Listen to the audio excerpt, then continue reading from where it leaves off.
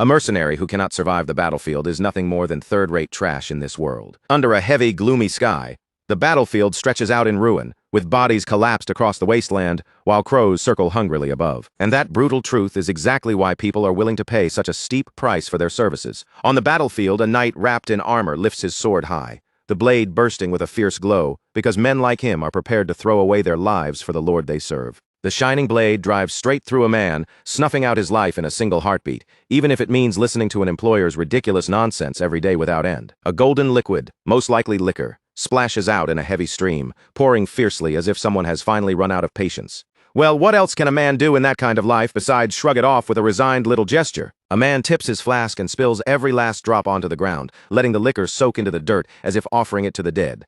That is simply the life of a mercenary. High atop the fortress wall, a lone man sits quietly, staring out over a landscape scorched by fire and torn apart by war. This man is Jack, the captain of the Fang Mercenary Corps. With a cynical look in his eyes, Jack silently thinks that nobles are always painfully predictable. The wind brushes through his hair as his thoughts continue to sharpen. Whenever they need your strength, they dangle promises of land in front of you and make grand requests, as if a noble title is just within reach. But when everything is over, every last one of them changes their tune right on cue, suddenly coming up with all kinds of creative excuses. A bitter smile creeps onto Jack's face as he stands on the wall, the burning battlefield spreading behind him. Looking at the man before him, he says that what was just spoken has surpassed every insult he has ever heard. Jack smiles in pure disbelief, his red eyes glinting with defiance and mockery. Then, with a sarcastic edge in his voice, he says he must have misheard those words. The view pulls back, revealing Jack standing on the castle wall beneath the purple-stained twilight sky. Across from him stands the army's commander-in-chief, a reddish-haired man clad in imposing armor. Jack questions the order he has just received, but the commander's face remains cold and unmoving. In an icy voice, the commander confirms that Jack heard correctly. He has just told Jack to die. Stunned by how bluntly the words were spoken, Jack asks if the commander has forgotten exactly who he is. But the commander answers without hesitation, saying he remembers perfectly well that Jack is the captain of the Fang Mercenary Corps. Jack suddenly bursts into laughter, unable to believe what he is hearing. Knowing who Jack is and still saying something like that, he remarks in disbelief that he never knew the commander had a talent for jokes. Jack grips the hilt of his sword as his expression turns hard. He understands now that this order makes no sense, because otherwise no noble would ever ask a worthless mercenary like him to die an honorable death on the battlefield, like one of their precious knights. His red eyes flash with open contempt, and a cold smile pulls at his lips as he lays bare the hypocrisy hanging over the entire situation. Wind sweeps across the wall while the two men lock eyes in silence. The pressure between mercenary and noble grows heavy, and for a brief moment the commander lowers his gaze as if weighing his next words. Perhaps he was too direct, the commander admits at last. Jack stares back with clear skepticism, not trusting the sudden shift in tone for even a second, and questions whether this is supposed to be some kind of misunderstanding. Commander places one hand over his chest and speaks in a solemn tone, saying that what he truly wishes to do is entrust Jack with one final mission. Jack listens without letting much show on his face, but deep down he already feels the shape of it coming. Betrayal hangs in the air as the commander begins to explain. The commander says that, as Jack already knows, their string of defeats has brought them close to complete ruin. From the wall, Jack looks out over the city as flames continue to devour it. The burning battlefield stands as a grim reminder of just how desperate the war has become, and of the enemy forces closing in. Below, fully armored soldiers gather beneath a purple banner, preparing for the clash that will decide the war's final outcome. The commander continues, revealing that the swords of traitors who once protected this land are now pointed directly at the throat of the Crawford family. As the truth settles in, there is no longer any talk of retreat against the ruined castle walls. The family banner hangs torn and battered, like a symbol of a house on the edge of collapse. Jack spreads his arms with a smug smile, as if he has finally accepted just how absurd the situation has become. Given the circumstances, he says, the madness almost starts to make sense. With a malicious grin that shows his teeth, Jack tells the commander that he understands perfectly. But inside, his real thoughts are already moving elsewhere.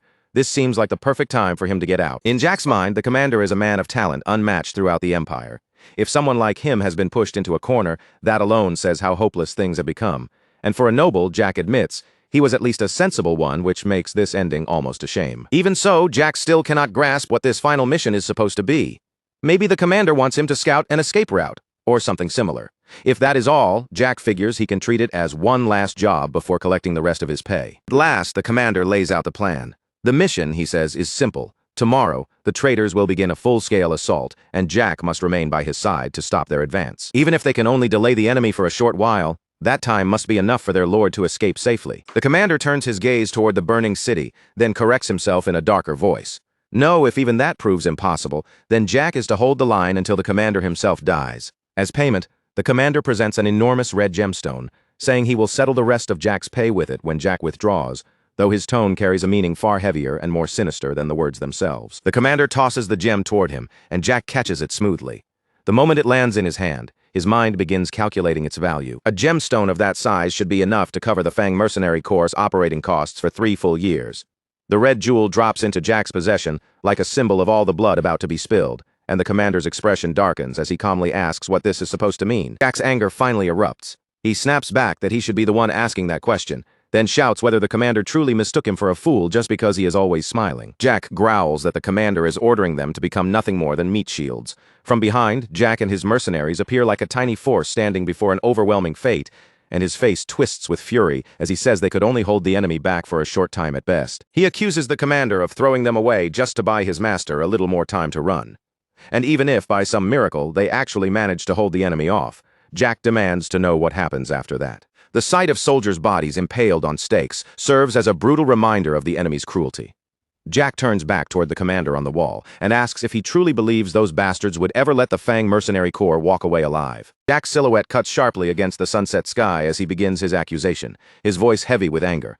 But before he can fully press the point, the commander answers with cold, merciless logic. The commander says that Jack and his men are mercenaries, not knights, and the enemy knows that as well.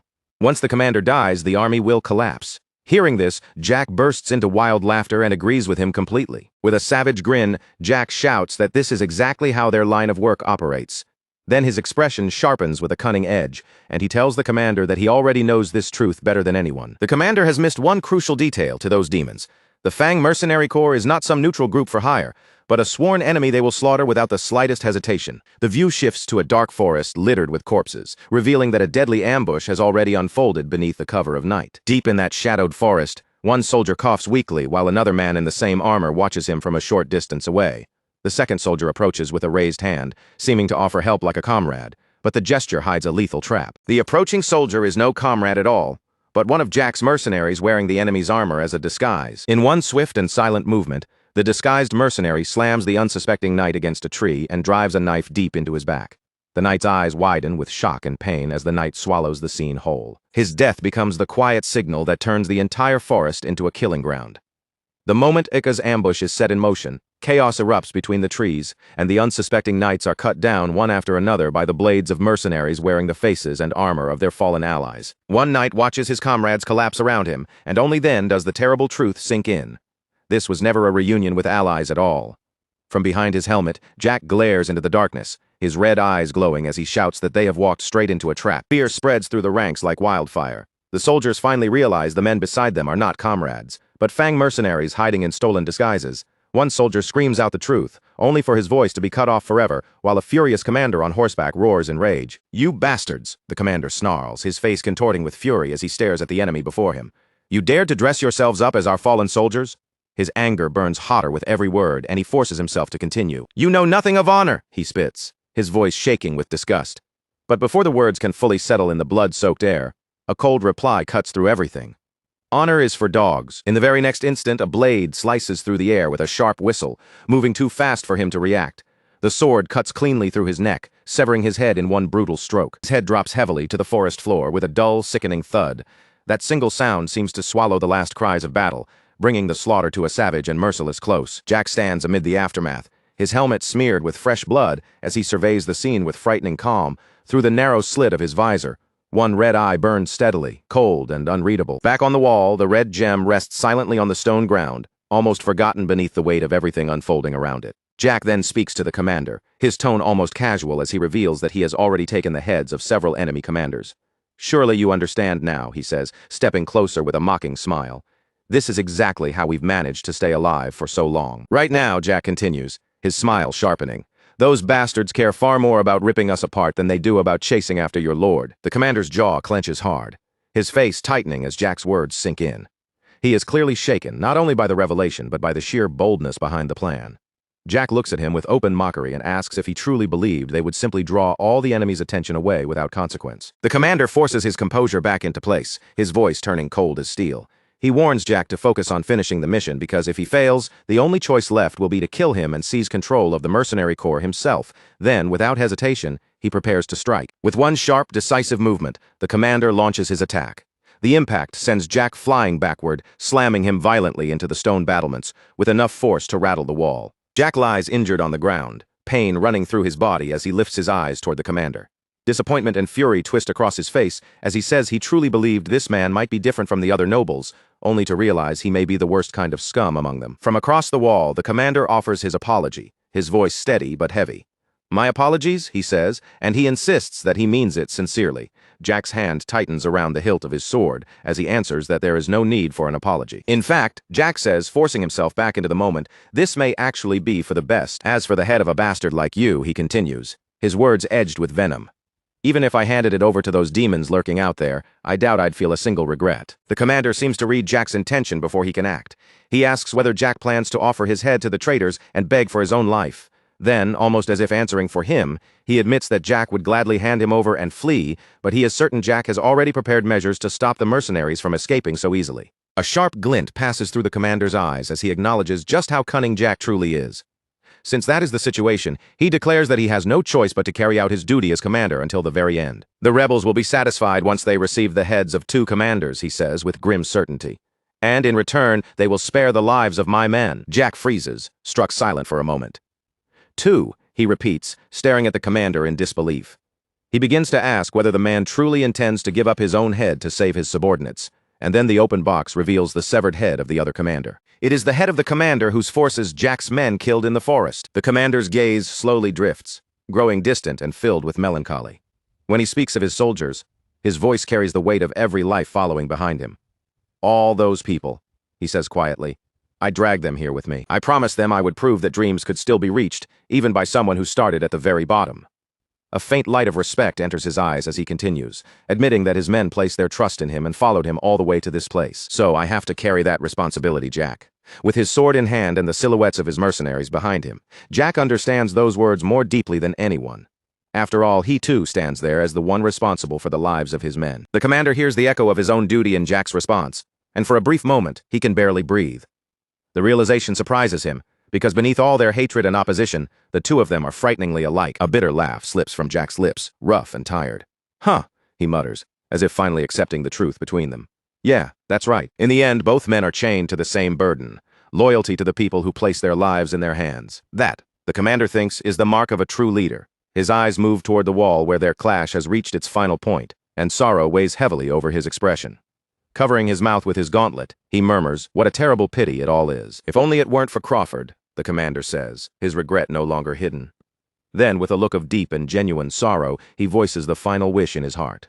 "If only you had been my lord." Bound by duty and with no path left to retreat, the commander charges forward. His sword rises, ready to deliver the final blow that will end everything between them. Jack, already wounded and pushed to his limit, can do nothing but cry out in rage and pain as the commander's attack crashes into him. The commander straightens in solemn silence after the strike, standing tall as though sealing away his own emotions. Before him, Jack's body lies motionless on the stone, his green eyes narrow, filled with both determination and sorrow.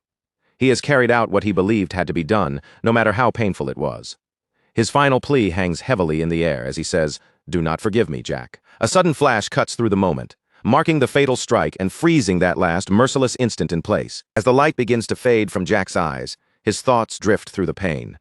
He had expected this ending might come, but he never imagined the difference between them would be this overwhelming. The force of the commander's final blow throws Jack's body backward. As he falls, a bitter thought rises in his fading mind, aimed at the unfairness of the world and the thing people call talent. "Well," Jack thinks, with the last trace of strength slipping away, "I suppose this is it."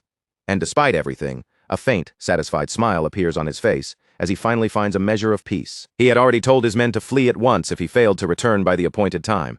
Because of that, he can face death without regret, knowing they still have a chance to survive. Blood drips steadily onto the cold stone floor, each drop marking the final moments of Jack's life. After all, he had always prepared himself for an ending like this. Even so, as everything slips away, one question remains in his heart. His consciousness sinks deeper into darkness, surrounded by drifting fragments that look like drops of blood, or perhaps memories breaking apart around him. If only, Jack wonders in that fading darkness, I had been given the same chance as you. Then, somewhere far away, a desperate voice calls out through the dark.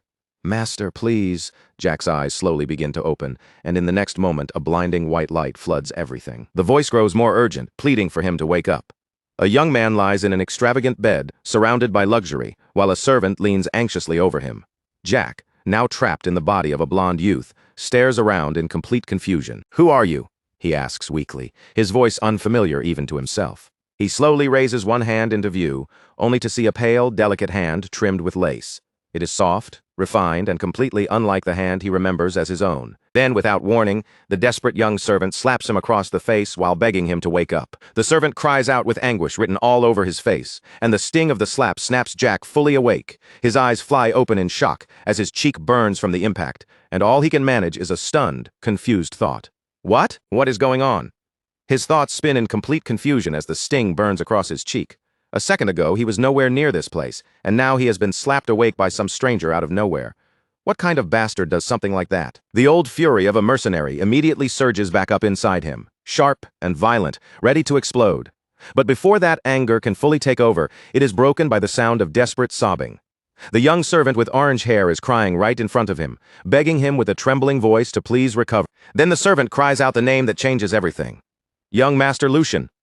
Jack suddenly pushes himself upright in bed, his battle-hardened mind thrown into complete chaos by the luxurious room around him and the unfamiliar name now attached to him. His golden eyes widen in disbelief, and for a moment every thought in his head goes blank. This is not his body. This is not the name he lived with. Everything he knew has been flipped upside down in an instant. Lucian wakes inside a lavish bed, surrounded by comfort and wealth, yet his mind remains completely lost and disoriented. Beside the bed, the young servant looks like he has been crying for a long time, his face wet with tears and relief. But no matter where Lucian turns his eyes, only one thought keeps repeating inside his head. With panic rising across his face, he lowers his gaze and stares at his hands, suddenly realizing that something is terribly wrong. His thoughts race back to the hands he once knew as a mercenary. Those hands had been rough, scarred, and covered in blisters from years of gripping swords and surviving battlefields. So what happened to them? His eyes drop again to the hands he has now. They are not merely clean. They are delicate, pale, and soft, the kind of hands that belong to a pampered young noble who has never known the weight of real hardship. They are hands Jack never had in his entire life. As he climbs out of bed in total confusion, the red-haired servant clings to the sheets beside him, sobbing so hard he can barely breathe. Lucian cannot make sense of any of it. Who is this guy? And why is he acting like this? Just a moment ago, that same servant nearly made him want to kill him, and now he is crying his eyes out like Lucian's life means everything to him. The shock hits too hard, and overwhelmed by the situation, Lucian collapses back onto the bed. The instant the servant sees him move, he breaks down even harder, but this time with tears of joy, he shouts in pure relief that the young master is alive, confessing that he truly thought Lucian had died, and that his own heart nearly stopped from fear. Then his personal attendant drops to his knees beside the bed, his body shaking as he murmurs that if anything had happened to Lucian, it would not have been a problem for him alone. It would have become a terrible tragedy for the entire house, and Lucian can only listen in disbelief. Lucian has no idea what kind of nonsense this servant is talking about. Young master, personal attendant, house, every word sounds strange and completely disconnected from the brutal life he remembers living. But above all that confusion, there is one thing he is absolutely certain of. He died on that battlefield. That final strike had been real, and it was the kind of death no one could possibly survive. He reaches up and touches his neck, only to find it perfectly intact beneath his fingers. The realization sends a chill through him as he wonders how his head is still attached after being decapitated. A heavy silence settles over the room, while Lucian struggles to accept the impossible reality in front of him. With Hans still kneeling beside him, Lucian's expression gradually turns serious. Piece by piece, he begins connecting the clues, and every strange detail points toward one shocking conclusion. At this moment, he has somehow taken over the body of a complete stranger. Lucian rises from the bed with a new determination in his eyes, and a mischievous smile slowly forms on his face as he realizes that this impossible situation may also be a brand new opportunity. And this body is not ordinary in the slightest. Lucian steps in front of the ornate mirror and discovers that the face staring back at him is unbelievably handsome. He studies himself from head to toe in the reflection, taking in every refined feature and elegant detail, while Hans watches anxiously from a short distance away. Still bewildered, Lucian slowly lifts a hand and touches the mirror, as if the reflection might vanish if he looks away for even a second. Even at a glance, it is obvious that this graceful body belongs to a noble. And not just some minor noble either, but someone from a family so disgustingly wealthy that luxury seems to fill every corner of the room. Judging by the expensive furniture, the fine bedding, and the sheer elegance surrounding him, Lucian turns his attention back toward Hans. First things first, he needs information before he can make any move. Lucian clears his throat, fixes his gaze on the servant, and says, Listen, Hans, there is something I need to ask you. Hans flinches at the sudden attention, but he immediately straightens himself, eager to be useful. With nervous devotion, he assures Lucian that he may ask him anything. Lucian goes straight to the most important question. What year is it? Hans looks surprised by the strange question, but he quickly assumes it must be the medicine, leaving his master dazed. With a strained little smile, he answers that it is the year 846 of the imperial calendar. That answer hits Lucian like a blow to the chest. He stares at Hans, unable to process what he has just heard, and a stunned whisper slips from his lips. What? As the truth slowly settles over him, the realization strikes with terrifying weight. The year 846 is not just some random date, it is 15 years before the day he died. Lucian realizes that he has not only been reborn in another body, but has also been thrown back into the past. He lets out a slow breath and runs a hand through his hair, trying to steady the storm inside his head. He has no idea how any of this happened or what force dragged him into this situation. But one thing is clear, panicking over every mystery will not solve anything, so he decides to stay calm and think with a clear head. His gaze sharpens with determination as he focuses on the first thing he needs to do, pull information out of his personal attendant. In a cold, threatening voice, he says, Hans, it seems you have decided to die today. The poor servant freezes in terror, completely unable to understand the sudden change in his master's attitude. Lucian grabs Hans with the arrogance of an offended noble, pressing him hard with his presence. How dare a mere servant lay a hand on the unconscious body of his master, Lucian says, his voice sharp and unforgiving, and without permission, no less. He keeps pushing, letting the pressure in his voice grow heavier.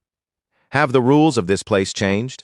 Then his eyes narrow into a piercing stare so cold that it seems to freeze Hans down to his soul. If not, then answer me this. Lucian finally asks the question behind the entire act. Who am I? Hans's eyes go wide with pure panic and confusion, unable to understand why his own master would ask such a thing. Terrified, he lowers his head in a deep bow. Please forgive me, young master, Hans cries, his voice shaking as tears spill down his face. I made a grave mistake because I was too shaken. Between desperate sobs, Hans finally reveals the identity of the body Lucian now inhabits. You are young Master Lucian Valdic, the third son of the esteemed House Valdic. The moment Lucian hears those words, his entire body freezes. The name Valdic echoes inside his mind like a bell, pulling a flood of memories from the life he thought had already ended. In his thoughts, the banner of House Valdic rises clearly, marked with its golden lion emblem. Lucian can hardly believe it. Impossible. The Valdic family. An image of a breathtakingly extravagant mansion flashes through his memory.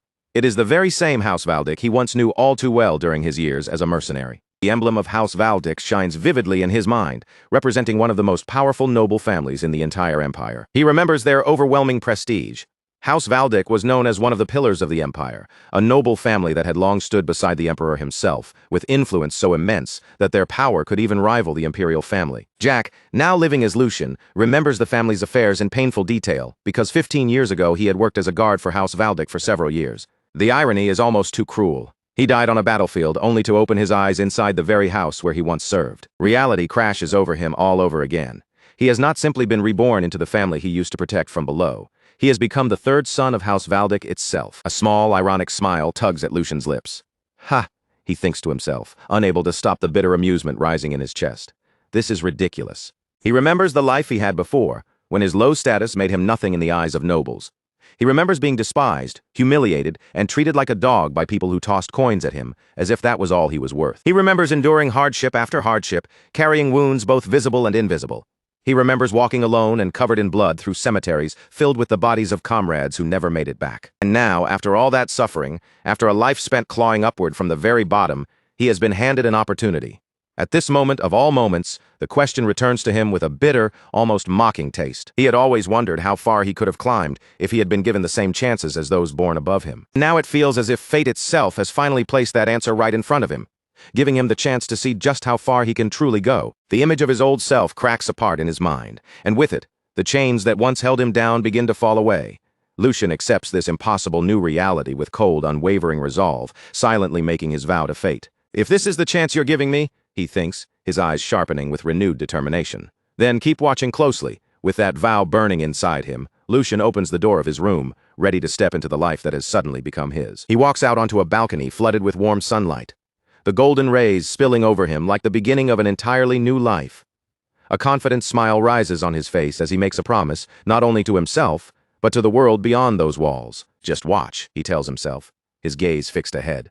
Watch how high I climb and what kind of life I choose to live from now on. From there, the full grandeur of the Valdic estate spreads out before him, vast and magnificent like a palace, towering far beyond anything he had ever known in his old life. Now dressed properly in noble attire, Lucian walks through the estate's lavish corridors with Hans at his side, as he takes in the polished halls, expensive decorations, and overwhelming elegance around him. He thinks that the Waldeck estate truly lives up to its name. He had traveled through plenty of places during his years as a mercenary, from battlefield camps to noble residences, but even compared to everything he had seen, this mansion is easily the most extravagant and shamelessly luxurious place he has ever set foot in. As Lucian watches the servants moving through the halls, he quietly realizes that this overwhelming world of wealth and rules is now the place he must learn to live in, and he has no choice but to adapt quickly. But then his sharp mercenary instincts begin to pick up on something strange in the air. Ever since he stepped out of his room, every servant they pass has been looking at him with odd, uneasy stares. Whispers follow him from every corner of the corridor. Is that really young Master Lucian? One of the servants murmurs, barely daring to believe what they are seeing. Others exchange shocked glances and whisper among themselves, unable to hide their surprise. He finally came out? How long has it been since anyone saw him? Shock is written clearly across their faces.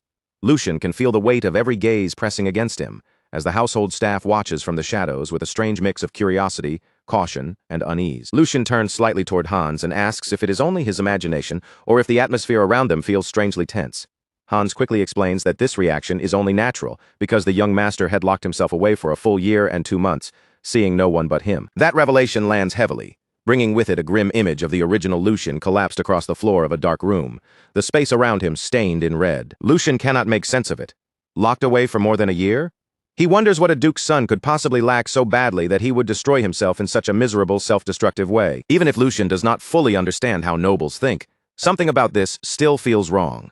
In a household this strict, it should have been impossible for the original Lucian to behave so freely, especially with the head of the family watching over everything. That head of the family is Archduke Sigmund, a towering man known for protecting the empire with principles and convictions that no one could shake. Lucian knows that a man like the Archduke would never casually allow his own son to rot away in some corner without reason. In his mind, Lucian pictures Archduke Sigmund standing over the bedridden original Lucian, watching in silence. From that image, a cold and logical conclusion begins to form. Either Lucian had been such a disastrous troublemaker that he was nearly cast out of the family, or there was a serious reason powerful enough to make even the Archduke look away. Until he uncovers the truth, Lucian decides he must avoid Archduke Sigmund at all costs. But at that exact moment, someone steps into his path and blocks the way forward. An older man approaches with calm, measured steps and says that the reports of Lucian's full recovery appeared to have been true. Hans and Lucian both stop in surprise, the sudden interruption cutting through the tense hallway like a blade. The man before them is the chief butler, a gray-haired gentleman wearing a gentle smile. He expresses how deeply pleased he is to see the young master's face again after an entire year, addressing Lucian with perfect formality. "Young Master Lucian," the butler asks politely, "are you having any difficulty moving?" Lucian immediately understands that this man holds an important position in the household, while Hans begins trembling visibly beside him. This man is Chief Butler Edwin, although he first came to the mansion as a hostage from an enemy family. His extraordinary ability was eventually recognized, and he was entrusted with managing all domestic affairs of House Waldeck. The most dangerous thing about Edwin is not his kind smile or his calm green eyes. It is the fact that he serves as Archduke Sigmund's right-hand man. Lucian looks at him and silently curses his terrible luck. This is bad. Of all the people he could have run into, Edwin is one of the last he wanted to face. Lucian knows that a man as sharp as him would notice the manners of someone from the streets almost immediately. Lucian's mind races, searching for a way through this. His only advantage is that Edwin likely has not seen the real Lucian for an entire year, meaning there is no recent version of him to compare against. If that is the case, then his mercenary cunning gives him one possible solution. He will have to imitate the most noble person he has ever observed and act as naturally as he can. Drawing on years of watching nobles from below, Lucian puts on a perfectly practiced smile and faces the butler with graceful composure. "Thank you for your concern," he says smoothly. "Chief Butler Edwin," he continues, fully committing to the performance. He adjusts his posture into something charming and refined, then adds, "I have improved greatly, thanks to you," playing the role of a grateful young noble as flawlessly as he can. Lucian gives a reason for his sudden appearance. Since he had been shut away for so long, he explains that he came out to check on the state of the family. "To think I would run into you here," Lucian adds with a light, graceful tone. "The gods must be smiling on me." Then, without letting the conversation linger on himself, he skillfully turns the focus back to Edwin and asks whether the family has been well. Edwin watches him in silence for a brief moment, as if carefully measuring every word and gesture. Then he answers with a courteous smile, saying that House Waldeck remains as strong as ever, and that it is a relief to see both the young master and Hans doing well. Lucian laughs inwardly with relief, feeling as if he has cleared the first hurdle. Thinking about it, How could anything truly go wrong in this mansion with someone like Edwin watching over the household? Inside, Lucian decides that Edwin does not seem suspicious of him. Believing he has passed the test, he prepares to make a clean retreat. "It seems I worried for nothing," he says, turning away with a calm expression. "Then I will take my leave in peace. It is my first time outside in quite a while, and I am feeling exhausted." But just as Lucian tries to escape, Edwin's voice stops him cold. With polite bluntness, the butler asks the young master to delay his return. Lucian's blood seems to run cold in an instant. His carefully planned escape has failed before it even began.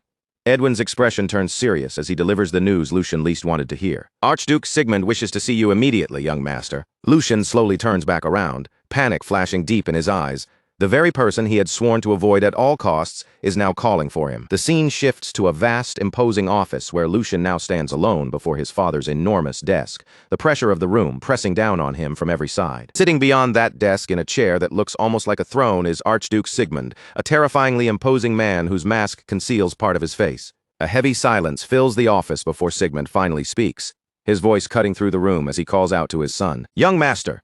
Lucian stands completely rigid before him, unable to move beneath the presence of the most powerful man he has ever known. This man is now his father. The Archduke's voice echoes through the spacious office, each word carrying the weight of command. "I will ask you one question, Lucian. Valdic." Lucian's face tightens with fear, and cold sweat begins to form under the pressure of his father's gaze. Then the Archduke slowly leans forward. His visible eye gleams with a dangerous, menacing light as he asks the most terrifying question Lucian could have imagined. "How are you still alive?" Lucian, shaken by the hostility in those words, asks his father what he means. Grand Duke Sigmund answers in a voice colder than ice, making it clear that he had originally intended to overlook Lucian's actions. But his patience has clearly reached its limit. The Duke accuses Lucian of using his mother's death as an excuse to neglect his duties and behave like a spoiled child, and the portrait of his deceased mother appears, giving his harsh words an even heavier weight. His hands slowly tightened into a fist, the tension in his knuckles saying everything his face held back. Grand Duke Sigmund's voice grew colder as he continued, making it clear that, this time, Lucian had finally gone beyond what he could tolerate. He accused Lucian of deliberately shutting himself away for more than a year, as if his isolation had been some kind of silent protest against the family. But Sigmund's anger truly boiled over when he said Lucian had treated his own life as though it meant nothing at all. Then came the heaviest accusation of all. Sigmund spoke of Lucian trying to harm himself, pointing directly to what seemed to have been a suicide attempt. Lucian froze in complete confusion because Jack had no memory whatsoever of what the previous owner of this body had done. Jack's thoughts spun in panic as he wondered what his father was even talking about. And then, without warning, a broken image flashed through his mind. It was not his own memory, but something left behind from that moment itself. In the vision, young Lucian was lying weakly in bed, while someone beside him trembled in sheer panic. The fragment sharpened just enough for Jack to see Hans, the servant, sobbing uncontrollably beside the bed. Only then did the reason for all that chaos begin to make sense. This was what had really happened back then, an incident Jack had never known anything about until now. Back in the present, Lucian quickly tried to steady the atmosphere before it shattered completely. He addressed his father and carefully suggested that there had to be some kind of misunderstanding. But before he could explain further, the Grand Duke cut him off without mercy. Sigmund's patience had already run dry, and the weight of his authority filled the room like a wall pressing down on everyone there. With an unyielding stare, Grand Duke Sigmund ordered Lucian to stop hiding and confess what he had truly intended all along. He kept pushing, his voice sharp and relentless, asking whether Lucian's true goal had been to use that frail body of his to stir up a scandal and throw the entire household into turmoil. Then the Duke finally revealed the accusation in full. Lucian had taken sleeping pills to cause an uproar. The words struck Jack like a blow, because he suddenly understood that the original Lucian had attempted a false suicide, all just to force people to notice him. In that instant, the truth crashed down on Jack all at once, leaving no room for denial. He finally remembered why the name Lucian had never stood out to him in his past life. The missing piece, the one detail that had always felt strangely absent, suddenly clicked into place. His mind slipped back 15 years into the past. Back then, Jack had been nothing more than a guard working at the Valdic estate. During those days, he had heard whispers about the family's third son, Lucian Valdic. Lucian Valdic. The memory that surfaced with that name was devastating. Jack now remembered the reason he had never known much about him. The original Lucian Valdic had died. He was supposed to have been dead, and with that realization, the man standing before him became tied directly to those old memories. The head of the Valdic family, the ruler of the household, was Grand Duke Sigmund Valdic. Jack then recalled how complicated the Valdic family had always been. The Grand Duke had 4 children, and each of them had been born from a different mother, creating a household where tension and rivalry could easily take root. During the 10 years he had spent serving as a guard, Jack had crossed paths with the other young lords and their mothers several times. Yet, Thinking back carefully, he realized he had never once met Lucian or Lucian's mother face to face. In his memories of the estate, the two of them had always been strangely absent, like shadows missing from a place where they should have been. Jack began piecing together the facts he had known back then. Lucian's mother had died from illness not long after Jack first began working at the estate.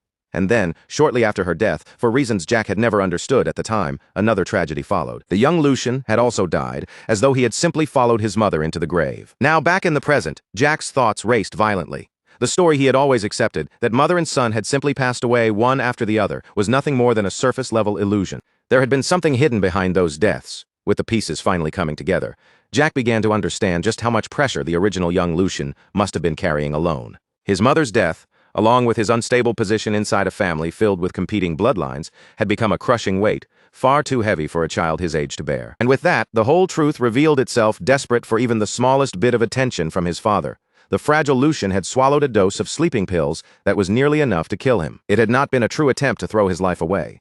It had been a cry for help, a desperate act from a lonely child. But that cry had ended in tragedy. As Jack followed the thought through, the grim reality became even clearer. After an entire year locked away in seclusion, the original Lucian's weakened body had no strength left to resist the drug he had taken, just to make his father look his way. The result was a fatal accident. Young Lucian had died there quietly, his desperate plea ending in a silence he had never intended. With this truth laid bare, Jack finally understood just how complicated the situation truly was. He realized that the Grand Duke's furious scolding, as harsh as it sounded toward a son he had not seen in a year, was not completely unreasonable anymore. From Sigmund's point of view, that rage made sense. His own son had played with his life, dragging his father to the very edge of fear and despair. Jack reasoned that no matter how high Sigmund's title was, before anything else, he was still a father whose child had nearly died. The anger buried inside him had to be enormous. Even so, Jack steeled himself with iron resolve. This was not the time to worry too much about anyone else's feelings. His own survival came first, and right now it felt as if he were standing at the edge of a cliff. He recalled the Duke's last words and immediately recognized them for what they were. A final ultimatum. One careless answer, one wrong step, and everything could collapse. The pressure bearing down on him was so intense that it felt as though the ground beneath his feet was beginning to split apart. His golden future, the precious second chance at life he had somehow been given, was dangling by a thread. The danger in front of him was far too great to ignore. If his answer failed to satisfy the Grand Duke, his fate could turn miserable in an instant. He could already picture the punishments waiting for him, like being sent away as a priest to some distant monastery. He might be forced to abandon the secular world forever, or worse, be dragged off to some brutal northern territory and thrown into a life filled with hardship. A future where he had to fight the freezing cold and savage beasts for the rest of his days was absolutely unacceptable. Jack rejected those possibilities with every fiber of his being. This new life had not come to him easily. Even after losing his head in his previous life, he had somehow been given another chance, and he refused to waste it. A defiant smile crept into his thoughts as he asked himself whether he would really let another family's tragedy, the pain of the original Lucian, destroy this precious future. Once his decision was made, Lucian faced his father directly. He began in a calm voice, saying that he would speak exactly as he had been ordered to. First, he apologized for staining the Valdic name with his foolishness and for causing his father such deep worry. Lowering his head, he placed a hand over his heart and offered a sincere-looking apology, presenting himself as a remorseful son, showing proper respect. Meanwhile, Edwin, the head butler, stood silently to the side. His eyes remained fixed on Lucian, unable to hide his surprise at the young master's sudden and dramatic change in behavior. Lucian continued, declaring that the fault belonged to him alone and that he had no excuses to offer. He said he would accept whatever punishment his father chose to give him. But right after that, his approach quietly shifted. He argued that speaking about blame at this point would change nothing anymore. Since what had happened could not be undone, this was the very moment they should look toward what came next. Then, with unexpected boldness, he asked his father whether it would not be right to rejoice with all his heart over the simple fact that the son he believed he had lost was still alive. Grand Duke Sigmund seemed caught off guard by the sudden turn, repeating Lucian's words in disbelief. What had happened had happened. It could not be reversed. Lucian stepped forward with growing confidence, saying that a life saved from the brink of death should not remain chained to the past forever. Instead, it should be allowed to move ahead. He brought his heels together, his posture now filled with fresh determination, as though he were preparing to make a vow. Then, in a clear and steady voice, he declared that he intended to live diligently for the future waiting before him. With a sly smile barely touching his lips, he made his daring request. He asked not as someone speaking to the Grand Duke, but as a son speaking to his father. Just one word of encouragement, he said, would be enough. Sigmund listened without softening, his expression still hard and unreadable. Lucian then pushed his final and most cunning argument forward. He claimed that when a child sincerely repented, it was a father's duty to embrace that child willingly, appealing not to rank or authority, but to the bond between parent and son. He finished by presenting his bold request, not as disrespect, but as a sacred obligation between father and son, something even the laws of heaven would recognize. Watching it all unfold, Edwin was left completely stunned. Incredible, Edwin thought, barely able to process what he was witnessing. He had already sensed that Lucian's presence had changed, but this went far beyond anything he had expected. In his memory, the young master had always been a timid child, constantly shrinking back in fear and anxiety. The man now standing in front of the Duke carries himself with such calm confidence that he almost feels like a completely different person. Edwin can only stare in disbelief, wondering if this really is the same young master Lucian he has known all this time. The change is so extreme that, for a moment, he even doubts what his own eyes are seeing. A heavy silence settles over the room, pressing down on everyone as the Grand Duke takes in every word his son has just spoken. The air grows so tense that even breathing feels difficult. Lucian stays still and waits, his heart pounding hard inside his chest, his eyes fixed on his father's face as he searches for even the smallest clue about what the Duke will do next. At last, the Grand Duke cuts through the silence, and a trace of anger sharpens his voice. "How dare you?" he begins, raising his tone as though he is about to scold Lucian for speaking so boldly about a father's duty. But in the very next moment, that harsh expression cracks.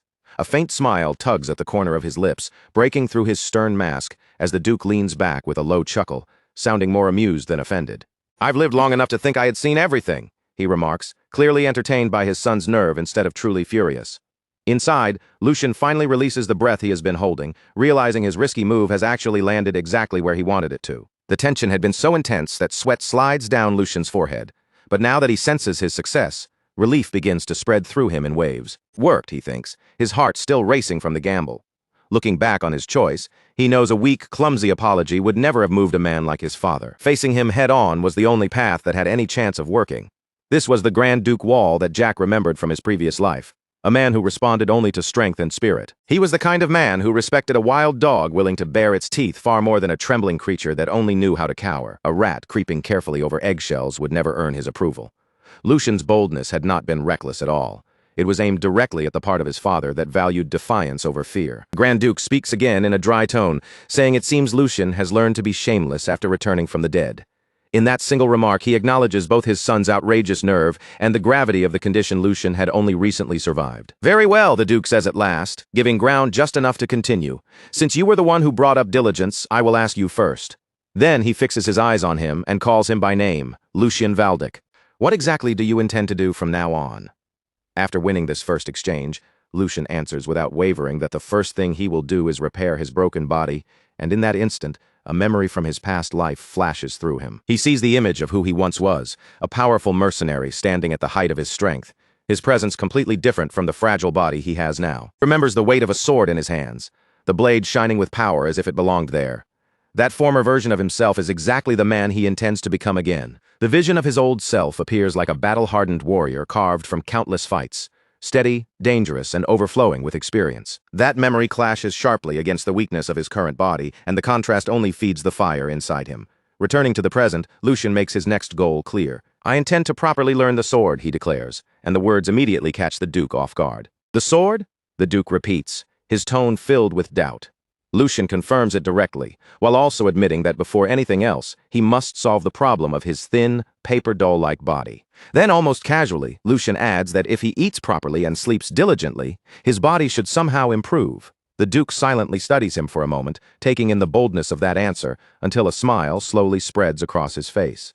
"You certainly have a way with words," he admits, giving Lucian this round without saying it outright. Now truly intrigued, the Grand Duke decides he needs to find out whether Lucian's confidence is just empty bravado or whether something real has awakened inside him. As the first sign of that decision, he turns his attention toward his butler. He gives Edwin a short order. "Butler, give him that again."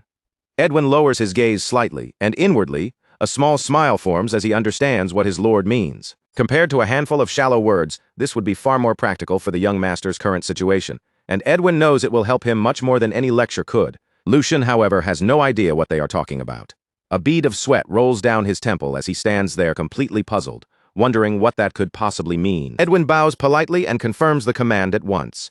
"Understood, my lord. I will arrange for it to be made available immediately." Later, back in his room, Lucian is still left in confusion. What exactly is that? He wonders, completely in the dark about what is coming for him. Before long, the answer arrives right at his door. Across the mansion grounds, several servants haul an enormous wooden chest forward, its heavy frame looking difficult to move with every step. The chest is so massive and heavy that the servants struggle just to bring it into Lucian's chamber. But once the lid is finally opened, what appears inside is enough to blind anyone with its shine. The inside is packed from edge to edge with gold coins, glittering jewels, and precious necklaces, all piled together like a small mountain of treasure. Lucian and his personal servant Hans both freeze in place, staring at the absurd amount of wealth before them. "Ah, this is ridiculous," Lucian blurts out, overwhelmed by the sheer scale of it. Standing by the window and looking out across the vast city, Lucian finally understands what this is. It is an outrageously huge monthly allowance, the kind of wealth only a high noble could casually possess, and he scoops a handful of gold coins into his palm as the realization sinks in. He can hardly believe that this entire fortune is meant for just 1 month. With money like this, countless possibilities open in front of him, and a mischievous smile slowly spreads across his face. With this much funding, his ambitious plan might actually be possible. It is more than enough to make the attempt worthwhile. At last, his real objective becomes clear. With this wealth, he can gather the ingredients needed to completely rebuild his weak body. Determination burns in his eyes as he thinks to himself that he can finally make that elixir, linking the knowledge he carried from his past life to the resources now placed in his hands. Using the experience of his former life and the wealth of this new one, Lucian can begin shaping a stronger future. Meanwhile, the scene shifts to a magnificent greenhouse, glowing with warm light, where colorful flowers bloom in every direction. Inside that bright greenhouse, the Grand Duke, an imposing man with blonde hair and a matching beard, walks forward with his usual commanding presence. A few steps behind him follows Edwin, his loyal veteran butler. As they move through the flower-lined path, Edwin quietly remembers that this greenhouse was a place the late Grand Duchess had treasured deeply while she was still alive. He continues thinking that the Grand Duke has not stepped into this place for a long time, so for him to come here now must mean there is a special reason behind it. To Edwin, that reason is clearly the recent and remarkable change in young Master Lucian.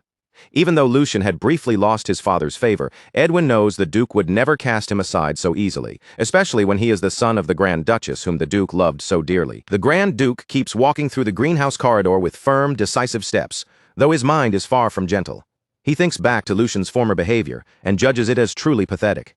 In his thoughts, the image of the old Lucian lingers clearly, refusing to disappear. He remembers a boy who was always glancing around nervously, as if frightened by everything around him, and who would whine like a wild dog the moment anyone raised their voice even slightly. Edwin then speaks to him respectfully, carefully breaking into his lord's thoughts. "My lord," Edwin says, even while the Duke's mind remains occupied with harsh memories, he reflects that Lucian's attitude had been nothing like his mother's, and that he resembled her only in appearance. Edwin's expression shifts with surprise as the Duke's thoughts begin moving in a different direction. For the first time that day, a faint smile appears on the Grand Duke's face as he admits inwardly that perhaps he had been wrong about his son all along. Then he says to Edwin, "You saw it too, didn't you? That child looked me directly in the eyes and stated his opinion." Edwin confirms it without hesitation. Yes, there was not even a trace of uncertainty. His posture and bearing were truly resolute and confident. Looking at Lucian more warmly, Edwin thinks the young master has always had a tender heart and deeper thoughts than people realized, only hesitating a little more than the other young masters. In the end, Edwin concludes, Lucian still carries his lord's blood. Even after hearing Edwin's words, the Grand Duke remains guarded and skeptical, answering only that it remains to be seen. He adds that the tasks awaiting that child from now on are not things that can be solved with a few clever words, making it clear he intends to test Lucian properly. But with a worried expression, Edwin interrupts his lord's thoughts. "My lord, however, there is a problem." The Duke's interest sharpens as he asks, "A problem?" Edwin explains that although young Master Lucian's support funds have been restored, it has now been confirmed that details about some of those circumstances have leaked outside. The truth then shifts into view. After an investigation, it appears the second young master, Geordie, is involved, and he burns a letter with a malicious smile on his face. Edwin reports that Geordie has already dismissed the head maid who had been looking after Lucian and replaced her with someone from his own inner circle. In other words, Geordie is clearly trying to keep Lucian under watch, and the Duke can only click his tongue, admitting that while Geordie has ability, his thinking is far too narrow. With a darker look settling over his face, the Duke thinks that he understands why Geordie carries such deep resentment toward Lucian, especially because of the complicated matters involving their maternal families. Even so, he did not expect Geordie to cling to that grudge with this much stubbornness. Edwin carefully asks whether they should prepare a separate response to handle the matter, but the Duke immediately stops him. "No, butler, do not interfere."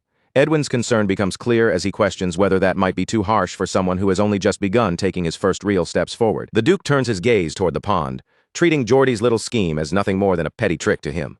Even this is part of the price.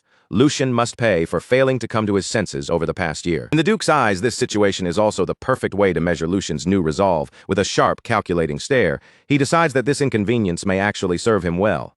Let us see how that child handles this, he thinks. If Lucian cannot overcome something this small, then there is no reason to expect anything from him, because real strength can only be shaped by one's own hands. The Duke's thoughts settle into the image of a majestic lion, the proud symbol of the Valdic family. Even if the blood of Valdic can become the key, the door ahead must still be opened by the person standing before it. The scene then moves forward, and a sign makes it clear that several days have quietly passed since that conversation. Beneath a bright blue sky, the grand and luxurious mansion of the Valdic family stands as imposing as ever. Inside its corridors, two maids whisper among themselves while watching Hans, Lucian's servant, standing guard in front of the room. "How many days has that guy been doing this?" one of them murmurs. They continue gossiping in low voices, saying the young master has locked himself away in his room again. But Hans does not move from his post, and in a close look at his face, his fury and determination are obvious, as if he is ready to block anyone who dares disturb his master. Hans's memories then rise to the surface, showing him in a moment of panic as he recalls how desperate he had been.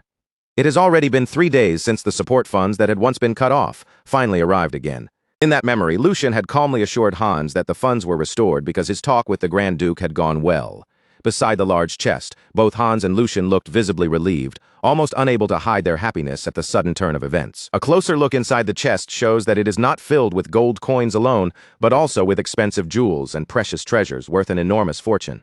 Even then, Hans cannot look at Lucian without concern clouding his face. Hans knows better than anyone that with the strained relationship between father and son, speaking to the Grand Duke could not have been easy for his young master. At that moment, Hans understands that Lucian must have summoned a tremendous amount of courage just to face his father directly like that. His loyalty and deep affection for Lucian show clearly in the way his emotions spill over. Moved by the thought that his master has finally chosen to move forward, Hans wipes away his tears, as if letting go of the sorrow that had weighed on them until now. Meanwhile, Lucian simply holds the gold coins with an almost indifferent calm. Behind him, Hans is still visibly emotional over the change in his master, but Lucian's own gaze begins to sharpen, and a powerful intensity takes over his expression. His eyes glint with fierce determination, hiding a plan that only he understands. As his fingers tighten around the coins, a sly and confident smile slowly forms on Lucian's face. With this much money, he thinks, it is definitely worth trying. And with that, Lucian's true ambition comes into focus. He plans to completely rebuild this fragile, ruined body from the ground up. "I can make that elixir," he thinks with certainty.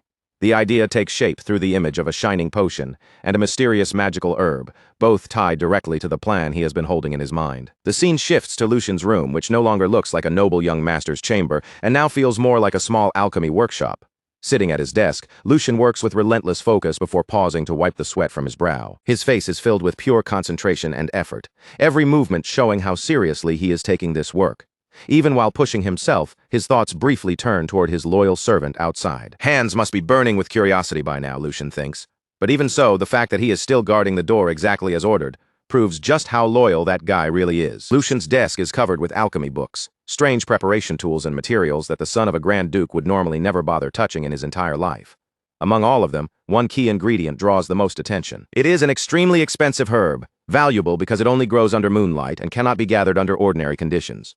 More details about the strange plant make its importance feel even clearer. Even its common use has not properly been established yet, which makes Lucian's choice to buy it an even bigger gamble.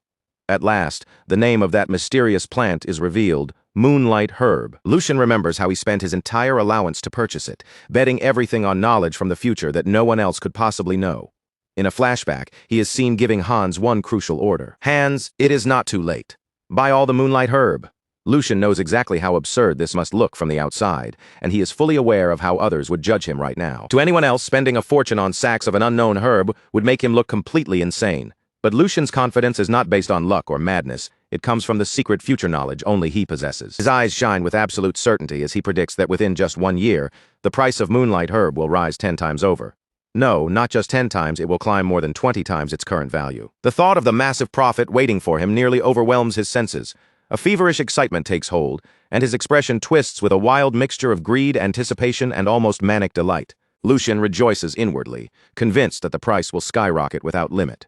Then he forces himself to calm down and thinks that, looking back on it now, he has to admit the Alchemist Guild was incredibly bold. He remembers that at the time, even the guild itself could not have been certain whether their research on Moonlight Herb would actually succeed. Despite that uncertainty, the Alchemist Guild gathered every Moonlight Herb they could find across the Empire and poured them all into their research, burning through the supply in one reckless gamble. It was nothing less than a once-in-a-lifetime wager, one that placed the future and fate of the entire guild on a single uncertain experiment. Lucian reaches his hand toward the potion he has made, knowing that because of that reckless courage in the past, they eventually succeeded in creating an unprecedented elixir that shook the Empire itself. The drink of the gods, nectar. He also remembers that because they arrogantly called a mere drug something divine, they nearly brought accusations of blasphemy down upon themselves. But once the world learned what nectar could actually do, everyone rushed to praise it as though those accusations had never existed in the first place. Lucian smiles with smug confidence, fully aware of the whole story and the power now within reach. Nectar had shattered one of the most basic truths of the world, a belief that had gone unchallenged for over 1,000 years. That belief said a martial artist's realm was decided at birth, and that this limit was an absolute law no one could defy.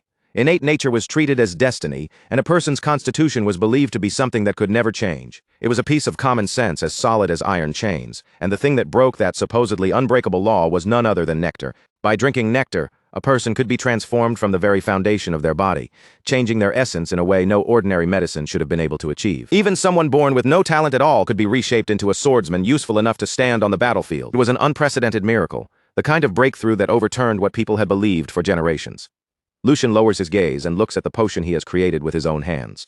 The liquid before him is a bright red potion, but Lucian knows very well that what he made cannot compare to the original nectar's full effectiveness. At best, it is only a kind of mass-produced substitute, a weaker imitation of the legendary elixir that once shook the Empire. Even so, Lucian rolls up his sleeves with firm resolve, because for raising a body as broken as this one, there is nothing better available to him right now.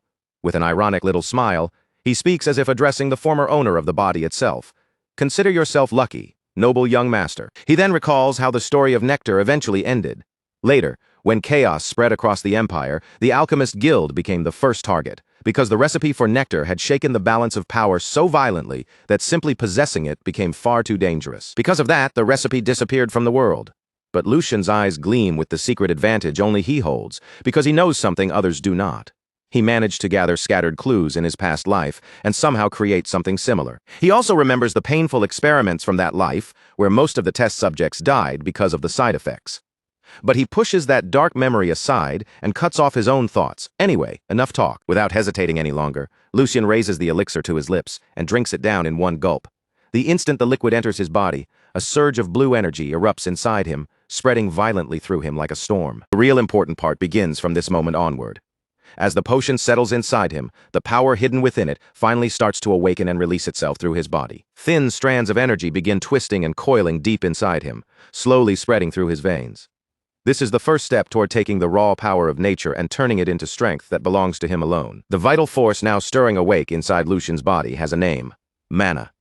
Its true value depends on how smoothly it circulates, flowing through the body, spreading into every corner, and then returning again.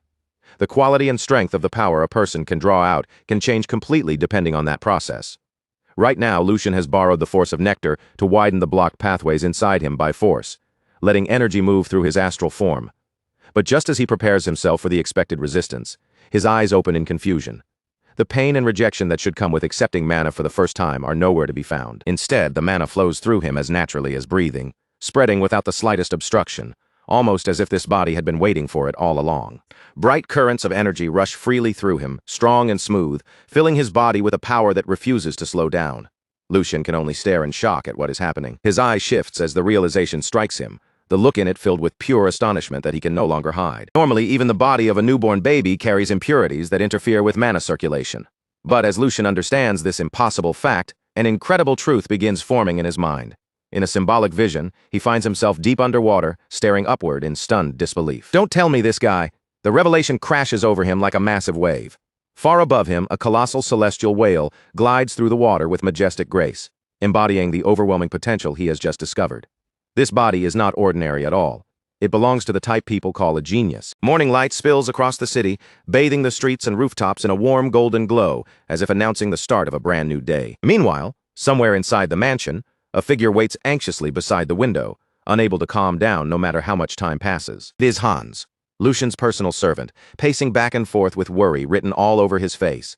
His thoughts are consumed by his master, and the sudden sound from the door makes him jolt in place. His heart jumps at once, caught between fear and desperate hope as he turns toward the door. The door finally opens and Lucian steps out with an unsettling calm, as though nothing unusual has happened at all. He looks at Hans and casually asks, "Nothing happened while you were waiting, right?" Hans is already on the verge of tears as he rushes toward him. "Young master!" he cries, his voice cracking.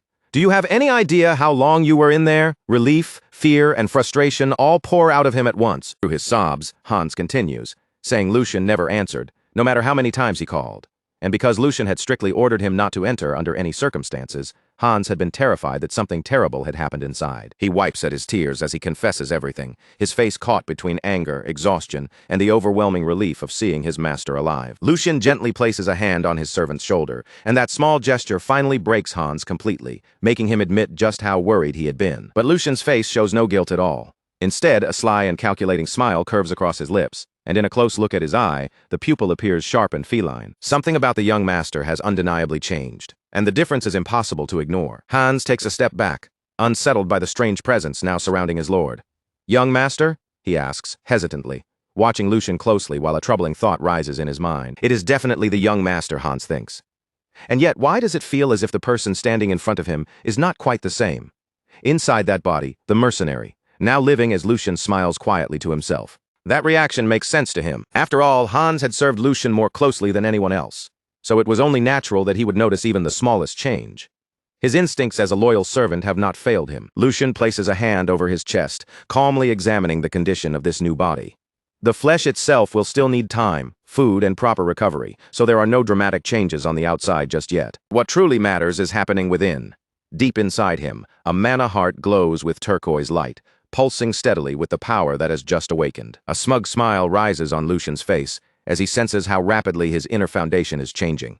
All of this is possible because of the original Lucian's innate constitution, a hidden potential the boy himself never even realized he possessed. "I'm sure of it," Lucian thinks, his certainty growing stronger with every pulse of mana inside him. Conviction burns in his golden eyes. This body's potential is on the same level as the legends who once changed the world, and before him he can almost see a gigantic chessboard spread out, with himself standing at the center of the game. If he plays his cards correctly, Lucian believes he could easily surpass the peak he reached as a mercenary within just 1 year. That thought draws a low, dangerous chuckle from him. With his path now taking shape in his mind, Lucian turns toward the confused servant and calls his name, Hans. "Now that I think about it, I owe this opportunity to you."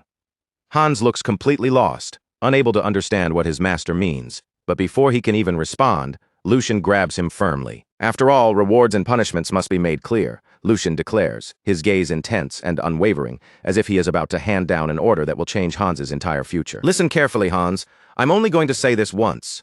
Lucian's expression grows almost wild, his excitement and confidence pushing through every word. Then Lucian commands him to gather everything he owns. If necessary, he tells Hans to sell even his underwear, and bet it all on him, promising that if Hans follows him, he will guarantee him a smooth road straight to the top. He shouts it with wild laughter, overflowing with so much confidence that it feels less like a suggestion and more like a prophecy. Then, with a grand theatrical gesture, Lucian spreads his arms wide and cries out, "Let's go to the heavens together."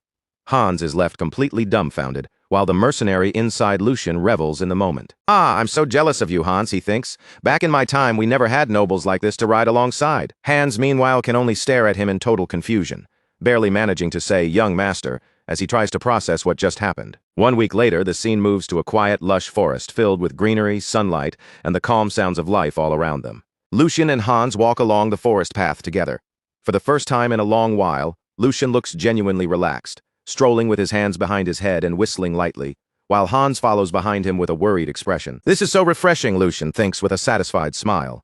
Living like this feels almost unfairly easy compared to everything he once knew. He thinks back on the previous week, remembering banquets brought out with perfect timing and an endless parade of delicious food placed before him every day. His room was cleaned without him needing to lift a single finger, with maids constantly attending to every little detail around him. They even prepared a soft, cozy bed for him, the kind of comfort he had never once enjoyed in his old life. The contrast is almost cruel when he remembers how hunger used to be a normal part of his daily routine. Thinking about it now, a bitter laugh slips out of him. Because of this comfortable life, not only was he able to concentrate fully on restoring his body, but he also found the chance to settle the one question that had been weighing on his mind. His expression turns serious as he prepares himself to face that lingering piece of his past. He thinks about Jack, the guard of the Valdic family. That was the identity from his previous life, a self that now feels strangely distant and blurred. And during the past week, he had taken the time to investigate whether that past still existed here. He confirmed it with the captain of the guards. No one matching Jack's description had ever applied for the position, and even the shift Jack once worked in his memories was now filled by a complete stranger. The past he remembered simply did not exist in this reality. Lucian clasps his hands together, quietly accepting that truth and the strange new world he now stands in. Honestly, this may be the better outcome. There is nothing useful to gain from finding that version of himself, and chasing after Jack would only pull Lucian's focus away from what he needs to do now. Besides, he has to admit that he does not have the confidence to face his past self anyway. A bead of sweat forms as he imagines it, and he is certain he would die from sheer embarrassment. Back in the present, Lucian suddenly comes to a stop. A cold, sharp wave of determination runs through his body, changing the air around him in an instant. Hans looks toward him, immediately sensing that his master's mood has shifted. Lucian turns around with a firm, unwavering gaze, and Hans stiffens the moment he sees it. "Young Master Lucian," he stammers, panic spreading clearly across his face. His voice trembles as he asks, are you really thinking of going in there?" Ahead of them, the brightly lit training grounds come into view, wide and intimidating beneath the sunlight. Hans's voice nearly turns into a plea as he reminds him. "You said you would never go anywhere near this place again because you hated it with your whole soul, Lucian." With an innocent look, Lucian tilts his head as if he has no memory of it. "I did?" he asks. Hans, completely exasperated, almost shouts back, "Yes, you did." Still trembling, Hans reminds him that ever since the second young master beat him during training, Lucian had sworn he would never return to this place again. Lucian silently takes in the information. Judging from Hans's reaction alone, Lucian can already piece together what must have happened here. Since swordsmanship is a required skill for every son of the Grand Duke, the training hall must have been the perfect excuse for the second young master to torment Lucian under the harmless name of practice. In a flashback, the younger Lucian lies injured on the ground, helpless after being beaten. Seeing that image, the current Lucian realizes that his brother had planted a deep fear of violence inside him. It was a cruel but effective plan, carried out perfectly to make sure Lucian would never dare step into the training hall again. Lucian looks back at his worried servant and gives him a calm smile. "I understand why you're acting like this, but you don't need to worry. All of that is already in the past." He says it with such casual indifference that Hans only grows more confused and afraid. Then Lucian's smile turns slightly dangerous as he walks forward. "You just need to trust me and follow my lead." And so, with Lucian moving ahead and Hans following anxiously behind him, the two of them finally step into the imposing training hall. Inside, a pair of guards are already whispering among themselves. One of them asks in disbelief, "Is that really true?" "Yes, I'm sure," the other guard confirms. The third young master is looking around the training hall with his personal servant. Nearby, Hendrik, a man with a sharply twisted mustache, overhears every word. He slowly strokes his mustache, his face twisting with disdain. What the hell is that brat thinking, walking into this place again? At first, Hendrik thinks there is no way Lucian could have forgotten what happened here. But then a cruel idea slips into his mind, and his expression changes. No, actually, this might work out even better. He immediately gives an order to one of his subordinates. "You go inform him right now." Then, with a sinister smile spreading across his face, Hendrik adds, "By the time he gets here, I'll make sure the boy is thoroughly cooked." His intention is obvious. He plans to make Lucian's time here as miserable as possible. Meanwhile, Lucian is completely absorbed in admiring the training hall, and even though he had expected something impressive, the place far exceeds anything he imagined. There is not only a generous supply of spare weapons that can be used without worrying about breaking them, but also a huge open space wide enough for even the most violent movements to unfold without restriction. For the mercenary now living inside Lucian's body, it feels almost unbelievable that a single household could own a facility like this all for itself. A quiet, melancholy thought passes through him. If we had been able to train in a place like this back then, maybe more of my men would have survived. Footsteps approach from nearby, and Hendrik steps forward with a mocking smile already fixed on his face. Well, well, so I wasn't seeing things after all. To think it really is the third young master, this is such a surprise that, honestly, I could hardly believe my eyes. Hendrik continues, every word dripping with venom. "I still remember it vividly, you know. After your little lesson with Lord Geordie a year ago, you turned tail and ran without even looking back." Hans shudders at the cruel remark. With a nasty smile, Hendrik mocks how Lucian fled like a frightened lamb that day, and then his gaze shifts toward the servant trembling beside him. "Is that why you look so terrified of this place too?" Hendrik asks, his voice thick with ridicule. He keeps mocking them, criticizing Lucian for dragging a mere servant into the sacred hall of warriors. Embarrassed and tense, Hans lowers his head in a shallow bow. "It has been a long time. I'm Hendrik. I offer my humble greetings." Lucian simply stares at him without flinching, his gaze calm while something malicious glints deep in his eyes. "A year ago, I personally instructed you on your stance alongside the second young master. Surely you remember? Hendrik asks, savoring the memory like it is something sweet. Flashback shows the original Lucian trembling in fear, gripping a wooden sword in both hands, too terrified to properly defend himself. The trauma of that moment is obvious. Hendrik lifts a hand to his mouth, barely bothering to hide the cruel laugh threatening to escape. It was a truly pleasant moment, he says, taking open delight in someone else's suffering. But instead of showing the fear Hendrik expects, Lucian's face slowly brightens with a smile. It is a dark, hungry smile that promises trouble. Lucian's eyes gleam with a predatory light as he looks at the insolent little runt in front of him, and the mercenary inside him decides that this is going to be fun. A knight is supposed to represent honor and loyalty, standing as the living embodiment of discipline, duty, and service. Most knights are born from noble blood, and from a young age, they are expected to master both martial skill and proper etiquette. Only after earning merit on the battlefield or completing missions, and only after those achievements are properly recognized, can they finally receive the title of knight from their lord and fulfill the role they were raised for. But in Lucian's eyes, when everything is stripped down to the truth, they are not so different from house dogs wearing expensive collars. That is why they are expected to show courtesy to the lord who grants them wealth and honor, and to that lord's bloodline as well. Yet Sir Hendrik, with all his arrogance and rudeness, clearly seems to have forgotten that basic rule. Lucian guesses that Hendrik's insolence may partly come from the low standing of his own family, which makes him cling even harder to whatever authority he has. But the real problem is the backing behind him, the support that gives him the confidence to act this way. If Lucian had his own way, he would tie Hendrik to a target and throw knives at him until his rotten attitude was properly reforged through extreme training. He even imagines how the knight would tremble if an axe came flying straight toward his face. Lucian knows his father, the Grand Duke, would never simply stand aside if that happened. No matter how irritating Hendrik is, a knight remains a core military force and an important asset to the family. Punishing him without proper procedure would only create unnecessary conflict. Lucian clenches his fist, forcing down his impulse and deciding that now is not the right time. So instead, Lucian changes the direction of the conversation and addresses Sir Hendrik directly. It would be foolish to keep avoiding the training hall just because of something that happened in the past. From now on, I plan to come here often, even if it is only to learn the sword forms. Lucian continues calmly. As you said, sir, it has already been a year. That means I should not waste any more time falling behind. Sir Hendrik's face twists with disbelief at those words. Sword forms, you say? Third young master? Hendrik bursts into laughter. You really are good at joking. It is already far too late, and yet now you want to learn sword forms, Lucian asks calmly. Too late? Hendrik leans forward with a smug expression and explains. It seems you truly do not know, so allow me to inform you. Once a person passes the age of 15, they can consider it over. Sword forms are secret techniques and legacies created by our ancestors. Simply imitating their movements can grant enlightenment and evolve the physical body. They are the very essence of ancestral wisdom, but Hendrik is not finished yet. But that only applies when the path of mana is already open, Hendrik continues, speaking as if he is handing down an unquestionable truth. Since that path closes once a person turns 16. Learning sword forms now would be completely useless for someone like you. Sir Hendrik finishes with a smug air of superiority, letting the words hang in the training hall.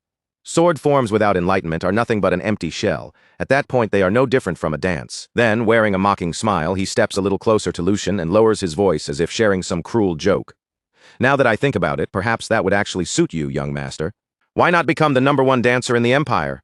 That way you can save yourself some time and discover your true talent, wouldn't you agree? And if that does not work, you could always spend your days gardening instead. After all, every person has a role that fits them best. Sir Hendrik looks down at him with a satisfied expression, fully convinced that he has already crushed Lucian with his words. Huh? Look at him. He is completely speechless and unable to say a single thing. Hendrik thinks smugly.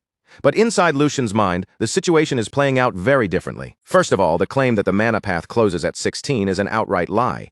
Lucian thinks, worse than that, it is a foolish lie that could be disproven with just a small amount of proper research. But that does not matter right now. He can always pretend ignorance later to smooth things over. More importantly, the objective has already been achieved. The goal is to make it look as though Lucian is nothing more than an ignorant fool, crushed by his own lack of knowledge, unable to offer even one proper rebuttal, a worm mocked by a servant and too frightened to move. In other words, he needs to show the same pathetic weakness everyone remembers from a year ago. So Lucian begins his act. Ah, Sir Hendrik, for some reason that sounds a little different from what I know. The moment Lucian calmly pushes back, both Hendrik and Hans are caught completely off guard. The mana path closes around the age of 25, not 16, so from what I understand there should be no problem learning even now. Am I wrong, Sir Hendrik? Hendrik stiffens in surprise and snaps. Huh? Are you certain of what you're saying right now? But Lucian presses on without hesitation. It seems you may be mistaken, sir. Does Brother Geordie share that same opinion as well? Now cornered, Sir Hendrik answers. Of course. It is obvious common sense. In his own mind, he still feels victorious, believing this will end everything. As he expected, Lucian cannot even properly refute him. Lucian suddenly lets his shoulders slump, pretending to be overwhelmed. Yes, that is right. Even my brother said the same thing. Then, without warning, he grabs Hans firmly by the shoulders and cries out, "Hans, it seems the Valdic family is doomed!" His sudden outburst makes his terrified servant freeze on the spot. You think so too, right? Of course you must. Hans, completely confused and frightened, can only scream inwardly. "Young master, why are you dragging me into this?" Lucian clutches his own head in exaggerated despair. To think he is confused about common sense that even a stray dog would know at his age. Does that make any sense at all? Lucian continues dramatically. How many talented people have lost their opportunities because someone spread such incorrect knowledge? Ah, tears are clouding my vision to think my own brother possessed such a hollow skull. Lucian shouts, and both Hans and Sir Hendrik flinch as his theatrical fury suddenly erupts. "Do not stop me," Lucian roars. "If what this knight says is true, then this is not a small matter at all. This is a disgrace to the family and a clear crisis, is it not?" Then, with a malicious smile that reveals the true sharpness behind his act, Lucian leans towards Sir Hendrik. "Surely you were not trying to deceive me, the son of your lord, were you?" In an instant, the entire atmosphere turns chaotic. Completely trapped by Lucian's words, Sir Hendrik begins to panic. Cold sweat pouring down his face as his smug confidence collapses. "What do you mean by that?" Hendrik blurts out. "Are you suggesting that I, a knight, tried to deceive you, young master?" But he quickly realizes that denial alone will not be enough, so he desperately tries to retreat. "Ah, please forget what I just said. I merely misspoke because I could not believe the situation." Lucian's smile twists even deeper. "Of course, a knight of the Valdic family would never do something so petty, right, Sir Hendrik?" Hendrik stands there sweating and stammering, unable to find a clean way out. At last, Hendrik can only nod. "Of course." Lucian answers in a calm voice. "Good, I knew it." Then he continues without giving him room to breathe. "In that case, this is a matter we cannot overlook lightly." Inside, Lucian's real intention becomes perfectly clear. "I will teach you exactly what happens when you move your tongue carelessly, Sir Hendrik." Still failing to grasp how serious the situation has become, Hendrik asks what Lucian means. Lucian explains that if Hendrik had only intended to humiliate him personally, he might have simply let it pass. Keeping up his act, Lucian adds that the reason Hendrik and everyone else look down on him is due to his own shortcomings. He had forgotten his duty and wasted his time in vain, and he speaks of it with almost false humility. "How could I possibly reprimand you for that?" Lucian declares, as if being perfectly reasonable. But in the very next breath, his tone shifts. "However, that is a separate matter. If you, a knight, and my brother, the pillar of the Grand Duchy, are obstructing the discovery and recruitment of talent by spreading incorrect knowledge, then that is something I cannot ignore." Lucian argues that such misinformation could create cracks in the military strength of the Valdic knights, and in the strictest sense, it might even become a serious danger to the safety of the people living in their territory. As someone who bears the Valdic name, it is only natural that I feel outraged. While continuing the performance on the outside, Lucian thinks to himself that he has finally reached the true heart of the matter. Then Lucian turns his gaze back towards Sir Hendrik, who now stands frozen in place, fear written plainly across his face. Sir Hendrik. By now, the knight clearly understands just how dangerous the situation has become. Lucian lightly pushes him in the chest and gives him a cold warning. "You had better prepare yourself." With a threatening gaze, Lucian lets the final blow fall. "I intend to report this to my father and request an internal investigation." The moment those words leave his mouth, panic seizes Sir Hendrik completely. Wait. Hendrik thinks frantically. This boy used to tremble just from hearing my name. Why is he turning this into such a huge matter? No, this brat was always supposed to be like that. He was fragile, timid, and frightened like a newborn lamb. The Lucian standing before him now no longer looks like a lamb at all. In Hendrik's eyes, he feels more like a massive, threatening wolf stepping out from the darkness of the forest. At that moment, a gloved hand comes into view, calmly adjusting a ring set with a deep red gemstone. Then a new voice cuts into the commotion. "What is going on here to cause such a disturbance?" Sir Hendrik looks up in shock, his expression twisted with both fear and sudden relief. Lord Geordie Lucian, however, only smiles inwardly. Right on time, he thinks. Geordie Valdic, the second son, approaches with a cold expression filled with disdain. "Is it you again, Lucian Valdic?" Sir Hendrik immediately rushes toward Geordie, desperate to explain himself. "Second, young master, I will explain."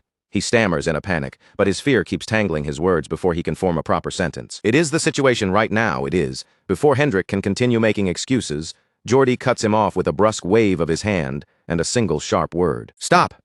Geordie cuts him off at once, the corner of his mouth lifting into a cold, condescending smile.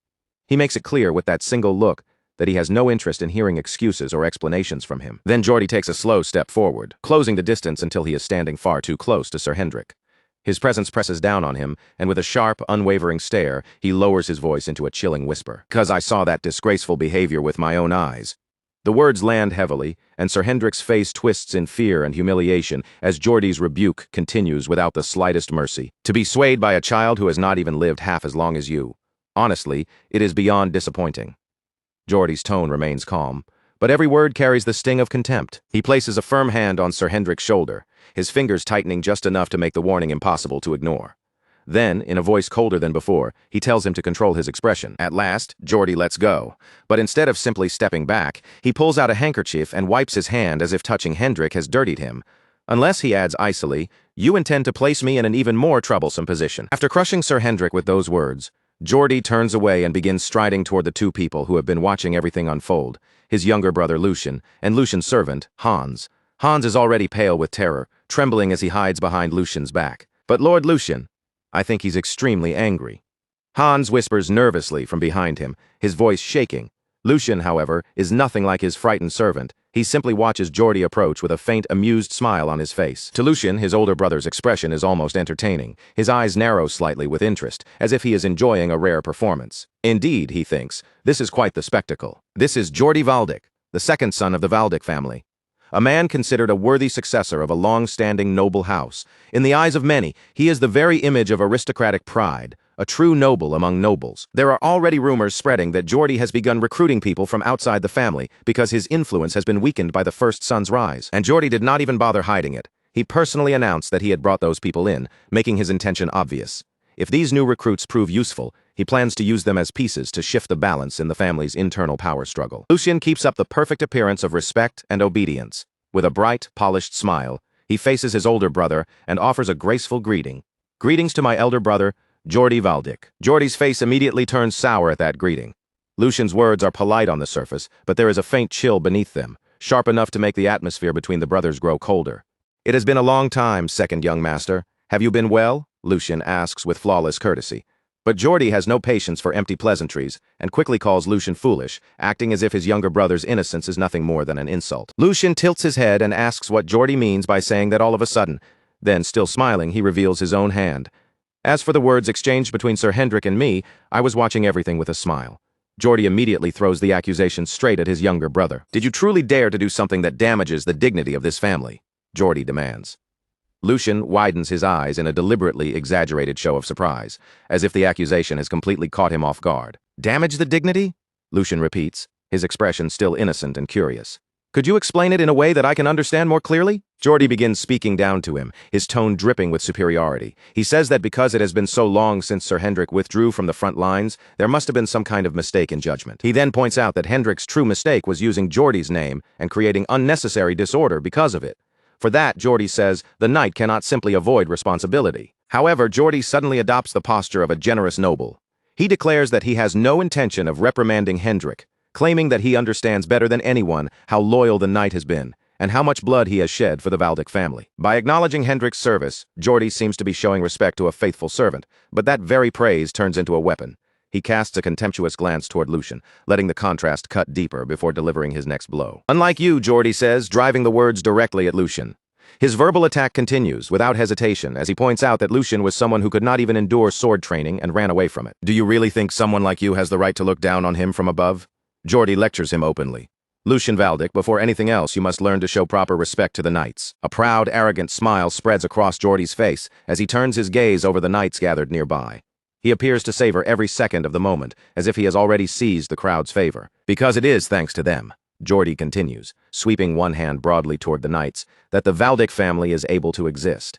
With that gesture, he emphasizes that the family's strength rests on the loyalty and sacrifice of these men. One of the higher-ranking knights steps forward and lowers his head, taking it upon himself to smooth over the situation. Everyone, I apologize on his behalf for today's disturbance. This was the mistake of an immature child, so please show generosity. Geordie's smile twists with deep satisfaction. Inwardly, he is completely pleased with how the scene has unfolded, thinking that he will personally take special care of his foolish younger brother from now on. Lucien's expression tells a very different story. A sly smile slowly forms on his lips, and behind that innocent face, his sharp, mercenary mind is already breaking down the entire situation. So this is the game you want to play, Lucien thinks. He understands Geordie's strategy clearly now. Even though the earlier insults had been directed only at Sir Hendrik, his brother is twisting the scene to make it look as though Lucien insulted the knights as a whole. In Lucien's mind, the pieces continue falling into place. Jordy is trying to turn a private conflict into a public offense against all the knights standing in the training yard. Not only is Jordy subtly provoking Lucian into saying something that would anger them further, but he is also using the moment to protect his own pride and save face. A nearly invisible smile touches Lucian's mouth as he decides to go along with the performance. Fine, Lucian thinks. I'll gladly give you that much. Then he begins his act, looking up at Jordy with a face full of false admiration. As expected of my elder brother, Jordy is caught off guard by Lucian's sudden change in attitude. For a brief moment, he can only stand there silently, one hand placed over his chest, while Lucian pushes forward with an even more theatrical speech. Although there was a misunderstanding between Sir Hendrik and me, the proper thing would have been for you to scold me for daring to insult you, elder brother. Then Lucian clutches at his collar as though overcome with emotion, his voice rising with exaggerated passion. But instead of that, to think you would grant me such precious teachings. As Lucian continues confessing his supposed verbal sins with far too much drama, Hans nearly loses his mind beside him. The servant whispers in desperate panic, "Young master, please, close your mouth." But Lucian completely ignores him and carries on with his false apology. In any case, I am deeply ashamed of myself for speaking such disgraceful words. Jordy watches the entire performance with a bright, satisfied smile, fully convinced that he has pushed Lucian into admitting defeat. Then Lucian raises his fist as if announcing a grand realization to everyone present. Thanks to my elder brother's benevolence, this younger brother has learned yet another valuable lesson today. Lucian turns toward the knights and suddenly calls out to his servant, "Hans, I must record my elder brother's teachings as soon as possible. Ordinary paper will not be enough. We should preserve them on the finest silk." Yet behind those absurd words, Lucian's true goal begins to surface in his mind. By using this, Lucian thinks, I'll erase the weak image people have of me. While Jordy continues smiling smugly, Lucian's thoughts move to the second part of his plan. And at the same time, I'll carve a clear presence into everyone's minds. Lucian's face twists into an almost feverish, manic expression as his inner declaration reaches its peak. The third young master from the past, the timid Lucian everyone thought they knew, no longer exists. Once the act comes to an end, Lucian's mask drops away in an instant. The exaggerated emotion vanishes, replaced by a chilling calm, and he turns as if to leave while asking Jordy a question that leaves him stunned. Therefore, I intend to take my leave now. Will you permit it? Lucian asks smoothly. Then, as he starts to walk away, he adds one final provocation that makes the divide between the brothers unmistakable. After all, there is no benefit for either of us in remaining together any longer. Jordy's composure finally shatters. Unable to process Lucian's open challenge, his anger bursts out. Damn it, it seems you truly aren't afraid. Do you think you can simply walk away like nothing happened? A close view of Lucian's golden eye reveals just how calm he still is. Without even flinching, he answers in a steady voice, reminding his older brother of one critical fact. You have forgotten something. Lucian then lays out his checkmate with quiet precision, forcing Jordy to face the fragile balance of power between them. Father is watching me very closely right now, and as for me, I have nothing to lose. The warning is subtle, but its meaning is unmistakable. Any scandal that erupts here would damage Jordy far more than it would hurt Lucian. Seeing Jordy fall into stunned silence, Lucian immediately understands that the situation has turned in his favor. Lucian calmly turns his back and begins walking away. Then I will take that as your consent, he declares. With one final dramatic farewell, he drags the still-shocked Hans away from the tense scene. I will take my leave now, elder brother Jordy. Then the mood suddenly shifts into something almost comedic as Lucian hurriedly urges his servant to escape. Hans, still panicking, screams after him. Young master, you're back. Back in the training yard, the silence becomes suffocating. No one dares speak for a moment. Sir Hendrik slowly approaches the furious Jordy with extreme caution, watching every movement as if one wrong word could set him off. His back? Who has his back turned, Sir Jordy? Sir Hendrik asks in a shaking voice, carefully watching Jordy from behind. He seems terrified, yet he still cannot help wondering whether allowing Lucian to walk away so easily was truly the right choice. Jordy gives him no answer at all, but that silence is far more frightening than any furious shout could have been. In the close view of Jordy's face, the rage simmering beneath his expression becomes impossible to hide. His golden eyes burn with a dangerous light, and every line of his face promises that this humiliation will not be forgotten. The tension of the training yard fades behind them as the scene moves to a quiet path leading away from the mansion. With each step, Lucian and Hans put more distance between themselves and the conflict they have just escaped. As they continue down the path, Lucian keeps his calm posture, walking as if nothing serious has happened. Hans, on the other hand, is completely shaken, his shoulders hunched as he keeps glancing around, afraid that someone might come chasing after them. At last, Hans cannot hold himself together any longer. He suddenly stops, looks back over his shoulder and breaks into a nervous sweat, his face filled with dread, as if he is already imagining the consequences waiting for them. Finally, Hans turns toward his master, unable to hide the tremble in his voice. Young master, will everything really be all right? His anxious eyes search Lucian's face for even the smallest reassurance. Lucian stops and quietly listens as Hans continues, his fear spilling out more and more. Hans reminds him that no one should underestimate Jordy's ruthless personality, especially when Lucien knows better than anyone what his older brother is like. Hans's fear finally bursts out completely, turning into a desperate, tearful cry. In his panic, he almost shrinks into some tiny frightened animal in his own imagination, already picturing the worst possible ending for himself. I'll definitely be captured by that terrifying mustache knight, and no one will ever find out what happened to me. Hans cries, trembling from head to toe. Lucien, still perfectly composed, simply tells him to calm down and pull himself together. Lucien's expression slowly grows more serious. Hans's fear stirs up a memory from his own past life as a mercenary, and he silently understands it. Only someone who has suffered under that kind of vicious temperament would truly know how terrifying it can be. Grim memory rises in his mind, showing him trapped in a desperate situation, possibly even imprisoned. He remembers the suffocating frustration of dealing with an incompetent superior who made everything worse, only to pretend afterward that none of it had anything to do with him. A bitter half-smile touches Lucien's face as he recalls just how miserable that feeling had been. Then his thoughts return to the present, and he looks down at Hans with steady calm. That will not happen, so hurry and get up. Hans looks up at him with tears still clinging to his eyes, but Lucien's voice remains firm. He assures him that a mere knight would never dare go that far, and even if someone tried, Lucien would not allow it. Lucien bends down toward Hans, who is still kneeling there in fear. His voice softens with an empathy that feels different from before. You have suffered a great deal because of me all this time. Around Hans, the moment feels warm and gentle, almost bathed in quiet light. Lucien thinks back on the mistakes made by the old Lucien, the foolish behavior that had forced others to bear the consequences. When a master acts like an idiot, it is always the people serving under him who end up suffering the most.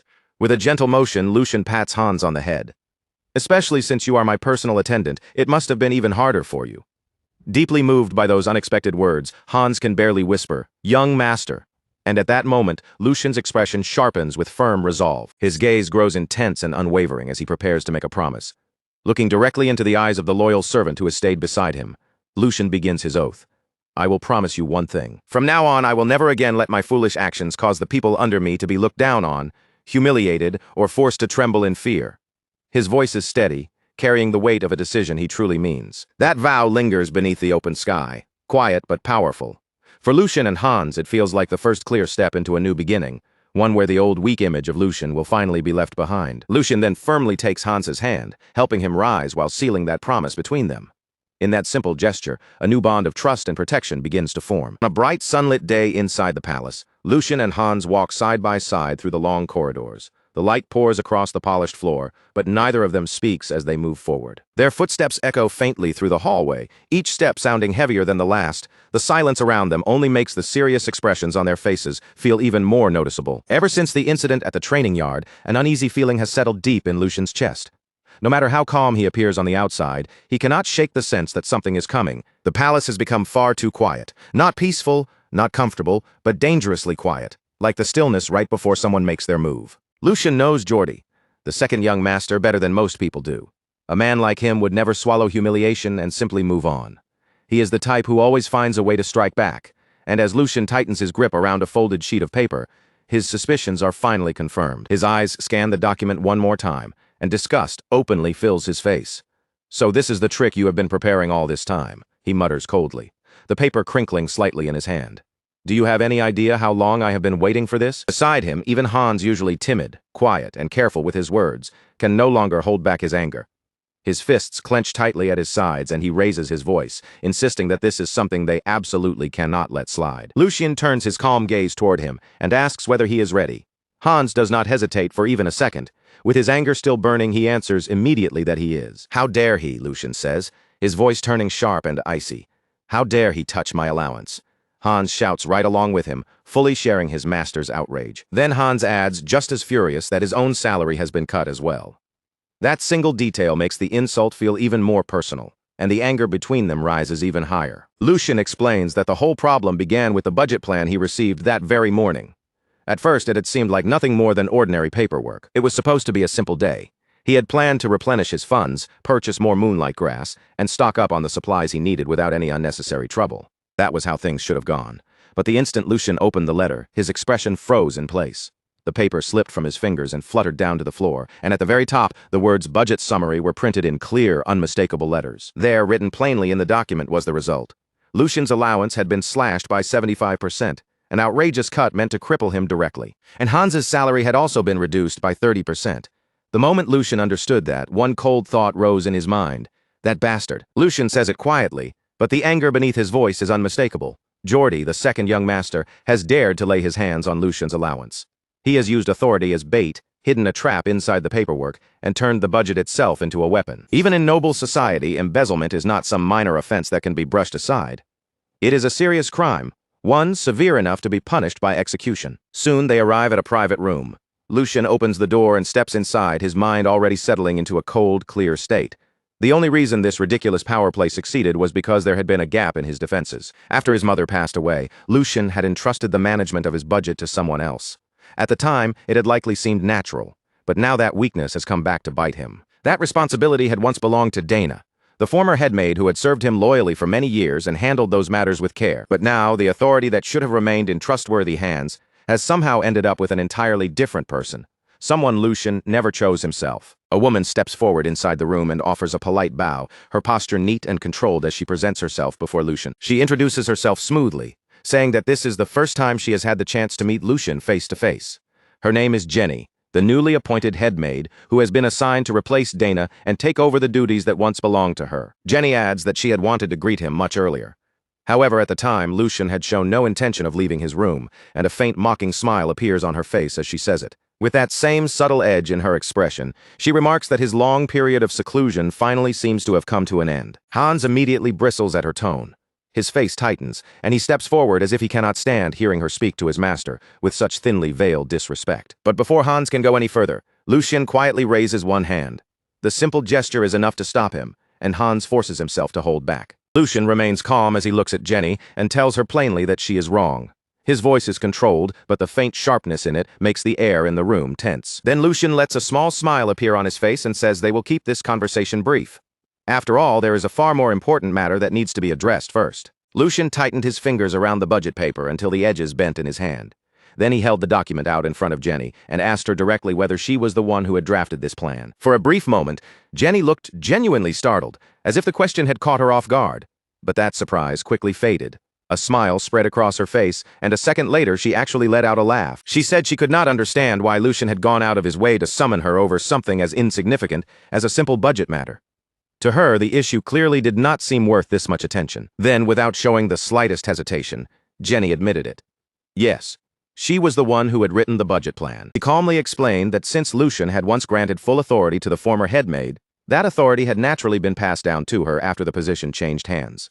In her view, she had only carried out the responsibilities entrusted to the headmaid's role. With a composed smile still resting on her face, Jenny added that this was originally work Lucian should have been handling himself in the first place, as if she were politely reminding him of his own neglect. Lucian's expression hardened ever so slightly, but he did not look surprised. He had expected an answer like this, and unfortunately she was not entirely wrong. Part of this mess truly had begun with his own carelessness. After accepting that fact, Lucian gave a small nod and said he understood.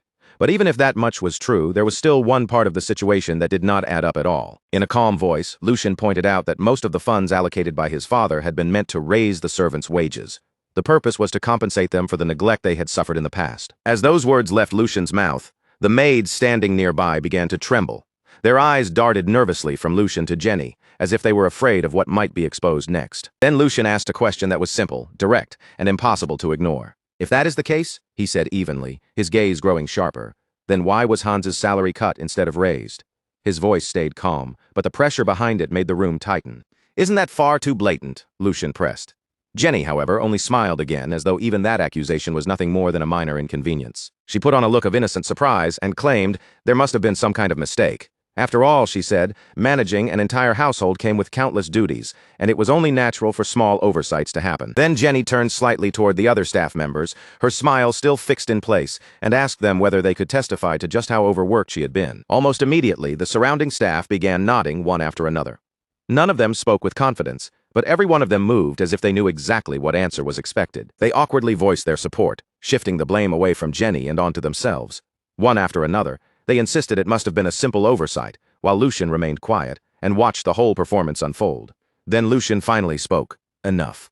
His voice was not loud, but it carried so much authority that it cut through the room instantly. The room fell silent at once. Even the faint rustle of clothing seemed to disappear as everyone froze under Lucian's gaze. Lucian stepped forward and said that while the body might belong to one master, The hands and feet were clearly moving under someone else's command. The meaning behind his words was sharp enough for everyone to understand. He started walking toward the door as though the conversation was already over. But just before leaving, he stopped, turned back, and fixed his eyes directly on Jenny. "I will ask you one final question," Lucian said, his tone quiet but dangerous. "Answer carefully." His eyes narrowed, making it clear that this was her last chance to choose her words wisely. "Do you even know who the master you were truly supposed to serve is?" The moment the question landed, Jenny's smile finally faded from her face. Her reply came back sharp and cold. "If you want an answer," Jenny said, no longer bothering to hide the edge in her voice, "then you will have to ask Lord Geordie." The scene then shifted away from the room and into a dark alley. The path stretched forward, narrow, damp, and gloomy, with shadows pressing in from both sides. Lucian walked through that alley with steady steps, his thoughts calm on the surface but ruthless underneath. He had already decided what kind of response this situation required. Rotten flesh had to be cut away if the body was going to survive, even if the process was painful. With each step, Lucian's heartbeat grew faster, and at the corner ahead, a rowdy bar came into view. Loud voices spilled out from inside and flooded the street. Lucian and Hans entered together, both hidden beneath cloaks and disguises. Hans glanced around the noisy interior and frowned at the sight before him. "I thought you said you were going fishing to calm your mind," Hans muttered, clearly unimpressed. This place does not exactly match that image. Lucian did not bother answering him. His gaze had already locked onto the center of the bar, where fighters were brutally brawling while the crowd roared around them. Spectators shouted bets, screaming for blood, victory, and the next decisive blow. Hans looked at the chaos. Then a faint smile appeared on his face as he leaned a little closer. "Well, it does look like the perfect place to catch a big fish." The two of them made their way through the noise and headed straight for the counter. Behind the counter, the bartender wiped a glass while eyeing them suspiciously. His expression was guarded, and he warned them that this was not the kind of place where shady figures could just linger around. Lucian did not waste a single word. He simply placed a heavy sack onto the counter, and the moment it landed with a solid weight, the bartender froze. Then Lucian removed his disguise, revealing himself without any hurry. In a calm voice, he asked why a gambling bar was suddenly acting so picky about the customers it accepted. He questioned whether the man even wanted to make money. There were several reasons Lucian had chosen not to deal with Jenny, the head maid, in a rash or careless way.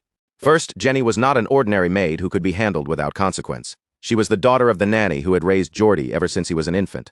If Lucian moved against her too carelessly, it would only make the situation worse. Instead of solving the problem, he would invite unnecessary backlash and give Geordie another opening. Second, and more importantly, this entire situation existed because of Lucian's own mistake from before he fully understood his position after taking over this body. He simply had not known how to handle matters like this.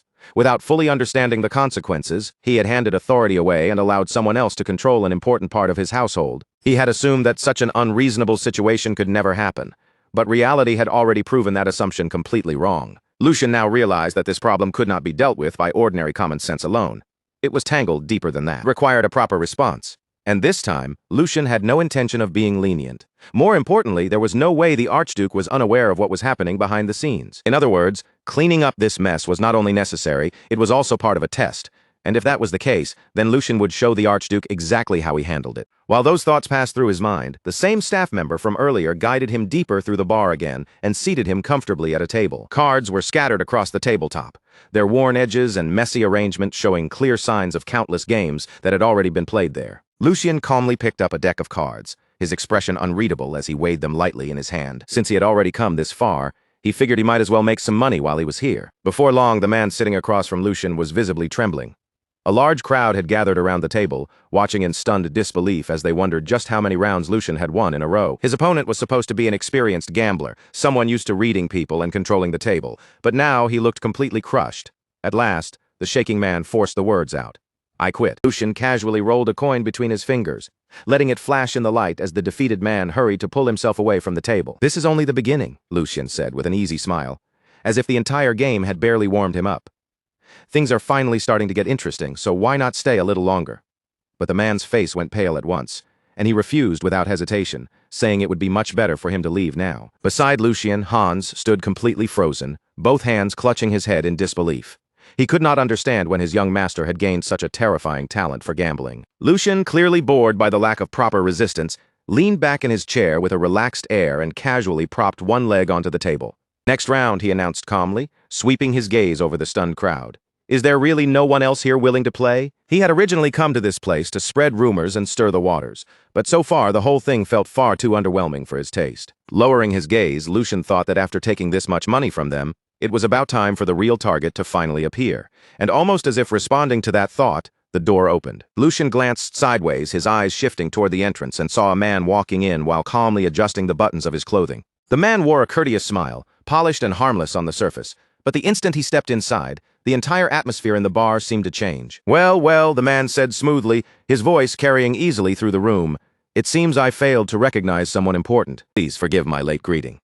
He came to a stop directly in front of Lucian, and lowered himself with practiced respect before giving his name. "My name is Hugo," he said, his smile still perfectly controlled. "I am the manager of this establishment." With a simple snap of Hugo's fingers, a butler appeared almost instantly at his side, as if he had been waiting for that signal all along. The butler bowed deeply to the room and announced that, due to unavoidable circumstances, the bar would be closing for the rest of the day. Immediately, servants began moving through the crowded room, repeating the same message and guiding the customers toward the exit one group at a time. They did not simply throw the guests out either. Each person was promised generous compensation on their next visit, softening the sudden inconvenience with careful courtesy. Then Hugo turned back toward Lucian and spoke with respectful ease. "This may inconvenience our other customers," he said, "but if Lord Lucian can enjoy his time here in comfort, then that is a small price to pay." Lucian smiled faintly at him. "It has been a long time since I last went out," he said. "You have sharp eyes."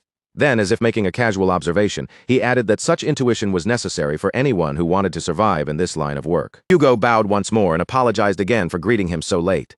Lucian simply waved it off, saying that he had only come here for a change of pace and had no need for excessive formality. Hugo's gaze drifted toward the table, where coins had been piled up in a towering stack. He admitted that it was truly astonishing, since it had been a long time since he had seen any guest build a pot like that. Then Hugo looked back at Lucian and spoke again, his tone still polite. "May I ask something? If you would allow it, I would like to be your opponent." Lucian met Hugo's gaze directly, while Hugo returned that look with a calm smile that revealed almost nothing. "I would not stand a chance against the young master," Hugo said modestly. "But as the manager of this place, I have picked up a few small tricks over the years. At the very least, it should help pass the time." At that moment, Hans stepped closer to Lucian and whispered in an urgent voice, "Master, we should go home. We have already won more than enough, and I have a very bad feeling about this man." Hans had seen plenty of frightening figures inside the palace, but Hugo's presence felt different from any of them. It was truly one of a kind, sharp and unsettling in a way Hans could not easily explain. Lucian gave the faintest nod, silently acknowledging that his attendant's instincts were not wrong. Hans had not become Lucian's personal attendant for nothing. And with just one glance at Hugo's hands, Lucian already understood exactly who this man was, the Black Shark. Hugo.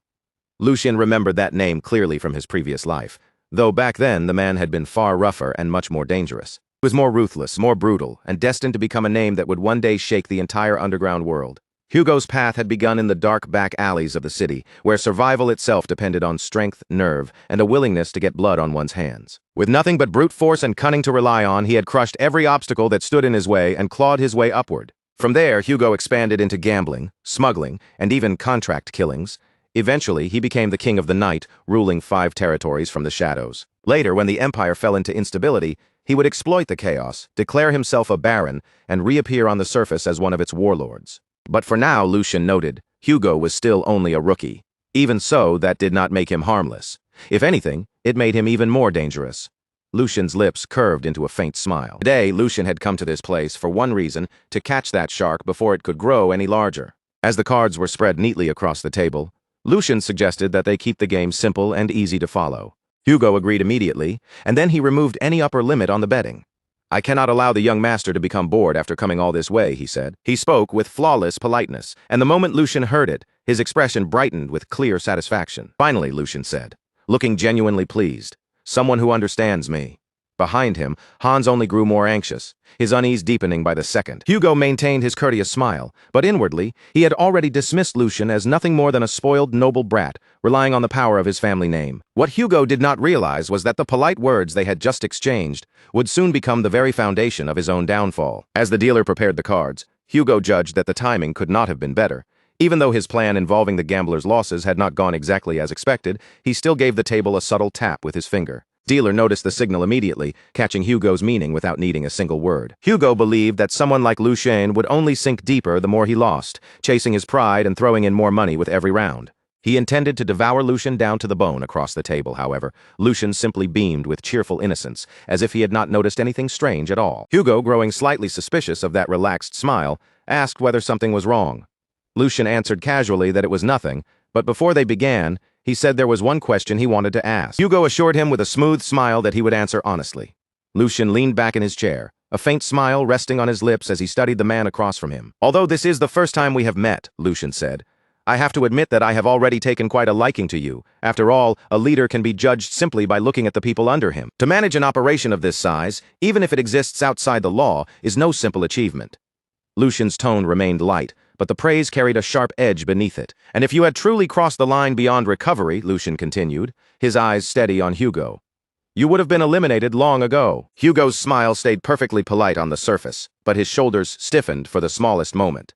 "I understand my position," he said carefully, choosing each word with caution.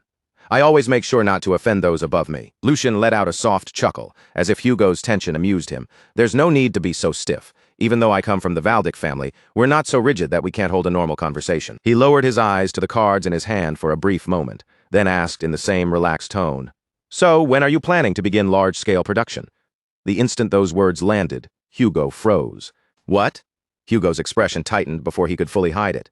"What are you talking about?" Lucian only smiled faintly and leaned back in his chair, as if he had already expected that response. "Don't pretend you don't know?" Lucian's gaze sharpened as he looked straight at Hugo. "I've already seen the signs." Then he spoke the word that made the entire room feel colder. "Illegal drugs." The moment Lucian said it, the air around the table grew heavy and suffocating, as if every sound in the room had been swallowed at once. Even the servants standing nearby began to sweat, their faces stiff with nervous tension, as they realized what Lucian had just brought into the open. Hans stiffened beside Lucian as well, his eyes widening in unease. He had expected danger, but not something this serious to be exposed so suddenly. Hugo sat frozen in place, his body going rigid as though an invisible blade had been pressed against his throat. Still trying to hold himself together, he forced a smile and cautiously asked what Lucian meant. He tried to act as though he had misunderstood, insisting with a careful voice that he had never heard of anything involving illegal drugs. Lucian did not answer right away. Instead, he calmly placed more coins onto the table, one deliberate movement after another, making the silence feel even more unsettling. "There is no need to keep pretending," Lucian said softly. "I heard you clearly. Asking again will not change anything."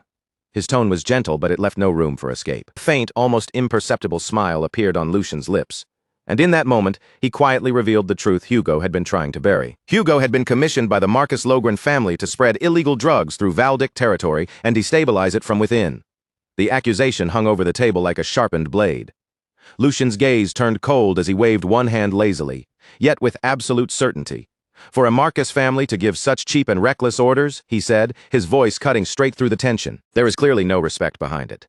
Some lines should never be crossed, and this one has already been stepped over." Lucian's eyes stayed fixed on Hugo. "Wouldn't you agree?" Hugo could not answer. Sweat slid down his face, and his breathing slowly grew uneven. Across from him, Lucian's calm eyes bore into him without wavering for even a second. "I will admit one thing," Lucian continued after a brief pause. "There is something almost impressive about your nerve. Smuggling illegal drugs into another city, especially into Valdic territory, takes a certain kind of audacity. But the praise was as sharp as a knife, because the moment anything goes wrong and you are caught, everyone connected to Valdic will tear you apart. No one will hesitate. Not a single person will show you mercy." The pressure in the room thickened until it felt hard to breathe, while Lucian silently watched the chaos building behind Hugo's eyes. For Hugo, failure at this point meant only one thing: death. His plan had been exposed before it could even begin, and the opponent sitting across from him was none other than the Valdic family, one of the most dangerous forces he could have provoked. Under normal circumstances, this operation should have stayed hidden for another 2 full years. By then, the reports about the drug distribution would finally have reached the Grand Duke, and Hugo would have already fled the city. But Lucian's knowledge from his previous life allowed him to spot the danger before it grew beyond control. At last, Hugo forced out a shaky response. His voice was strained as he claimed that all of this had to be a misunderstanding. Lucian's lips curled faintly. He repeated the words slowly, almost tasting them. "A misunderstanding? Then tell me, what exactly has been misunderstood?" Trembling under Lucian's stare, Hugo insisted that he was nothing more than a small-time shop owner barely scraping by. He swore that dealing drugs would make no sense for someone like him, and that someone jealous of his success must have spread a false rumor. He even claimed that if Lucian gave him the chance, he would personally find the source of the rumor. But Lucian cut him off with a cold smile. "A false rumor?" he repeated, sounding almost amused. "Just like the flour mill you run is supposedly an ordinary shop, and the underground passage beneath it is merely a secret escape route leading outside the castle. Lucian leaned back slightly, his eyes never leaving Hugo. This is the last question I will ask you. What stage are you at right now? Hugo was completely stunned. No words came out. Sweat poured down his face and his body trembled as the full weight of Lucian's knowledge crushed every excuse he had left. The silence stretched between them, thick with dread. Lucian's calm, unwavering gaze stayed locked on Hugo, leaving him no space to hide behind lies any longer. At last, Hugo collapsed back into his chair, his body shaking. For one fleeting moment, the panic in his mind cleared, and the truth became painfully obvious. Lucian knew everything. He knew about the fake shop, and he even knew about the secret passage beneath it. At this point, making excuses was completely meaningless. Then a dangerous thought flashed through Hugo's mind. Should he kill him? The servants around the room immediately sensed the shift in the air, and one by one, they began to move. Their hands edged toward their weapons. After all, a noble who arrived without guards could, in theory, be cut down in the middle of a conversation before help ever came. But before Hugo could act on that thought, Lucian's voice sliced through the tension, cold and sharp. Think carefully before you make a foolish move. The chip in this gamble is your own life. Behind Lucian, Hans trembled, fear written clearly across his face, as he realized how close the room had come to erupting. Hugo's clenched fist slowly loosened. Lucian's words forced him to remember how much effort, blood, and risk it had taken for him to climb to this position. What kind of idiotic thought was that? Hugo scolded himself inwardly. Attacking a successor of the Valdic family would be no different from begging for death with his own hands. His mind raced through the consequences if he were caught, and the more he imagined it, the clearer it became that the punishment waiting for him would be far worse than a quick death. Slowly, Hugo closed his eyes and released a long breath. In that moment, he chose survival over pride. Lowering his head, Hugo begged Lucian to spare him. There had to be a reason Lucian had come in person, instead of simply ordering his execution from the beginning. If Lucian had truly wanted him dead, Hugo's head would already be rolling across the floor. Realizing that, desperation completely overtook him. "If you tell me to be a dog," Hugo said, his voice trembling as he lowered himself even further, "then I will be a dog. If you order me to bark, I will bark without hesitation. If you order me to crawl, then I will crawl." The instant Hugo said those words, every servant in the room dropped to their knees as well, desperately pleading for mercy. Lucian remained silent for a single heartbeat, letting their fear settle over the room. Then he slowly rose from his seat. Keeping a dog like this around did not sound like a terrible idea. What Lucian needed now were hands and feet he could actually use and trust. Relief rushed through Hugo's body the moment he sensed that chance. Hugo thanked Lucian again and again, bowing his head repeatedly as he swore that he would obey any order without the slightest hesitation. Lucian stepped closer to him, his presence calm but heavy. Then just as suddenly he stopped in place. "Simply keeping you as a hunting dog sounds a little boring," Lucian said thoughtfully. After all, Hugo was not the kind of man who would remain satisfied with that role forever. He gently set one hand on Hugo's shoulder, making Hugo freeze for a second. Then in that quiet room, he asked a question no one there had expected to hear. "Do you want to try becoming a knight?" The instant those words reached him, Hugo's eyes opened wide in disbelief. For a brief moment, even the air in the room seemed to stop moving, and no one dared to speak. Every gaze in the room shifted toward Hugo at once, locking onto him.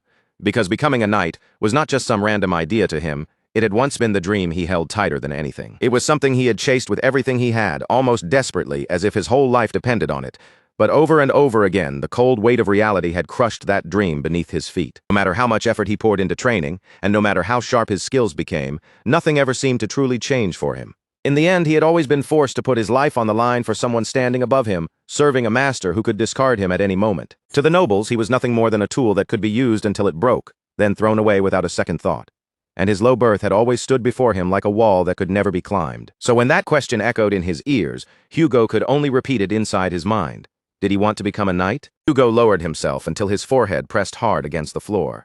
Then, with a voice trembling from years of buried longing, he answered that if such a chance truly existed, he would even sell his soul for it. He begged Lucian to tell him that it was possible, and without even a moment of hesitation, Lucian gave him his answer, swearing it on the honor of the Waldig family. Lucian told him that as long as he held on to integrity and honor, and as long as he never brought shame upon himself in the future, the status of an emir would never be allowed to stand in his way. Then Lucian leaned in a little closer, his voice lowering until it sounded gentle, yet impossible to disobey. He had one final question for Hugo. Did he want to live as a human being, instead of being treated like a tool? At that moment, something Hugo had not felt in years slowly began to rise inside his chest. It was faint at first, almost unfamiliar, but there was no mistaking it.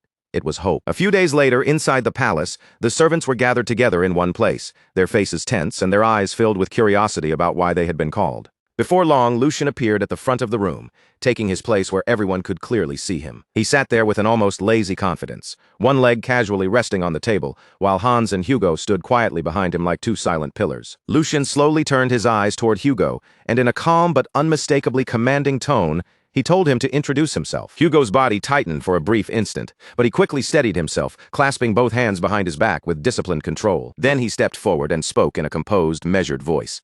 "I am Hugo," he said, making his new position clear. "Starting today, I will be assisting the Lord." As he finished, a sharp but restrained smile touched his face, like a hunter silently studying every movement around him. "I look forward to working with everyone," Hugo added smoothly. Sometime later, still inside the palace, Lucian remained seated at the center of the room with a calm expression, as if everything was unfolding exactly as he expected. The servants stood around him in a wide semicircle, watching him carefully. And Lucian brought his hands together with a light clap that instantly drew their attention. "Now that the introductions are over," he said evenly, his voice neither loud nor hurried, "bring the headmaid in." One of the servants flinched slightly, hesitation spreading across his face as he failed to hide his unease. He could not stop himself from asking why the headmaid needed to be summoned so suddenly. Lucian simply raised a finger and swung it casually, as though the answer should have been obvious. "The headmaid needs to greet me," Lucian replied, his tone relaxed, but the meaning behind his words left no room for argument. For a brief second, his thoughts returned to the previous day, when the headmaid had scolded him openly without showing even the slightest restraint. That kind of behavior could not be allowed to happen again. No matter how busy she claimed to be, the servants needed to report properly first, and Lucian intended to make that rule clear. Lucian quietly watched the servants' faces, taking in every nervous glance and small shift in their posture with a calm, almost curious look. Just as he expected, the servants were clearly uneasy. The one who had questioned him glanced around nervously and muttered for everyone not to do anything reckless, while another quickly agreed, saying they could not afford to be dragged into trouble. At that moment, Lucian understood that their fear had already grown too deep. Simple words would never be enough to move people who were this frightened. In their eyes, he probably looked like a weak and disposable figure, like a rotten rope no one wanted to rely on. If that was truly how they saw him, then he would have to make them understand the truth in a way they could not ignore. Then one servant stepped out from the middle of the room, speaking with careful politeness. "Please, Lord Lucian, you have to consider our position. Lord J pays special attention to the headmaid." He continued, his voice carrying helplessness, asking what authority mere servants like them could possibly have in a matter like this. The moment he finished speaking, the others immediately began to join in.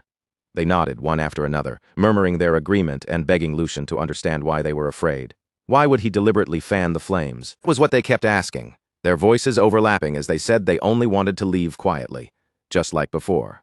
As the room grew noisier and more restless, Hans finally could not hold back his frustration any longer. He clenched his teeth hard, his anger pushing his voice higher as he shouted for them to get a grip. His eyes flashed with the fury he had been trying to suppress. Hans reminded them sharply that the true master of this palace was Lord Lucian, not the second master, and the man they were all cowering before was Lord Geordie. Hugo had been watching everything from the side in silence, a faint smile resting on his lips. Then he stepped forward with calm confidence and told Hans to leave this matter to him. After that, Hugo turned his eyes toward the servants and his voice became sharp, cold, and perfectly controlled. He told them that harsh words were wasted on people like them, because they were not the kind who would listen just because someone spoke. Then Hugo turned back toward Lucian and said that he had already figured out what needed to be done. Lucian lifted an eyebrow slightly, a flicker of interest crossing his face as he asked if Hugo already had an idea. Hugo's expression chilled as he answered. Handling people who did not know their place was simple. Loyalty could be beaten into them, even if the method might be a little rough. He then asked for permission to proceed. The servants' faces lost their color as the meaning behind Hugo's words sank in, while Lucian listened in silence before letting a faint smile rise on his lips. Lucian thought to himself that Hugo truly was quick on his feet. That was exactly the quality that made him worth recruiting. And in a way, luck had been on their side, because Hugo had been caught early while the drug operation was still only in its 9th stage. If things had advanced any further, even Lucian might not have been able to step in and change the outcome. So he placed a hand on Hugo's shoulder and gave him permission, because this was precisely the result he had been hoping for. With a faint look of satisfaction, Lucian watched Hugo prepare to move. A dangerous, almost villainous smile curved across Lucian's lips as he spoke, telling Hugo not to worry. He told Hugo to give them a proper show. Hugo answered in a calm and steady voice that he would follow Lucian's command, and the moment the servants heard that, a cold shiver ran straight down their backs. They stood frozen in place, their eyes locked on Hugo as he began walking toward the servant who had stepped into the middle of the room. As Hugo came closer, the servant finally understood just how heavy his presence felt. Standing before Hugo was like being a tiny ant, staring up at a massive wall with no way around it. Even so, the servant forced himself to steady his breathing and calm his shaking nerves. After all, he told himself, Hugo was only an outsider, a newly recruited subordinate, so he clenched his teeth and tried to hold his ground. The servant finally forced himself to speak, his voice tight, as he warned Hugo not to take another step without understanding what kind of situation he was walking into. Then he added with a strained attempt at confidence that if Hugo truly wanted to survive, he should hurry up and choose the side with real power behind it. Hugo's icy gaze lowered onto him, sharp enough to make the servant's skin crawl. In a quiet voice, Hugo asked if he had any idea just how cruel the people protecting him truly were. But the servant only scoffed, desperately trying to hide the fear rising in his chest. The servant sneered back that surely Hugo was not foolish enough to throw away his life over a few coins, as if that alone should make him back down. Hugo's hand slowly tightened into a fist. He murmured that those were truly pitiful last words, and the servant frowned in confusion, barely managing to ask what he meant before Hugo moved. In the next instant, Hugo's punch drove forward with frightening speed and brutal precision, leaving no room for the servant to react. The servant's body was sent flying across the hall before crashing hard onto the floor with a sickening thud. His face swelled almost immediately, twisting out of shape as his consciousness slipped away like water draining through open fingers, and the entire hall dropped into stunned silence. Hans stood frozen where he was, the color slowly draining from his face as he stared at what had just happened. The other servants instinctively pulled back in fear, making space as Hugo calmly walked past the collapsed body, as if he had merely stepped over an obstacle. At last, one servant could no longer hold it in and shouted, though his voice shook with both terror and anger, saying that Hugo had gone too far, and that this kind of violence was completely unacceptable. He insisted that even if the young master had brought Hugo into the palace, Hugo had no right to behave like this. Hugo slowly turned toward him, his gaze heavy with irritation, and told him to listen carefully. In a low, dangerous voice, Hugo said he had more than enough authority to act, because his specialty was teaching insane fools who did not understand their place. The servants shrank back without thinking, their bodies reacting before their minds could catch up. Then, only moments later, the deep sound of heavy footsteps began echoing through the hall. Before anyone had time to react, the large doors at the far end of the room were suddenly thrown open with a force that made everyone turn. Two servants dragged someone inside between them, and it was none other than the headmaid. She fought against their grip with all her strength, shouting for them to let her go. She snapped at them furiously, demanding whether they really thought they could get away with treating her like this. One of the servants barked back for her to shut her mouth and follow quietly, saying that if she still could not understand the situation, then she truly was foolish. Rage flared in her eyes, and she whipped her head toward him, but the moment her gaze shifted fully into the hall, the words she was about to spit out suddenly died in her throat. On both sides of the room, servants were kneeling with bruised faces and trembling bodies, completely subdued. Near the window, Lucian stood with his back turned to everyone, calmly looking outside as though nothing unusual had happened at all. One servant hurried forward and reported that, just as instructed, they had brought the headmaid before him. Only then did Lucian slowly turn around, his expression perfectly composed, with a faint smile resting lightly on his lips. "So, she's finally here," he said, in an almost casual tone. He added that he had only asked the servants to bring her over, though it seemed they had become a little too enthusiastic along the way. The shock on the headmaid's face lasted only a moment before it twisted into blazing fury, her eyes burning as she stared at him. She demanded to know exactly what the meaning of all this was, her voice sharp enough to cut through the frozen hall. Then she asked if he truly believed he could get away with such behavior. She forcefully tore one arm free, raised it in threat, and warned that Lord Geordie would never allow this to stand. A cold command cut through the air, telling her to stand. The headmaid straightened her posture at once, forcing herself to look composed as she sharply said that if Lucian stopped now, he would make sure that everything that happened today ended right there. But Lucian only smiled, completely unbothered, and calmly asked who had ever said anything about ending this, before reaching toward the table and picking up a whip. He wrapped both hands around it firmly, and as he lifted it, the leather gave off a soft creak that made the tension in the room grow even heavier. Lucian looked at her evenly and said that this was only the beginning. The moment the headmaid saw the whip in his hands, the confidence she had been clinging to cracked apart. Blood drained from her face, her lips began to tremble, and she hurriedly stammered that he could say whatever he wanted. She quickly took back everything she had said earlier. But Lucian's smile disappeared, replaced by a cold, emotionless stare with no hesitation and no trace of mercy, as he quietly told her that today, she would die right here. In that instant, one word seemed to hang over the entire space like a blade: execution. And this was not a word Lucian used lightly. Execution had existed since ancient times as a deliberate form of punishment, carried out in front of others to make them understand the consequences with their own eyes. It was efficient, cruel, and impossible to forget, because an execution always came with a reason that everyone in the room could understand. It had a clear target, a clear purpose, and most importantly, it carved fear deep into the hearts of those watching.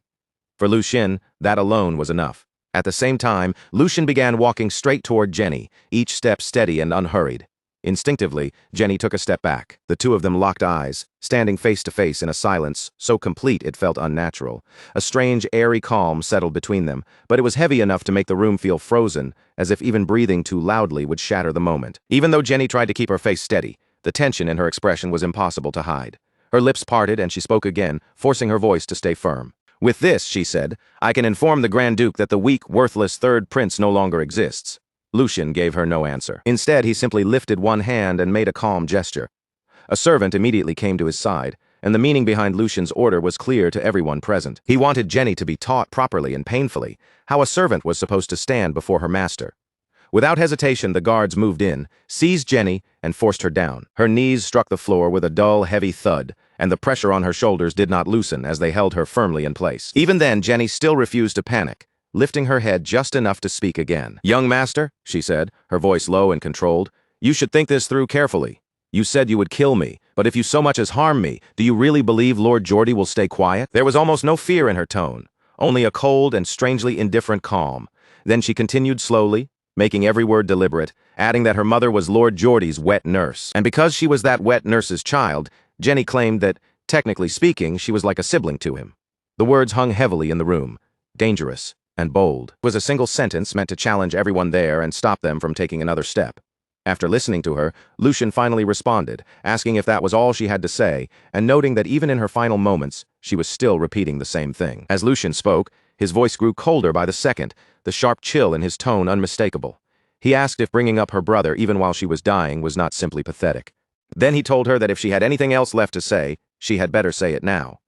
The moment Jenny heard that, her body froze, and the confidence on her face shattered in an instant. Her eyes widened as her entire expression changed. For the first time, real panic flashed clearly across Jenny's face, cutting through the arrogance she had been trying so hard to maintain. Jenny tried to speak again, desperately reaching for the same name as if it could still protect her. "Like I said, Lord Geordie," but before she could finish, Lucian stepped closer, closing the distance until the pressure of his presence alone felt suffocating. "Do you?" he asked quietly. "No." Lucian looked down at her without the slightest trace of sympathy, his voice steady and merciless as he continued. It seemed Jenny had seriously misunderstood the situation because he already had more than enough reasons to kill her. He listed her crimes one by one, insulting a noble, neglecting her duties, inciting others, embezzling funds, and more. His gaze sharpened like a blade as he reminded her that she had forgotten her place simply because she had grown up under the same wet nurse. Lucian leaned forward just slightly, enough to make the weight of his words press even harder on her. "Do you really believe that Geordie, the name you keep throwing around, can save you?" His tone sank colder as he said that. At most, Geordie would only be able to beat him a few times. Once that small outburst was over, the entire matter would end there without changing Jenny's fate in the slightest. Then, with a cruel calm that made the whole room feel colder, Lucian added that things could become even worse for her. He let the words stop there, allowing the silence to become more terrifying than any direct threat, before saying that if his father stepped in, Geordie would not even be able to do that much. Lucian paused for just a brief moment, then corrected himself with a colder edge in his voice. Rather, his father might even reward him, and as he spoke, the expression on his face slowly began to change. Whatever small trace of warmth had been left in his eyes disappeared completely, replaced by something colder and far more ruthless. Because in Lucian's eyes, he was not crossing a line, he was properly dealing with a troublesome person. His eyes locked firmly onto Jenny as he reminded her that Geordie was only one of the heirs, just like the person standing in front of her. Each word landed heavier than the last as he told her that he had already given her a chance, but Jenny was the one who had chosen this ending for herself, and by now her hands were trembling so badly she could no longer hide it. Fear surged up from deep inside her chest and swallowed all the arrogance she had been clinging to. Her breathing became uneven, panic finally breaking through as she cried out in desperation that she had been wrong, begging the young master to forgive her. Lucian gave her no answer. He did not hesitate, and he did not waver. His expression remained perfectly calm, and then, in the next instant, his energy erupted as he attacked, telling her to blame her own bad luck. The strike landed, and blood spilled across the floor in a horrifying splash, far more than anyone expected. As Jenny's body went limp, the silence that followed became absolute, and the scene shifted away from that blood-soaked room. Outside the residence, chaos broke out as Prince Geordie charged forward at full speed, racing toward Lucian's estate with his knights rushing closely behind him. His breathing came out ragged and uneven as he shouted that this could not be happening. His thoughts raced wildly, because only a few days earlier Lucian had been the one forced to back down. Lucian had been the one who endured humiliation at Jenny's hands, yet now that same man had suddenly gone mad, even declaring that he would kill her. Geordie clenched his teeth as dread twisted tighter around his heart. Something about Lucian had clearly changed, and a terrible feeling told him he might already be too late to stop it. As he kept running, Geordie's thoughts only grew darker. That was not the only strange part. To prepare for this kind of situation, he had already stationed servants at the separate estate where Lucian lived, and his breathing grew heavier with every step. Those servants should have stopped Lucian before things reached this point. But if the situation had already become this serious, then there was only one conclusion, and by now Geordie had already reached the door of the room. His body was exhausted, sweat running down his face as his legs trembled from the sprint. At the same time, the realization struck him like a blade. Lucian had taken control of the servants. Before Geordie could think any further, one of the knights stepped forward and tried to calm him, saying that the report had to be wrong, and that the young master should take a moment to settle himself. Another knight quickly agreed, insisting that someone like Lucian would never dare lay a hand on anyone. A third knight joined in as well, trying to reassure Geordie as they hurried along. Besides, they said, Lucian was afraid of Lord Geordie. Geordie exhaled sharply and told himself they were right, that the report had to be false. But even as he said it, anger churned violently inside him until a sharp, piercing scream suddenly tore through the air. The scream was filled with unmistakable agony, echoing clearly from inside the room. Geordie's expression froze on the spot, and in that instant he understood exactly what had happened to Jenny. Inside the room, blood dripped slowly onto the floor, one heavy drop after another. The whip in Lucian's hand was stained, making it clear who had delivered the punishment. Blood marked the scene around them, trailing down and pooling beneath Jenny as Hugo held her firmly in place with overwhelming strength. She struggled weakly against him, but her resistance was completely useless. Even after witnessing all of this, Lucian showed no reaction at all. His expression did not shift, and his breathing stayed calm and even. To him, the bloody scene in front of his eyes changed nothing. He stood there cold, still, and unmoving, like an executioner who had already handed down judgment. And in that moment, one thing became painfully clear. Whatever fear Lucian once carried was gone now, and in its place, only absolute control remained. Seeing everything unfold before his eyes, Geordie finally snapped. Rage exploded from him as he shouted, demanding to know what the hell Lucian was doing. Lucian only turned his head slightly, his face calm. He looked almost bored as he coolly asked what had brought his esteemed brother all the way here. Then Lucian added that he was sorry, but he was busy right now, so Geordie should come back later. His voice hardened almost immediately after that, declaring that today he would tear out the root of this rebellion. Without hesitation, he ordered Hugo to put Jenny back on her feet. Hugo answered instantly, calling him master, while Geordie whipped around toward his knights and shouted with fury for them to save Jenny at once. The two knights rushed forward immediately, charging straight toward Lucian to free her, but before they could take another step, Lucian spoke again in an icy, merciless voice. He warned them that if anyone came within 3 feet of him, Hugo was to slit Jenny's throat. Those words sliced through the room like a blade. Jenny froze completely, terror swallowing her whole as her body stiffened, and fear seemed to close around her throat. Lucian continued in the same calm, unwavering tone, saying he would take full responsibility. The moment those words left his mouth, both knights stopped dead in their tracks. They halted at almost the exact same spot, confusion twisting across their faces. They could not decide whether to move forward or stay still, because no matter how urgent the situation was, they could not ignore their master's command. From the other side, Hugo's low voice rolled through the room, dark and chilling enough to make everyone's skin tighten. He said there would be no chance for Jenny to survive if anyone tried anything. He told Lucian to leave it to him, and as he spoke, the knife was already pressed firmly against Jenny's throat. One wrong movement, one careless step, and everything would be over. Jenny, already battered and barely holding herself together, became even more terrified. Her body trembled uncontrollably as she turned her head just slightly, tears streaming down her face while she called out weakly and desperately for Lord Geordie. That sight only poured fuel onto Geordie's fury. His voice erupted through the room, filled with uncontrollable rage as he demanded how Hugo dared to do something like this. Geordie threatened that Hugo's head would not be the only one taken. His entire family would be executed and hung from the city walls. But Hugo did not flinch at all, answering calmly in a voice that remained steady and emotionless. He said that would never happen. The simple certainty in those words struck Geordie like a blow, making his eyes widen in disbelief, as he demanded to know what Hugo had just said. Hugo replied without the slightest hesitation that his master was Lord Lucian, and any order not given by his master meant nothing to him. His resolve did not shake as he continued. Whatever happened from that point onward, if it was his master's order, then carrying it out was Hugo's duty. As Hugo spoke, his expression stayed firm and unbending, like iron that could not be moved. Watching him, Geordie's hands began to tremble violently, rage flooding through him so intensely that it nearly stripped away his reason. Grinding his teeth, Geordie roared Lucian's name and demanded to know what Jenny had done to deserve being treated this way. Lucian answered coldly, still holding the whip in his hand, saying that she had insulted her superior, defied orders, and interfered with financial matters. He said he had simply given Jenny the punishment she deserved. Then Lucian glared at Geordie, fury burning in his eyes as he asked whether Geordie truly could not tell the difference between duty and personal emotion. Those words only made Geordie angrier, his chest heaving and his whole body shaking. But even then, he could do absolutely nothing. That helplessness burned more painfully than any wound. At that point, the situation inside House Waldig became clear. The current first in line for succession was the young master, Tristan Waldig, and between the two brothers beneath him, a fierce struggle for power had already begun to take shape. In other words, the rivalry between them was no longer a simple disagreement. It had grown into a deeply entrenched, two-sided conflict inside the family. Till the day Lucian made his decisive move, that fragile balance of power would remain unstable.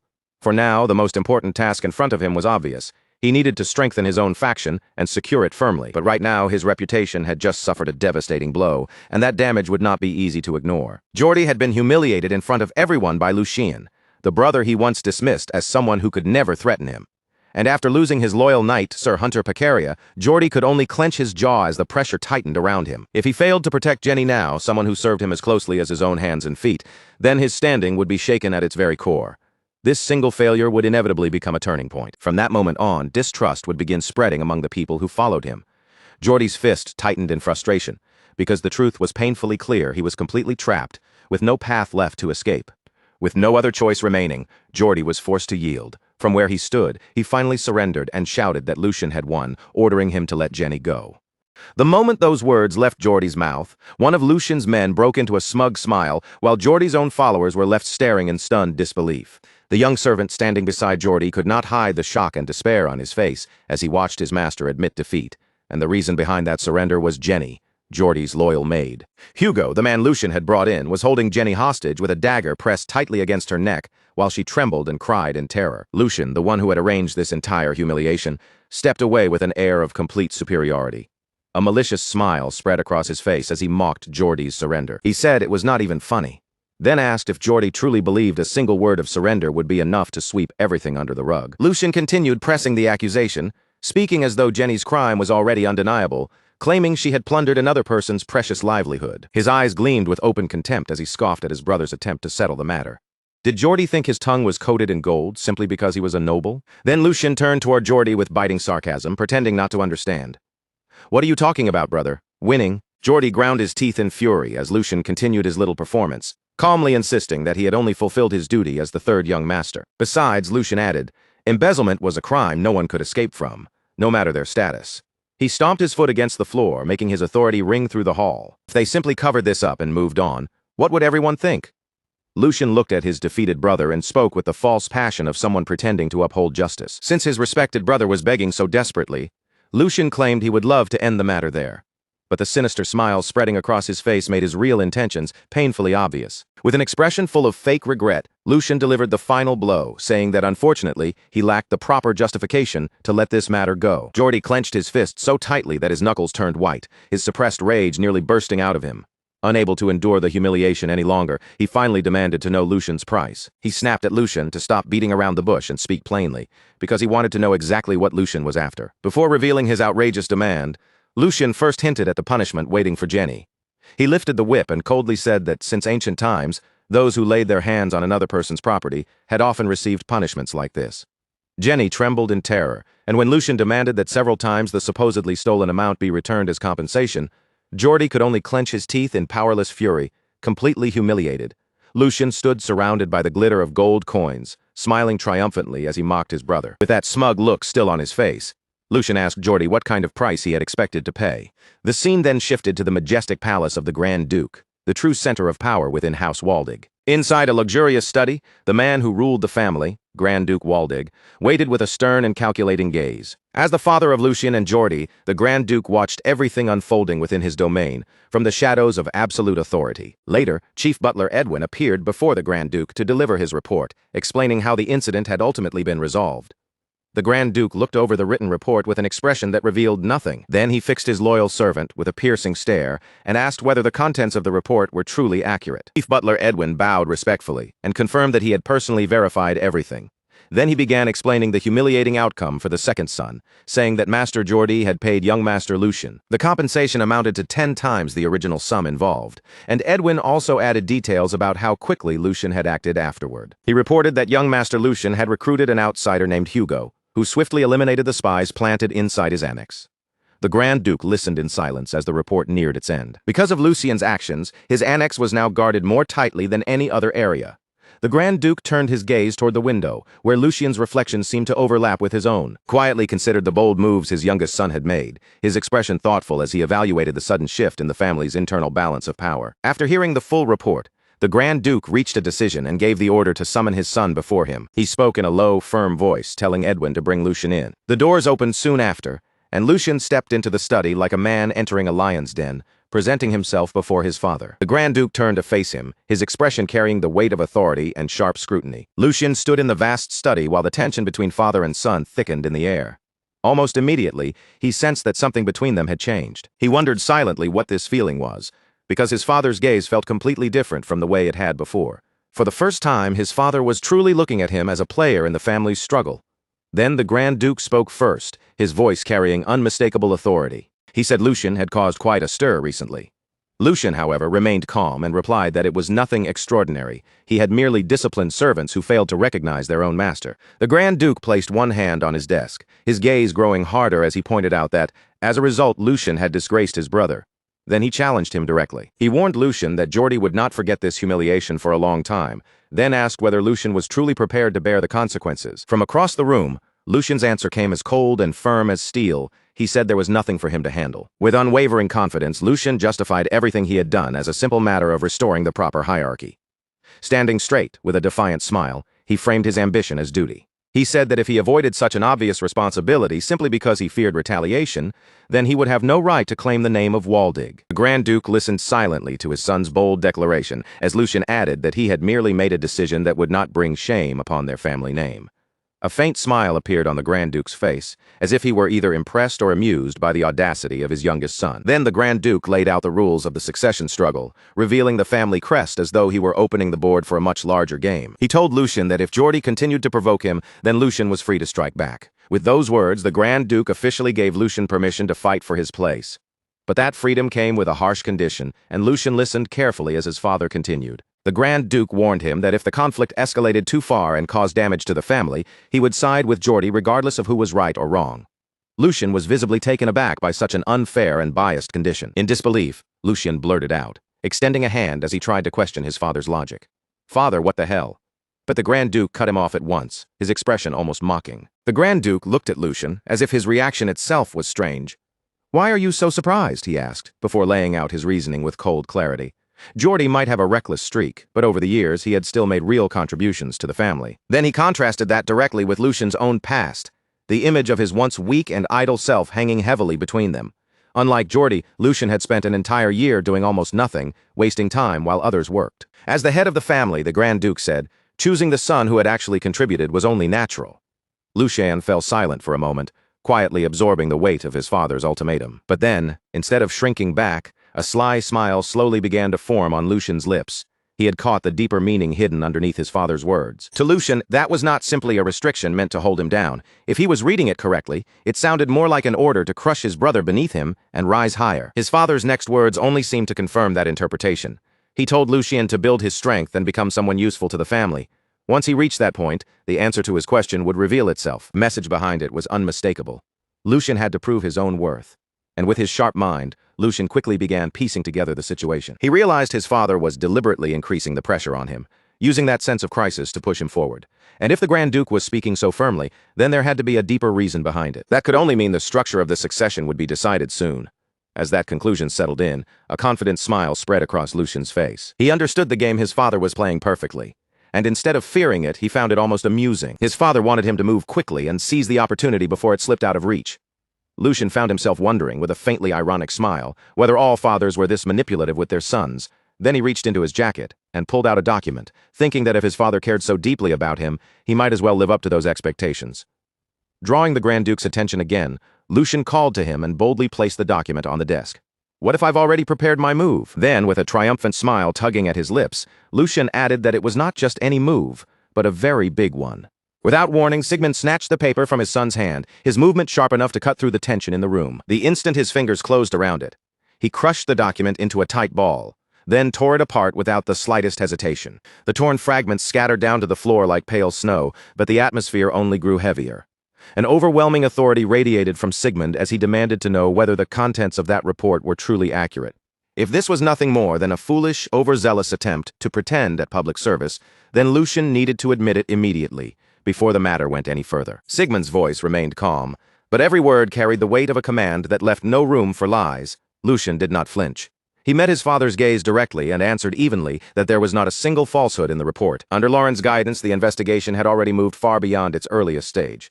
Several insiders connected to the drug distribution had been secured, and the evidence they provided was strong enough to be verified right away. At that instant, a vast blue aura erupted from Sigmund's body, flooding the entire study with crushing pressure. Lucian's instincts reacted before his thoughts could even catch up. His body stiffened at once, every muscle tightening as if an invisible mountain had dropped onto his shoulders. Sigmund's expression darkened, and his eyes sharpened into something that felt almost like a death glare. The name Bernhard rose in Sigmund's mind. The shameless son of a marquis. Fury surged through him as he thought of the audacity it took to let such filth contaminate the lands of House Waldig. The pressure in the room only grew stronger. Sweat streamed down Lucian's face, and his breathing became strained under the unbearable weight pressing down on him. Every breath felt heavier than the last, but Lucian recognized the sensation almost immediately. This was not simply anger pouring out of his father. This was a test. It was the same invisible weight carried by those who protected the Empire, the force wielded by the sword of House Waldig, and the overwhelming presence of its master. Lucian knew that if this continued for much longer, his body might give out completely. Even so, he forced his racing heart to steady, and asked permission to make one final point. Sigmund paused, studied him in silence, then gave a short nod, allowing him to speak. Lucian explained that even if they reported the truth to His Majesty, Marcus Logren would simply cut off every loose end and escape responsibility. Every illegal act had been handled through the upper layers of the organization, which meant there was no direct evidence tying it back to Logren himself. And even if Imperial authority tried to dig deeper by force, the Emperor's concern over factional conflict would inevitably lead to arbitration instead of decisive punishment. In the end, the crimes committed against House Waldig would be reduced to nothing more than a financial loss. Lucian stated calmly that losing money alone was nowhere near enough. A crime of this scale demanded a much heavier price. Silence settled across the study. Sigmund observed his son closely, genuinely surprised by the sharpness of Lucian's insight. He wondered when this boy had learned to read the movement of power and consequence so clearly. After a brief pause, Sigmund asked Lucian to explain exactly what he had in mind. Lucian then revealed that he had already secured a way to keep the enemy from slipping away. Earlier, an insider had surrendered to him, and that man was not a simple underling. He possessed a noble title, was deeply trusted by Logren, and had risen to an executive position within their ranks. At that, Sigmund remembered the chief butler's earlier report about Lucian recruiting an outsider named Hugo, and understanding began to dawn on him. That meant Hugo had to be the insider Lucian was talking about. As the pieces fell into place, Sigmund realized the current situation matched the third scenario he had once considered. It was a path he had hoped would never need to be used, yet now it seemed impossible to avoid. Lucian's plan was exactly what Sigmund had anticipated. He intended to use the traitor as bait and turn the entire situation into a reverse trap. From Logren's point of view, it would be unthinkable that the very executive managing the drug operations would ever betray them. Lucian had carefully arranged every detail so the negotiation would appear to be moving smoothly, without even the faintest hint of danger hiding underneath. It meant it would only be a matter of time before Logren's core figures were forced to step into the open themselves. Sigmund admitted that this strategy could not be dismissed lightly, but he immediately pointed out its greatest flaw. The entire plan depended on one single variable: a man who had come from the back alleys. Sigmund said human nature could never be trusted completely. A person with that kind of background would always be unreliable, and walking even one step beside such a man was dangerous. Lucian fell silent for a moment, letting his father's warning hang in the air. He answered calmly that he was not placing his trust in the man himself.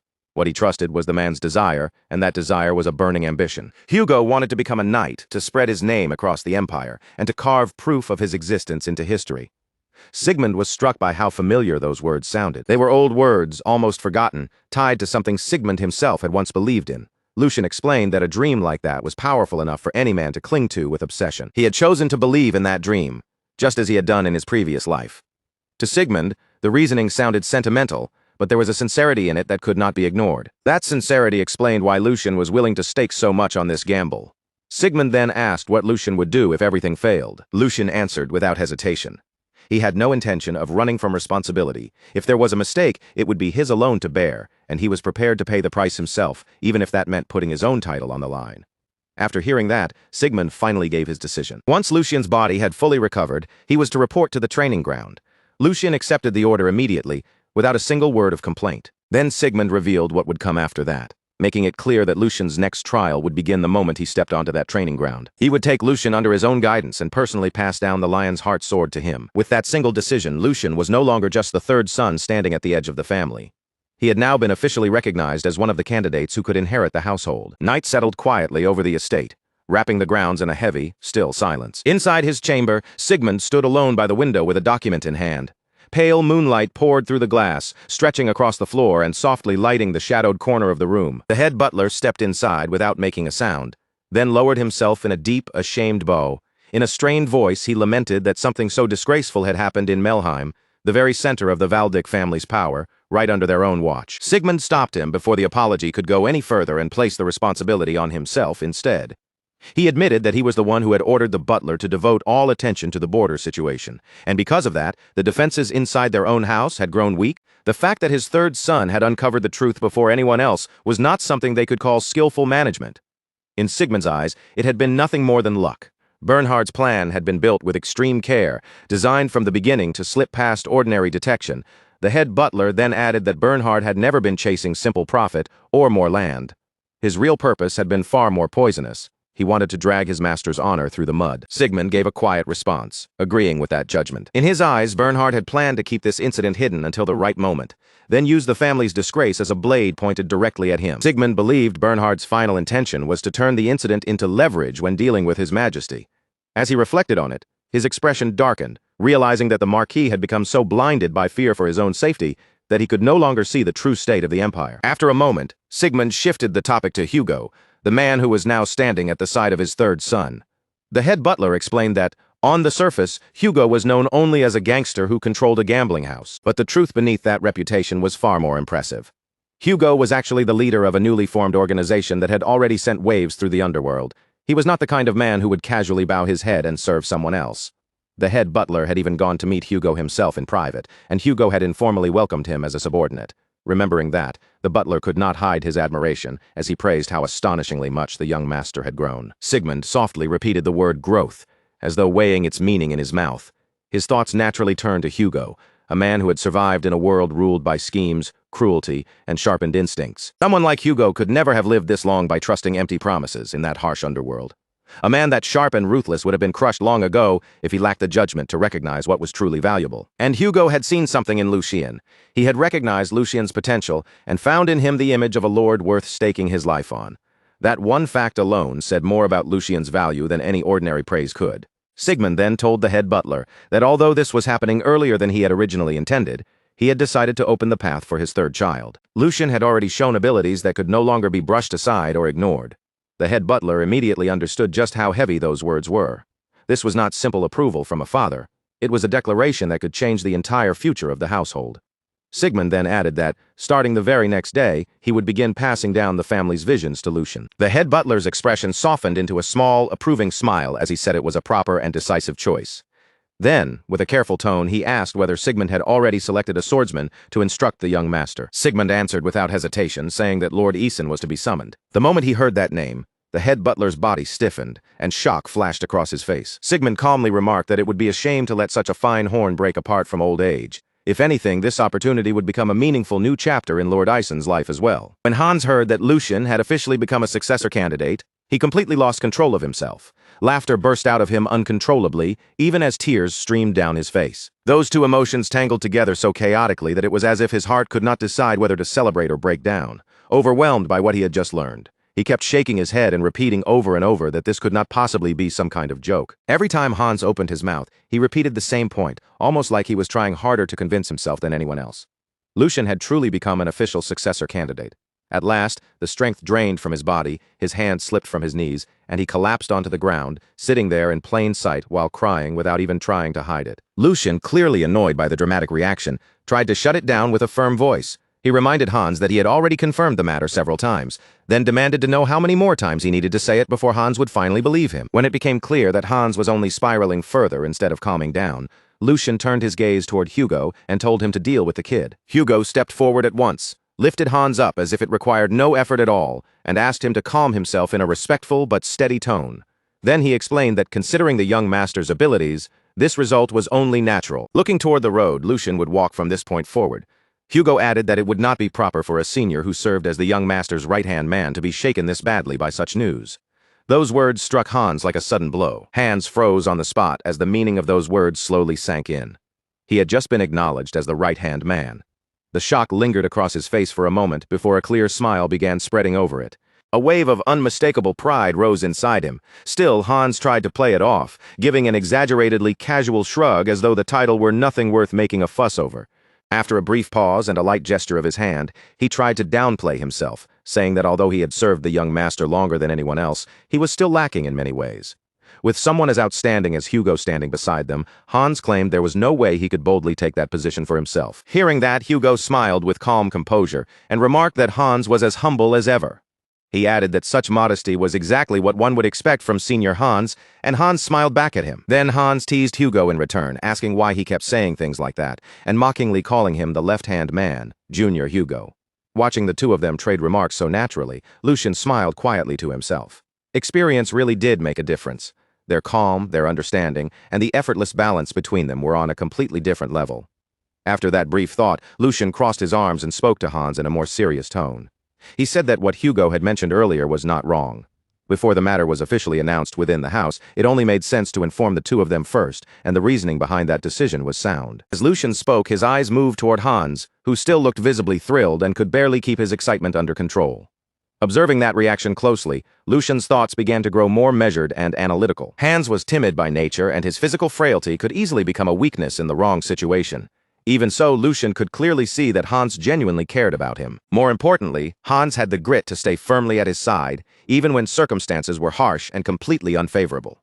That loyalty and endurance were qualities Lucian did not overlook. Lucian continued judging him in silence. If Hans gained more experience, matured further, and eventually became capable of handling the household's internal affairs, then one day he could become a rearguard more dependable than anyone else. And Lucian's gaze naturally shifted to Hugo, and there was no hesitation at all in his mind. Hugo's abilities were not something that needed to be questioned. The only thing left was to open the proper road for him and help him become a knight. Once that happened, Hugo's talents could be drawn out to their fullest, allowing him to stand beside Lucian in the future as a powerful sword that served him directly. With that thought settled, Lucian renewed his resolve. From this point onward, what mattered was not gathering more people, but choosing carefully and raising the right ones properly. One by one, he only needed to build them up the right way. As that decision became firm in his heart, the scene moved forward to the next morning within the peaceful castle. Warm sunlight spilled through the quiet halls, passing through the tall windows and stretching deep into the castle's interior. Lucian stood there alone with his eyes closed, his breathing even and calm, while his thoughts drifted far beyond the present moment. Before he even realized it, his mind had wandered back to the memories of his previous life. They were memories of the time when he had searched every corner of the continent, chasing after one single goal with relentless determination. What he had pursued back then was the true essence of the ancestors' martial arts, a power said to raise the very realm of swordsmanship itself. Those teachings were built around sword forms, structured paths of mastery that guided how a swordsman grew and advanced. Among all of those forms, there existed a higher realm that stood a full step above the rest. It was known as the advanced sword forms. But no matter how desperately he struggled, no matter how many hardships he endured, and no matter how deeply he lowered himself, even living like a dog just to survive, what he ultimately obtained was still far from the power he had been seeking. He had never obtained the advanced sword forms he had yearned for so desperately. In fact, he had not even managed to reach the intermediate sword forms that were usually reserved for knight captains. What he had barely managed to get his hands on instead was only a weakened, degraded version, the kind of form meant for apprentice knights who were still standing at the entrance of the path. And to be honest, for someone like him, a mere mercenary without noble blood, even being allowed to learn any kind of sword form at all had once been almost impossible. Just being granted the chance to touch a sword form should have been considered nothing short of a miracle. But even after receiving that miracle, the reality waiting for him had still been brutally unforgiving. People weaker than him continued to climb higher simply because they had status behind their names. They were allowed to learn higher-ranking sword forms, and one after another they passed him by. On the battlefield, they crushed him with techniques he could not imitate, could not understand, and could not properly defend against. Every time that gap kept him from protecting the members of his squad, the thirst inside him dug even deeper. His desire for sword forms never disappeared. Instead, it sharpened, twisted, and burned more painfully until it became a torment that followed him constantly. As those old memories rose back to the surface, Lucian clenched his fist without even noticing it. His knuckles tightened as if he were trying to grab hold of something that had always slipped just beyond his reach. But now, fate had placed a completely different opportunity into his hands. This time, someone like him had been given the chance to reach something far beyond what he once thought possible. It was something only a successor candidate of House Valdic and the closest aides around them could ever hope to touch. An ancient sword form, a true legacy, one that surpassed even the advanced sword forms he had once chased so desperately. The Lion's Heart Sword. Even the name alone carried a weight that pressed heavily on the heart. The sheer scale of that swordsmanship filled Lucian with awe, and before he knew it, a tight electric tension began building through his entire body. The training had not even started yet. The time scheduled for him to learn it was still a little ways off, but his excitement was already rising so strongly that he could barely contain it. Lucian let out a quiet, almost self-mocking smile when he realized that he had been pacing around since dawn without even noticing. He had been so restless from anticipation that his body simply refused to stay still. Admitting that to himself, he decided he needed to calm his mind before the lesson began. Slowly, he lowered himself to the ground, crossed his legs, and allowed a gentle smile to settle on his face. As he began circulating his energy, his thoughts naturally turned inward. In his previous life, he had learned swordsmanship without any proper order or system. There had been no teacher guiding him, no foundation laid out for him, and no clear path to follow. All he had possessed were stolen techniques, scattered fragments of knowledge gathered from wherever he could survive long enough to seize them. Because of that, he had never once had someone he could truly call his master. But that realization did not leave him bitter. Instead, his smile deepened just a little. To live a second life and receive such a chance was something truly extraordinary. Yet Lucian did not know that he was not alone. Some distance away, hidden quietly within the shadows, a figure was watching every movement he made with calm, unwavering focus. Time passed in silence before the watcher's identity finally became clear. It was Sir Eisen himself. A faint smile slowly appeared on Eisen's face. He watched the young master sitting there in composed silence, his gaze steady and thoughtful. In Eisen's eyes there was quiet approval, and within his mind one clear impression began to surface. A considerable amount of potential was already beginning to take shape. Some time had passed since Lucian sat down, and yet he had not wavered even once. His posture remained stable, his breathing stayed even, and there was not the slightest trace of hesitation or imbalance in him. As Sir Eisen continued observing, he started noticing certain details that stood out more and more. There were subtle qualities in Lucian's composure and control that could not simply be ignored. They were the kind of traits that deserved close attention. Eisen found himself thinking that guiding Lucian would not only be meaningful, but might also provide a brief bit of amusement for him as well. Back when Sigmund had listened to the request calmly, he had acknowledged that if the Duke himself had spoken so highly, then Lucian's talent could not possibly be ordinary. But Sigmund's thoughts had gone even further than that. To him, this was not a matter that could be explained by simple talent alone. What had truly surprised him was Lucian's mindset. It was something completely unexpected, something that could not be measured only through sword skill, noble blood, or natural ability. Sigmund believed that Eisen would understand the weight of those words the moment he saw Lucian with his own eyes. And now, time returned once again to the present. There stood the great sword saint, Eisen Breitner, watching Lucian with a sharp and steady gaze. From a distance, he continued observing without a word, his eyes never leaving the young man. Slowly, a proud smile began forming on his face. That expression showed that he had recognized more than just Lucian's talent. He had also seen Lucian's unwavering resolve and the extraordinary inner strength beneath his calm surface, qualities that could never be created through training alone. A sword saint was an existence born only when a person pushed their circulation to the absolute limit, refining both body and mana to the furthest possible edge. It was not merely a title people used out of respect. It was the summit reached only by those who had mastered every known sword form and carved their names at the very peak of the blade's path. Throughout the Empire's long, blood-stained history, figures like that had been spoken of with reverence, almost like gods walking among ordinary swordsmen. And now, that very kind of being stood in front of Lucian. For a brief moment, Lucian almost forgot how to breathe. He stayed rooted in place, his eyes widening and his lips parting slightly as that immense presence settled over him. The pressure was unlike anything he had ever experienced before. It was not violent or suffocating, not like the killing aura of a veteran who had crossed countless battlefields. Instead, it felt calm, vast, and endlessly deep, like standing beneath a boundless night sky. It was overwhelming, yet strangely tranquil. A living legend stood close enough to touch, and the man offered Lucian a gentle smile filled with quiet dignity. Then he placed one hand over his chest and bowed. He said that it had been some time since they last met, and that their previous meeting had been several years ago during his Grace's birthday celebration. From that day onward, he would be the one instructing Lucian. His name was Eisen Breitner. Lucian's expression tightened at once. So this was the man Hans had mentioned that morning. Hans had said his instructor would be a knight who had served the Valdic family since the previous generation, but he had left out the most important detail. This man was the sword saint. Lucian immediately mirrored the gesture, placing his own hand over his chest before bowing deeply. He said it was an honor to receive instruction from the sword saint, and that he looked forward to his guidance. Eisen lightly waved one hand, a faint smile tugging at the corner of his lips. He said that such a title was nothing more than an undeserved name placed on an old man. Besides, Lucian was now a successor candidate. He added that Lucian should not lower his head so easily. Lucian straightened at once, his posture composed and firm, and answered that he would not lower the dignity of his family. But that did not mean he should neglect proper respect. Setting aside status and position, Eisen was someone worthy of being treated with honor. For a heartbeat, Eisen simply studied him in silence. Then Eisen let out a soft laugh and told him that if he insisted, then he could do whatever felt comfortable to him, young master. Lucian inclined his head slightly and thanked him for understanding. The warmth in Eisen's expression slowly faded, replaced by a sharp, focused look. Eisen then said they should begin the training immediately, without wasting any time. Lucian stepped forward and replied that it sounded good. Eisen gestured toward the outdoor training grounds. Sunlight was spilling across the wide perimeter of the grounds when Eisen looked toward Lucian and asked whether the young master would like to run around the perimeter. The moment those words left Eisen's mouth, Lucian dropped straight into a runner's stance, his body lowering and coiling with readiness. He looked prepared to launch forward at any second and asked if he should start right away. Eisen blinked, visibly caught off guard by the immediate response. He quickly told the third young master to wait a moment. Lucian straightened again, a flicker of confusion crossing his face as he asked if something was wrong. Eisen looked at him carefully and asked whether he had no questions at all about why he was being told to run or what purpose this exercise was supposed to serve. Lucian answered with a small, relaxed smile. Of course he was curious, but if Eisen had given the order, then it had to be necessary to Lucian.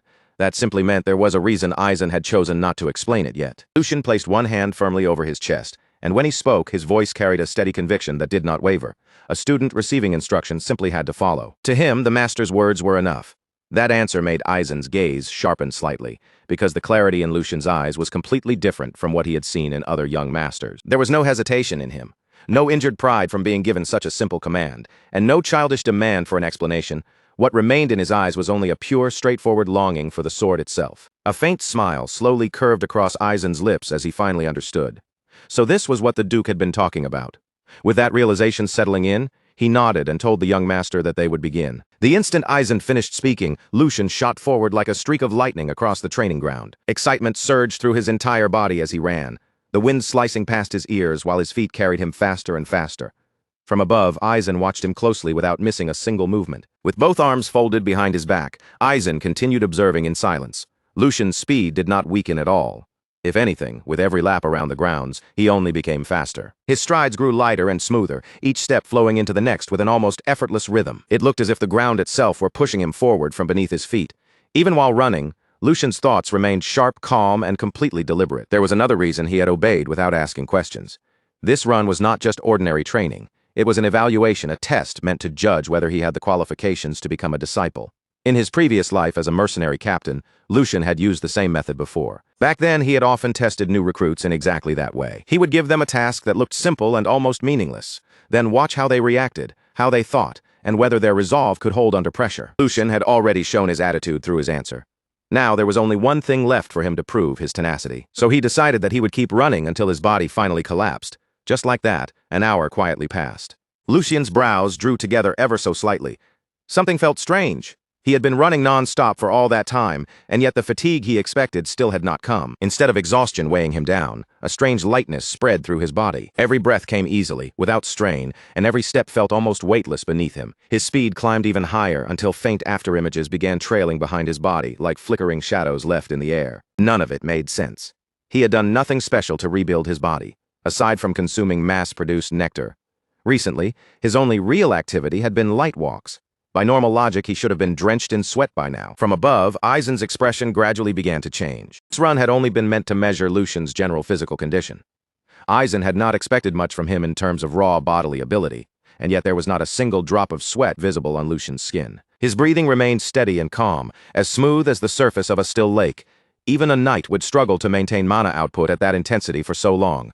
A flicker of concern passed through Eisen's eyes. Could it be? The moment that suspicion took shape, Eisen descended toward the training grounds without delay and ordered Lucian to stop, ending the run there. Lucian halted immediately and turned back with clear confusion on his face. A small sound of surprise slipped from him. He asked if something had happened. Aizen stared straight at him, his gaze sharp enough to pierce through the surface, then called him the third young master. Aizen told him there was one question he needed to ask. The method Lucian had used earlier that morning to calm his body and mind was not meditation, it was circulation. Lucian nodded without trying to hide it. If Aizen was talking about what he had done in the indoor training hall, then yes, it had been circulation. He added that there was nothing better for clearing one's thoughts. The moment Aizen heard that, he froze. A thin layer of sweat formed along Aizen's brow. His suspicion had been correct after all. He stepped closer to Lucian, his voice firm but carefully controlled.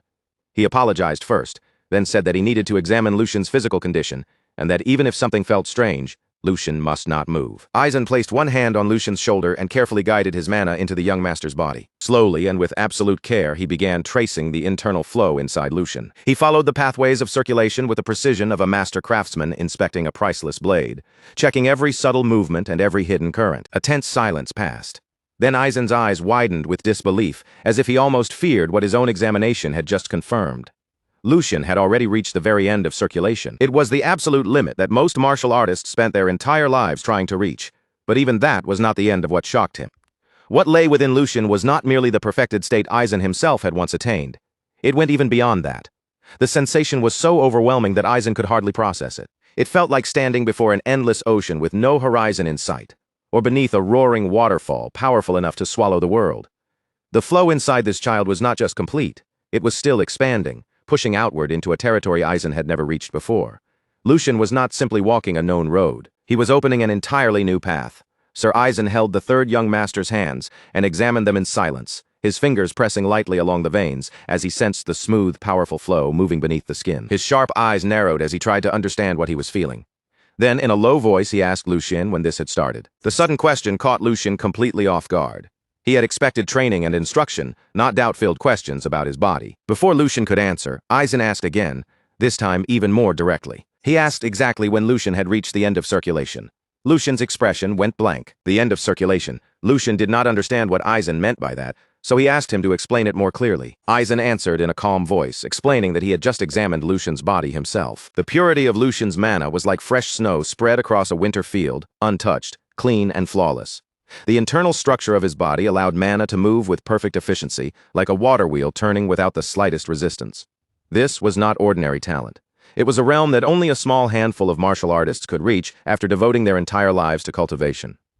Lucian kept his expression steady, but his thoughts began moving rapidly. From the beginning, he had always sensed that something about his circulation was unusual. It had felt far too smooth to be natural. Even so, hearing that truth confirmed directly by a sword saint made Lucian's heart tighten. His condition was far closer to perfection than he had ever imagined. If that was really the case, then there was no longer any point in hiding it. He had questions about his own condition as well. Unless someone stood at the level of a sword saint, no one would be able to properly explain what was happening inside him. So Lucian lowered his head slightly and answered honestly. He said it had been about a month since he first began circulation. From the very beginning, all of his mana paths had already been open. There had been no struggle, no resistance, and no barriers for him to break through. Everything had simply flowed freely. Aizen's eyes widened, and a clear flicker of shock passed across his face. Lucian continued calmly, saying that he had heard circulation was usually filled with pain and obstruction. Others spoke of veins that burned, channels that refused to open, and broken pathways that had to be forced through. But Lucian had experienced none of that. His mana had flowed smoothly from the very beginning, almost as if it were the most natural thing in the world, like his body had been waiting for that moment all along. Silence settled between them, and Aizen's thoughts began racing. Even he had needed decades of hardship, discipline, and relentless training to reach such a state. Yet this young man had reached it in only a single month. At that thought, Aizen felt something stir inside him. Perhaps the ancient swordsman said to split mountains and divide seas had not been mere fairy tales after all. Perhaps talent that overwhelming truly did exist in this world. After a brief moment of visible hesitation, Aizen finally opened his mouth again. His voice now carried a heavy seriousness, as though he fully understood the weight of the words he was about to say. He told Lucian that he wished to ask something, even if the question might sound disrespectful. Then Aizen asked him directly, would Lucian be willing to give up his position as a successor candidate of House Valdic? In that instant, the world seemed to stop. Lucian's eyes widened because he had never imagined Aizen would say something like that. Above them, the sky stretched out bright and clear, while a gentle wind swept through the courtyard and carried dry leaves across the stone floor. For a moment, everything around Lucian felt strangely far away and muted. Aizen's question kept echoing in his ears. Give up the successor position. His confusion quickly turned into unease, and that unease sharpened into fear. With his voice tightening, he demanded to know what Aizen meant. Aizen met Lucian's anxious gaze and immediately understood the storm rushing through the young man's mind. Was there something wrong with his body? Was he unable to learn proper sword forms? Would his mana one day turn against him? Lucian's thoughts spiraled from one terrifying possibility to the next. But Aizen answered with steady calm, saying it was exactly the opposite. Lucian froze. The opposite. Aizen looked straight at him with firm, unwavering eyes and spoke clearly. Lucian's body was an ideal vessel. He could not only draw out the full efficiency of both mana and flesh, but also possessed the potential to go beyond even that limit. If Lucian chose to devote himself completely to the sword, then becoming the next sword saint would not be a difficult dream for him to reach. Those words struck Lucian like a bolt of lightning. A sword saint. He slowly lowered his gaze to his own hands, flexing his fingers as if seeing them in a new light. Could he truly step into that realm? From the beginning, Lucian had known this body was extraordinary. He had felt its balance, its natural strength, and its flawless circulation. But even so, this was beyond anything he had expected. He had already considered himself unbelievably fortunate just to inherit something so precious. That treasure was the ancient sword form known as the Lion's Heart Sword. Through that sword form, Lucian believed he had finally gained a path toward the height he had longed for in his previous life. That alone had felt like a miracle. Yet now, Aizen was telling him he could reach something even greater, not merely mastery, but the very pinnacle of the sword itself. A path like that would demand everything from him. Talent alone would never be enough. It would require complete focus, a life without distractions, divided loyalties, or anything pulling him away from the blade. Lucian lifted his head and met the old swordsman's eyes. His voice was quiet but steady, as he asked whether that was the reason Aizen was asking him to choose. Was it because he could not walk both paths at once? The path of House Valdic's successor and the path of a sword saint? Aizen nodded without the slightest hesitation. That was correct. More precisely, it was because there was not enough time. Although circulation still allowed him to stand tall and move with strength even when he was nearing 100 years old. Aizen could not ignore the slow decay of his own body. His power remained sharp, but time was merciless. If he wanted to pass down everything he possessed while he was still alive, then the years left to him were already far too few. Even if the third son focused only on the sword and nothing else, the schedule would still be painfully tight. Lucian's eyes widened faintly. 8 years, if his memory served him correctly, that was how long the sword saint had left before death finally claimed him. The truth settled heavily in Lucian's chest. There truly was not much time. Ideally, Lucian should accept the offer and devote himself entirely to the blade. It was the very opportunity he had yearned for across 2 lifetimes. A chance to pursue the summit without restraint. To stand at the peak of swordsmanship and carve his name into history. But the future Lucian remembered was not shaped by strength alone. In the coming years, chaos would descend. Nations would clash, alliances would fracture, and power would shift like sand beneath a violent storm. Those who survived would not simply be the strongest warriors. They would be the ones with legitimacy, names that commanded loyalty, positions that could unite armies, and authority that others could gather behind. Martial might could win battles, but martial might alone could not control the storm. This was the moment Lucian had once dreamed of, a chance to chase the ultimate peak of the sword and live only for the blade. Yet dreams were not the only things that mattered. Lucian lowered his head respectfully and apologized to Aizen. He said he wished to remain a Valdic until the very end. The offer was far greater than his station deserved, and he was deeply grateful for it, but he could not accept. His voice stayed calm, even though something inside him tightened painfully as he spoke. Aizen studied him in silence for a long while. Then the old swordsman let out a soft sigh and said that he was the one who should feel ashamed. He murmured bitterly, wondering what he had done in his youth to become so greedy in old age. Through the third son, perhaps he had tried to leave something behind. A proof that his sword would not disappear with the passing of time. Perhaps he had wanted to see his legacy carried forward by hands worthy enough to hold it. Lucian did not answer right away. The weight of Aizen's quiet regret lingered between them like a silence neither of them could easily break. Then, after choosing his words carefully, Lucian asked a question. If by any chance there were another talented person besides him, what would Aizen do? Far from the quiet courtyard, the scene shifted beneath a blazing sun near a wide open field. A young noble was riding at full speed across the open land. His horse thundered forward, leaping cleanly over low wooden fences and weaving through scattered obstacles with practiced precision. Dust rose in swirling clouds behind them. The rider's posture was sharp and confident, and his control over the reins looked firm and well-trained. Behind him, a heavy-set butler was struggling desperately to keep up on foot. His face was flushed red as he shouted into the wind, breathlessly reporting that the news about the third son had been confirmed. The rider immediately pulled hard on the reins, bringing the horse to a sharp stop. He turned back with disbelief written clearly across his face. So those ridiculous rumors had actually been true. That fool had really been recognized as a new successor candidate. This young noble was Joshua Valdic, the fourth son of House Valdic. Joshua stepped down from his horse and wiped the sweat from his face with a towel. The butler, still trying to catch his breath, explained that everything was exactly as the rumors claimed. The Duke had officially included the third son in the line of succession. And that was not all. Lucian was now under the direct guidance of Aizen and had already begun formal swordsmanship training. Joshua's expression darkened from start to finish. Lucian had already been a stumbling block, and it was difficult enough for Joshua to build support as things stood. After all, while being overshadowed by his two older brothers, every ally had to be earned carefully, and every neutral faction had to be persuaded one by one. But now, those people had another option to consider. His anger flared at once. Unable to hold it in, Joshua threw the towel aside in frustration. Why couldn't Lucian have simply stayed hidden away in the corner of his room like before? Would it really have been so impossible for him to remain useless, silent, and out of everyone's way? The butler nervously urged Joshua to be careful with his words, but that warning only poured more fuel onto his anger. How was he supposed to stay calm?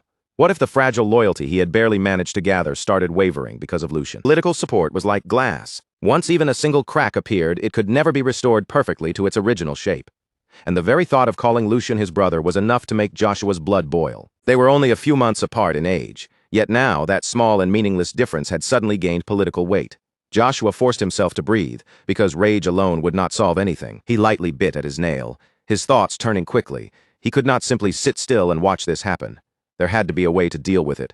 Then, at last, an idea formed, and his eyes sharpened. Since Lucian had started learning the sword, he would eventually need someone to spar with. That was only natural for a young master undergoing formal training. Joshua turned toward the butler and ordered him to prepare 2 sharp swords. Not wooden practice blades, but real weapons, live steel meant for actual combat. The butler froze in shock, while Joshua's lips curved into a thin, controlled smile.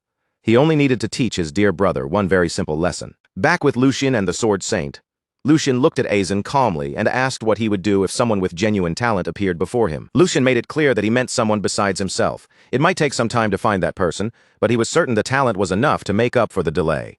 A man gifted enough to leave a scar on the Sword Saint's legacy even 100 years from now. When Aizen heard those words, a faint smile quietly appeared on his face. Then he answered in a gentle tone that carried a trace of weariness. His heart felt heavy, he said, as if he were placing an unnecessary burden on the young master's shoulders. He was already more than happy just knowing that Lucian thought so fondly of an old man like him. So Aizen asked Lucian not to trouble himself with such matters any longer. Then, with quiet sincerity, he thanked the young master for his kind words. After hearing that, Lucian responded softly by calling him sir, but deep inside, his thoughts were moving in a different direction. Just as he had expected, Aizen must have thought the whole thing sounded like nonsense. Even a famous swordsman would not easily be enough to catch the Sword Saint's eye. So it was only natural that Aizen doubted him, especially when someone who had only just begun training was claiming he could present the Sword Saint with a true disciple. Even so, Lucian believed Aizen could look forward to it. If Lucian himself was a heaven-sent vessel acknowledged by the Sword Saint, then surely there had to be another person sent by the heavens as well. Someone blessed with a gift meant entirely for the sword. In fact, even though that person's body was frail and his swordsmanship was still inferior for now, talent alone would one day allow him to become the very embodiment of the blade. He would become a figure who swept across battlefields like a storm made of steel. Sword Demon Felix. One day he would become Lucian's most powerful follower, and also the disciple who would inherit everything Aizen passed down. After some time had passed, the scene shifted once again. Lucian and Aizen had arrived at the training grounds. The air around them was calm, but beneath that quiet atmosphere, a faint tension seemed to hang in place.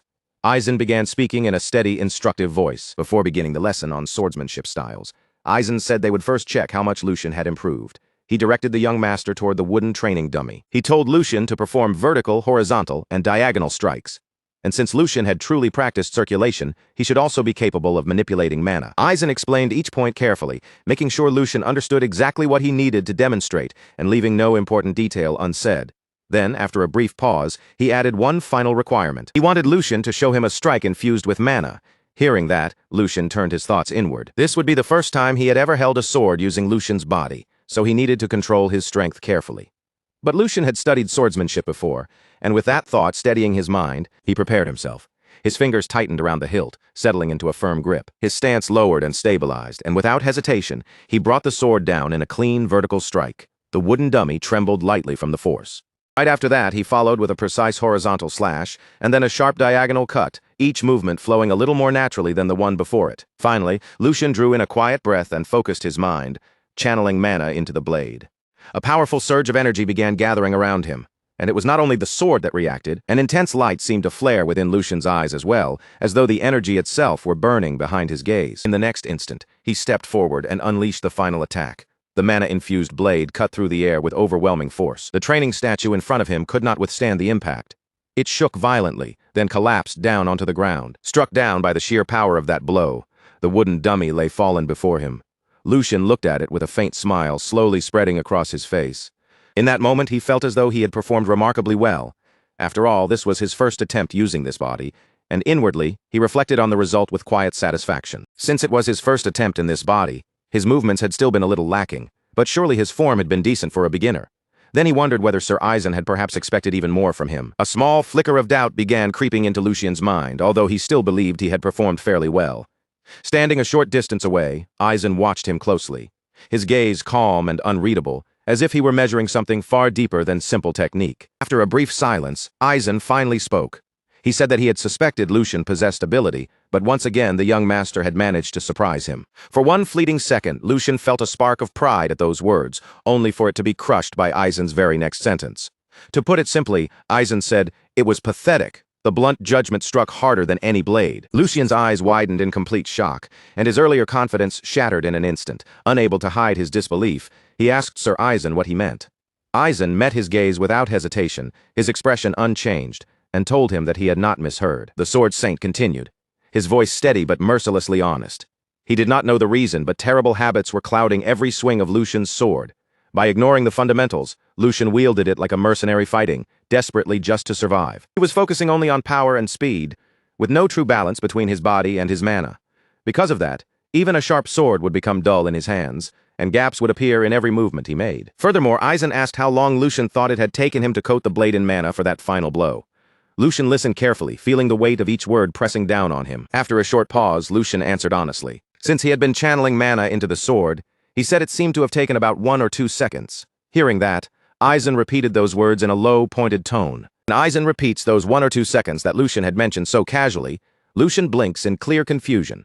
He cannot immediately understand why such a tiny gap in time would matter so much, or why Eisen's expression has turned so serious over something that sounded so small. Before Lucian can even finish sorting through that thought, Eisen suddenly lifts his wooden sword and aims it straight at him.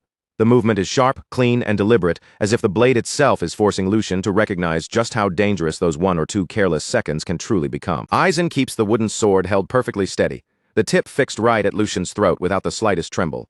Then he finishes his warning in a low, controlled voice, making it clear that those few seconds are already more than enough for an enemy to take his life. His voice is not raised, and there is no anger in it at all. In fact, Eisen sounds almost completely calm, which only makes the lesson feel even heavier. This training, he makes clear, must begin with Lucian first understanding the weight of that danger. No real enemy would ever ignore an opening that obvious. As Lucian feels the cool tip of the wooden blade resting lightly against his neck, the reality finally settles into him. He never even sensed when Eisen moved, and that realization echoes coldly through his mind. Lucian's thoughts turn inward with a chill. He had not noticed a thing until the blade was already touching his neck, and he silently curses himself for being so careless. If that had been a real sword, his head could have fallen before he even understood what happened. And yet, strangely, he notices that his mind is still thinking with frightening calm. Fragments of the past begin to surface in his mind. Old battles, brushes with death, and moments where survival had balanced on an impossibly thin edge. Again and again, he remembers how the difference between living and losing everything can be nothing more than one heartbeat, one mistake, or one wasted second. Slowly, Lucian lowers his eyes as if accepting the lesson deep inside himself, then lifts his gaze again with a much sharper seriousness than before. He tells Eisen firmly that he will remember those words and that before anything else, he will correct both his habits and his mindset. Standing before him, Eisen remains silent, watching not only Lucian's skill, but the resolve beginning to harden behind his eyes. After hearing that answer, Eisen speaks again, his voice firm and unshaken. He tells the young master that a gifted body alone cannot accomplish everything, and that raw physical ability will never be enough to defeat an experienced mana user. He continues by explaining that if the body cannot properly support the mana flowing through it, then all that energy will only be wasted. Worse than that, the wasted power will create openings, and on a battlefield, those openings are no different from inviting death straight to your throat. Every word carries the weight of experience, as if Eisen is drawing the lesson from countless real battles. As he continues, mana begins to rise from his blade, not violently or wildly, but with a smooth, controlled flow like a quiet current, moving beneath still water. The air around him grows tight as that energy gathers with perfect precision, and he explains that internal strength and external strength may be different, but they must ultimately move as one connected flow. That, he says, is the rule. True greatness is born from that kind of harmony. The moment Aizen finishes speaking, he steps forward with calm certainty and releases a mana-charged strike toward the training dummy in front of him. At first glance, the attack looks almost ordinary. It is clean, simple, and stripped of every unnecessary movement, so for a brief instant it seems as though nothing special has happened at all. The dummy remains standing there, untouched and completely still. Then, without any warning, the entire dummy breaks apart into fine dust. Its shape vanishes in an instant, scattering through the air as if the solid target had never truly existed in the first place. Aizen calmly lowers his sword and turns his steady eyes back toward Lucian. He tells the young master that this is the path of the sword he must walk from now on. Then, a few days later, the scene moves forward. Inside the training hall, the swordsmen are completely locked into their practice, surrounded by the pressure of non-stop discipline and sharpened focus. The practice session is intense, and the entire hall feels heavy with tension. Again and again, the sharp ring of blades, striking blades, echoes through the space, filling the air with the sound of relentless training. At the center of the hall, Lucian is facing the Sword Saint in direct practice. The Sword Saint speaks with calm authority, his voice steady but impossible to ignore, as he instructs Lucian that the flow of mana must never be interrupted. He explains that just as training the body allows each movement to become precise and controlled, Lucian's mana control must also be refined until it can reach that same level of accuracy. The Sword Saint's words remain calm, but every sentence carries the pressure of deep experience. In front of him, Lucian is clearly struggling, forcing his body to keep moving while exchanging blows with a master far beyond him. Their swords crash together again, and Lucian launches another attack with all the focus he can gather. But the Sword Saint blocks it with effortless ease, and without losing even a single beat, Aizen continues his lesson. He tells Lucian that when he uses mana to reinforce his entire body, he must still leave enough power circulating freely. That remaining mana must be deployed separately, directed into the right place at exactly the right moment. As he speaks, Aizen's blade moves with flawless precision. Every motion is controlled, every strike carefully calculated. Lucian grits his teeth, draws up his strength, and then throws out an incredibly powerful attack, pouring tremendous force into the blow. The power behind Lucian's strike is overwhelming, but the Sword Saint receives it calmly, blocking the attack and redirecting its force back toward Lucian. In that single exchange, he shows complete dominance over both swordsmanship and mana control. As the force of the clash settles, Aizen speaks again with the same unwavering voice. He tells Lucian that only when all of these factors come together and form a true balance will he begin to understand the real power of the sword. Lucian is pushed back, but he manages to land skillfully a short distance away. Even under that immense pressure, Lucian forces himself to stay on his feet. Sweat runs down his face, his breathing is rough, and yet he still steadies his stance, preparing himself for the next exchange. Across from him, the Sword Saint stands with absolute calm, his presence alone making the space between them feel heavier. His blade begins to radiate a massive and terrifying energy, far stronger than anything he had shown before. The very air seems to tremble around him. With a sharp focus in his eyes, Aizen declares that Lucian should now apply what he has just learned and try to defend himself. But this time, Aizen adds that they will move into a slightly more advanced step. With those words, master and disciple face each other once again, and the tension between them rises as the next stage of training is about to begin. Immediately after that, the Sword Saint suddenly vanishes from his position with incredible speed.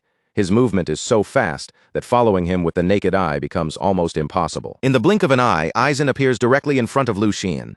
His voice remains firm and composed as he tells him to consider the enemy's speed and movement, then respond with the proper amount of force. At the same moment, a powerful and overwhelming aura begins pouring out from Aizen's body. The air around him grows heavy and sharp. He raises his sword in one smooth motion, and in the very next instant, he unleashes a terrifying attack packed with tremendous force. As Lucian sees that monstrous wave of energy rushing toward him, his thoughts begin racing. Even in that dangerous instant, he forces himself to remember the core of Sir Aizen's teaching. Lucian thinks back to the essence of Sir Aizen's lesson, the union of naturalness, moving like water without breaking the flow. But while that thought crosses his mind, the incoming attack is already closing in dangerously fast. Even so, Lucian's thoughts keep moving at high speed. Through that natural flow, he must overcome the gap between them, reduce the loss of power as much as possible, and draw out the greatest force he can release. He tells himself not to be swallowed by the pressure and to look straight at the attack. With that realization burning through him, Lucian gathers every bit of strength in his body. Mana bursts out from him, surging violently as he concentrates it into his blade. Lucian steps forward and sends his own attack straight ahead.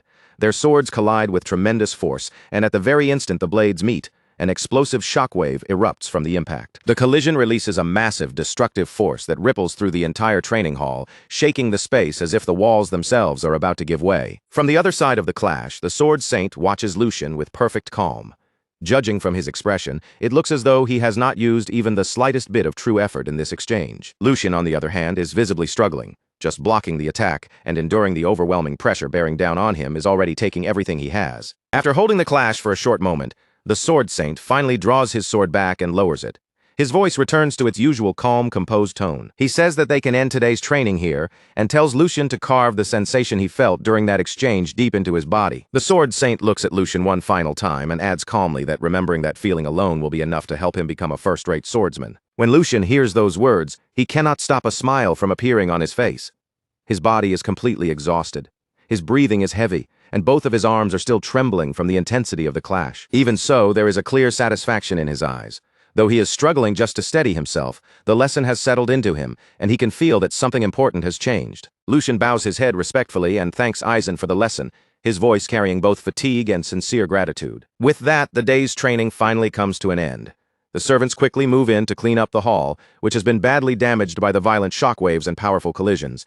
Broken tiles, cracked walls, and scattered debris lie everywhere across the training ground. One servant stares around the ruined hall in disbelief, unable to hide his shock, and mutters under his breath, wondering what kind of training the young master had possibly gone through. Another servant glances worriedly toward Lucian, lowering his voice as he softly asks whether the young master is really going to be all right after something that intense. The scene then shifts to Lucian himself, sitting alone off to the side of the hall as he quietly tries to recover from the brutal training session. Lucian's condition is obviously awful.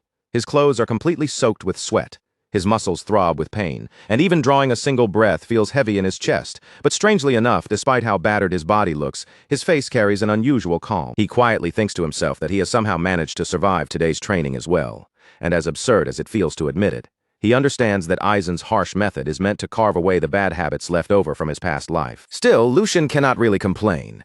If this kind of brutal training is what it takes to correct those flaws, then there is no choice but to endure it and keep moving forward. He closes his eyes for a short moment, letting everything he just experienced sink in. Thanks to that painful lesson, he can already feel himself starting to grasp the method much faster than before. The more Lucian watches Aizen, the more genuinely amazed he becomes. Aizen keeps creating dangerous situations perfectly matched to Lucian's current level, then guides him with precise instructions until the right reaction is drawn out of him. That may sound simple, but Lucian knows it is far easier said than done. Such training would be impossible unless Aizen could see through every part of his body's condition with frightening accuracy. Lucian lightly clenches his fist, feeling the faint, lingering sensation of mana still moving through him. He is simply placing his body in Aizen's hands and following his teachings, yet the growth is so clear that he can feel it through his own skin. Until now, Lucian had believed that the secrets hidden within exceptional sword forms were the only real path to reaching a higher realm. But today's training has forced him to understand something much deeper. Real strength is not only about mastering impressive techniques, it also comes from refining the foundation, tearing down old flaws and rebuilding everything from the very core. Lucian lowers his gaze as a quiet thought echoes through his mind. He has never considered things like balance, reserve power, and flow this deeply before, not even in his previous life. What truly mattered had always been inside him from the start, and as that realization settles in, Lucian cannot help but wonder what might have happened if he had learned these teachings back in his past life. For a brief instant, faint visions from that previous life flash across his eyes, blurred battlefields, fierce clashes, and moments stained with the pressure of life and death. He remembers unfinished duels, chances that slipped through his fingers, and the heavy regret of never reaching the height he had once chased so desperately. Those memories feel distant, almost like fragments from another world, yet the pain inside them remains painfully vivid. Then, little by little, Lucian's mind returns to the present. Lucian lets out a slow breath and continues thinking to himself, if he had possessed this understanding back then, wouldn't he have at least been able to exchange a few proper blows? Ending things like this today feels a little shameful to him. As he sits there recovering, another thought rises in his mind, whether there might be a perfect opponent somewhere for him right now. Then his thoughts pause. Could that person be him? Before Lucian can settle on the answer, the sound of approaching footsteps begins echoing through the training hall. A voice announces that the fourth young master has arrived, immediately drawing attention toward the entrance of the hall. Joshua walks forward with confident steps, his posture relaxed and controlled, before giving a slight bow in front of Aizen. He greets Aizen, politely asking whether his master has been well, and introduces himself with respectful formality as his disciple Joshua. Aizen responds in his usual composed tone, calmly welcoming the fourth young master. But his eyes remain steady as he asks what has brought Joshua here so unexpectedly. Aizen then makes it clear that he is currently training the third young master. So if Joshua has something to say to this old man, he should come back another time. Joshua only gives a faint smile and gently shakes his head. Joshua says there is no need for that. Aizen's eyes narrow just slightly as he studies him, then asks if the reason Joshua came here is what he suspects. Joshua answers calmly that Aizen is correct. Since his brother has finally opened his closed doors and devoted himself to training, Joshua claims he could not simply ignore it. As the younger brother who learned first, Joshua says he wanted to help with Lucian's training. Then his gaze turns toward Lucian, and a subtle competitive spark glimmers in his eyes as he asks what brother Lucian thinks. To Lucian, it is almost amusing the perfect opponent has just walked right into the hall on his own. The atmosphere inside the training ground changes at once. What had been quiet exhaustion only moments ago now sharpens into tense silence. Lucian slowly raises his head while the knights, guards, and attendants around them freeze in place, their eyes fixed on the situation as they wait for Aizen's response. The mood is far too heavy for an ordinary sparring request. It feels as though something far more serious is about to unfold. Aizen slowly turns his attention toward the fourth young master, his expression tightening as he demands an explanation. There is clear confusion in his voice as he questions why the third young master has suddenly been dragged into this. Joshua lowers his gaze with perfect politeness, presenting himself as respectful and well-mannered. In a calm, composed tone, he explains that some training methods also require sparring in order to improve the practical use of mana. When Joshua lifts his head again, a bright and seemingly innocent smile spreads across his face. With that polished expression, he offers himself as Lucian's sparring opponent. Turning toward Lucian, Joshua speaks with carefully measured humility. He explains that recent circumstances have given him very few chances to interact with his brothers properly. He claims that moments like this are rare opportunities for them to grow closer, while also sharpening their skills. Then he places one hand over his chest, admits that his request may seem rude, and insists that it comes only from sincerity before respectfully asking for permission. Lucian remains completely silent while Joshua speaks.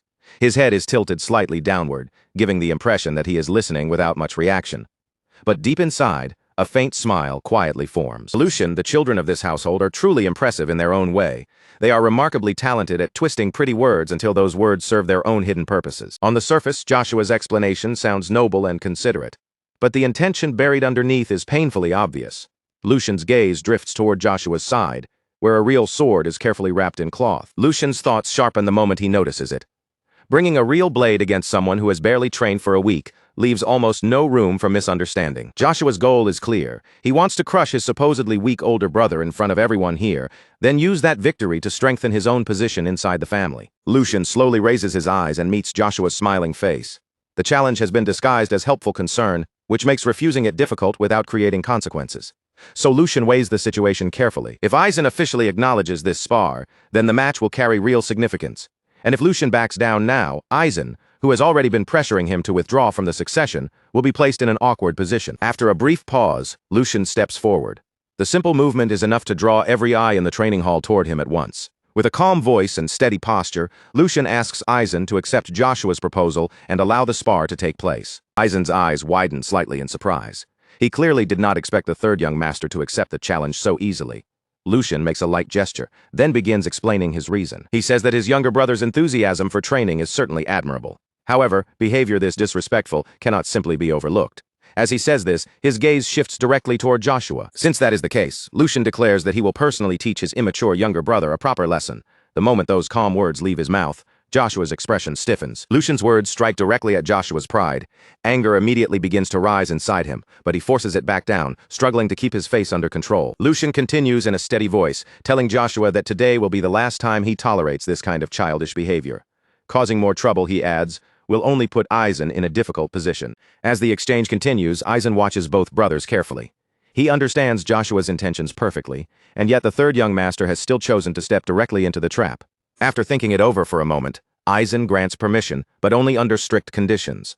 The spar will happen just once, and if it becomes dangerous at any point, he will stop it immediately. Both brothers place their hands over their chests and agree to Aizen's conditions, their voices polite even as tension continues to press heavily between them. Lucian then turns toward Joshua with a calm smile and suggests that the two of them have a good sparring match. As Lucian finishes speaking, he casually pats Joshua on the shoulder as if they are simply friendly brothers. That small gesture irritates Joshua at once, and although he forces out a laugh in response, the annoyance on his face is impossible to fully hide. A little while later, Lucian, Joshua, and Aizen stand together at the center of the training ground. Aizen steps forward between the two brothers, his posture calm and dignified, and begins clearly laying out the rules for the spar. He makes it clear that this is not meant to be a fight where they injure each other. This is only a sparring match, a controlled exchange meant to test their progress and reveal what each of them still needs to improve. Then Aizen turns his attention toward Lucian and reminds him that this will be his very first proper spar. Instead of obsessing over victory, Lucian should treat the match as a chance to learn, observe, and sharpen himself through experience. After that, Aizen looks toward Joshua. Since Joshua is the more experienced swordsman, Aizen reminds him that he has a responsibility to conduct himself with dignity and restraint. Finally, Aizen addresses both brothers at once, his voice carrying through the training ground as he instructs them to protect the honor of their house while crossing blades. The signal will begin once both of them draw their swords. That moment finally arrives, and the sound of steel sliding from its sheath rings out as the two brothers raise their blades into position. The air turns tense in an instant. Joshua fixes his eyes on Lucian, and frustration begins boiling inside him. The name Lucian Veldic echoes through his mind, irritating him more with every passing second. He cannot understand when his older brother started behaving like a proper elder brother. Every calm word Lucian says seems to remind him that he is the younger one, and that constant reminder scratches painfully at his pride. In Joshua's eyes, the difference between them is only a matter of being born slightly earlier. Yet Lucian keeps acting as though that alone places him far above Joshua. Joshua tightens his grip around the sword handle until his knuckles start turning pale. Fine, he thinks, letting that anger harden inside him. If Lucian wants to act superior, then this spar will decide who truly has the right to stand above the other. By the time this is over, Joshua intends to tear away that confidence completely.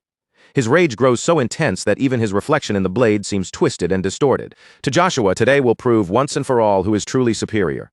Across from him, Lucian calmly studies Joshua's expression, and even against real enemies, he rarely remembers seeing such raw, uncontrolled emotion. Lucian adjusts his grip around the sword, feeling the cold and familiar weight of the weapon settle into his hand. It has already been 2 months since he last held a sword properly, yet the sensation returns to him almost naturally. For a brief moment, memories from his previous life rise to the surface, memories of ruthless battles where winning mattered far more than honor or fairness. A faint smile touches his lips, but he knows that today is different. Today, he is not standing here as the man he used to be. He is standing here as the third young master of House Veldic. His gaze briefly shifts toward Aizen. If Lucian carelessly uses the techniques from his past life, the Sword Saint will certainly notice something strange. So he quietly reminds himself to be cautious. Joshua may be arrogant, but in the end, he is still a child, and now he is Lucian's younger brother. So Lucian decides to restrain himself within a reasonable limit. That decision breaks apart the moment Joshua suddenly lets out a mocking laugh. Joshua glances around with a sneer and taunts Lucian, asking where all that earlier confidence has gone now that they are holding real swords. He goes on to say that accidents can happen in a real spar, but only when both sides are evenly matched. Then, with an even more insulting tone, Joshua suggests that if Lucian is afraid, they can always switch to wooden swords instead. Lucian watches him in silence for a moment. Then, without saying a single word, he throws away the idea of going easy on this disobedient younger brother. At this point, a proper beating may be the only kind of lesson Joshua will actually understand. Joshua's irritation grows even worse as Lucian's calm tone makes him feel like the younger one all over again. His eyes widen with anger, and without waiting any longer, he steps forward and lowers himself into a combat stance. In the very next instant, Joshua bursts forward, charging straight at Lucian with fury burning in his eyes. Lucian calmly raises his sword into a defensive cross, the blade coming up in front of him as he prepares to receive the attack. Even as Joshua rushes in, Lucian's mind stays perfectly calm, quickly reading the situation in front of him and measuring his opponent's level. Joshua has clearly received proper training. His fundamentals are solid, his movements are stable, and Lucian knows he cannot afford to underestimate him. At the same time, Lucian understands his own condition very well. Most of his mana has already been drained during the brutal training session from earlier. However, Joshua's lack of real battle experience is painfully obvious. The fact that he fell for such a simple provocation already proves how easily his emotions can control him. Lucian adjusts his stance, sliding his rear leg back into position. Mana gathers quietly around that leg as he applies Aizen's teachings, focusing power with careful control, while Joshua continues charging toward him. Then, in a single instant, blue mana erupts from Lucian's back leg. Lucian's body launches forward like a released arrow. He disappears from where he was standing, leaving streaks of blue light behind as he closes the distance in the blink of an eye. That sudden burst of speed shocks everyone watching, making the entire training ground seem to freeze for a heartbeat. Aizen's eyes widen slightly, and even the guards standing nearby are left frozen in disbelief by what they have just seen. Joshua barely has enough time to react before Lucian appears directly in front of him, already inside his guard. Lucian lifts his sword high above his head. In that brief moment, he decides to seize complete control of the match, and his blade comes crashing down in a powerful vertical strike. Joshua instinctively looks up, barely managing to move as the attack descends toward him. Lucian's voice cuts through the air, cold and steady, warning Joshua to grit his teeth and block properly unless he wants his jaw shattered by the impact. The next instant, steel crashes against steel with a deafening force. The training ground erupts with the thunderous sound of their first collision. Before long, news of the duel spreads through the family estate like wildfire, slipping through corridors, echoing across marble halls, and finding its way into every whispered conversation. Inside the mansion, a small group of servants gathers in a quiet corner, speaking in hushed but excited voices. One of them leans in and asks if the others have heard what happened. Another servant blinks in confusion and asks what he means. The first servant quickly glances around, then reveals the rumor that young Master Lucian completely overwhelmed young Master Joshua, and the words immediately hang heavily in the air. Not far away, several maids continue with their chores, but their attention is clearly nowhere near their work. They whisper among themselves, barely holding back their laughter, while one maid covers her mouth and giggles softly. She says that the fourth young master had entered the duel full of confidence, only to leave looking completely miserable. Another maid adds that when she first heard the story, she nearly cried from laughing so hard. With every retelling, the story grows more dramatic. Each person adds a little more flavor, making the rumor louder, sharper, and more exaggerated as it travels from one mouth to another. And at the center of all that spreading excitement is Yuko, moving through the estate with perfect timing. Everywhere he goes, he shares the story with enthusiasm, giving every detail just enough life to make people lean in closer. At one point, Angus approaches him and remarks that the timing could not have been better.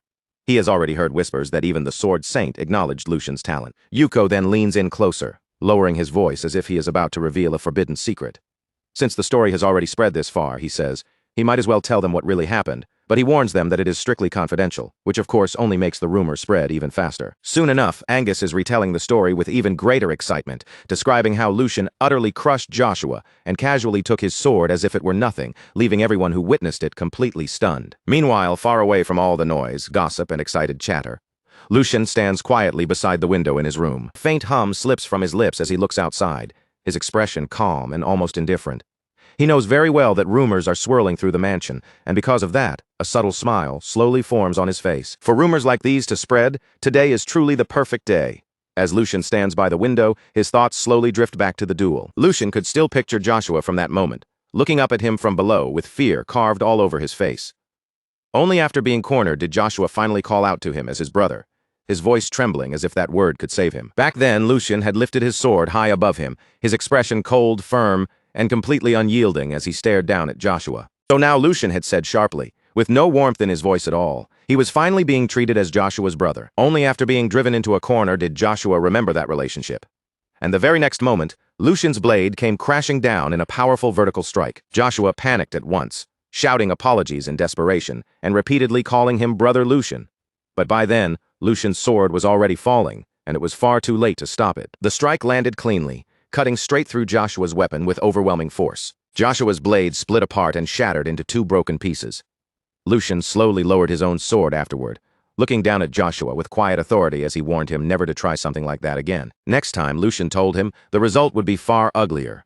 Those words alone were enough to break Joshua's remaining courage, and his legs gave out beneath him as he collapsed to his knees, trembling uncontrollably. Lucian looked down at him with a faint, grim smile and told him to learn his place. If Joshua understood, he should nod. And Joshua immediately nodded without the slightest hesitation. He nodded again and again, completely swallowed by fear, as if even a moment of delay might bring Lucian's blade down on him once more. Back in the present, Lucian's gaze slowly moved away from the window and settled on the document resting on the table. He figured that should be enough to keep those troublesome young masters quiet for at least a little while. With the internal tension temporarily handled, Lucian turned his attention toward a far more urgent matter. This time, his focus was on the issue surrounding Marcus Rogrand's house. Not long after, that very document was placed beneath the Duke's hand, while the two of them sat across from each other in the garden. The Duke studied the paper in silence for a moment, his eyes moving across the contents before he finally raised his gaze toward Lucian. He asked if this was the letter Lucian had received from Yuko, his tone calm but carrying the weight of careful attention. Lucian nodded and calmly explained that within a week, Yuko was expected to meet someone from the Logran faction in Vestra territory. At the mention of Vestra, the Duke's brow tightened slightly as he repeated the name with a faint frown. The Duke lightly tapped his finger against the table while thinking it over. Vestra had lost much of its importance over time, but it was still dangerously close to Kalovitz. After a moment, he muttered that the choice of location was absurd. Lucian agreed, explaining that the place had most likely been chosen for that exact reason. Because it had become less important, it could slip past the Duke's attention more easily, making it a perfect blind spot. The Duke fell silent for a short while, then looked straight at Lucian. He asked him to speak honestly and tell him the real reason he had brought this matter forward, reminding Lucian that he had already entrusted the entire affair to him. Lucian answered without hesitation. He needed power. The Duke's eyebrow lifted slightly at that, and he repeated the word back to him. The Duke then asked what kind of power Lucian was talking about. Lucian met his father's gaze directly, his expression steady and unreadable. Lucian explained that catching a beast in a trap did not automatically mean he had the proper tools to finish it off. The meaning behind his words was clear without needing to say much more. The Duke leaned back slightly, understanding Lucian's intent at once. so Lucian had come to the one person who possessed those tools. He studied Lucian carefully before adding that the decision was rational. However, for someone who claimed he wanted to prove himself, it sounded dangerously close to leaning on the Duke's authority instead. Duke then asked whether people would truly view the result as Lucian's achievement if he relied on someone else's power. Lucian remained silent, and the Duke continued speaking in a firm voice. A man earns his reputation by bringing down his prey with his own strength. If he cannot do that, then no matter how successful the result appears, it is still nothing more than a half-finished accomplishment. The Duke reminded Lucian that he had already given him both the authority and the opportunity to resolve this matter on his own. And yet Lucian had chosen the safer path. Suddenly, the Duke's hand struck the table with a sharp sound. He demanded to know if this was truly the best Lucian could do. Lucian lowered his gaze for a brief moment, carefully weighing his answer. Then Lucian lifted his head again, calm and unwavering. If that path guaranteed success, he said, then he would take it without hesitation. His voice did not shake in the slightest. He continued by saying that the royal road the Duke spoke of was only open to those who possessed overwhelming power. Everyone else had no choice but to move through the shadows beneath it. Lucian said that calling reckless bravery courage was nothing more than arrogance. Even if such recklessness succeeded, it would still remain reckless, and if it failed, everything would be lost. He paused for a moment, then added in a thoughtful voice that, to him, the true essence of a hunt was not the kill itself. What mattered most was what the hunter was trying to protect, and what he was reaching out to secure beyond the prey. Lucian gently plucked a nearby flower and held it between his fingers. If he could eliminate the threat completely, he asked, then why should it matter if others dismissed the method as half-baked? That being said, Lucian made it clear that he had no intention of pretending to be some noble saint either. If the person who claimed the credit one day could no longer even draw his bow, then the one destined to inherit that position would already be decided. The Duke listened without interrupting. Then, after a quiet pause, he let out a low chuckle and turned his attention back toward his cup, saying that Lucian's answer was sufficient. He admitted that he could not remember the last time someone had spoken to him like that, and he certainly had not expected such an answer to come from Lucian. A faint smile touched the Duke's lips. The Duke said that it was a good answer. A small sense of relief settled inside Lucian, but before he could relax fully, the Duke continued. A man, the Duke said, must carry conviction in the path he chooses. If he falters just because of a single word, then he will never achieve anything meaningful. Lucian asked if this had been a test, and the Duke confirmed it without hesitation. He had wanted to see whether Lucian would waver when pressured by authority. It was understandable to hesitate when one did not know the answer, he said. But no one would ever follow a person who could not protect his own convictions when it truly mattered. Someone like that was unfit to lead and unworthy of being called a man. Lucian reflected quietly, realizing that he had suspected something like this from the beginning. There were no easy shortcuts when dealing with his father. Even so, Lucian knew this conversation had gone in a favorable direction. When Lucian moved to ask about support for the operation, the Duke cut him off before he could properly continue. The Duke calmly corrected him, telling him to call him father. Then he continued, saying that he would give Lucian the tools he needed. However, sending a large force would draw too much attention, and the Rogrand faction would also be moving. That meant Lucian would have to move with a small elite group, just as the other side would. Lucian nodded in agreement, and requested a few skilled knights from within the family. The Duke looked at him for a moment, then gave his answer. He would lend Lucian the Black Lions. The Duke leaned forward slightly, his voice growing heavier. If Lucian wanted to understand the true burden carried by the one who sat in that seat, then he should go out and experience it for himself. 1 week later, Vestra stood as a hollow remnant of what it had once been.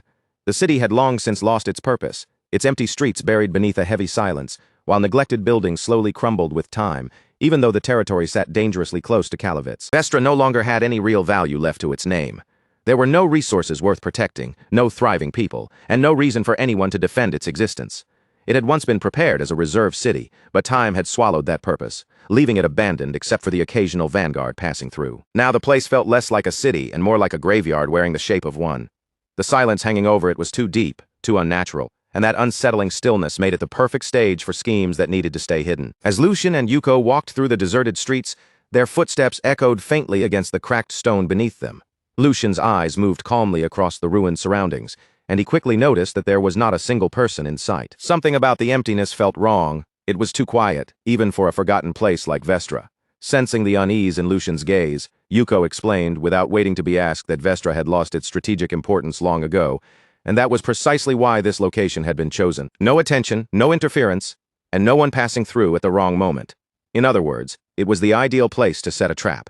As they kept moving forward through the lifeless streets, Yuko finally could not hold back the question that had been weighing on him. He turned his eyes toward Lucian, his voice edged with sharp curiosity, and asked how Lucian had managed to uncover the plan with such terrifying accuracy. Lucian paused for a brief moment, then let out a small, amused laugh. He casually pointed out that even Hans had known nothing about it, which meant all of Yuko's careful secrecy had been meaningless in front of him. But Lucian did not continue with a proper explanation. Instead, he brushed the question aside as if the details were not important right now. He said he would reveal the answer later. For the moment, there were far more important things to concentrate on, and before anything else, they needed to focus on the prey walking into their trap. Lucian's gaze shifted forward, calm but razor-sharp, as he asked whether the preparations had been completed properly. Yuko answered without hesitation, saying that everything inside the planned location had been arranged exactly as instructed. The layout, the goods, and every small detail mentioned in the false reports had all been perfectly replicated. From the outside, nothing would look suspicious, and there would be no reason for the target to hesitate. The enemy would walk in confidently, believing everything was exactly as expected. All the preparations were finished, and only one thing was left to confirm the reinforcements. Then Lucian's next question came in an unexpected direction. He asked whether relying on his father's support bothered Yuko. For a brief moment, the question caught Yuko off guard, but he quickly shook his head and denied it, because he understood perfectly well what was at stake. This mission could not be allowed to fail, and yet as his gaze dropped toward his own hand, a faint flash of frustration still surfaced. Quietly, he admitted the truth to himself. He simply was not strong enough, if only he had been stronger. Then this entire achievement could have belonged solely to Lucian without needing to borrow anyone else's help. Lucian listened to that unspoken frustration without interrupting, then casually placed a hand on Yuko's shoulder as if it were nothing dramatic. Lucian acknowledged that feeling but warned him not to let impatience cloud his judgment. They had only just begun, and losing direction this early would only slow them down. Growth did not happen overnight, and Yuko still had a long road ahead of him. Then, in the most casual tone possible, Lucian added that he had assumed Yuko was already around 30. The air instantly froze. Yuko's expression barely changed, but the atmosphere around him shifted sharply as he flatly corrected him. He was 23. A short, awkward silence followed. Lucian stood there visibly embarrassed, while Yuko stared straight ahead with a blank face and pointed out that 30 was still far away. Their age difference, he added, was not even that significant. Lucian awkwardly tried to smooth over his words, but Yuko immediately cut him off, making it clear that any further explanation would only make the situation worse. The strange tension lingered for a moment before Lucian quietly let the subject go, turning his attention back to their surroundings as his senses sharpened. The appointed meeting time was drawing closer, but there was still no sign of the reinforcements. Then, without warning, a voice sliced through the silence and called out to the third young master. Lucian and Yuko reacted instantly, their bodies turning toward the sound at almost the same time. Yuko drew his sword in one smooth, practiced motion, pivoting toward the voice with full intent to strike. But before he could actually launch the attack, the situation had already changed. A man appeared within reach before Yuko could move any farther, and with nothing but his bare hand, he caught the blade. The motion was flawless, almost unreal, and the pressure radiating from him was overwhelming. In a cold, detached voice, the man remarked that Yuko was far too slow. Yuko froze in shock the moment he heard it. He tried to pull his sword back, but the blade would not move at all. The grip holding it was absolute and unshakable, and for the first time, Yuko clearly felt what complete suppression truly meant. No matter how much strength he put into his arms, he could not make the sword budge even slightly.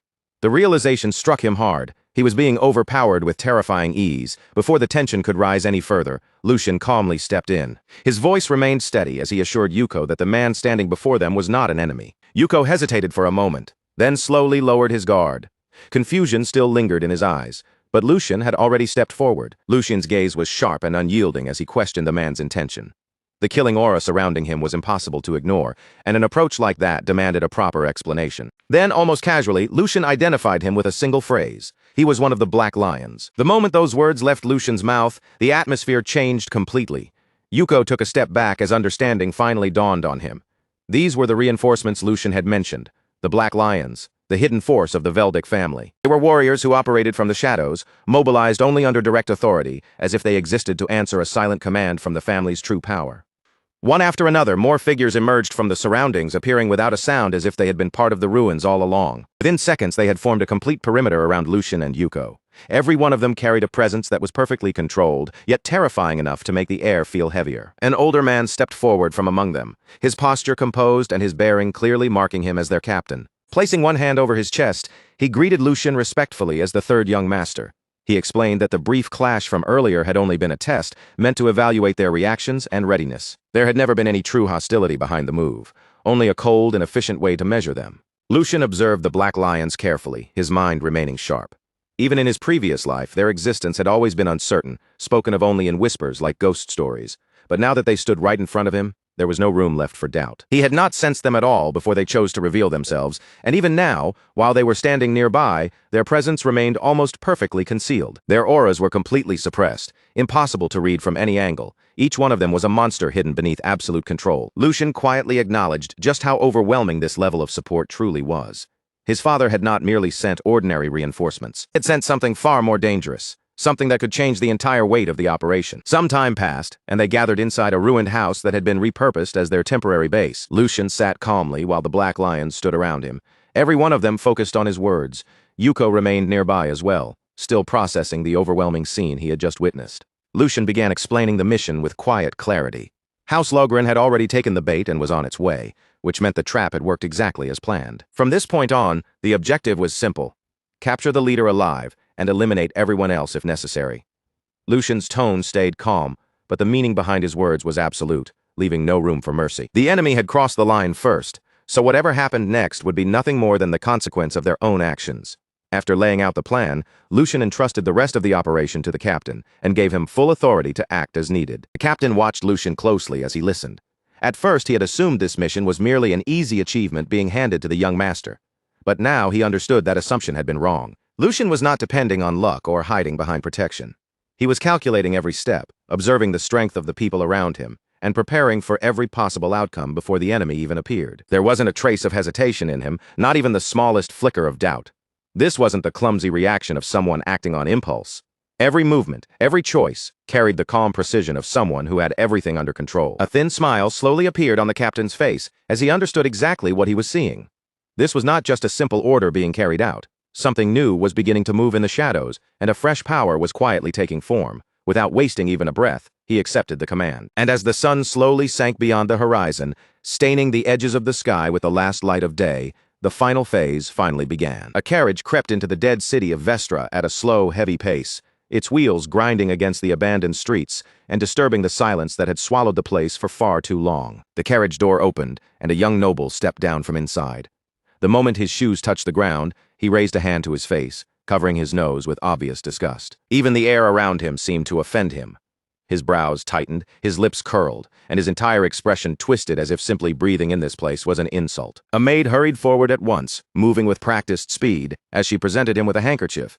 He snatched it up and pressed it firmly over his nose and mouth. The trip here had clearly already put him in a foul mood, and the sight of the city only made his irritation worse. In his eyes, Vestra was nothing more than a rotten, forgotten wasteland, a place so lowly it barely deserved even a glance from him. Had it not been for his father's direct orders, he would never have lowered himself by stepping into a place like this. Even so, his goal was simple. He planned to finish the matter quickly, turn around, and leave as soon as possible. But he had no idea what was already waiting for him. From deep within the shadows, unseen eyes had long since fixed on his every move. Not a single gesture escaped their notice. Every step he took was measured. Every movement silently followed.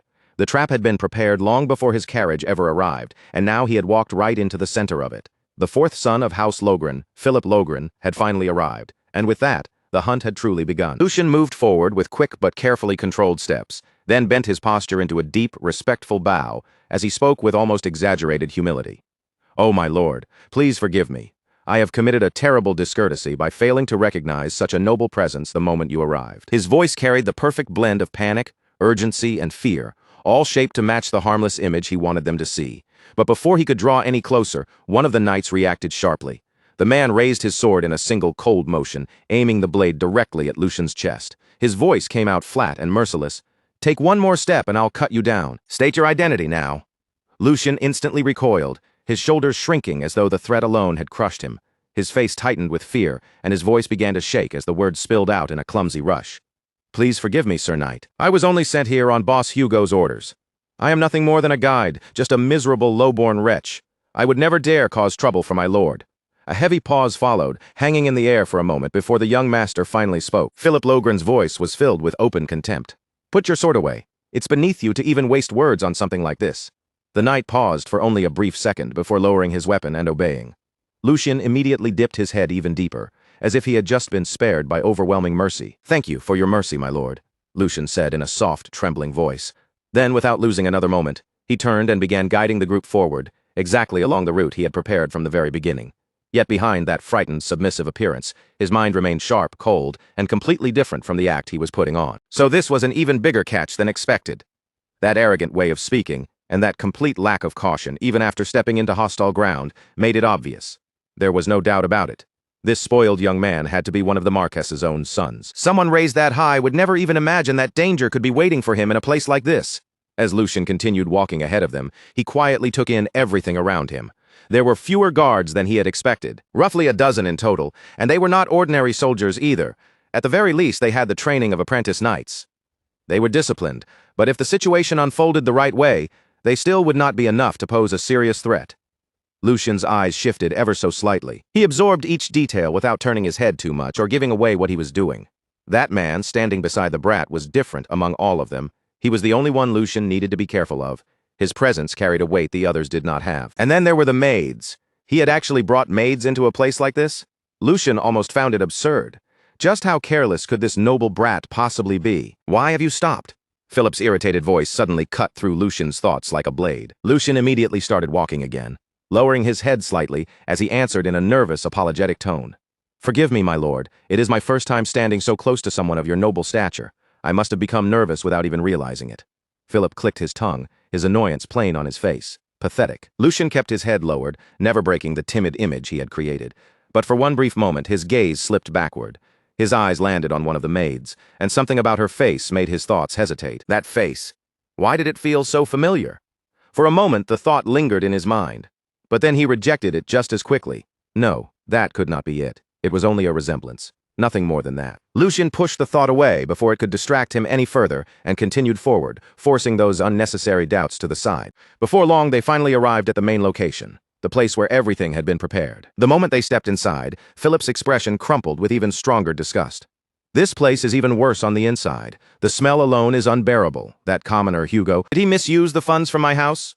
Was the outside only made to look acceptable? A calm voice answered without the slightest hesitation. What truly matters is what lies inside, wouldn't you agree? Philip's gaze snapped sharply toward the one who had spoken. And you are? The man stepped forward by a small measure, then offered a polite bow with steady composure. Hugo, the one in charge of this place. I greet you, my lord. The item required especially careful handling, so our preparations took slightly longer than expected. Philip narrowed his eyes and studied Hugo closely, suspicion clearly visible in his stare. Since you have shown yourself, I assume you have not done anything foolish. Hugo gave a quiet chuckle, completely unshaken by the accusation.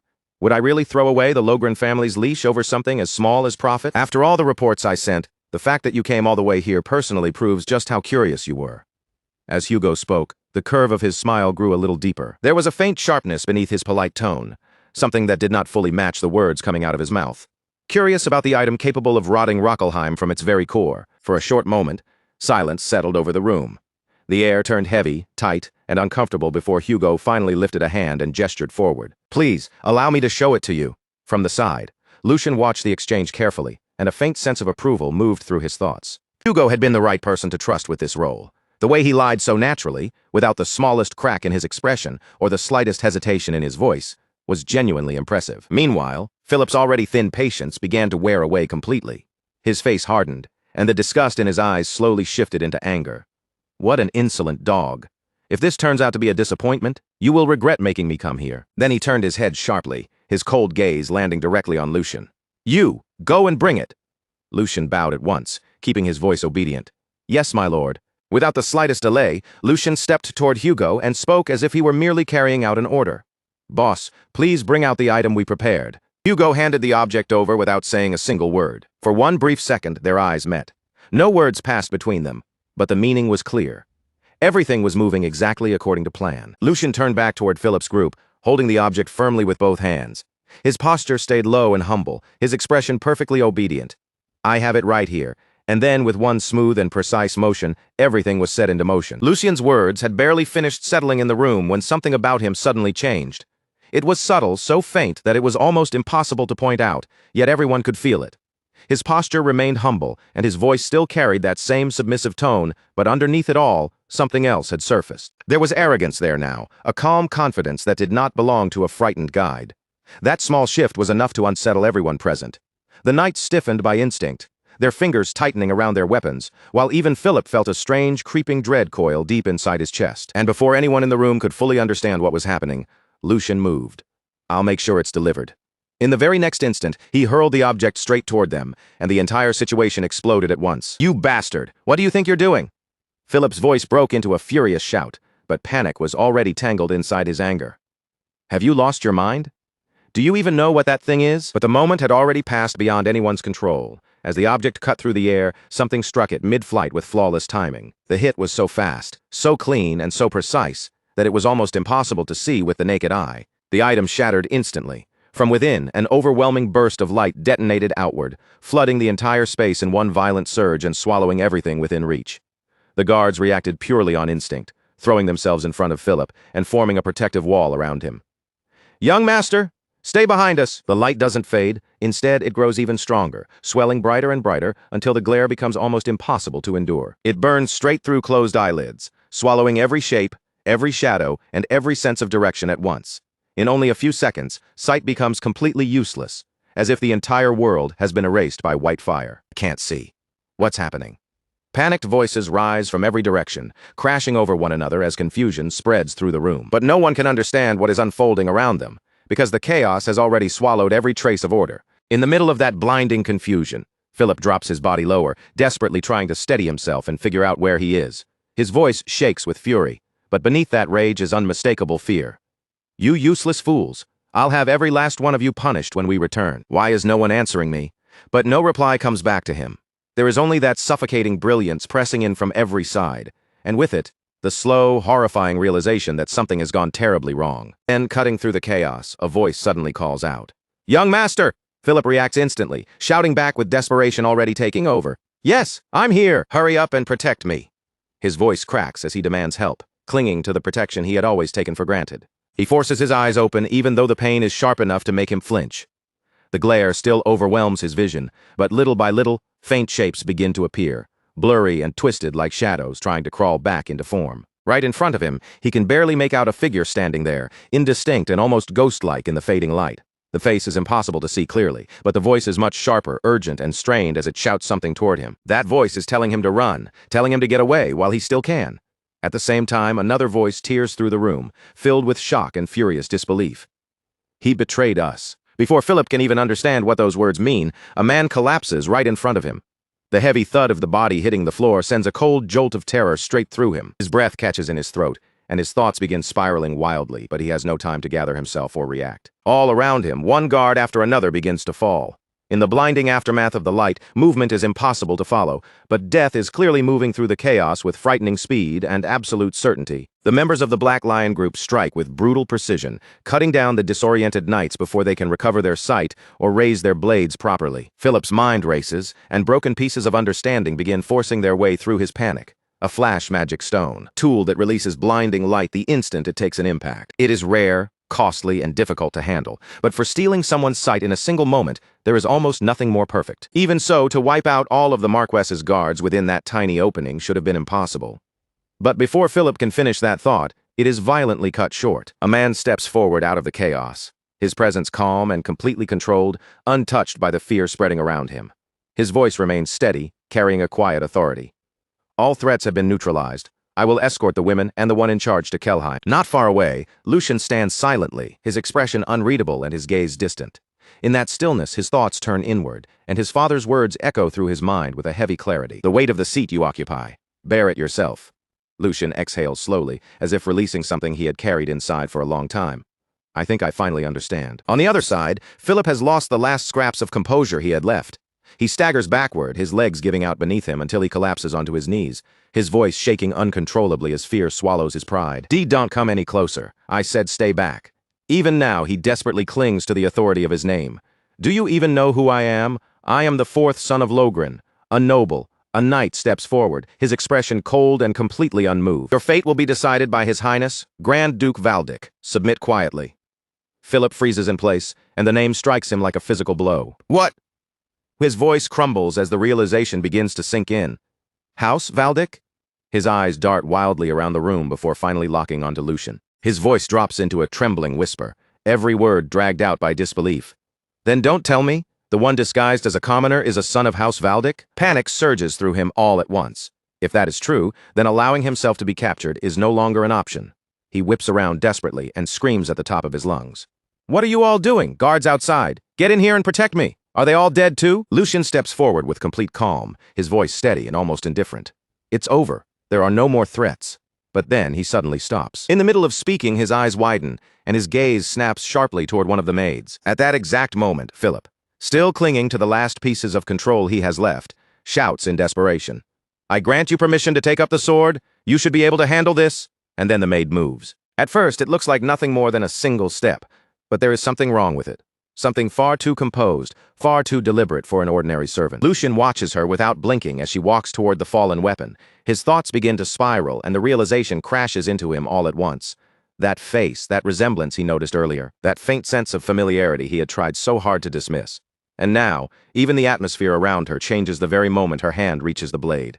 Lucian's voice sinks into a whisper. It is barely audible, yet filled with disbelief. This can't be. His eyes remain fixed on her as the truth settles over him, undeniable and overwhelming. Sword Demon. Felix. Is it really you? Then Philip Logren suddenly breaks away from the Black Lion group and rushes straight toward Felix, stumbling in his panic as he tries to reach him. The moment he gets close, he begins pleading desperately. "Get me out of here. If you do, I'll do whatever you want. I'll make sure you're no longer insulted for the lowly blood of your mother," as Philip says it. His voice is frantic, spilling out promises without dignity or restraint, practically collapses in front of Felix, trembling as he begs for his life. Then he continues in a panicked voice, "Say something. Isn't protecting me the whole reason you exist?" Felix, the sword demon, answers him coldly. "Shut your mouth if you want to live."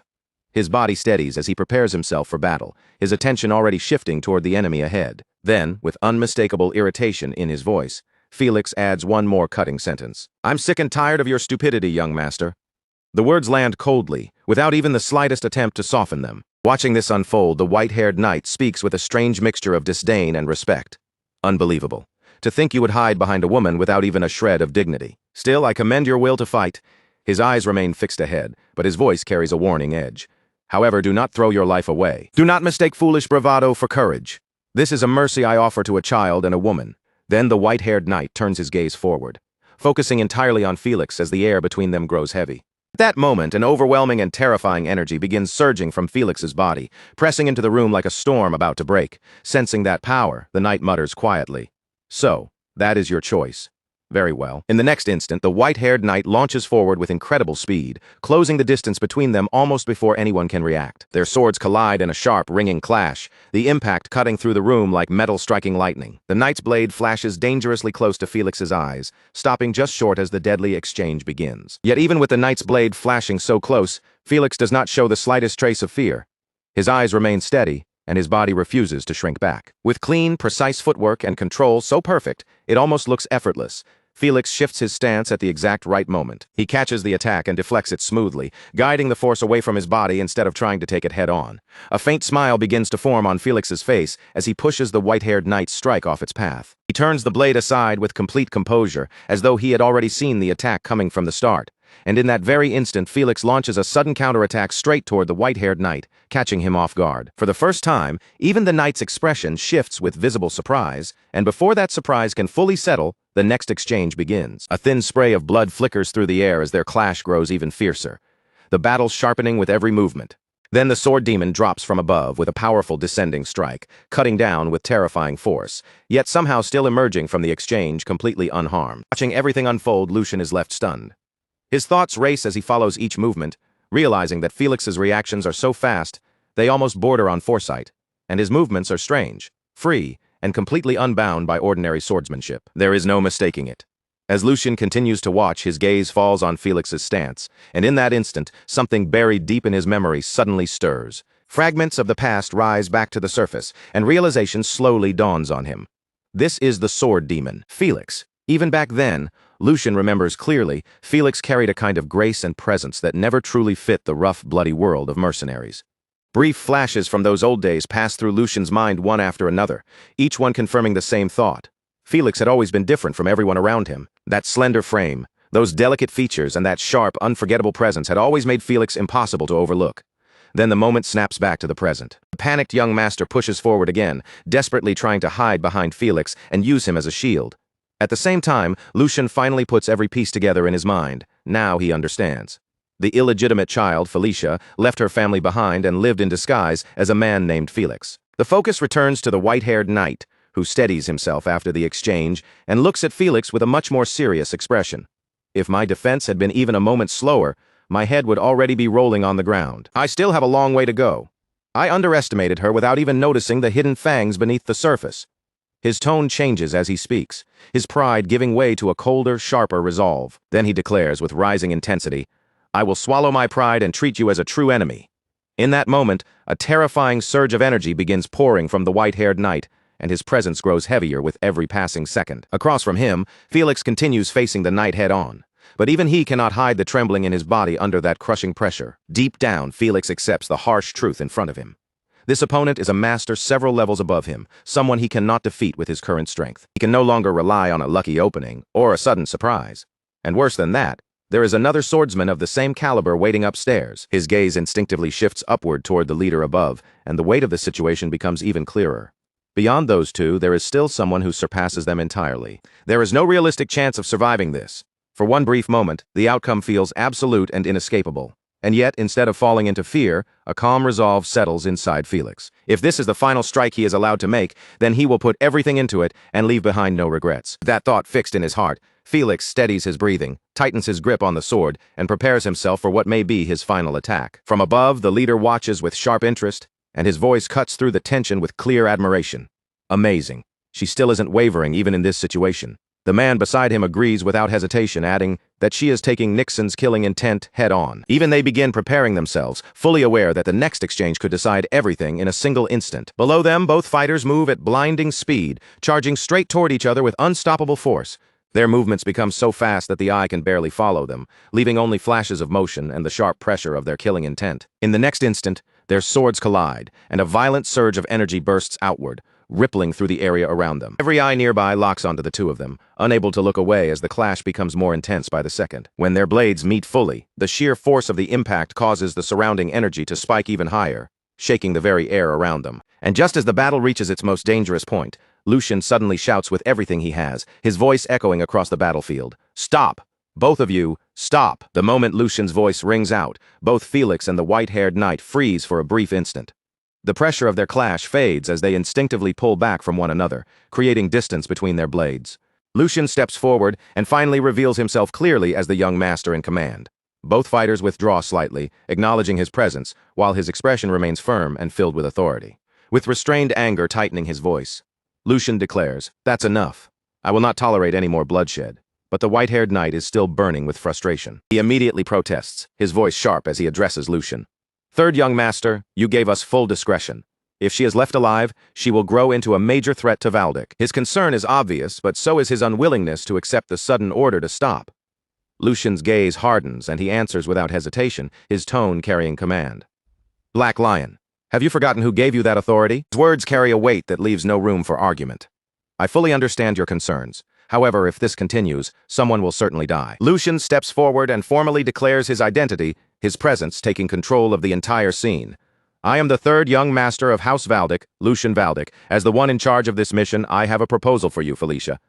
His eyes settle directly on Felix, now fully acknowledging her true identity. "Let us settle this matter with a duel between the two of us. If I lose, I will allow you to leave this place safely. However, if you are the one who loses, you will lay down your sword and surrender peacefully." Lucian stands perfectly still after making the offer, his presence calm and unwavering, as if the suffocating tension pressing down on the room has no power over him at all. Across from him, Felicia hesitates, clearly caught off guard by his sudden declaration.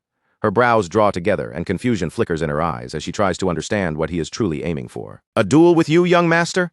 What exactly are you saying?" she asks carefully, her voice cautious but steady as she searches for the meaning behind his words. But before Lucian can answer, a harsh voice lashes through the moment like a whip. From behind them, Philip shouts with open irritation, his arrogance spilling out through every word. He barks at Felicia to stop hesitating and accept the duel immediately, insisting that her only purpose is to protect him. He mocks the guards who failed him, calling them useless, and then pushes even further, ordering her to prove that she is different, that she is better than the rest, and even better than her own mother. The instant those words leave his mouth, the atmosphere changes sharply. The quiet tension in the room snaps like a stretched cord. Lucian's calm expression disappears in an instant, replaced by something far colder, sharper, and much more dangerous. His eyes darken as he turns slightly toward Philip, and when he speaks, his voice is low, but it carries a terrifying weight. "Shut your mouth." The words land like a blade. He does not raise his voice, yet the fury beneath it is unmistakable as he warns Philip not to speak so lightly of those who died protecting him, and never to insult Felicia any further. Then, with a cold finality that made the entire room go still, Lucian added that if one more word came out of Philip's mouth, he would personally cut out his tongue. As he spoke, a crushing wave of killing intent poured from him, unseen by the eye, but impossible for anyone there to ignore. That pressure fell over everyone present like a heavy weight. The air turned thick and suffocating, as if even taking a breath had suddenly become difficult. This was no longer just anger. It was an absolute warning, clear enough that no one dared treat it lightly. Then, as if cutting through that deadly silence himself, Lucian stepped forward and raised his voice. It was not a shout of rage, but a declaration filled with firm resolve, meant for every person there to hear. He made it clear that whatever consequences came from this decision would belong to him alone, even if he lost, and that his promise was not something anyone should take lightly. His words echoed through the quiet, reaching the knight captains and Hugo, who now watched him with sharpened attention. With quiet pride and unwavering composure, he introduced himself in full as Lucian Valdic, the third son of House Valdic, and formally challenged Felicia to a duel. After that, Lucian took another step forward, his gaze steady as it settled directly on her. His voice softened just slightly, but the authority behind it did not weaken. He told her to draw her sword, not for anyone else's sake, but for herself. The weight of those words spread across the battlefield, and a deep silence followed. No one spoke, and no one moved, as if the entire world had paused to wait for Felicia's answer. In the middle of that stillness, a white-haired man moved closer to his master. His expression was tense with concern, and when he lowered his voice, there was clear unease in every word. He questioned Raymond, asking whether they truly intended to stand back and simply watch this unfold. He admitted that when he had crossed swords with Felicia earlier, he had not been fighting with full intent to kill. His goal had only been to subdue her, but even under those conditions, she had not merely blocked his strike. She had managed to wound him, he continued, explaining that while her swordsmanship clearly lacked the polish of formal training, that weakness did not make her harmless. Her raw talent, sharp instincts, and frightening perception more than made up for what she lacked in discipline. In his eyes, that natural ability made her shortcomings almost meaningless. He paused and looked between Lucian and Felicia, his concern growing even deeper. Judging by the third young master's current level, he believed there was no realistic path to victory. Lucian's courage was admirable, and his decisiveness deserved respect. But courage alone did not decide a sword fight. This was combat, and something needed to be done before the situation went too far. Raymond remained silent for a moment, his eyes fixed on the scene in front of him. When he finally answered, his voice was calm, composed, and unexpectedly firm. He did not deny the white-haired man's judgment, but he still chose to watch. "Just this once," Raymond said quietly, making his decision clear. They would observe how this duel unfolded. White-haired man frowned, unable to hide his confusion. What was that supposed to mean? Raymond's gaze shifted slightly, thoughtful but certain, as if he had already seen something the others had missed. He explained that when Lucian borrowed his sword earlier, Lucian had already spoken about the exact same things the white-haired man had only just realized. During that brief clash with Felicia, Lucian had already recognized her extraordinary talent and her sharp instincts. That meant he was not stepping forward blindly. He understood exactly what kind of opponent stood before him, and so Raymond reached his conclusion. For now, they would wait. They would watch without interfering. They would see what kind of outcome the third young master was trying to create, and what role Felicia would have in that outcome. As Raymond's words lingered in the air, Felicia quietly repeated the name in her mind, Lucian Valdic. To her, this young noble felt completely different from every other noble she had ever encountered. He had hidden his identity and disguised himself as a mere servant just to observe Logren's forces from the inside, and now he was stepping forward to fight a duel that, by ordinary logic, seemed completely unnecessary. Nothing about him made sense to her. The more she tried to read his intentions, the harder they became to grasp, slipping further away like smoke. Still, no matter how strange Lucian was, one conclusion remained firm in Felicia's mind. He was not someone capable of defeating her. Even so, she straightened her posture and spoke with quiet respect. She thanked him for granting someone like her this opportunity, and promised that if she managed to subdue him, she would accept the shame placed upon her and leave without a trace. She would disappear as though she had never existed at all. But Lucian did not hesitate for even a moment. His reply came instantly, cold but steady. If he was the one who subdued her instead, then she would come with him to Helheim. His eyes stayed locked on her as he spoke. He said it as if the matter had already been decided. Then he added that it seemed she had already made up her mind as well. With that, the silence around them deepened once more. This time the quiet carried the unmistakable weight of an approaching clash. The air between them turned sharp as Lucian and Felicia stood face to face. their gazes locked without wavering. Both of their bodies remained perfectly still, yet every part of them seemed ready to explode into motion at any second. This was no longer just an exchange of words. It was a battle waiting to erupt. Inside her mind, Felicia made her final decision. She did not want to leave any unnecessary wounds on him. She would neutralize him in a single strike. Her eyes sharpened and a cold glint flashed through them as her focus reached its peak. In the very next instant, Felicia moved. Her figure blurred forward with incredible speed, crossing the distance between them in the space of a heartbeat. Her blade sliced through the air in a clean, decisive arc as she launched a precise attack straight toward Lucian. But Lucian reacted just as quickly. With perfect timing, he raised his sword and met her strike head-on, stopping the attack before it could reach him. A flicker of surprise flashed through Felicia's eyes. He blocked her attack. The thought echoed sharply in her mind, but she did not allow herself to freeze. The moment Lucian tried to launch a counterattack, Felicia immediately sprang backward, creating distance between them with one smooth, fluid motion. Her landing was light and controlled, her stance already prepared for the next exchange, and her eyes never left Lucian for even a second. The duel had only just begun, yet the intensity between them had already climbed to a level where neither side could afford to underestimate the other. As the clash continued, a sharp and unsettling thought echoed through Felicia's mind. His breathing and reaction speed should not have been able to keep up with her movements at all, so how had he managed to block her sword? The question stayed with her, refusing to disappear, and doubt slowly began to creep in. But before she could reach an answer, her eyes widened slightly. In the next moment, Lucian was already right in front of her, closing the distance with terrifying precision. His sword came down without hesitation. Caught off guard, Felicia barely managed to lift her blade in time, struggling to block the strike. The impact sent a sharp jolt through both of her arms, forcing her to tighten her grip and steady herself. From that point on, the duel began escalating at a frightening pace. Their swords collided again and again in a relentless exchange, each impact ringing sharply through the air. Every clash seemed ready to scatter sparks, and despite Felicia's skill, she found herself being driven backward step by step. Every movement of Lucian's blade carried pressure, forcing her into a defensive position she had never expected to take against him. Amid the storm of clashing steel, Lucian's calm voice cut through with chilling clarity. He told her that the reason she was being pushed back was because she was exhausted after overusing her mana during the clash with the Black Lions. And even if she was conserving some strength just in case, the difference between them right now was still painfully clear. Before she could fully process what he had said, Lucian launched a powerful and lethal strike. The force behind the blow was overwhelming, far beyond what Felicia had expected from him. She gritted her teeth and fought to hold her ground, her body straining under the pressure as she blocked the attack. Then Lucian spoke again, his tone steady and almost chilling in its certainty. He told her that he knew her better than she knew herself. Her habits, her weaknesses, and even the flow of her sword's path were all clear to him. His words carried a weight that went far beyond simple confidence.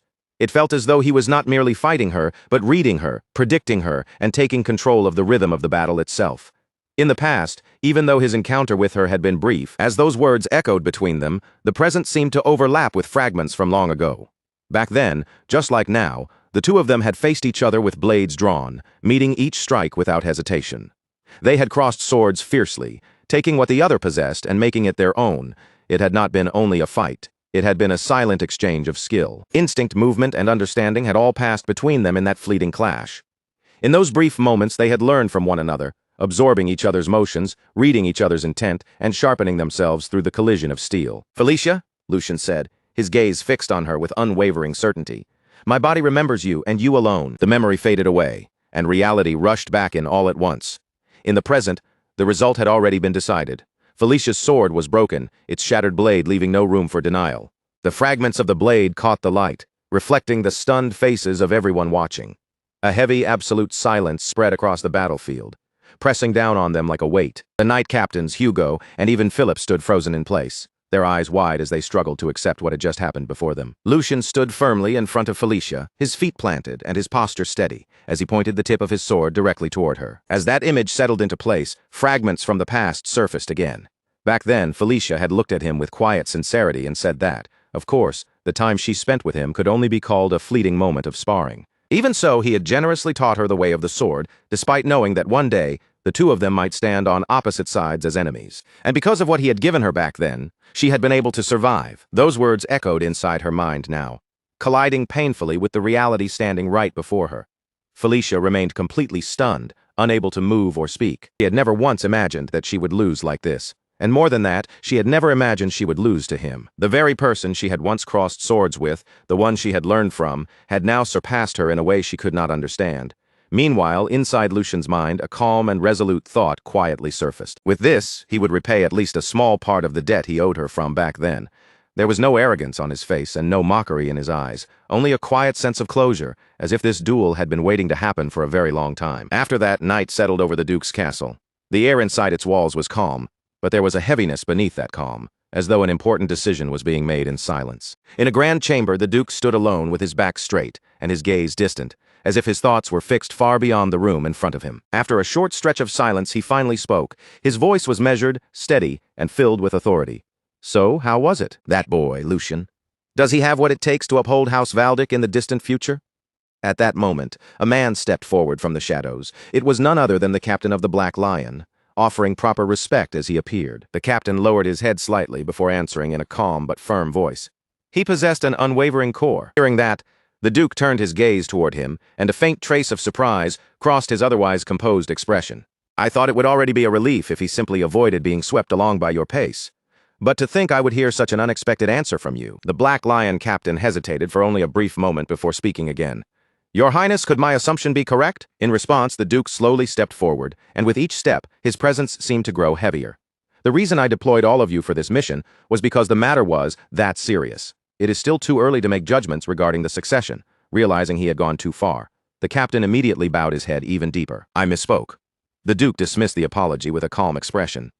It is fine. Assuming there was no exaggeration in your report, it must have been quite an impressive sight. As the conversation drew to a close, the Duke remained where he was, now holding a sheet of paper in his hand. His eyes moved carefully across its contents, but his expression stayed unreadable, as if the future itself had been pressed into those written words. After that, the Duke walked straight up to the Black Lion captain and placed a firm, almost familiar hand on his shoulder. His voice lowered slightly as he said, "If only for your sake." Hearing that, the captain let out a faint breath before replying. I suppose I can humor the boy for a while. The Duke's expression softened just a little, as another thought crossed his mind. Come to think of it, it has been quite some time since you and I last shared a drink. I recently acquired some fine liquor. Would you care to join me? It is the vintage you always enjoyed, so I imagine it should suit your taste. At those words, the Black Lion captain gave a small, knowing smile and answered, Your Highness, you may soon regret saying that. One night will not be nearly enough to hear the full story of this mission. Then the scene shifts to the following morning, when the darkness has lifted and the journey begins again. Lucian's entire team has already set out, leaving the area behind as they begin their return after successfully completing the mission. The atmosphere becomes more reflective as the events of the previous night settle into place. Right after her bout with Lucian came to an end, Felicia collapsed from exhaustion, the aftermath of pushing her mana circulation too far, finally catching up with her. To help her recover, Lucian sent Felicia and her maids ahead to a nearby city. Meanwhile, in another part of the group, Philip Logren was trapped inside his own thoughts. Dread filled Philip's mind as he imagined what waited for him. No, he was definitely going to be kicked out of the family. That fear gnawed at him, heavy and unavoidable. As for that man, the one who displayed the deep-rooted arrogance of a noble until the very end, Lucian forced him to dig his vassals' graves with his own 2 hands. What followed was a grim sight. Rows of graves stretched across the land, each one marking a soldier or knight who had lost his life that night. The air around the graves was silent and heavy, filled with the weight of death and loss. Lucian had done it all with one purpose in mind, hoping Philip would finally understand what it truly meant for a life to be extinguished. Lucian rode forward calmly on his horse, leading the group as they continued along the road. The morning air was quiet around them, but that fragile silence did not last for long. Suddenly, a loud, furious voice erupted from behind and shattered the calm. It was Philip Logren, shouting at the top of his lungs with unrestrained anger. Hugo, you bastard! I will never let you get away with this. Did you really think you could betray us and survive? Young Master Lucian, I demand to be treated as a formal prisoner of war. How dare you treat a son of House Logren with such disrespect? His voice was sharp, grating, and packed with arrogance, irritating nearly everyone forced to listen. Yet even then, Philip refused to stop. Are you truly intent on making an enemy out of us? Hearing all of this, Lucian slowly turned his head back, his expression calm but cold. Inside Lucian's mind, a single thought passed through with perfect clarity. Philip still had not understood the weight of what happened last night at all. After a brief pause, Lucian finally spoke. His voice was low, but the warning inside it was unmistakable. I will give you one piece of advice. If you want to keep breathing even a second longer, then you would be wise to watch what comes out of your mouth. There was no open anger in his tone, only quiet authority and a dangerous calm. Then, with unwavering composure, Lucian continued and made the situation painfully clear. This is a place where even your high and mighty father would not dare set foot. This is Kelheim, the heart of House Valdic. After that, the scene shifts forward, and what appears before them is nothing short of breathtaking. Ahead lies a vast and magnificent city, filled with life, scale, and grandeur. Rows of elegant buildings stretch into the distance, wide streets open beneath the morning light, and the lively atmosphere reflects the strength and pride of House Valdic. At the entrance stands a massive gate, towering over everyone beneath it, and with a deep, echoing sound, it slowly begins to open. Lucian is the first to move forward, riding his horse with calm confidence as he passes through the great gates. Behind him, Hugo and the knights follow in formation, escorting the captured prisoners along with them. The moment they enter the city, the silence breaks apart beneath the loud cheers of the people. Crowds gather on both sides of the road, their voices rising with excitement and admiration. It's Lord Lucian. The third young master has returned. He had crushed the wicked crimes committed by House Logren from the roots, and even dragged the one behind it all back alive as proof of their guilt. The moment he appeared, the crowd's excitement exploded. People surged toward the street, pressing shoulder to shoulder just to see him with their own eyes. Lord Lucian, please look this way. Their voices rang out one after another, eager and breathless. Some shouted even louder than the rest, their faces bright with pride, as if Lucian's victory belonged to the whole territory. And among the cheers, one name carried like thunder through the street. The lion had returned, the lion of House Valdic, Hugo. Hugo, seeing the crowd welcome them with such overwhelming passion, could only stare around in disbelief. His eyes moved from one cheering face to the next before he finally turned to Lucian, unable to hide his confusion. Young master, what exactly is happening here? Even while the cheers rolled over them like a storm, Lucian stayed calm, his expression barely wavering. In a low, composed voice, he answered, I did send a letter asking for a chance to reveal House Logren's atrocities, but it seems Father chose to support us far more openly than I expected. Then Lucian looked toward Hugo and spoke with quiet certainty. Stand tall and accept this welcome. This is the first great achievement you have earned. Those words struck Hugo deeper than any cheer from the crowd. A warm rush of joy rose inside him, and his chest slowly swelled with pride as he finally allowed himself to take in the weight of that moment. As the grand procession continued moving through the city streets, the celebration carried on around them, and the view slowly shifted away from the cheering crowd. Far above the city, from the highest point of a tower, the Duke stood watching everything unfold below. Beside him stood his butler, silent and attentive, while the Duke gazed down at the parade with a faintly thoughtful look. Perhaps I really am getting old, he murmured. To think I would arrange a victory procession simply because my son asked for one. The butler remained respectfully at his side, but his answer came without the slightest hesitation. Did young Master Lucian not accomplish something grand enough to deserve it? In my opinion, this procession is entirely justified. Then, with the same calm and steady manner, the butler continued. And beyond that, young Master Lucian's letter was not written merely to strengthen his own standing. It was also a calculated move to show the people of our territory House Valdic's firm resolve, while sending a clear warning to both the imperial family and House Logren. And your highness recognized that as well? That is why you allowed this procession to happen? As those words settled in the air, the Duke kept his eyes fixed on the city below, his expression gradually turning heavier. The movements aimed at shaking the empire were becoming far too troubling to ignore. Even the sun that had once seemed eternal, and even the lion's claws that had once looked impossible to break were now beginning to reveal unavoidable cracks. If I do not want to be swallowed by that current, the Duke thought aloud, his voice low, then I must sharpen my own blade even more than before. He spoke while staring far into the distance, as though his eyes were trying to pierce through the present and reach the uncertain future waiting beyond it. With that quiet heaviness lingering in the air, the moment slowly faded. The view then moved away from the tower and shifted to Lucian's room. The instant Lucian returned, he dropped straight onto his bed without even trying to sit properly. His body sank into the mattress, finally loosening after everything he had been through, and a tired breath slipped from his lips. Now I finally feel alive again. I never thought I'd miss this so much just because I got used to living like a noble. Still lying there, Lucian let his eyes close for a brief moment as his thoughts slowed down. Since the Grand Duke made time for a separate report this evening, I should have a little room to breathe until then. But what mattered even more was that this mission had brought in far greater results than he had originally expected. As he lay there, Lucian began sorting through everything in his mind, starting with the fact that he had secured Felicia much faster than planned. On top of that, the victory parade had wiped away the negative impressions surrounding him in one sweeping moment. It had also given Hugo a powerful reason to keep moving forward. And beyond all of that, Lucian had even managed to build a connection with the Black Lions. All of those separate gains, which had seemed scattered at first, were now beginning to line up one by one. Together, they formed a single stepping stone beneath his feet, just enough to bring him one careful step closer to the seat of power that had once felt impossibly far away. As that thought passed through his mind, Lucian suddenly remembered his former life, when he had lived as a mercenary instead of a noble son. A faint, almost amused smile tugged at his face as he imagined the old days. If those guys could see me now, he muttered under his breath, they'd probably be horrified. After resting there for another moment, Lucian suddenly pushed himself up from the bed. The softness in his eyes disappeared, replaced once again by a sharp, focused gleam. That's enough thinking things over. Now then, should I start preparing my next move? His mind began turning again, immediately. already reaching past the present and calculating what had to come next.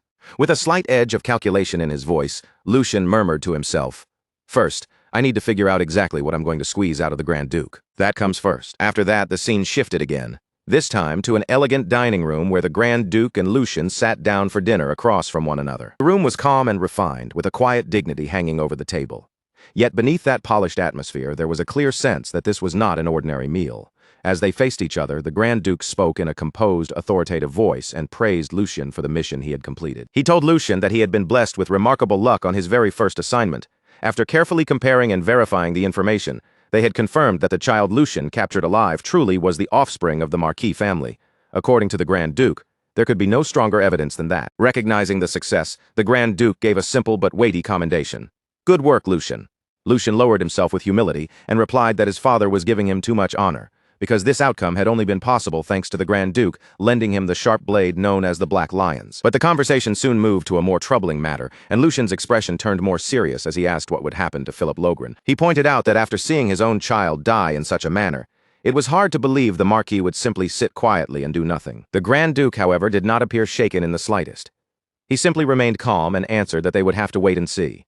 To him, Bernhard Logren was the kind of man who resembled a snake, cold, calculating, and perfectly capable of weighing even his own child against the benefit of his family. In the Grand Duke's eyes, as long as there was still one child left to continue the family line, the Marquis would not be foolish enough to move recklessly. Then he quietly dismissed Lucian's concern, telling him there was no need to burden himself with what came after this. Lucian had already done far more than enough for his part. With that matter set aside, the Grand Duke changed the subject and asked Lucian what he wanted as a reward for completing the mission so successfully. He noted that Lucian had gone out of his way to send a letter, which meant he must have wanted something more specific than a simple celebratory procession. Hearing this, Lucian gave a small, somewhat awkward smile and admitted that being asked so directly made him feel a little uncomfortable. Still, since the subject had already been brought up, he decided to make his request as humbly as he could. Before speaking, though, he paused for a moment in his own thoughts, wondering if he should truly say it out loud. Then, gathering his resolve, he began. For Hugo, who made a great contribution this time. But before he could finish, the Grand Duke cut him off with a single sharp word. "Impossible." The interruption came so suddenly that Lucian froze, completely caught off guard. Lucian looked at his father in confusion, visibly shaken by how quickly he had been stopped. "Father, I haven't even finished speaking yet." But the Grand Duke had already seen straight through him, and without hesitation, he said Lucian had been about to ask for Hugo to receive a knighthood. Was he wrong? The Grand Duke's expression did not change at all as he gave his answer in a firm, immovable tone. He acknowledged that Hugo had contributed this time, but made it clear that this single achievement could not erase everything else. Hugo's previous connection to the Marquis family was not something they could simply overlook. If Lucian had not stepped in and captured him, the Grand Duke said, Hugo would have continued down that path with them without hesitation. Lucian immediately pushed back, keeping his voice controlled even as urgency entered his words. He argued that this was only a hypothetical judgment, and what mattered now was the reality in front of them. Hugo had chosen to cooperate, and he had played a major role in making the mission succeed. But before Lucian could press the point any further, the Grand Duke cut him off again. Calling his name in a sharp tone, he told him that was enough. There was no room for argument in the Grand Duke's voice as he explained that a knight must forge his own honor and pile up merits so undeniable that no one could question them.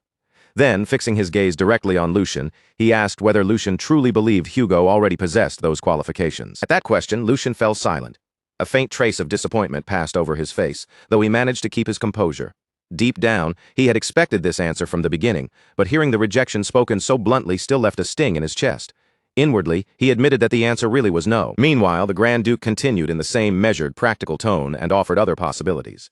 If Hugo wanted wealth, he could be rewarded with chests filled with gold coins.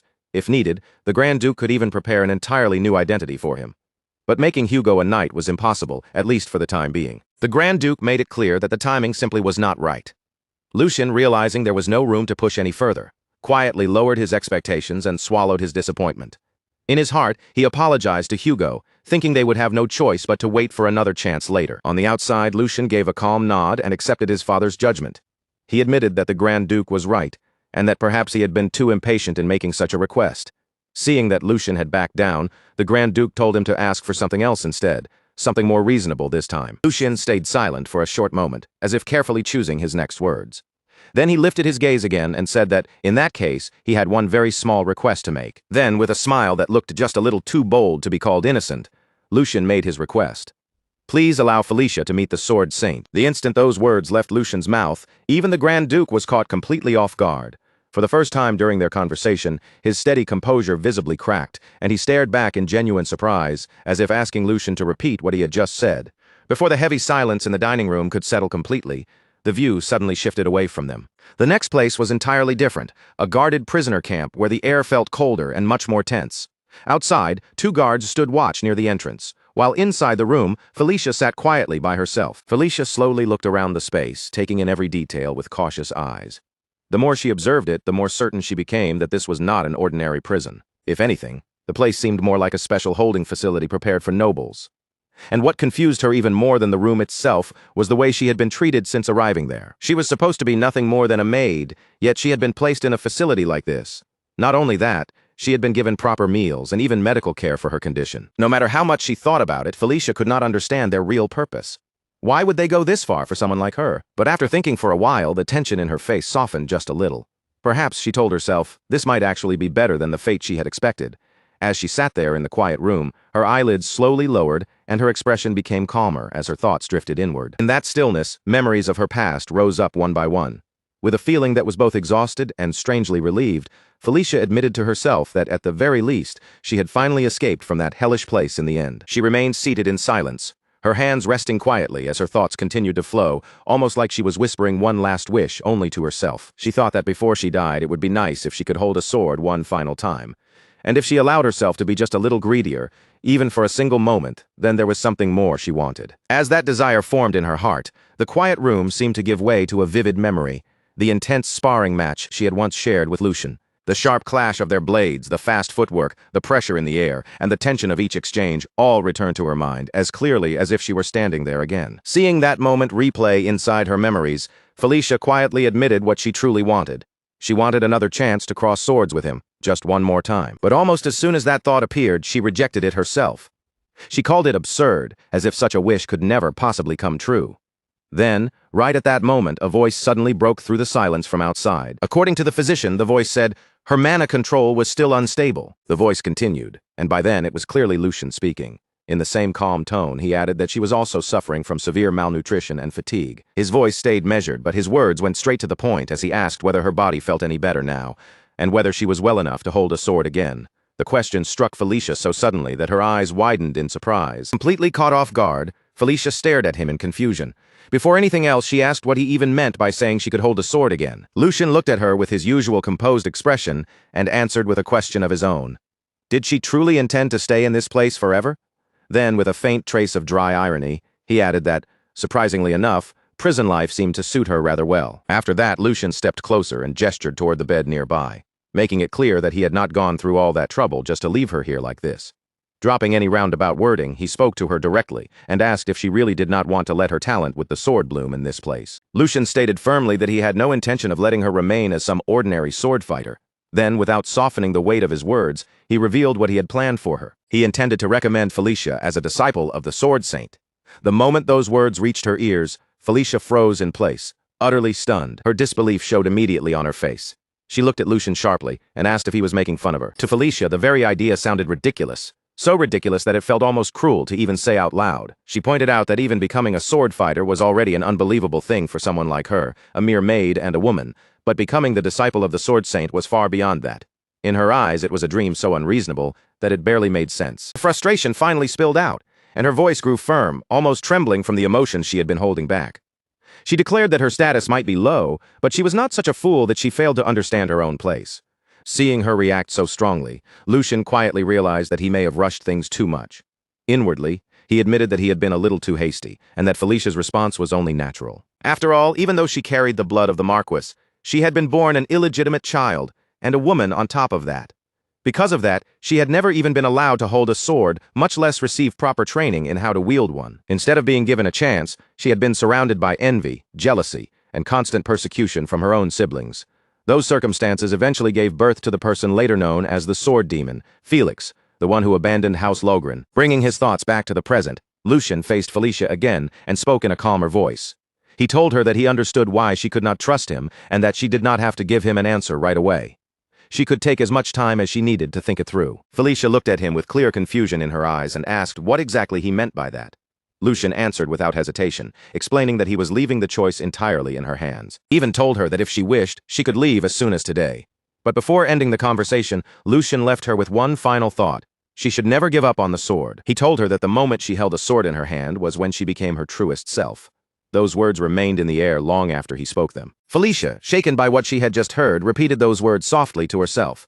Was she truly her real self when she held a sword, even though her own blood relatives had been the ones to take that right away from her? Then, raising her voice just a little, Felicia turned back to Lucian and asked something far more personal. Did she really have the right to do that? Was it truly okay for her to live only for the sword, without being tied down by anything else? Lucian met her question head-on, and there was not even the slightest hesitation in his eyes. He told her that if this was what her own will desired, then he swore it would become reality, staking that promise on the name of Lucian Valdic. That moment the view briefly slipped into the past. Lucian was speaking casually with Felix, asking what kind of dream he had. While other people might talk about living comfortably or proudly showing off their success, Lucian did not think Felix wanted anything like that. Lucian even offered a few possibilities, asking if Felix wanted to become a knight captain someday, or perhaps earn a noble title for himself. Felix's answer was different. He admitted that he had never thought about it too deeply before, yet if there was one thing he truly wanted, it was simple: to devote himself completely to the sword without being bound by anything. For him, that alone would be enough. After that memory faded, the view shifted to the training grounds, where Lucian walked forward with Felicia and Hugo at his side. As they continued ahead, Lucian noticed the Grand Duke standing in front of them with his butler beside him, almost as if they had been waiting there from the start. Slightly surprised by the sight, Lucian spoke first and asked what had brought him there. The Grand Duke answered calmly, saying that he had come to see the preparations involving the Sword Saint. Then he added, as if the answer should have been obvious, "Did you really think I would miss such an important event?" His presence alone made the atmosphere feel heavier. When his gaze shifted toward Hugo and Felicia, both of them immediately lowered their heads and bowed respectfully. With their posture straight and their voices careful, Hugo and Felicia greeted him together.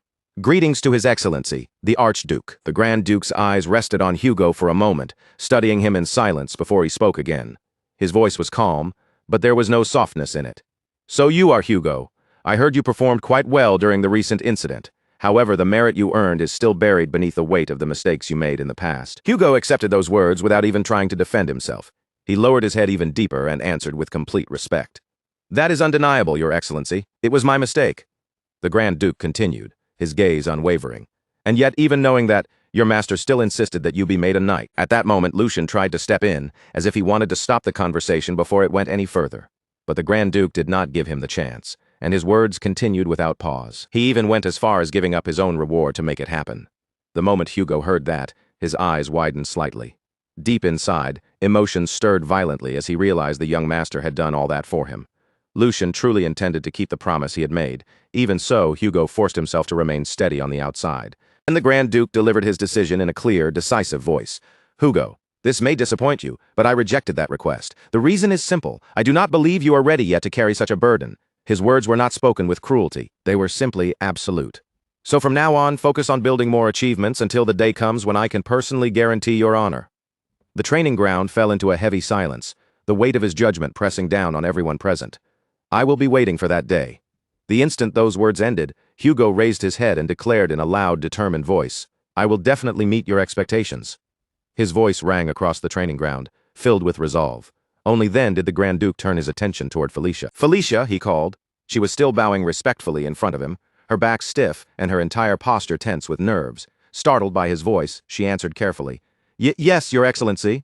The Grand Duke did not soften his gaze as he continued, his tone sharp and probing. "Since you were born and raised in that place, you should understand better than anyone what Lucian is putting at risk for your sake. The struggle for succession has not ended yet. If you fail to prove your value, the world will call Lucian a pathetic man who was blinded by lust." His words cut straight into the heart of the matter, and then he pressed her even harder. "Answer me. Do you truly believe you are worth that much?" Felicia's lips parted as she tried to gather enough courage to answer. Her body remained tense, and she looked as though she was just about to force the words out. But before she could say anything, Lucian stepped forward and cut in. "I will answer in their place." "Of course, Father. Is that all?" His voice was firm, steady, and filled with absolute conviction. He did not hesitate for even a heartbeat. "Her worth is more than enough. Everyone may doubt my choice and call me a fool. Even Felicia herself may still be uncertain. But all of that ends today." Lucian kept his gaze fixed forward, his expression unwavering as he continued, "Because today everyone will finally see it. They will see that she is a diamond in the rough, held back only by her status and her gender." Then Lucian turned slightly toward Felicia, and his voice became more direct, almost urging her forward. "What are you doing, Felicia? Hurry up and say that you're sure." And in that moment, Lucian finally understood. This was no mere coincidence. The Archduke had truly been waiting here for them, watching everything unfold from the beginning. Grand Duke remained silent for a while, his expression giving away almost nothing while his thoughts ran far deeper beneath the surface. He had come to see with his own eyes the vassal his son had chosen, hoping to give Lucian's first attempt at taking flight just a little more wind beneath his wings. That was the true reason he had appeared here. Then the Grand Duke broke the silence and spoke firmly to Lucian. "If you are that certain, then we shall see the answer with our own eyes. Prepare her to face the Sword Saint." Lucian's eyes sharpened the instant he heard those words. Without the slightest hesitation, he answered, "Thank you for your permission." In that moment, the determination in his expression was impossible to miss. His posture, his gaze, and even the air around him all seemed to carry the same unspoken feeling. "Thank you very much, Father." Then the view shifted again. Standing at the center of the training ground was the Sword Saint. He stepped forward with a calm presence that still felt overwhelming, and a faint laugh slipped from him. "Ha! Not only is the third young master here, but even the Duke himself." His words trailed off slightly as the Grand Duke approached him. The Grand Duke stepped forward and greeted him with a firm handshake. "In any case, this is an important event for our family. As a gentleman, I simply could not suppress my curiosity. My lord, please do not concern yourself with my son's reputation. Evaluate her as strictly as you see fit." Lucian also stepped forward, facing his master with unwavering determination. "I feel the same way. Only then will the promise we made truly have meaning." Hearing Lucian say this, a memory briefly passed through the Sword Saint's mind. He remembered Lucian once telling him that he would bring him a perfect student, someone truly worthy of receiving his teachings. After a short pause, the Sword Saint gave a slight nod. "If both of you insist on that, then I will take this very seriously." With that, Felicia stepped before him. Her body was tense, and even though she tried to stand properly, a faint hesitation still showed in her posture. The Sword Saint's gaze remained fixed on her, heavy, sharp, and impossible to escape. A moment later, the two of them stood facing each other on the training ground. Inside Felicia's mind, the weight of his presence pressed down on her. She could feel it clearly. This man truly was the Sword Saint. Just standing in front of him made her feel as if the very air around them had changed. Gathering her courage, Felicia straightened herself and spoke with respect. "It is an honor to meet the Sword Saint. My name is Felicia." But before she could properly finish her greeting, the Sword Saint slowly raised his sword and settled it with calm authority, cutting off her introduction before it could continue. His voice was cold, sharp, and absolute. "Your name does not matter. Let your sword speak for you." For a brief moment, silence fell between them as his piercing gaze seemed to look straight through her. "Your name can wait until later. Take up that wooden sword." At those words, the attention shifted slightly to the side, where Lucian and the Grand Duke stood watching in silence. The atmosphere tightened around the training ground, as if everything had been building toward this single moment. Lucian thought to himself that the real test had finally begun. Lucian calmly began judging the situation in his head. If Felicia could concentrate her mana into the tip of the wooden sword and push it deeper, then it should work. But if she relied only on brute strength, the task would become difficult. With proper mana circulation, however, there should not be any serious problem. Even so, a faint uncertainty remained in Lucian's mind. What would actually happen now? All he could do was watch and see. Across from them, Felicia tightened her grip around the wooden sword. A trace of nervousness still lingered inside her, but her determination burned far stronger. She understood that this was a chance that might never come again in her entire life. She told herself that she had to be careful. Taking a slow, steady breath, Felicia focused inward. If she concentrated mana into her hands, just like Philip had done, then maybe she could manage it. Bit by bit, she guided her energy, carefully following the method she had learned. And then, she succeeded. The mana moved exactly as she intended, without any major problem. A flicker of surprise flashed through her mind as she realized she had actually done it. For a brief moment, relief washed over her. But that relief quickly turned into uncertainty. Now that she had managed the first step, what was she supposed to do next? Just as that question rose in her mind, the Sword Saint suddenly spoke. "That is enough. There is nothing more to see." Felicia was caught completely off guard, and her eyes widened in confusion. "What? What do you mean? I did exactly as you ordered. I drew the sword." But before Felicia could continue speaking, the Sword Saint stepped forward and firmly seized her hand. His grip was steady and impossible to shake off. "The reason is obvious," he said, his voice calm but absolute, as if the answer should have been clear from the start. The Sword Saint tightened his grip slightly as he looked at her, his expression turning even more severe. "Your circulation shows that you ignored your internal condition out of fear of pain, and your mana management completely disregards the state of your own body." His voice became sharper, and every word landed with heavy force. "This is the typical result of arrogance, the kind seen in those who rely only on their natural talent." The Sword Saint paused for a brief moment, his eyes never leaving Felicia's face. Then he continued in the same unwavering tone. You are standing before the black lions with the body of a woman. So yes, there is no doubt that you possess talent. But talent alone is not enough. Flaws rooted in a person's character are far harder to correct than flaws in technique. His voice grew colder, pressing down on her like a blade. Is that explanation sufficient for you? Go back and properly understand the words of the master who taught you. The first thing you need to learn is how to listen. As he spoke, the sword saint turned slightly away, as though the matter had already reached its end. I have nothing more to say. But then Felicia's voice suddenly cut through the air. I never had the chance to have a teacher. Those words stopped him in place. There was no defiance in her voice, only a painful honesty mixed with quiet embarrassment. And I'm ashamed to say this, but I don't understand anything you just told me. I don't even know what circulation or mana management is supposed to mean. Felicia lowered her gaze slightly, her fingers tightening around the wooden sword in her hand. I only copied what I saw. I really am stupid, so please show me. For the first time, the sword saint's steady composure began to waver. What did you just say? He asked, slowly turning back toward her. Are you telling me that you did all of that by yourself, just from watching someone else, with no guidance at all? His brows drew together as disbelief crossed his face. That should be impossible. Did you not just use mana circulation to draw that sword? Felicia hesitated under his stare, clearly intimidated, but she still answered honestly. I only copied what my brother showed me when we sparred. I could feel the weight and speed of his sword changing. The sword saint's eyes narrowed as confusion began to mix with disbelief.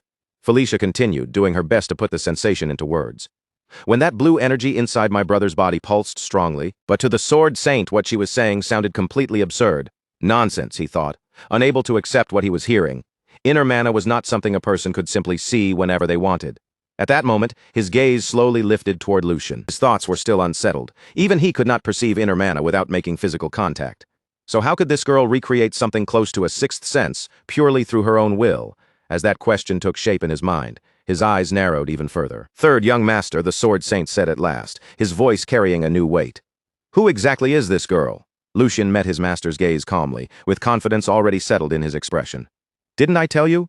I said I would bring someone with extraordinary potential, a true masterpiece of fencing talent. There was no hesitation in Lucian's words, only quiet certainty. And with that silent understanding hanging between them, the atmosphere on the training ground changed. The match between Felicia and the sword saint finally began.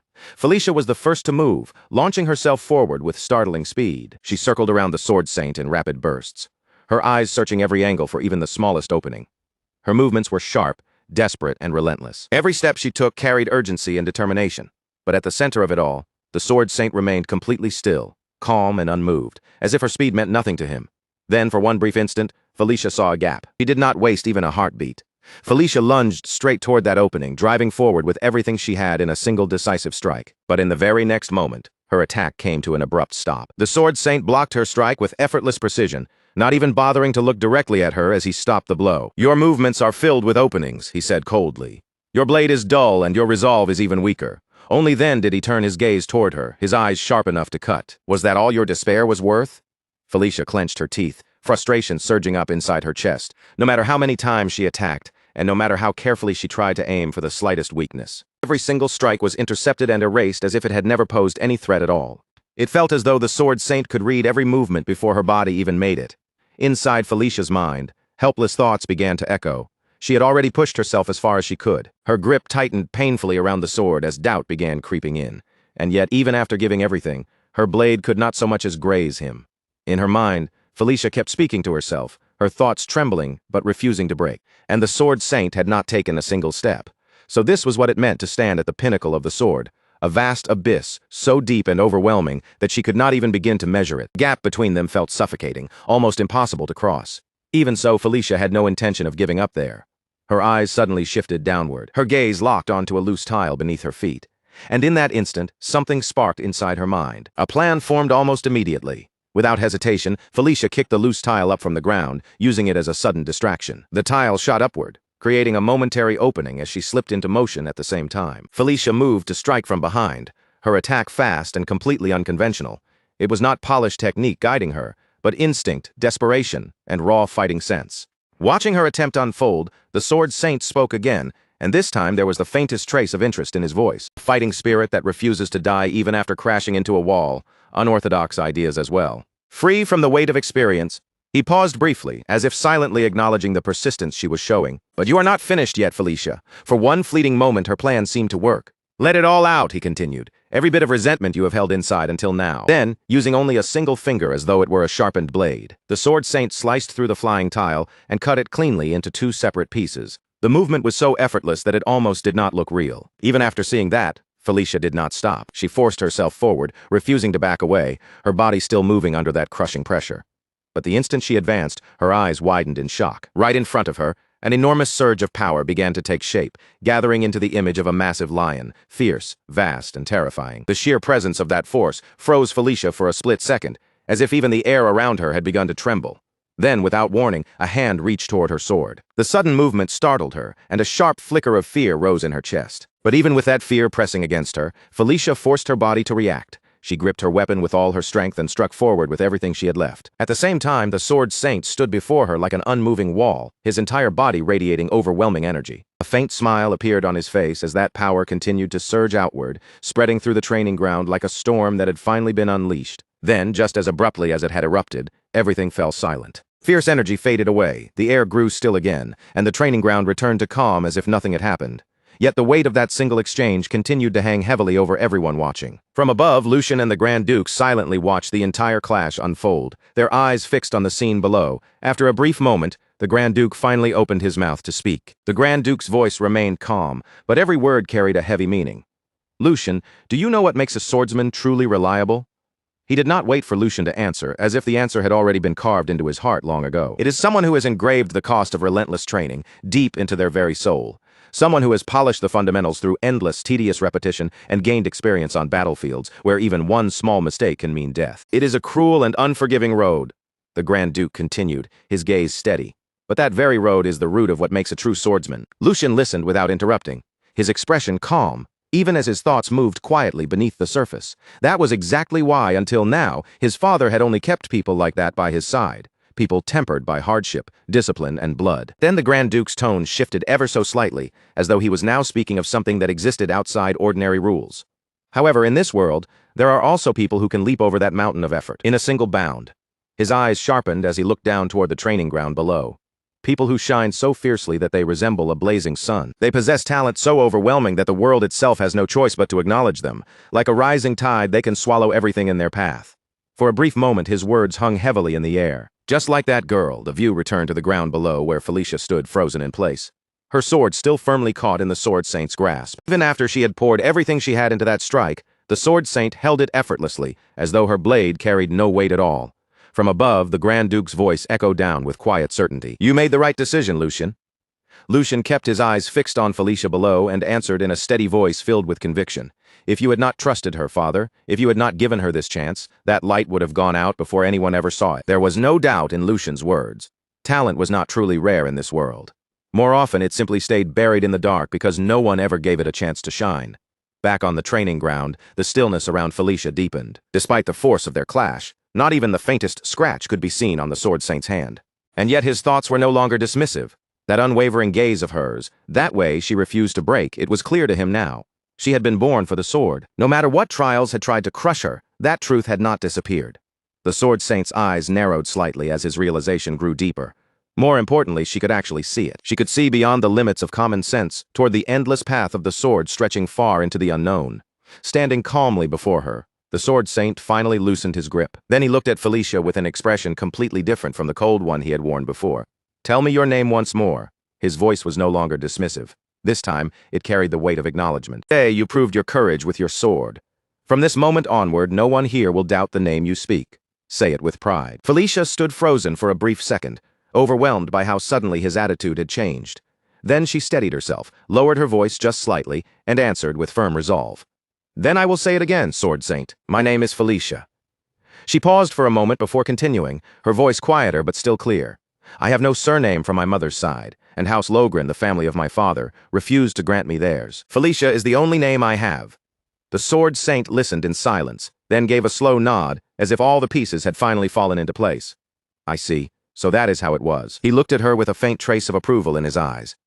"You held your ground very well, then." With firm clarity, he spoke the name that would change everything. "Felicia Brittner, from today onward, that will be your name." Felicia's eyes widened slightly. The Sword Saint continued without hesitation. From this day forward, I will take you in as my adopted daughter. I will teach you everything from swordsmanship to noble etiquette. His tone remained steady, but there was not the slightest uncertainty in it. It will be exhausting. Not a single moment of it will be easy. Are you prepared to endure that? Felicia did not hesitate. She immediately dropped to her knees before him. The sword saint gently placed one hand on her shoulder, and when he spoke again, his voice lowered with a rare sincerity. Felicia, I am a stubborn old man. I judged your character too quickly, and I spoke too lightly. He paused for a moment, openly admitting his own faults. There will likely be days when my pride and rigid beliefs clash against your free spirit. Then he looked directly into her eyes. When that happens, will you convince me with your sword? A faint smile touched the sword saint's face as he continued. I too will do my best to accept your sincerity through the blade. Our paths until now have been different, but our hearts beat for the same sword. His hand tightened slightly on her shoulder, as if sealing the bond between them. So, from this moment on, let us walk that path together. His voice carried both finality and the warmth of a new beginning. Felicia Brittner. After that, the night swallowed the scene, and rumors began to spread, as they always did, starting from the places closest to the source. In a dark and secluded area, a man urgently handed a letter to another person. His face was tight with tension as he spoke in a low, serious voice. Deliver this to the elders of the family. The future of House Toledo depends on it, so make sure it reaches them as quickly as possible. The man receiving the letter looked confused by the sudden urgency. Clutching the message in his hand, he immediately asked, My lord, what exactly do you mean by this? The other man answered slowly, his voice heavy with concern. I heard that the sword saint has finally taken a disciple. Until now, he has always remained neutral in every succession dispute, but the will of his disciple cannot possibly remain neutral forever. If the child backed by the sword saint chooses to support one side, then the balance within House Valdic will only be a matter of time before it is overturned. He paused briefly, and when he continued, his voice had grown colder. If the ship we boarded, the one named Geordie, can no longer carry House Toledo to greater heights, then it would be wiser to abandon it before it sinks completely. Instead, we should move toward the one who has recently built great merit and brought the Sword Saint's disciple onto his ship. That man is Lucian Valdic.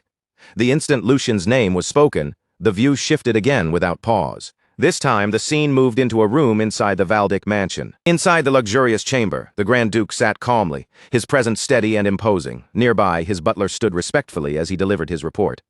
As your grace predicted, the butler said in a composed tone, not only have the elders continued sending letters of concern, but the maternal relatives of the young masters have also begun sending letters of their own. The head butler continued, and this time worry could be heard beneath his controlled voice. I have already taken measures on my end, but they are not the sort of people who will simply stand aside and watch. Would it not be better to act before these sparks spread any further? Even after hearing those concerns, the Grand Duke remained perfectly calm. His expression showed no fear, no hesitation, and no surprise. After a short silence, he finally opened his mouth and spoke in a deep, steady voice. If they truly intend to make their own children the head of the family, then they are exactly the type of people who will do anything, without even realizing that their actions are slowly ruining the very children they wish to elevate. The air inside the room grew heavier as the Grand Duke continued. Head butler, summon every child within the domain for a family dinner. If there are complaints, then all we need to do is offer them a fair opportunity. Is that not right? A cold, imposing aura began to spread from him as he declared his decision. A true man must know how to open doors with his own strength, and if he carries the name of Valdic, then he must speak with his own blood. We shall see who truly possesses the lion's fangs. Right after those words, the view shifted once more, moving into the quiet night inside the Grand Duke's mansion. At that same time, Lucian was walking calmly through the grand halls of the estate, accompanied by a servant at his side. As he moved forward with steady steps, the eyes of countless servants immediately turned toward him. Their faces were filled with shock and disbelief, as though they still could not fully accept the sudden change in the way everyone now looked at him. Then, almost at the same time, every servant lowered their head respectfully and greeted him in unison. Greetings to young Master Lucian. Lucian calmly looked over them without showing even the slightest hint of arrogance. In a composed and gentle voice, he replied, You have all been working hard. Do not mind me. Please continue with your duties. Lucian let his gaze drift across the servants gathered around him, taking in the way they stood straighter, and watched him with careful respect. Quietly, he thought to himself that it was not only the annex where he lived that had changed. Even here, in the main house where his father stayed, the servants' attitudes had shifted far more than he had ever expected. A small smile gradually tugged at the corner of Lucian's mouth, as the reason became clear to him. If everyone was treating him this differently now, then it could only mean one thing. His position inside the family had risen much higher than he had imagined. At the same time, another thought quietly surfaced in his mind. Until now, Lucian had believed that becoming a direct disciple by his own strength would already be enough to call a massive success. But the way he was being welcomed and respected right now was on an entirely different level, far beyond what that achievement alone should have brought him. And now that Felicia had actually met the Sword Saint, Lucian could not help but wonder what kind of terrifying existence she might grow into later. Just imagining her future potential was enough to make his thoughts pause. After moving through the long corridors for some time, Lucian finally reached the front of a large door, its heavy frame standing silently before him. He stopped there for a brief moment, calmly straightened his tie with his fingers, and gathered himself. Then another thought passed through his mind. Well then, it was about time he started handling the work that belonged to him as well. Without showing even the slightest hesitation, Lucian reached forward and pushed the door open. As soon as the door swung open, the mood inside the room came into view at once. The fourth young master was seated there, and beside him sat the second young master, Geordie. Both of their faces looked dark, stiff, and deeply displeased, making the pressure in the room obvious from just one glance. Lucian looked directly toward Geordie and calmly thought to himself that their expressions alone already said everything. Just as he expected, every one of them was wearing a long face. But even with that sour atmosphere waiting for him, Lucian did not look nervous in the slightest. He simply walked forward at a steady pace, heading toward his seat with his expression composed from beginning to end. Once he sat down, Lucian slowly looked around at everyone present, then opened his mouth with a polite smile. He said it was wonderful to see everyone gathered together like this after such a long time. Then, with that same pleasant look on his face, he added that it was truly a shame. Brothers found it so difficult to even look at one another these days. After that, his gaze settled on Geordie, as he asked if that was not right, Brother Geordie. Geordie's response came immediately. His face remained cold as he stared straight at Lucian, and his voice sharpened with warning. He said Lucian seemed rather pleased with himself because of everything that had happened recently. Then Geordie pressed further, asking whether Lucian truly believed luck would keep following him forever. Nothing had really changed, he warned, so Lucian would be wise to watch how he behaved. But instead of shrinking back under that warning, Lucian suddenly lifted his hands and began clapping softly, as if Geordie's words had genuinely moved him. A faint smile settled on Lucian's face as he replied that, as expected, the only person who truly cared enough to look out for him was his brother. He even asked how Geordie had known he had been feeling a little too excited lately. His tone sounded polite and harmless on the surface, but every word carried a thin layer of mockery hidden underneath. Lucian continued in the same calm voice, saying he completely understood Brother Geordie. Even if Geordie's words sounded harsh, Lucian knew everything he did was ultimately for his sake. As Lucian kept speaking without leaving Geordie room to cut in, the air in the room began to grow colder by the second. He then brought up the incident at the training grounds, saying that Geordie had decisively cut ties with Sir Henwhatever and had shown everyone the true dignity and judgment that a noble lord ought to possess. And that was not all. Lucian continued smoothly, mentioning the money that had been embezzled by the former headmaid, Jenny. Geordie had not only generously compensated her, but had even gone so far as to provide her with an additional allowance afterward. With that gentle smile still on his face, Lucian asked how he could possibly fail to understand such kindness from his brother. Then, as though a fresh thought had only just occurred to him, his eyes shifted slightly. Lucian suddenly spoke again with an innocent expression, saying that now that he thought about it, he wondered how Jenny was doing these days after all. He had stopped right before she died. The instant those words came out of Lucian's mouth, Geordie's face contorted with fury. The anger he had been desperately holding back finally burst out, and he slammed forward in rage. Geordie shouted Lucian's name, demanding how he dared say something like that. Meanwhile, the fourth young master sat silently and watched the entire exchange unfold right in front of him. Seeing Geordie being completely pushed around by Lucian's words, irritation rose in his chest. If second brother was just going to be dragged down this helplessly, then he should have simply kept his mouth shut. The fourth young master continued watching the situation deteriorate, and the frustration on his face became harder and harder to hide. Inside his mind, he angrily thought that Geordie was only helping Lucian build even more momentum at this point. He could not just sit there and allow that to continue. Unable to hold himself back any longer, he abruptly rose from his seat and shouted toward Lucian. He argued that second brother had only been telling Lucian to restrain himself in case his excitement caused him to make a mistake. Then he demanded to know whether Lucian really needed to answer Geordie with such sarcastic mockery. The fourth young master then ordered Lucian to admit his mistake to Geordie immediately. After speaking those words, he felt as though he had just stepped in and done something extremely important. In his own mind, he even believed he had successfully intervened and eased the tension. He thought he had only been trying to lighten the mood. But before that thought could even fully settle, Lucian's cold voice sliced through the room like a blade. Lucian said this was exactly why being nice to people was never worth it. The moment those words struck the air, the fourth young master's whole body went rigid. Cold sweat began sliding down his face, as Lucian slowly turned his furious gaze toward him. In a dangerously calm tone, Lucian said he had known they should have had a much deeper physical conversation that day. Then he told him to look at himself, because he still clearly had not come to his senses. The pressure filling the room became suffocating as Lucian continued. He asked whether the fourth young master truly could not read the atmosphere at all. Just because Lucian had let things pass, since he was the youngest, did he now think he could do whatever he pleased? Lucian then asked if he really wanted to be shown what true terror looked like. The moment the fourth young master heard those words, all the confidence he had shown a second earlier vanished. Fear spread clearly across his face, and he instinctively shrank back in his seat before nervously muttering, "Be brother." At that very moment, the door to the room suddenly opened. Before anyone could properly react, a heavy voice rolled into the room from the doorway. The voice said it seemed all of them possessed an excessive amount of vigor, so much that they could not even control it properly. The Grand Duke slowly stepped into the room, and with his arrival came an overwhelming presence that immediately pressed down on everyone inside. The moment he appeared, all three young masters straightened their posture at once and bowed respectfully, greeting their father in unison. The Grand Duke calmly swept his gaze across the room before speaking again. He remarked that seeing all of them raising their voices even during a rare family dinner was quite something. Then, without a hint of warmth in his expression, he added that yes, such vigor was certainly necessary. And then, still wearing the same unreadable look, he continued by saying that he had already been planning to send all of them to the battlefield anyway. The instant those words were spoken, the faces of all three young masters froze in place. Shock washed over them completely, because none of them had imagined those words would come from the Grand Duke's mouth at that moment. A short while later, everyone had taken their seats around the grand dinner table, but the atmosphere remained heavy and tense.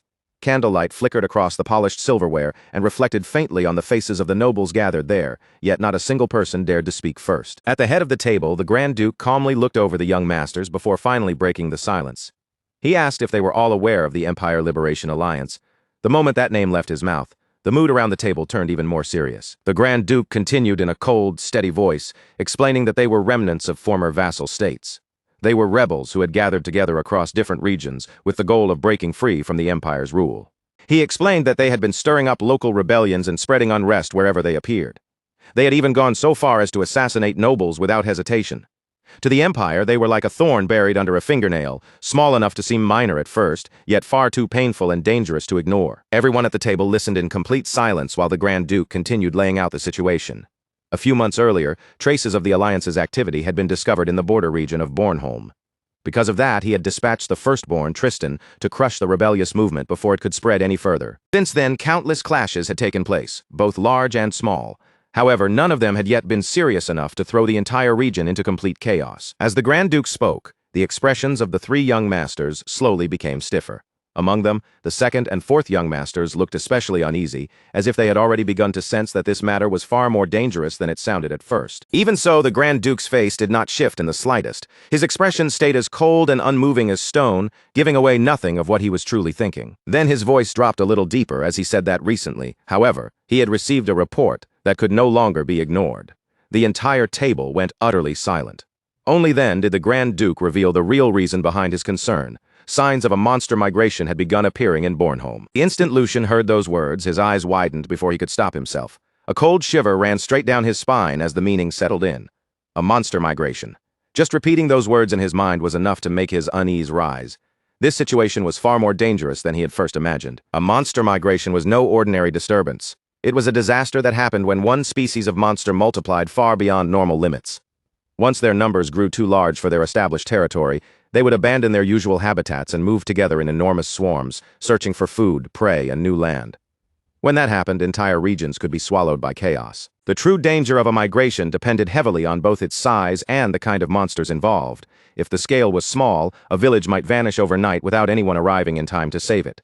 But if the outbreak was worse, then whole cities and border territories could be crushed beneath endless waves of monsters. Even seasoned knights and battle-hardened soldiers feared monster migrations, because once the movement began, stopping it was never simple. And now the first signs of that kind of catastrophe had appeared again. The worst monster migration ever recorded had been so devastating that it wiped an entire castle and 10 surrounding villages completely off the map. Thousands of people had died during that disaster, and the devastated land remained abandoned for years afterward, left behind with only fear and the lingering traces of monsters. After letting that grim weight settle over everyone at the table, the Grand Duke spoke again in a calm yet commanding voice, saying it was still too early to conclude that this was a full-scale monster migration. Everyone's attention immediately returned to him. He explained that the migration cycle usually occurred only once every 50 years.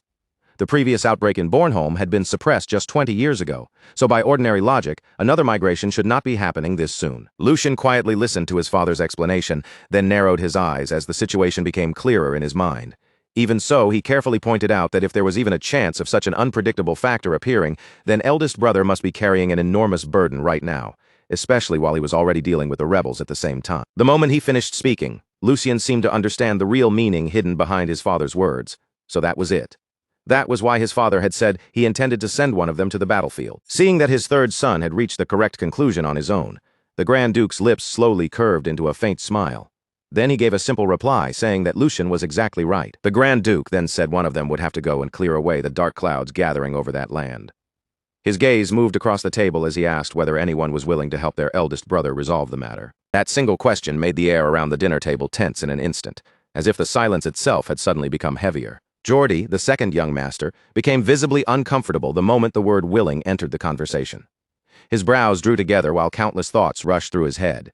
Volunteer, the word sounded nice, but he knew very well that this was not truly a choice. In his mind, Geordie knew there was no way any of them could actually take command away from eldest brother when Tristan already controlled the battlefield.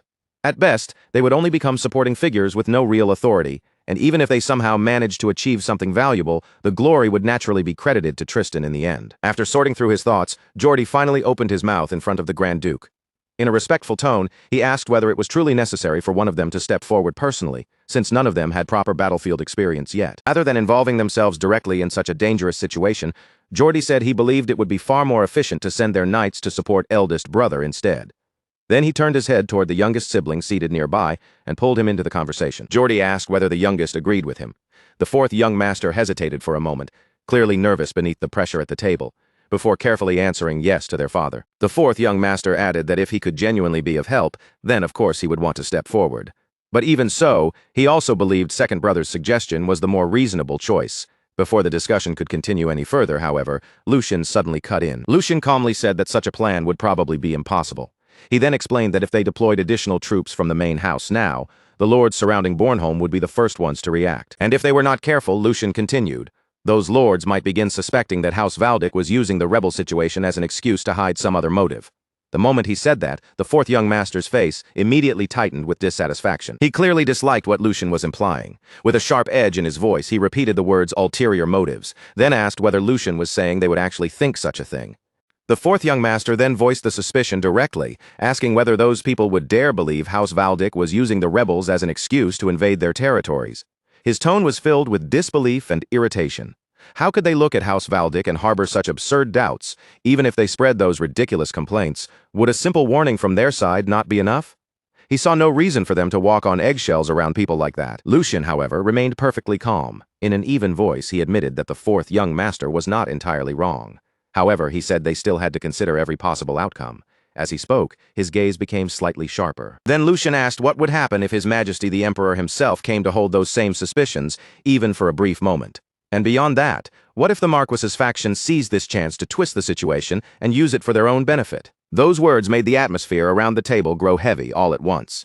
The Grand Duke slowly nodded in agreement, then firmly stated that Lucien was correct. He explained that even with the strong relationship their house shared with the imperial family, any large-scale movement of troops would inevitably make others uneasy. Furthermore, if the noble faction chose to use the situation against them politically, His Majesty would certainly be placed in a difficult position. The Grand Duke then folded his hands together, his sharp eyes sweeping over each of his sons. In a deep voice that echoed quietly through the dining hall, he asked what they suggested they should do now. Under the current circumstances, an official military deployment was impossible. At the same time, however, they still needed forces capable of responding immediately if some unforeseen development occurred. As he said this, the Grand Duke's expression hardened ever so slightly. What they needed was a method that could stabilize the region without spreading needless anxiety or tension among the surrounding territories. Silence followed his words, and all three young masters sank into thought, each trying to find an answer worthy of the problem before them. The Grand Duke demanded to hear their thoughts. Meanwhile, Lucien had already reached a clear conclusion in his own mind. If those were the conditions, then there was only one possible answer. The forces they needed had to satisfy several requirements at once. They had to be people with genuine combat experience, people who would move regardless of politics or personal interest as long as the pay and conditions were good enough. More importantly, they had to be natives of the region itself. They needed an armed force that could act without provoking unnecessary suspicion or controversy from the surrounding territories. And among all the options available, only one group fit those requirements perfectly. Lucien said they had to make use of Bornholm's mercenaries. His eyes narrowed slightly as he continued organizing the plan in his head. Even if the goal was only to gather those unruly groups together and keep them from scattering in every direction, the blood of House Valdic would still be necessary. Lucian's voice rang clearly through the dining hall as he volunteered for the position. Unlike the others, there was not even a trace of hesitation on his face. If anything, he almost seemed excited by the opportunity before him. The Grand Duke silently observed his third son for a moment. Then, 1 week later, the scene shifted to a large ship cutting through the cold waters on its way toward Bornholm. Sea wind roared around the vessel, waves crashed hard against its sides, and Lucian stood quietly on the deck beside Hugo throughout the long journey. Even during the voyage, Lucian remained lost in thought. As the cold wind brushed past him, he calmly reflected that the only thing truly capable of making mercenaries move was money. But Lucian also knew that money alone was never enough to truly bind people like them in place. A faint smirk appeared on his face as memories from both this life and his previous life surfaced one after another. Mercenaries were the kind of people who changed their words whenever the situation demanded it, then tossed aside yesterday's contract as casually as if it had become today's joke. That was the breed of people known as mercenaries, and Lucian understood their nature far better than most nobles ever could. After all, he had once been a mercenary himself. Even knowing that, he could not help but feel impressed by the brutal simplicity of their way of thinking. For mercenaries, survival came before absolutely everything else. To them, abandoning even their own employer the moment a situation turned hopeless was not considered shameful. In fact, that kind of cold judgment was often seen as the mark of a proper mercenary. Lucian's gaze drifted toward the distant horizon beyond the rolling waves. Of course, dealing with difficult personalities was nothing new to him. Managing a mercenary group itself was not the true problem here. Then his eyes narrowed slightly. There was only one reason his father had sent him all the way to Bornholm, and the image of one particular man immediately surfaced in his mind. First young master, Tristan Valdic. The moment Lucian thought of his eldest brother, his expression twisted with open annoyance. That bastard had absolutely no flexibility whatsoever. Painful memories from his previous life began rising in his mind one after another. From the guards' uniforms to the exact timing of their breaks, Tristan was the type of person who enforced every single rule with merciless precision. Even the smallest violation was enough to bring immediate disciplinary punishment. Back then, dealing with someone like Tristan had been exhausting beyond words. Lucian let out a quiet sigh. Considering Tristan's personality, there was no chance he would willingly negotiate with mercenaries who were trying to exploit the Empire's crisis for profit. But at the same time, Lucian understood the mercenaries themselves just as well, perhaps even better than anyone else in House Valdic. And because of that, he knew there was no way the mercenary groups would ignore an opportunity like this. With the situation shifting, political instability spreading, the threat of monsters growing, and desperate nobles willing to pay fortunes for hired blades, Bornholm had become exactly the kind of place mercenaries would swarm toward. For anyone who knew how to read the situation, Bornholm had become the perfect battlefield to make a profit from. In the end, Lucian's amusement only grew as the thought settled in. To him, this entire crisis looked less like a disaster and more like a banquet prepared just for him. A strange grin slowly spread across Lucian's face, and a sharp excitement flickered in his eyes. It had been a long time since he had been given a proper chance to show what he could really do. Just wait for me, he thought, aiming that grin toward the unseen mercenaries. You mercenary bastards! Standing nearby, Hugo quietly stared at his master with a deeply puzzled look, unable to understand the sudden change in Lucian's mood. What in the world had gotten into him all of a sudden? Not long after that, the ship finally reached the port and slowly came to a stop. As Lucian stepped down from the vessel and onto the port, a familiar figure was already waiting there to greet him with proper respect. Lucian immediately recognized the man before him as Sir Raymond, captain of the Black Lions. With a composed expression, he thanked him, saying that thanks to him, the journey had been extremely comfortable. Lucian gave a small nod, then said he had heard Sir Raymond had voluntarily applied to accompany this mission as well. The captain's expression remained confident as he answered him. Sir Raymond explained that since Lucian had taken on such an important assignment, he believed an escort suited to the mission would be necessary. Then he moved on to the current situation, saying that the members who had previously carried out the Vestra mission with Lucian had already arrived ahead of them. Those members were currently gathering information and assessing the situation in the area, so they would meet up with Lucian later at the designated rendezvous point. After giving that report, Sir Raymond respectfully asked whether Lucian would like to head directly to the first young master for the time being. Lucian answered with a light smile, telling him yes, and asking him to lead the way. But before they could move any farther, sudden shouts erupted from the nearby streets, cutting sharply through the air. Someone yelled that the bastards from the Empire Liberation Alliance were there and ordered the soldiers not to let them escape. A group of men was desperately running through the streets while armed soldiers chased them from behind with urgent footsteps. Panic quickly spread through the area as civilians hurried to get out of the way. Among the fleeing rebels, one man looked toward his leader with desperation written across his face. He warned that at this rate, it was only a matter of time before they were caught, then offered to stay behind and buy time so the squad leader could escape. But the squad leader rejected the idea immediately, snapping that he should not say something so foolish. He asked how long the man thought he could survive alone against House Valdic's soldiers. Then, in the middle of that desperate exchange, both men suddenly looked ahead. Standing in the distance was a young boy with the appearance of a noble, accompanied by only 2 escorts. One of the rebels noticed him and muttered darkly that there was a noble-looking kid right in front of them. The rebel quickly decided they would take down the escorts and use the brat as a hostage to buy themselves time. As soon as the thought formed, his hand moved toward the sword hanging at his waist. He told himself he would not make a single mistake. In the next instant, the rebel swiftly drew his blade and prepared to rush forward. But at that exact moment, Lucian had already appeared right in front of him. With the distance between them erased in an instant, Lucian calmly asked what exactly he planned to do. The rebel's eyes widened in shock. Lucian looked at him with a calm smile, almost as if he had simply stepped into an amusing game. Then he spoke again, asking why they did not let him join in on the fun as well. At the same time, a terrifying wave of energy began pouring from Lucian's body, crushing the atmosphere around him in an instant. The rebels froze where they stood, and the pressure bearing down on them became so suffocating that even breathing felt difficult. After that, the lingering mist slowly spread across the battlefield, curling through the tense air, while Lucian remained standing calmly in front of everyone. His sword rested quietly in his hand, and despite the calmness of his posture, the pressure surrounding him made the entire scene feel frozen in place. The very man who had tried to attack him moments earlier could do nothing now except stare in complete shock, unable to process what had just happened before his eyes. At the same time, the squad leader tightened his grip on his sword and shouted in confusion, demanding to know what this meant. But before anyone could properly respond, another man behind him called out to him nervously, his trembling voice revealing just how much fear had already taken hold. Deep inside his mind, the squad leader had already realized the horrifying truth. Lucian was not an ordinary child at all. Just thinking about how their squad leader had been subdued in a single strike, without even being able to react, sent a chill through his entire body. And even worse, Lucian had done it with nothing but a scabbard. The thought hit them like a hammer. He was a monster. As that realization sank in, the atmosphere grew unbearably heavy, and everyone present began to understand just how overwhelming Lucian's strength truly was. On the other side, Lucian quietly lowered his gaze toward his sword, calmly feeling the immense power flowing through every part of his body. A faint smile slowly appeared on his face as he muttered to himself. So this was what it felt like. His eyes gradually sharpened as he focused on the sensation. His body moved exactly the way he wanted it to, and his fully recovered heart burned inside him with the force of a volcano. The mana responded to that heart and spread through his entire body, releasing a level of power that could not even be compared to what he had possessed before. The pressure around him continued to rise higher and higher with each passing second. It felt as though the mana inside Lucian was overflowing without end, turning his very presence into something terrifying. Lucian briefly looked down at his own hands, studying the strength now resting within them. Then, in a cold whisper, he said this body's performance was beyond anything he had imagined. Immediately after that, the remaining 2 men began slowly backing away in fear, while hurriedly pulling out their swords. They tried to ready themselves for battle, but the terror in their eyes was impossible to hide. Their hands shook so badly that their blades barely looked steady, and neither of them could understand how they were supposed to fight someone like Lucian.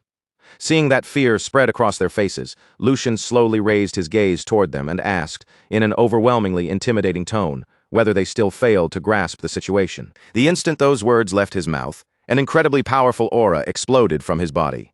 The air itself became unbearably heavy under the weight of his presence, making it hard for everyone nearby to breathe. Fear swallowed the 2 men completely, as Lucian stared straight into their eyes and coldly declared that there would be no more warnings. His terrifying pressure continued crushing them from every side, and his cold gaze alone shattered what little fighting spirit they had left. Then, in a calm but commanding voice, Lucian ordered all of them to get on their knees. The moment that command echoed across the battlefield, the 2 men dropped their swords to the ground, without the slightest hesitation. The metallic sound of their weapons hitting the earth rang strangely loud in the suffocating silence. One of the men lowered his head as his entire body trembled, desperately thinking that Lucian was an opponent they could not endure for even a single moment. For the sake of their great cause, they had to survive first. The fear of death had already consumed them completely, leaving nothing behind but desperation. A few moments later, the squad leader finally opened his mouth with defeat written all over his face. He said they surrendered, that they would cooperate, and begged Lucian to spare them. Panic filled his voice as he continued pleading, asking for mercy, if only for the sake of their innocent children. After those words were spoken, the atmosphere around them grew even quieter, and Lucian silently looked them over. He carefully watched every movement and every emotion they tried to hide. Even though they had surrendered, he could still sense killing intent leaking from their bodies. The hatred and resentment buried deep inside them had not disappeared at all. Lucian's gaze slowly shifted toward the nearby children. In their eyes, he could clearly see resentment and anger burning quietly beneath the fear. This was why war always left such a bitter aftertaste. There was no pride in this kind of victory, only the painful reminder that hatred kept being passed from one generation to the next. Without saying anything more than necessary, Lucian calmly returned his sword to its proper position. Then he looked directly at the surrendered men and declared that as long as they fully cooperated, he would make sure they were formally tried in a court of law. He warned them not to try anything foolish unless they wanted to make their situation even worse. His words carried both authority and a clear threat beneath the surface. It was obvious that Lucian had no intention of showing meaningless cruelty, but it was just as clear that he would not tolerate betrayal. Shortly afterward, soldiers of the Empire began approaching from every direction to secure the surrendered rebels. The clatter of armor and the heavy sound of footsteps filled the battlefield as the men were surrounded one after another. At that very moment, an armed man stepped down from his horse and slowly walked toward the scene. His presence alone carried the dignity and authority of the Empire. Looking toward the captured rebels, he spoke in a stern, unwavering voice, addressing them as citizens of the Empire. He said it was only right that they be judged according to proper procedures. That was a right they could demand, regardless of their status. And it was one of the foundations that supported the Empire itself. For a brief moment, his words sounded as if he truly intended to grant them fairness and justice. However, his expression soon turned cold as he continued. He said these men were no longer ordinary citizens. The atmosphere grew heavy again at once. Then, with absolute conviction, he declared that the moment they pointed their blades at the Empire, they became nothing more than rebels. And for rebels, there was only one verdict: execution for all of them. The man who had just arrived was then revealed to be none other than Tristan Valdic, the first young master of House Valdic. The instant that merciless judgment rang across the battlefield, the rebel captain, the very same team leader who had already thrown down his pride and surrendered, was swallowed whole by rage, as if every last thread of restraint inside him had snapped at once. His face contorted with raw hatred, his eyes bloodshot and furious, and in the next breath he spun around sharply, reaching into a hidden place where he had kept a concealed knife all this time. With that fury blazing in his gaze, he lunged forward like a man who no longer cared about living or dying, screaming at the top of his lungs, "By what right do you bastards think you can judge us? Wasn't it your empire that crushed us, exploited us, and trampled over us first?" All the resentment he had buried for years, all the suffering he had endured, burst out through his voice in one violent wave. But even as those words tore across the field, Tristan Valdic remained perfectly still, calm as stone, without the slightest flicker of emotion. None of the rebels' accusations seemed to reach Tristan at all. His cold expression did not shift by even a fraction, as though in his mind the man's death had already been decided long before the knife was ever drawn. And then, in the very next heartbeat, Tristan finally moved. His strike came so fast and so clean that the eye could barely catch it.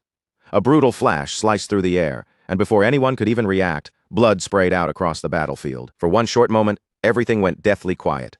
Then the rebel leader's body crashed heavily to the ground, covered in deep wounds from head to toe, making it painfully clear he had been cut down instantly before he ever had a chance to fight back. The two remaining men froze in horror as they watched their squad leader fall in such a savage way.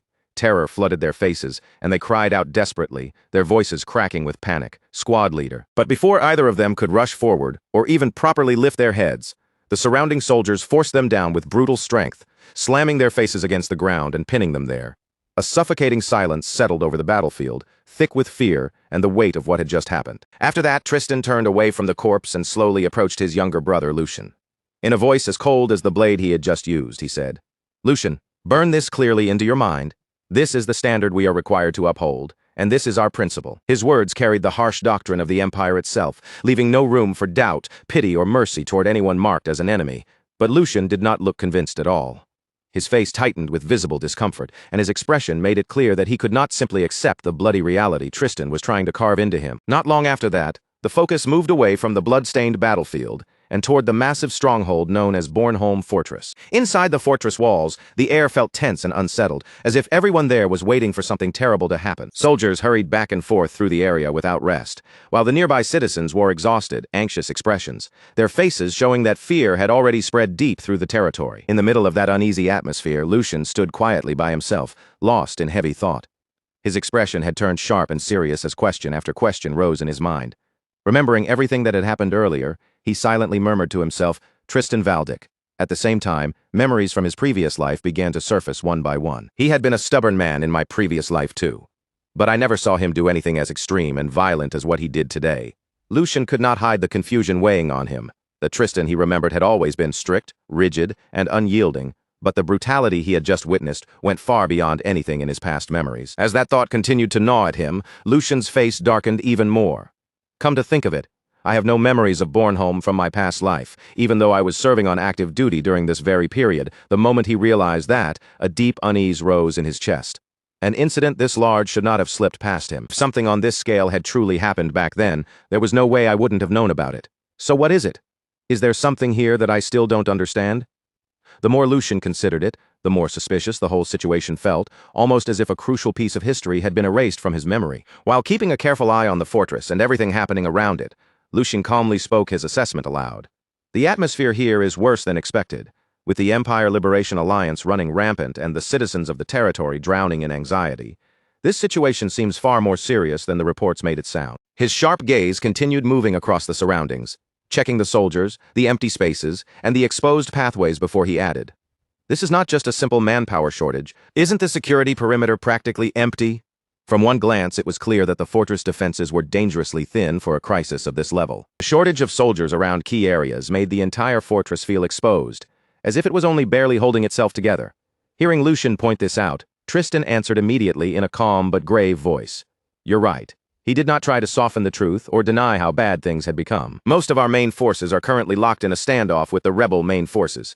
The Empire had already committed the bulk of its military power elsewhere, leaving Bornholm dangerously weakened." Tristan then continued, "The troops left here are barely enough to maintain public order. The soldiers who remained were clearly being stretched to their limits, and keeping the territory stable was becoming harder by the moment." Then Tristan revealed another serious problem pressing down on them. "That is why we hired mercenaries to fill the gap." But as he said it, his expression grew noticeably colder. "They're ignoring the contracts they first agreed to and are now demanding new negotiations." Greed and opportunism had clearly made the situation even more unstable. Tristan narrowed his eyes slightly and finished in a low voice. "They plan to use the Empire's danger as leverage so they can line their own pockets." After listening to Tristan's explanation, Lucian fell silent again. His face stayed composed, but inside he had already grasped the real flaw behind the way the problem was being handled. "That's nothing more than the logic of nobles," he thought to himself. "That kind of thinking would never work on mercenaries. Nobles might care about honor, authority, pride, or loyalty, but mercenaries lived by a completely different rule. To them, survival and profit came first, and war was simply another chance to earn money." Lucian slowly turned toward Tristan and spoke his thoughts calmly. "To them, this probably just looks like a chance to make a fortune then." With complete certainty in his voice, he added, "They simply don't realize that you have no intention of negotiating with them again." "Brother," Tristan answered without even the slightest pause. "At least not here while I am the one in command." His tone was as firm and cold as ever, leaving no room for argument. Even with the fortress under pressure and the Empire facing danger on every side, Tristan had no intention of lowering imperial authority just to appease greedy mercenaries. After that, he looked straight at Lucian and added, "Even with things being the way they are, I do not expect much from you." The words came out bluntly, almost dismissively, as though Tristan still did not truly believe in Lucian's ability to handle anything important. Then he continued in a practical tone, "You were probably half forced into coming down here anyway." It was obvious that he assumed Lucian had only appeared because of political pressure or their father's orders. Tristan then laid out the simple role he expected Lucian to take.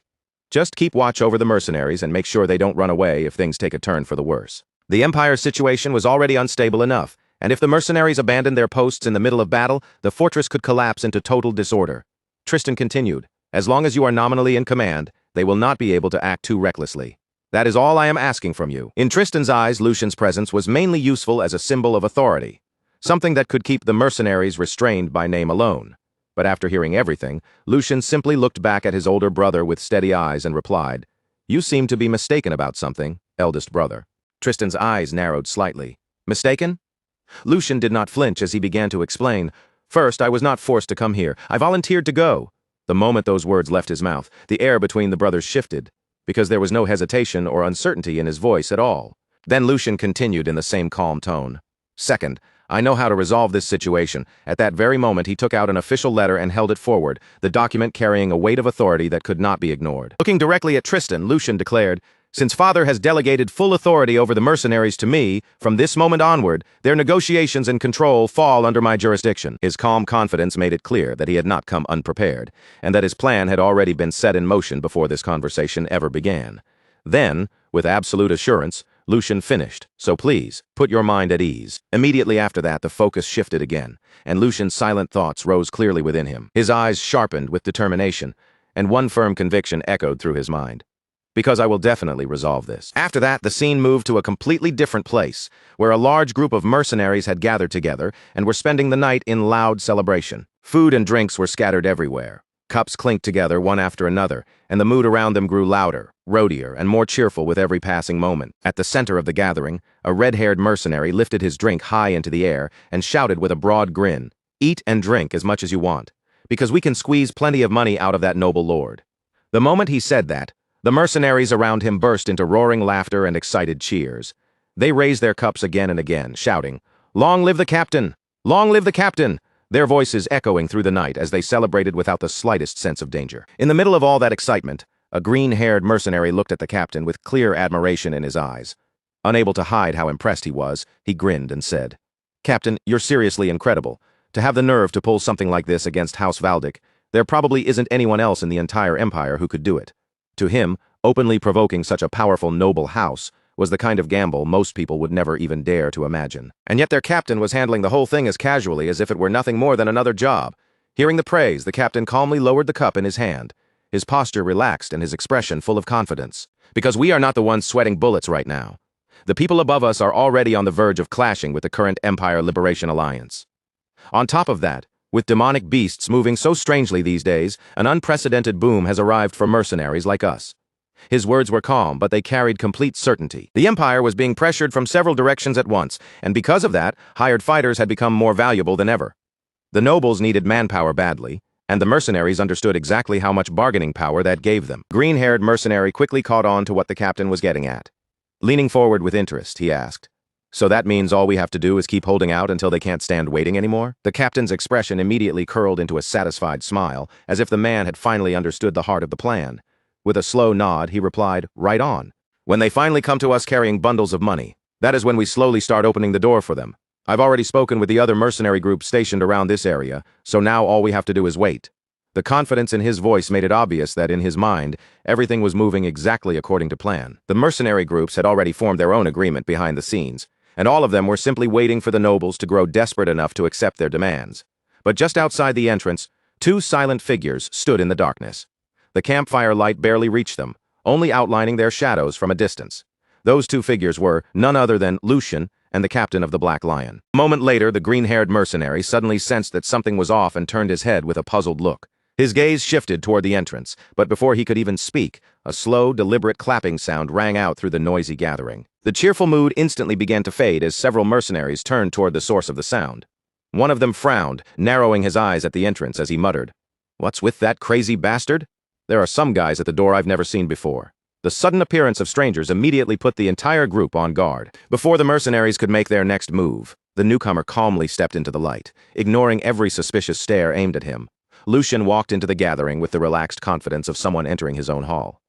His face remained perfectly composed as his eyes settled directly on the mercenary captain. Then, in a calm voice that almost sounded approving, he said, "For all your rough appearances, you actually have a pretty good sense for business. If I were leading a mercenary group, I might have chosen the same method. Anyone who commands people should understand how to grab an opportunity when it appears in front of them. But that only applies before a contract has been finalized."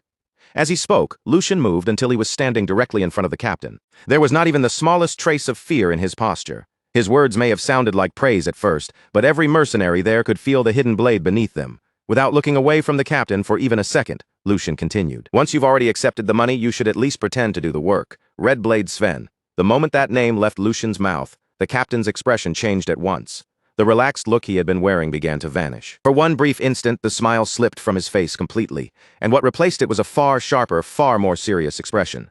Around him, the mood shifted just as quickly. The other mercenaries tightened their hands around their weapons almost immediately. Swords, axes, and spears were quietly brought within reach, each man preparing himself in case the situation turned into a fight. The festive air that had filled the camp only moments earlier disappeared without a trace. In its place came a tense silence, so heavy it felt like one wrong word could make the whole place erupt. But instead of flaring up in anger, the captain suddenly smiled. That grin slowly widened across his face, as if Lucian's arrival had amused him more than threatened him. Looking around at his men, he spread both arms wide and said, "Everyone, show your respect. It looks like House Valdic has brought us bundles of money. Thank you, noble lord." His voice was thick with mockery, and the mercenaries around him immediately understood the joke, breaking into low laughter among themselves. The captain went on with that same sarcastic cheer, saying, "Thanks to you, we'll be eating well tonight. If only there were more noble lords as generous as you, life would be wonderful." But throughout every mocking word, Lucian remained completely calm. He did not cut him off, and he did not react to the ridicule being thrown at him. Instead, he simply stood there in silence, watching Captain Sven and carefully taking in the mercenaries gathered around him. That steady composure only made the air feel even heavier, as though Lucian was calmly waiting for the perfect moment to act. Meanwhile, Captain Sven kept his mocking smile fixed in place, acting less like a man facing someone he had cheated and more like a host greeting an honored guest. He spoke again in a casual tone. "It's going to be a long discussion, so why don't you wet your whistle first?" On the surface, he sounded friendly, but every person there could feel the hostility hiding beneath those words.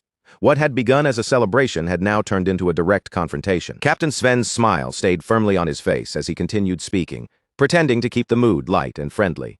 He spread his hands slightly, like an innocent man caught up in some unfortunate misunderstanding, and said, "If there has been some kind of misunderstanding, shouldn't we clear it up?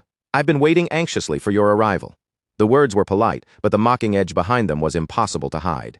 He clearly had no intention of treating Lucien seriously. Lucian, however, did not show the slightest sign of being provoked. His expression stayed calm and steady as he answered in a clear voice, "A misunderstanding between House Valdic and you? There is only a contract between us, so there should be no reason for things to become complicated, especially when you have already taken half of the advance payment." His answer was direct and left almost no room for excuses. To Lucian, this was not a matter of hurt feelings, confusion, or negotiation. It was a simple agreement the mercenaries had accepted, and now they were trying to avoid fulfilling it. Hearing that, Captain Sven gave a scoffing laugh and leaned back in his seat. With a dismissive look on his face, he replied, "You mean that little pocket change? I thought it was just charity handed to poor, lowly commoners, because for a dangerous mission like clashing with rebel forces, that amount was far too pathetic." As soon as he finished speaking, the mercenaries around him burst into loud laughter. His subordinates immediately joined in, treating the advance payment like some ridiculous joke. Captain Sven kept mocking the amount and added, "Shouldn't it at least be enough to cover our meals?" That remark made the mercenaries laugh even harder. Then Captain Sven turned toward his trusted subordinate with a grin and asked, "Isn't that right, Vice Captain?" The green-haired mercenary played along instantly, nodding with exaggerated seriousness as he answered, "That's right, Captain Sven. With that little money, I can't even afford to feed my elderly mother back home." His over-the-top response sent another wave of laughter through the gathered mercenaries. To them, this entire negotiation had become a source of entertainment. Once their laughter finally began to die down, Captain Sven spoke again, and although his tone became a little more controlled, the greed beneath his words remained clear. "However, as citizens of the Empire, we cannot simply ignore this matter completely either. Isn't it better for both sides if things are mutually beneficial? Let's take it easy, young master." By now, his real purpose was impossible to miss. He had no interest in honoring the original agreement. Instead, he was trying to use the Empire's desperate situation to pressure House Valdic into paying even more. Lucien quietly watched Captain Sven and the mercenaries around him for a few moments, his gaze calm as he measured the greed filling the room. Their arrogance, their confidence, and the way they openly laughed at the contract made their intentions perfectly clear. Then, without showing even the faintest trace of anger, Lucien calmly reached into his belongings and took out a heavy bag filled with money. The moment that bag appeared, every eye in the camp was drawn to it. Holding it in one hand, Lucien looked straight at Captain Sven and said, "If that is how it is, then there is no need to talk in circles. Problems that can be solved with money are the easiest ones to handle." As soon as he finished speaking, Lucien loosened his fingers and let a single coin slip from his hand. Clink. The sharp metallic sound rang clearly through the gathering as it struck the ground, and in an instant Captain Sven and all his men looked down at it. Their eyes fixed on the coin, and the mocking expressions that had covered their faces only moments earlier slowly began to fade. The camp, which had been filled with laughter and ridicule, fell into an odd silence. Lucien looked at them calmly and said, "Captain, isn't this a Wilhelm the Great Birth commemorative coin? Just one of these is worth well over hundreds of gold coins. Can you really be satisfied with only that much?"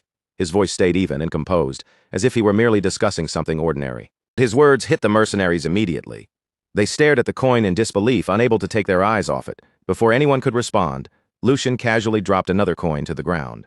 Then another. One by one, the priceless coins fell, each sharp clink sounding like it was striking directly against the mercenaries' greed. As the coins scattered across the dirt, Lucien continued in that same calm voice. "You should make sure you are properly compensated for risking your lives." On the surface, the statement sounded perfectly reasonable, but with those dazzling coins lying before them, it became a temptation almost impossible to ignore. Captain Sven watched the scene unfold before him, and his thoughts began to shift almost immediately.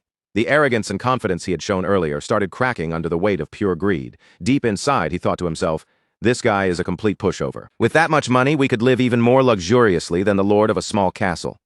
The amount of wealth being thrown onto the ground so casually was far beyond anything Sven had expected to squeeze out of them. Almost at once, Sven's attitude changed completely. The hostility vanished from his face, replaced by an exaggerated expression of respect, Rising from his seat, he spoke in a tone that was completely different from before. I have committed a grave discourtesy by speaking so arrogantly to such a generous and open-minded young master. From this moment on, I will put my life on the line for any task you give me. With just one word from me, all the mercenary groups around here will gather. His sudden transformation was so extreme, it almost looked ridiculous. Only moments earlier, he had mocked Lucian and demanded more money without shame. Now he was acting like Lucian's most devoted supporter.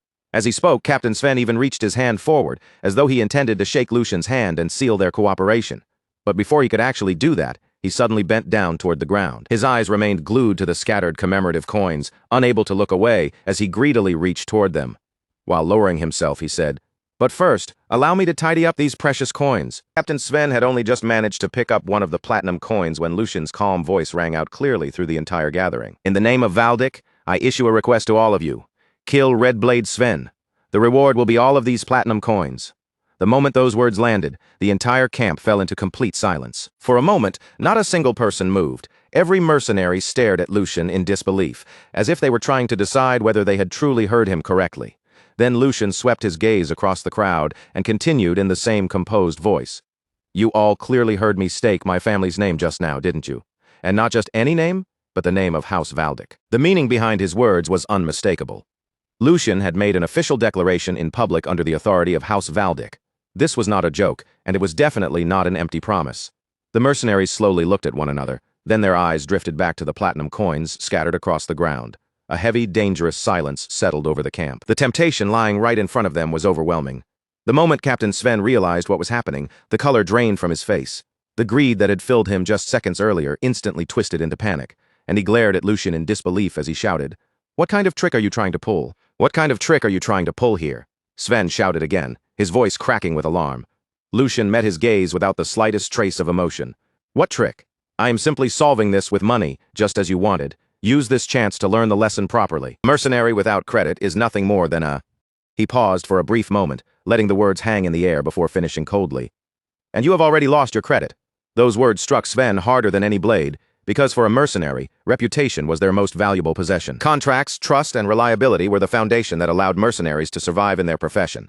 By taking the advance payment and then refusing to fulfill the agreement, Sven had destroyed the very thing that gave him worth in the eyes of other hired fighters. Without saying another word, Lucian reached out as casually as if none of this had anything to do with him and lifted a mug filled with alcohol.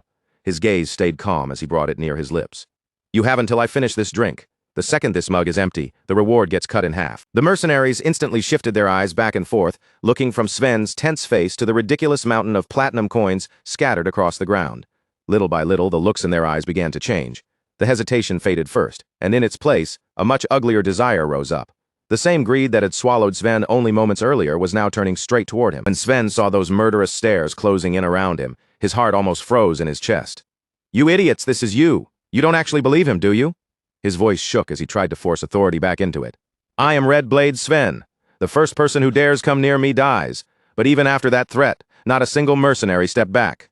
Not one of them looked frightened anymore." The mercenaries kept staring at Sven with cold, hungry eyes, as if he was no longer their captain, but a corpse waiting to fall.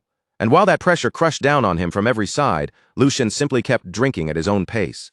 That calm, indifferent sight finally drove Sven into complete panic. Sven spun back toward Lucian, his pride breaking apart, as he shouted in desperation, "Young master, please withdraw your request. Half. No, I'll work for only a third of this money." But Lucian did not even bother to answer him. He only continued drinking, and sweat began pouring down Sven's face like rain. As the alcohol inside the mug steadily lowered, Sven's fear grew heavier with every passing second. The more Lucian drank, the closer Sven felt death creeping toward his back. At last, unable to withstand the pressure any longer, he rushed toward Lucian and cried out, "I was wrong, please forgive me." All of Sven's earlier arrogance had vanished without a trace.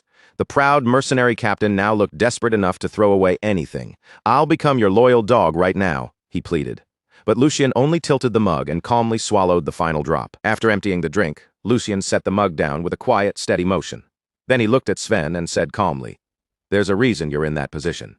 The instant those words left his mouth, a blade suddenly flashed through the air. Sven's eyes shot wide open in shock. He whipped around at once, and only then did he see the attacker standing right behind him. It was none other than his own vice-captain, the green-haired mercenary who had served under him. Sven's face twisted in disbelief. "How dare you betray me?" Sven roared, unable to accept what was happening, but the green-haired mercenary stared back at him without the slightest remorse and said, "You climbed into your position the exact same way. This time I simply struck first, eh?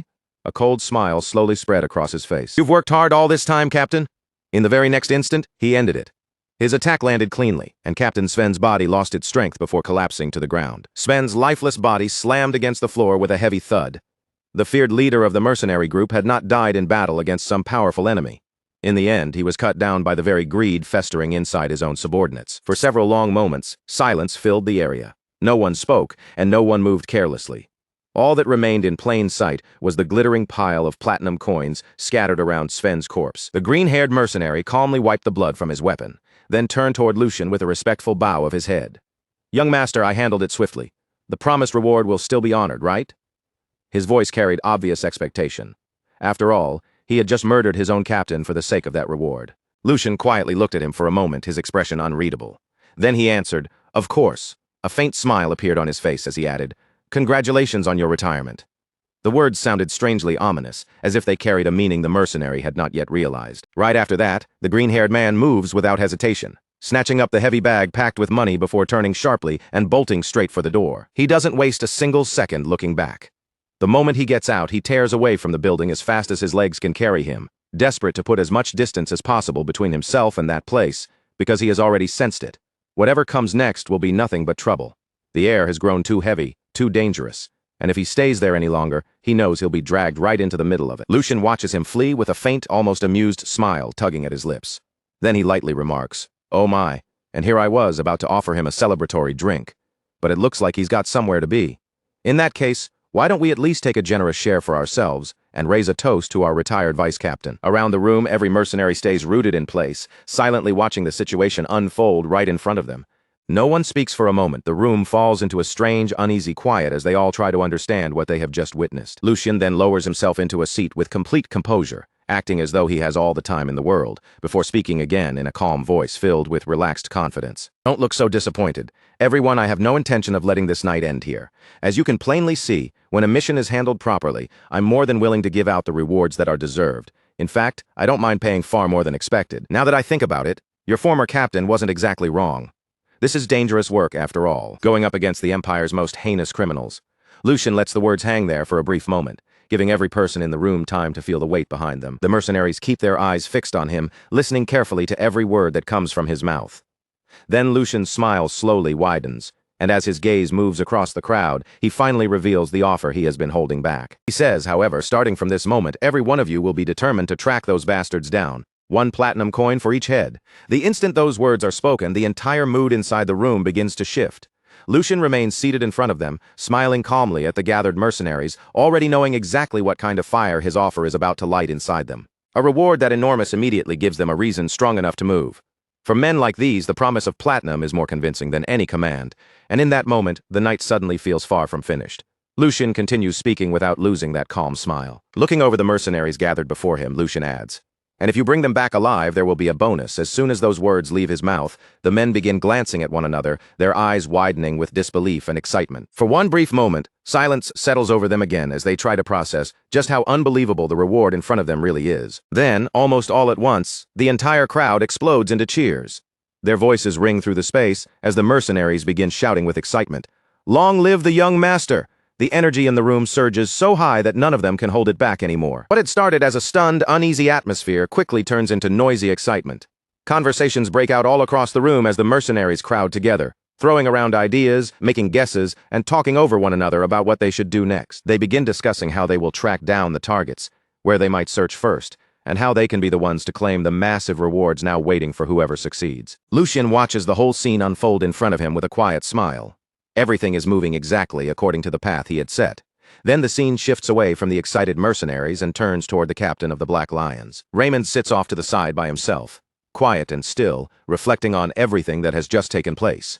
As he turns the events over in his mind, an earlier memory slowly rises to the surface, a conversation he had with Lucian before they ever arrived at the hideout. Back then, before heading to the enemy's hideout, Lucian had spoken to him directly and said, "Sir Raymond, before we go there, I have one request.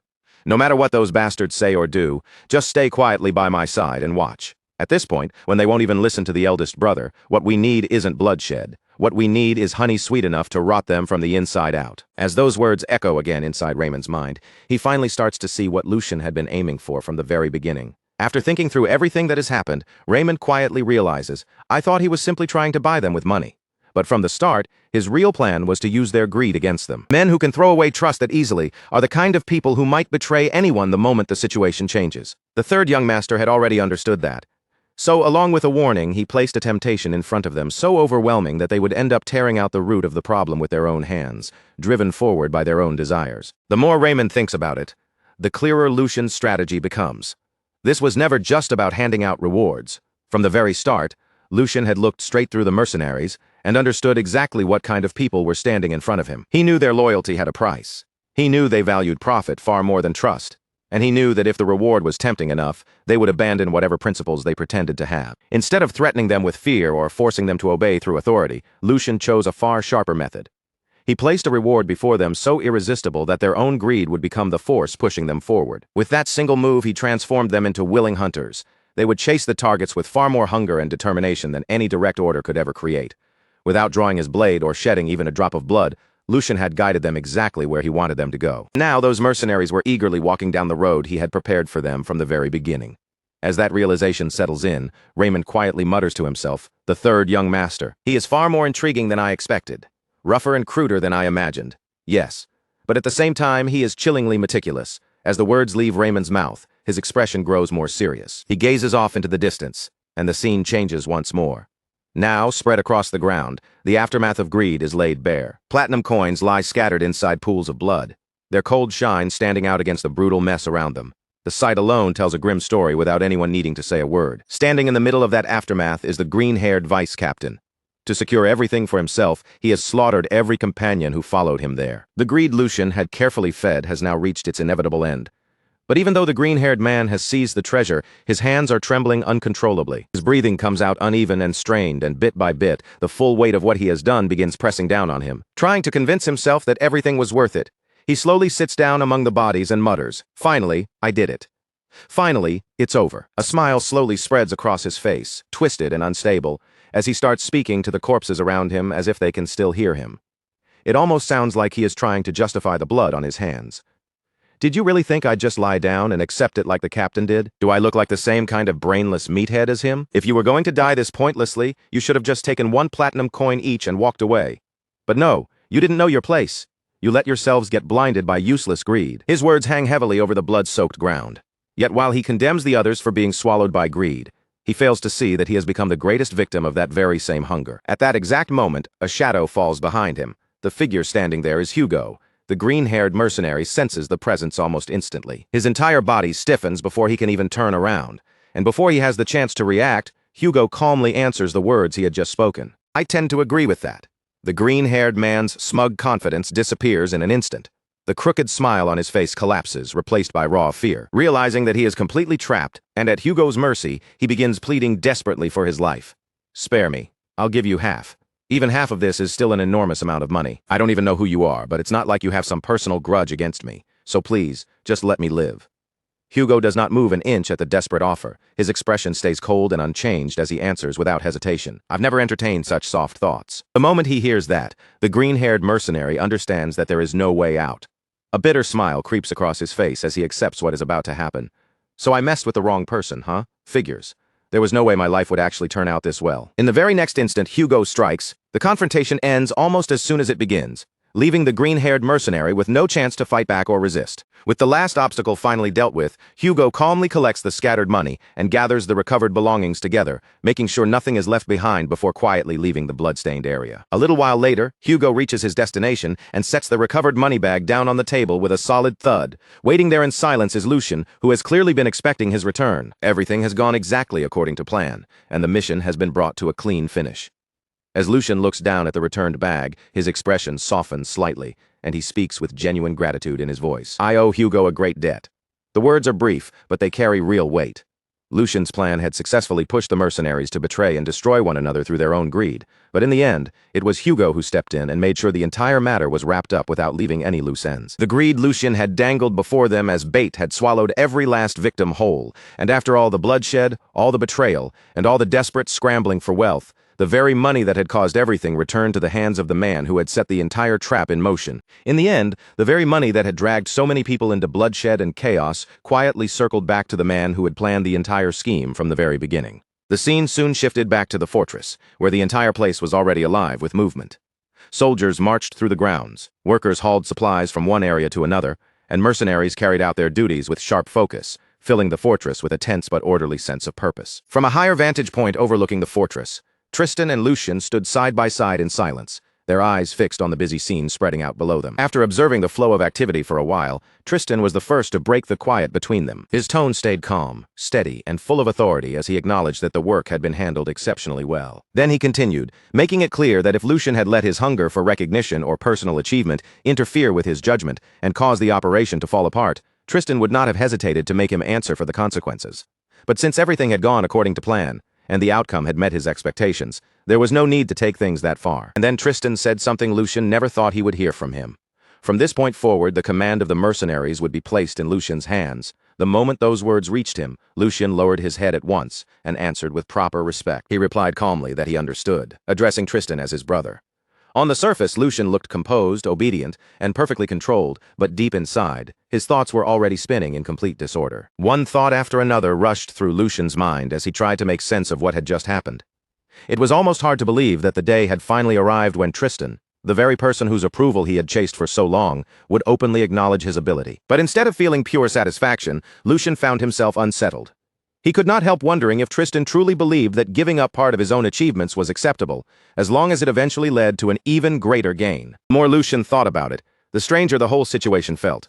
No matter how strong or talented a successor candidate might be, even one defeat could be enough to overturn the entire balance of power. A single wrong move could wipe away years of effort, destroy carefully built influence, and change everything in only an instant. Because Lucian understood that reality, Tristan's actions became even harder for him to accept.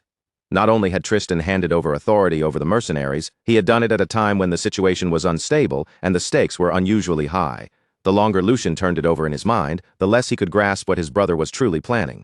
After a short moment of thought, Lucian chose to set that question aside and focus on something else. Lucian turned his gaze toward Tristan again and brought up the report that had arrived the night before. He explained that there were several parts of it he wanted to understand more clearly. Tristan looked back at him without showing much emotion and simply told him to speak. Lucian gave a small nod, then began laying out the doubts that had been weighing on him. He began by speaking of the endless relationship between predators and prey, between hunters and those being hunted. Across history, the position of humans and demonic beasts had always shifted depending on the situation. At times, humans became the hunters who pursued the beasts. At other times, those same beasts turned around and hunted humans instead. But even with those roles constantly changing, one truth had never changed. The blood-stained cycle between the two sides had never once been broken. Their relationship had always been built on fear, conflict, and the brutal need to survive. For generation after generation, humans and demonic beasts had continued killing each other without end, and that cruel reality had long been accepted as one of the unshakable laws of the world. That was exactly why the contents of the report were so difficult to believe. According to the information they had received, members of the Empire Liberation Alliance had built a camp deep inside territory occupied by gnolls and kobolds. That fact alone was already shocking. But the report did not stop there. It claimed that the Alliance members were not simply hiding in that dangerous region, nor were they barely surviving while avoiding contact with the demonic beasts. Instead, they were supposedly living alongside them. As Lucien continued thinking through the contents of the report, his expression grew noticeably more serious. After a brief silence, Lucian looked straight at Tristan and asked his question with both caution and doubt in his voice. He wanted to know whether Tristan was absolutely certain that there was not even a single false statement hidden anywhere in that report. Tristan remained calm and composed as he answered. He said he understood exactly what Lucian was trying to point out, but he also made it clear that this matter had not been left to loose rumors or unreliable second-hand accounts. The details had been personally confirmed by his aides, people whose skill and loyalty he trusted without question. On top of that, Tristan added, the situation was not quite as impossible as it might appear at first glance. According to Tristan, there were practical explanations for what had been observed. He explained that gnolls and kobolds were demonic beasts with an extremely sharp sense of smell, and much of their ability to detect intruders depended heavily on scent. Because of that, people who possessed certain magical tools or ancient relics could hide their presence well enough to avoid drawing those creatures' attention. With the right methods, it was possible to slip through their territory, avoid their attacks, and pass unnoticed without suffering serious losses. Tristan believed the rebels had most likely used that kind of magical method to settle themselves inside the region.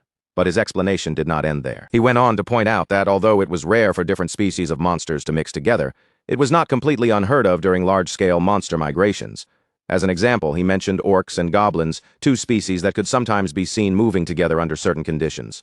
Based on that precedent, Tristan argued that the reported coexistence was unusual, but not entirely impossible. Lucien listened without letting any emotion show on his face, but inwardly his suspicion only deepened. Tristan's explanation sounded reasonable on the surface, yet something about it did not sit right with him. In his mind, he could not ignore how unlike Tristan this reasoning felt.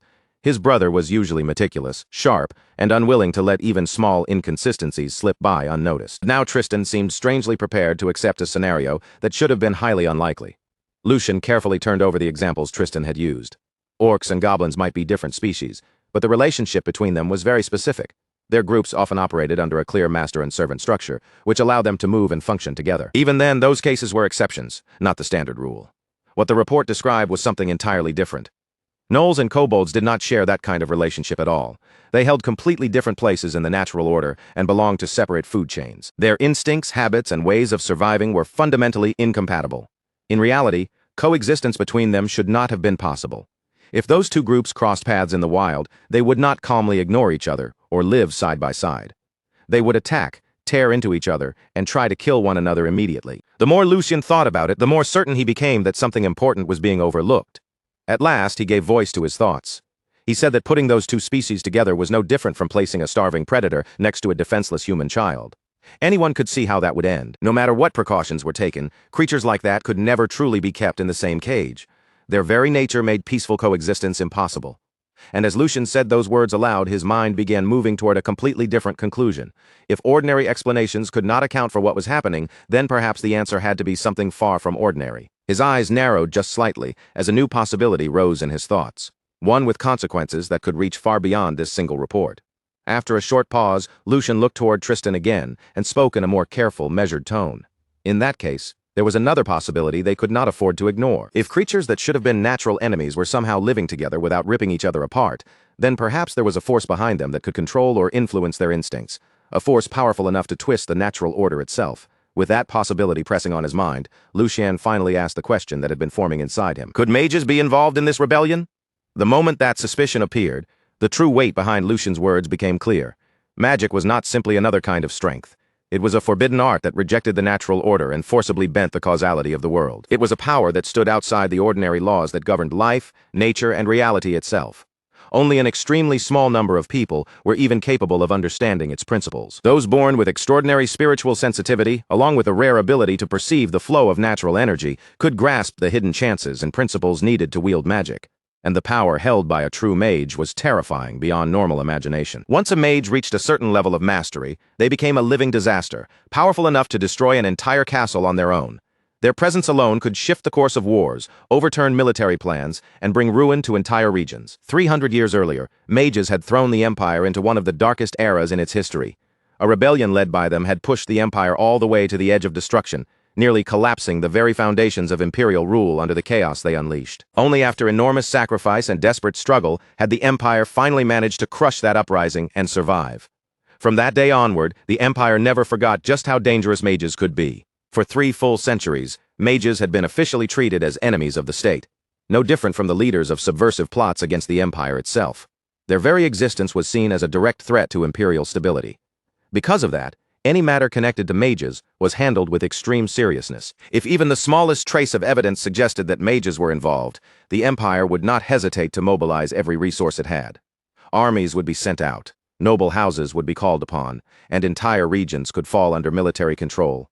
Even if everything on that land had to be wiped away, the empire would never allow such a threat to grow unchecked. After hearing Lucien's speculation, Tristan's expression hardened at once. He warned Lucien to choose his words carefully.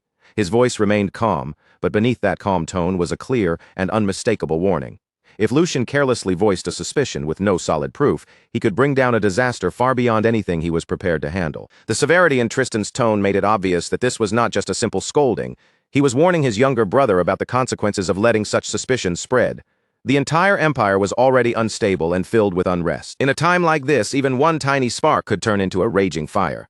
Tristan continued, his eyes staying fixed on Lucien the entire time. The authority their father had given Lucien extended only to the management of the mercenaries.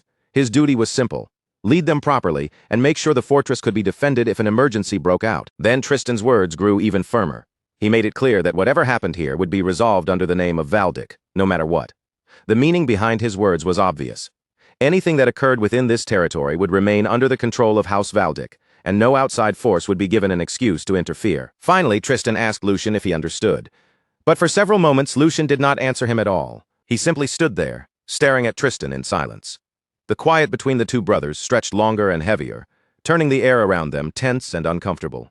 Neither one looked away. Lucian's eyes studied Tristan's face carefully, as if he were searching for something hidden behind that calm expression and those controlled words. Then, after a long pause, Lucian finally lowered his gaze, admitted that he had spoken out of turn, and addressed Tristan respectfully as his brother. His tone carried apology and obedience as he said that, since this was his first deployment, his eagerness had likely gotten the better of him. A faint smile touched his face, though the thoughts behind it remained impossible to read. After all, he added, there was no way a mage would appear in a place like this. His words sounded like an admission of fault, but deep inside, Lucian's doubts had not fully disappeared. And before Tristan could push the conversation any further, Lucian smoothly changed the subject and prepared to leave. Then I'll go deal with the riffraff myself. By riffraff, Lucian meant the mercenaries who had now fallen under his command, the same troublesome men who were infamous for stirring up chaos the moment discipline slipped even a little. As you already know, with mercenaries like them, there is no telling when or where they might suddenly cause another problem. After leaving those words behind, Lucian turned away without hesitation and began to leave. The scene shifted once more, moving far away from the fortress walls and into a place that felt far darker and more dangerous. Deep in the wilderness stood a dense forest, where the trees pressed so tightly together that even the moonlight could barely slip through the tangled canopy above. Most of the ground below was drowned in thick shadows. The forest was wrapped in an unsettling silence, the kind so still that even the smallest sound felt unnatural. Yet despite that quiet, there was a constant, chilling sensation that something was watching from every direction, as if countless hidden eyes were staring out from the darkness. And only a few moments later, those hidden eyes finally began to show themselves. One pair of glowing eyes appeared between the trees, then another, then more emerged from behind bushes and twisted roots, spreading through the darkness one after another. Some shone a bloody red, others burned yellow, and a few glimmered with an unnatural green light. As faint moonlight slowly revealed more of the forest, it became clear that this entire area was crawling with monsters. Gnolls, kobolds, and all kinds of demonic beasts lurked between the trees, their shapes half hidden in the shadows, and their presence alone enough to make any normal person run for their life. But in the middle of that terrifying forest, one man was carefully making his way forward, slipping past the monsters, as though he had walked this path many times before. Even so, the tension in his body made it obvious that he was far from calm. Cold sweat rolled down his forehead as he moved step by step through the darkness, watching every shadow around him. He clicked his tongue softly, then muttered under his breath that no matter how many times he came here, this place still made him feel like his heart was about to stop. Even after coming here again and again, walking through a forest filled with demonic beasts was enough to make anyone feel like death was brushing against their back. Before long, he reached the appointed meeting spot. Standing there in the gloom, he recited the familiar phrase. When lightning strikes down from the heavens, it shall punish the sinners seated upon the throne. I am squad leader 2, Kron, and I request an audience with a comrade, after his voice faded into the forest. Nothing happened for several tense moments. Then, from within the thick shadows nearby, another figure quietly stepped into view. The newcomer looked Kron over carefully, his gaze sharp even in the darkness before finally speaking. Squad leader Kron. Why have you come here in the middle of the night, when our cause is already standing right before its decisive moment? This is exactly the kind of time when one careless move could ruin everything. Kron immediately stepped closer, his expression tense. That is precisely why I came here, comrade. Our cause is starting to go wrong even now, while we are standing here. The other man's face darkened at once, his eyes narrowing. Going wrong? What exactly are you talking about? Tell me everything, and leave nothing out. Kron did not waste a second. He explained that Lucian of House Valdic, the young noble who had only recently been appointed, had already become a serious obstacle to their plans. According to Kron, Lucian had solved the mercenary sabotage problem in a single night, and because of that unexpected achievement, everything had changed. Security across the entire fortress had tightened far more than before. The patrols were harder to avoid, the defenses were sharper, and because of that, their reconnaissance missions and intelligence gathering had become more and more difficult. And what made the situation even worse was this. Rumors were now spreading that Squad 4 had been completely wiped out because of Lucian's actions. As Kron continued, his hand tightened into a fist. That brat is far too unusual to be treated as nothing more than some ordinary child. Comrade, I believe we should change our plan and move forward with much more caution. The other man remained silent for a moment, listening without interrupting. Then, instead of answering directly, he asked a different question. Are you truly certain about this? I mean, joining hands with that man. As he said those words, more of the surrounding forest came into view, and the darkness around them seemed to grow even heavier. All around them, countless demonic beasts could be seen crouching among the trees, watching in silence from the shadows with their glowing eyes fixed on the meeting. Kron understood at once exactly who the other man was talking about. Even if they are only low-level demonic beasts, using magic to subjugate creatures like this is far from normal. I do not believe he is someone we can truly trust. The other man gave a slow nod, as if he had already thought the same thing many times. I understand your concern, comrade. To be honest, I do not trust either of them myself. His eyes shifted toward the monsters gathered around them, lingering on the beasts hidden between the trees. However, the reality is that Valdic's elite forces have already arrived. With only our own strength, we can no longer handle the situation properly. As long as our objectives still point in the same direction, then whether we like it or not, we have no choice but to use one another. A faint smile slowly crept across his face, thin and unsettling in the dim forest light. And that is exactly why the plan must remain unchanged. Kron frowned as soon as he heard that. What do you mean by that? The mysterious man's smile widened even further, and the look in his eyes grew colder, because this is not a setback. This is a golden opportunity.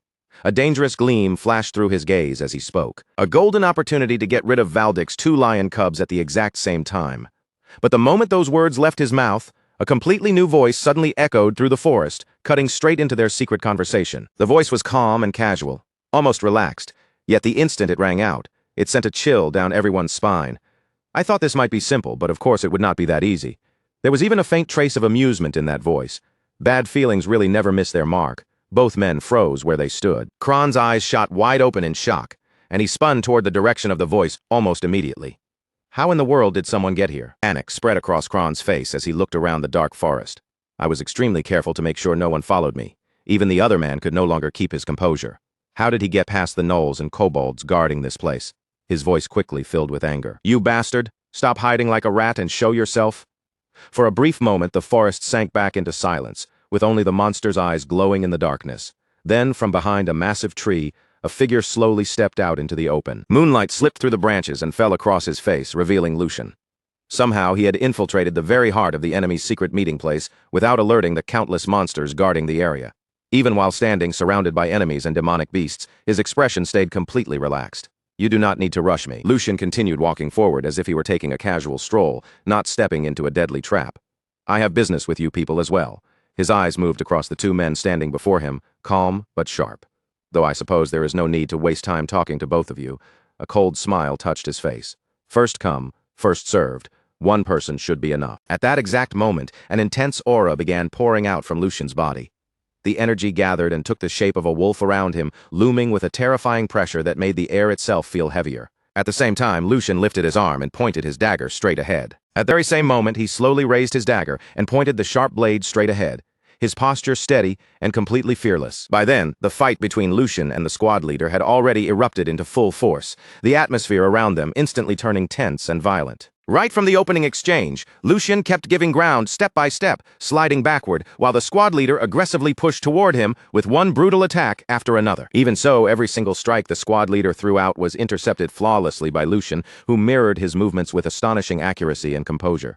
As the battle dragged on, the pressure between the 2 fighters intensified rapidly, neither side willing to yield even a single step. Their weapons crashed against each other again and again, sharp sparks bursting through the air with every collision, while the squad leader continued pressing forward relentlessly. Before long, however, the squad leader began paying the price for underestimating Lucian, as small wounds slowly started appearing across his body. Thin cuts opened around his neck and along different parts of his body.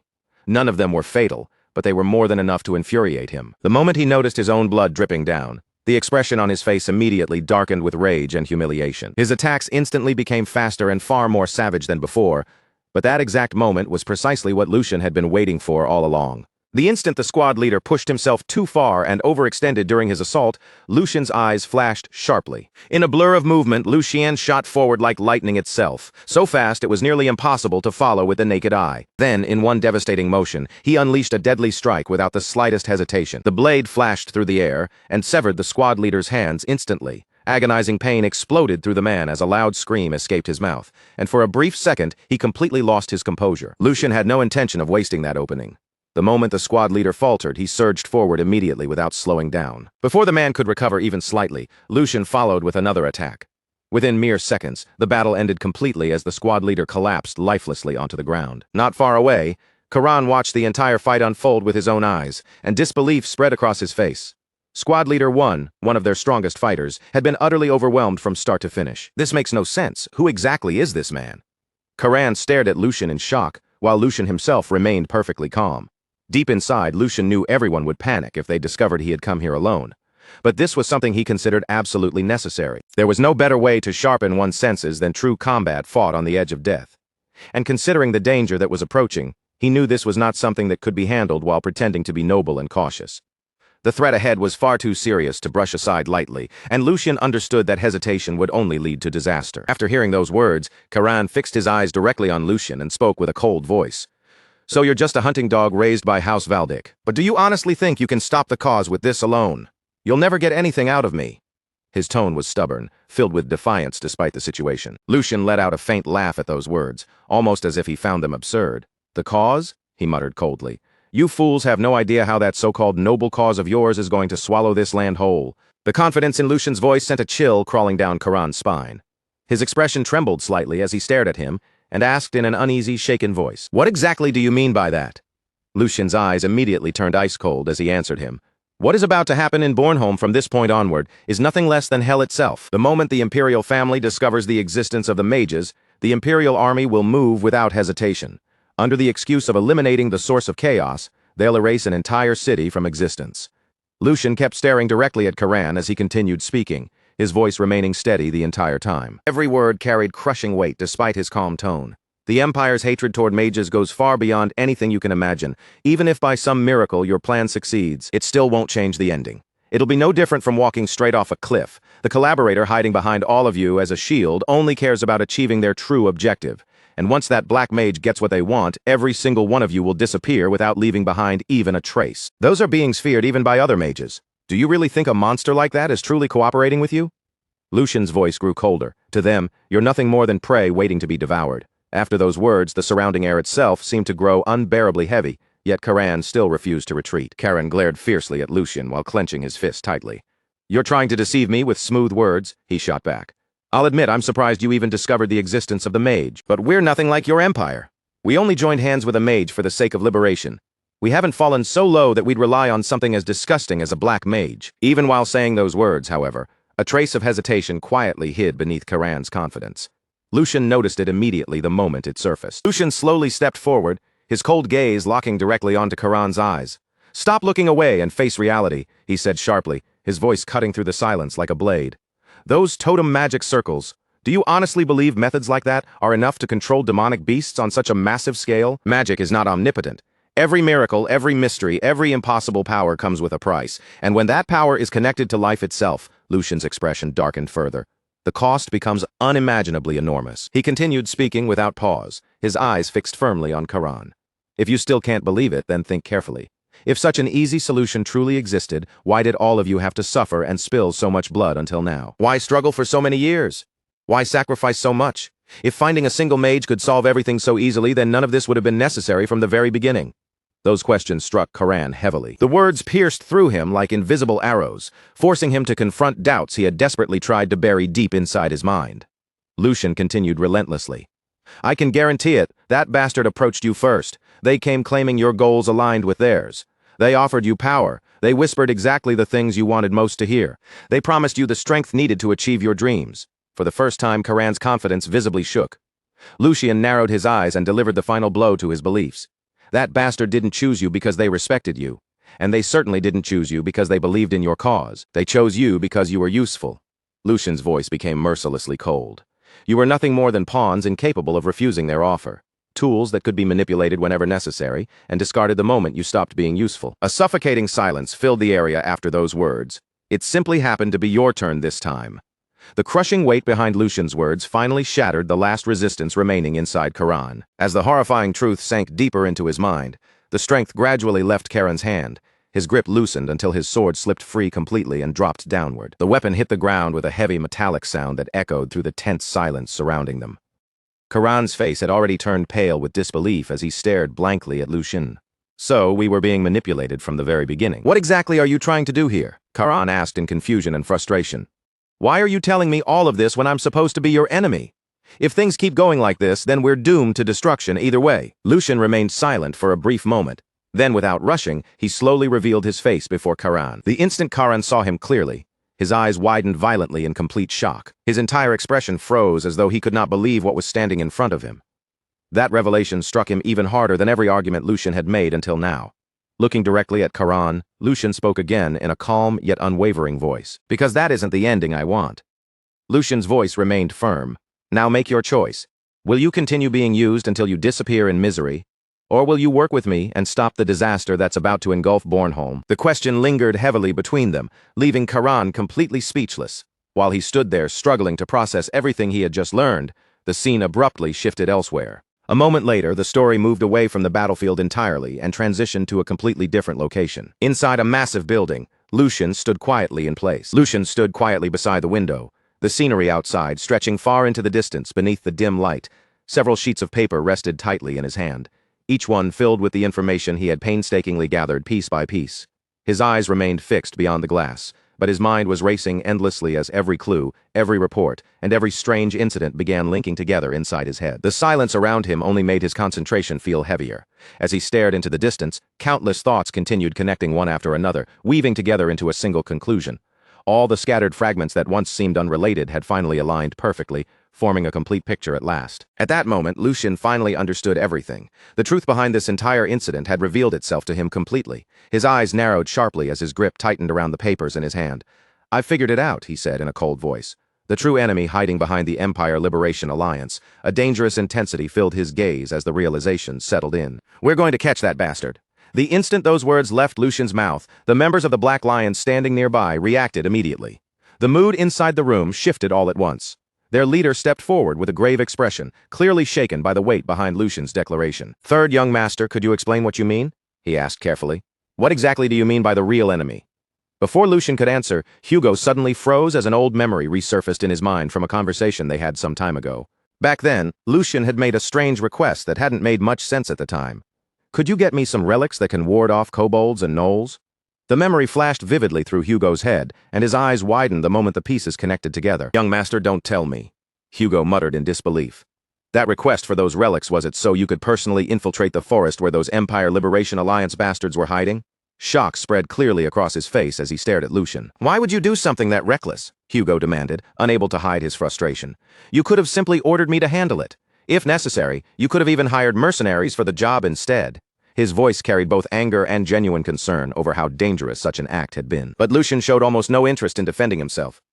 "You can save the nagging for later," he replied calmly. "Once this mission is over, I'll listen to all of it." Then his tone grew much heavier, the seriousness in his eyes becoming impossible to ignore as he continued speaking. "I absolutely needed to confirm everything with my own eyes and ears." Lucian spoke firmly without hesitation. From the unnatural signs behind the massive demonic beast migration to the real reason a rebellion broke out in Bornholm, a fortress the entire empire believed could never be breached. Every word carried the weight of certainty he had earned himself. Lucian slowly turned to face everyone gathered inside the room. The atmosphere immediately tightened as every pair of eyes focused on him. "And now," he said quietly, "I finally know the truth." The tension became suffocating. Then he revealed the name behind everything. The Black Mage, Jude de Grec. The moment that name was spoken aloud, several people visibly stiffened in fear. Even among seasoned fighters, the name alone carried an unsettling reputation. "He possesses an abnormal form of magic," Lucian explained grimly. "A power that allows him to control demonic beasts and forcibly twist them together into grotesque fused creatures." The horrifying behavior of the monsters appearing throughout the region suddenly began making terrible sense. All of the strange, demonic beast activity happening across this territory, Lucian continued, has been orchestrated according to his design. Silence swallowed the room completely after those words. As the true scale of the situation became clear, the expressions around him slowly darkened with shock and dread. Without the slightest hesitation, Lucian continued speaking. "To someone like him, even the Empire Liberation Alliance is nothing more than disposable pawns." His voice was cold and merciless, carrying no doubt whatsoever. "If we fail to stop him now, this land will soon become the site of an unimaginable massacre." Everyone present could hear the urgency hidden beneath Lucian's calm tone. At this point, the threat was far beyond a simple rebellion or an ordinary monster outbreak. There was a mastermind operating from the shadows, manipulating both humans and demonic beasts alike for some unknown objective. After letting those words sink in, Lucian delivered his final decision to the room. "From this moment onward, we will operate independently. The members of the Black Lions exchanged uneasy glances with one another, but Lucian's expression never changed in the slightest. Then he added something even more shocking. Even if it means making an enemy out of Brother Tristan. The room instantly fell dead silent. The moment those words were spoken, everyone understood there was no turning back anymore. The hunt for the Black Mage Jude de Grec had officially begun, and no matter who tried to stand in his way, Lucian was fully prepared to challenge them all in order to stop the catastrophe rapidly drawing closer. He refused to allow Bornholm to descend into bloodshed and collapse into ruin beyond salvation. The story shifts once more, this time plunging deep into a pitch-black forest where the night hangs heavy and still. Beneath the vast, silent sky, a lone hooded figure stands completely by himself among the trees. His gaze never leaves a single star burning above the dense canopy. He studies that distant light with unnerving focus, watching every flicker and every subtle change, as though the fate of something far greater rests within it. That star is meant to determine the final fate of Bornholm. Yet instead of fading away as it should, its glow only grows stronger with each passing moment. Slowly lowering his eyes, Yu looks down at the strange mark deeply carved into the center of his palm. A sour, bitter expression settles across Yu's face as he silently reflects on his situation. If he had never entered that binding contract with the old man, Jude de Grec, he would have abandoned this cursed place without hesitation long ago. From the very beginning, Yu knew getting involved in this matter had been a mistake. He should never have allowed himself to become tangled in something this dangerous. An overwhelming sense of dread slowly tightens around his heart. Yu begins wondering whether the situation has truly become as disastrous as it appears, and whether there is even one remaining path that could let him escape alive. Grinding his teeth in frustration, Yu curses the day he became involved with the Empire Liberation Alliance. No matter how desperately he tries to avoid trouble, fate always seems determined to drag him straight into another disaster. As he stares into the darkness, one final thought crosses his mind. The people currently working beside him have no idea what they have really done. None of them realize that they signed a contract with a black mage. To those fools, one mage may seem no different from another, but the truth is far more sinister than they understand. Black mages are the closest thing this world has ever known to pure evil. As that thought settles in his mind, Yu's attention shifts toward a lonely house hidden between the trees. Then, from somewhere inside that dark and isolated house, terrified cries suddenly tear through the silence of the forest. Inside, a young girl desperately begs a man for only a single sip of water. Tears stream down her face as she explains that her little brother is slowly losing consciousness. Nearby, the boy shivers helplessly against the cold, weakly whispering that he is freezing. They are only innocent children, yet the man begins walking toward them with a terrifying purpose in his eyes. Seeing that there is no one else left to protect him, the older sister throws herself in front of her brother. She cries out apology after apology, begging the man to spare the little boy's life. She pleads with him to take her instead, insisting that he can do anything he wants to her as long as her younger brother is allowed to live. Her desperate sobs fill the house and echo through the empty rooms, but none of her cries change the man's heart. Without even the faintest trace of mercy, the cold-hearted man kills both children with horrifying precision, leaving the room drenched in silence. When everything finally becomes still, he calmly kneels beside their lifeless bodies. A small crimson orb begins rising from them, glowing faintly in the darkness, and he reaches out to collect it. Fresh blood completely covers his hands. Dark red mana pulses around his body as he stares down at the crimson orb without a shred of emotion. In a low, indifferent voice, he remarks that the quality of this harvest is acceptable, but it is still nowhere close to being enough. Even after harvesting every child throughout the entire mountain valley, this pitiful little orb is all he has gained. Without the slightest hesitation, he swallows the crimson sphere whole. The moment it vanishes into his body, a violent wave of dark red energy explodes outward and wraps around him like a raging aura. His laughter bursts through the forest, loud, twisted, and completely insane. With sickening pride, he declares that true progress has always required sacrifice. And now, at last, the time they have been waiting for is drawing near. The beginning of an event powerful enough to shake the foundations of the entire world is almost upon them. His unhinged laughter continues rolling through the valley as his eyes gradually begin to change. The whites of his eyes turn completely black, while his pupils ignite with a disturbing crimson light. That demonic crimson glow burns inside his eyes.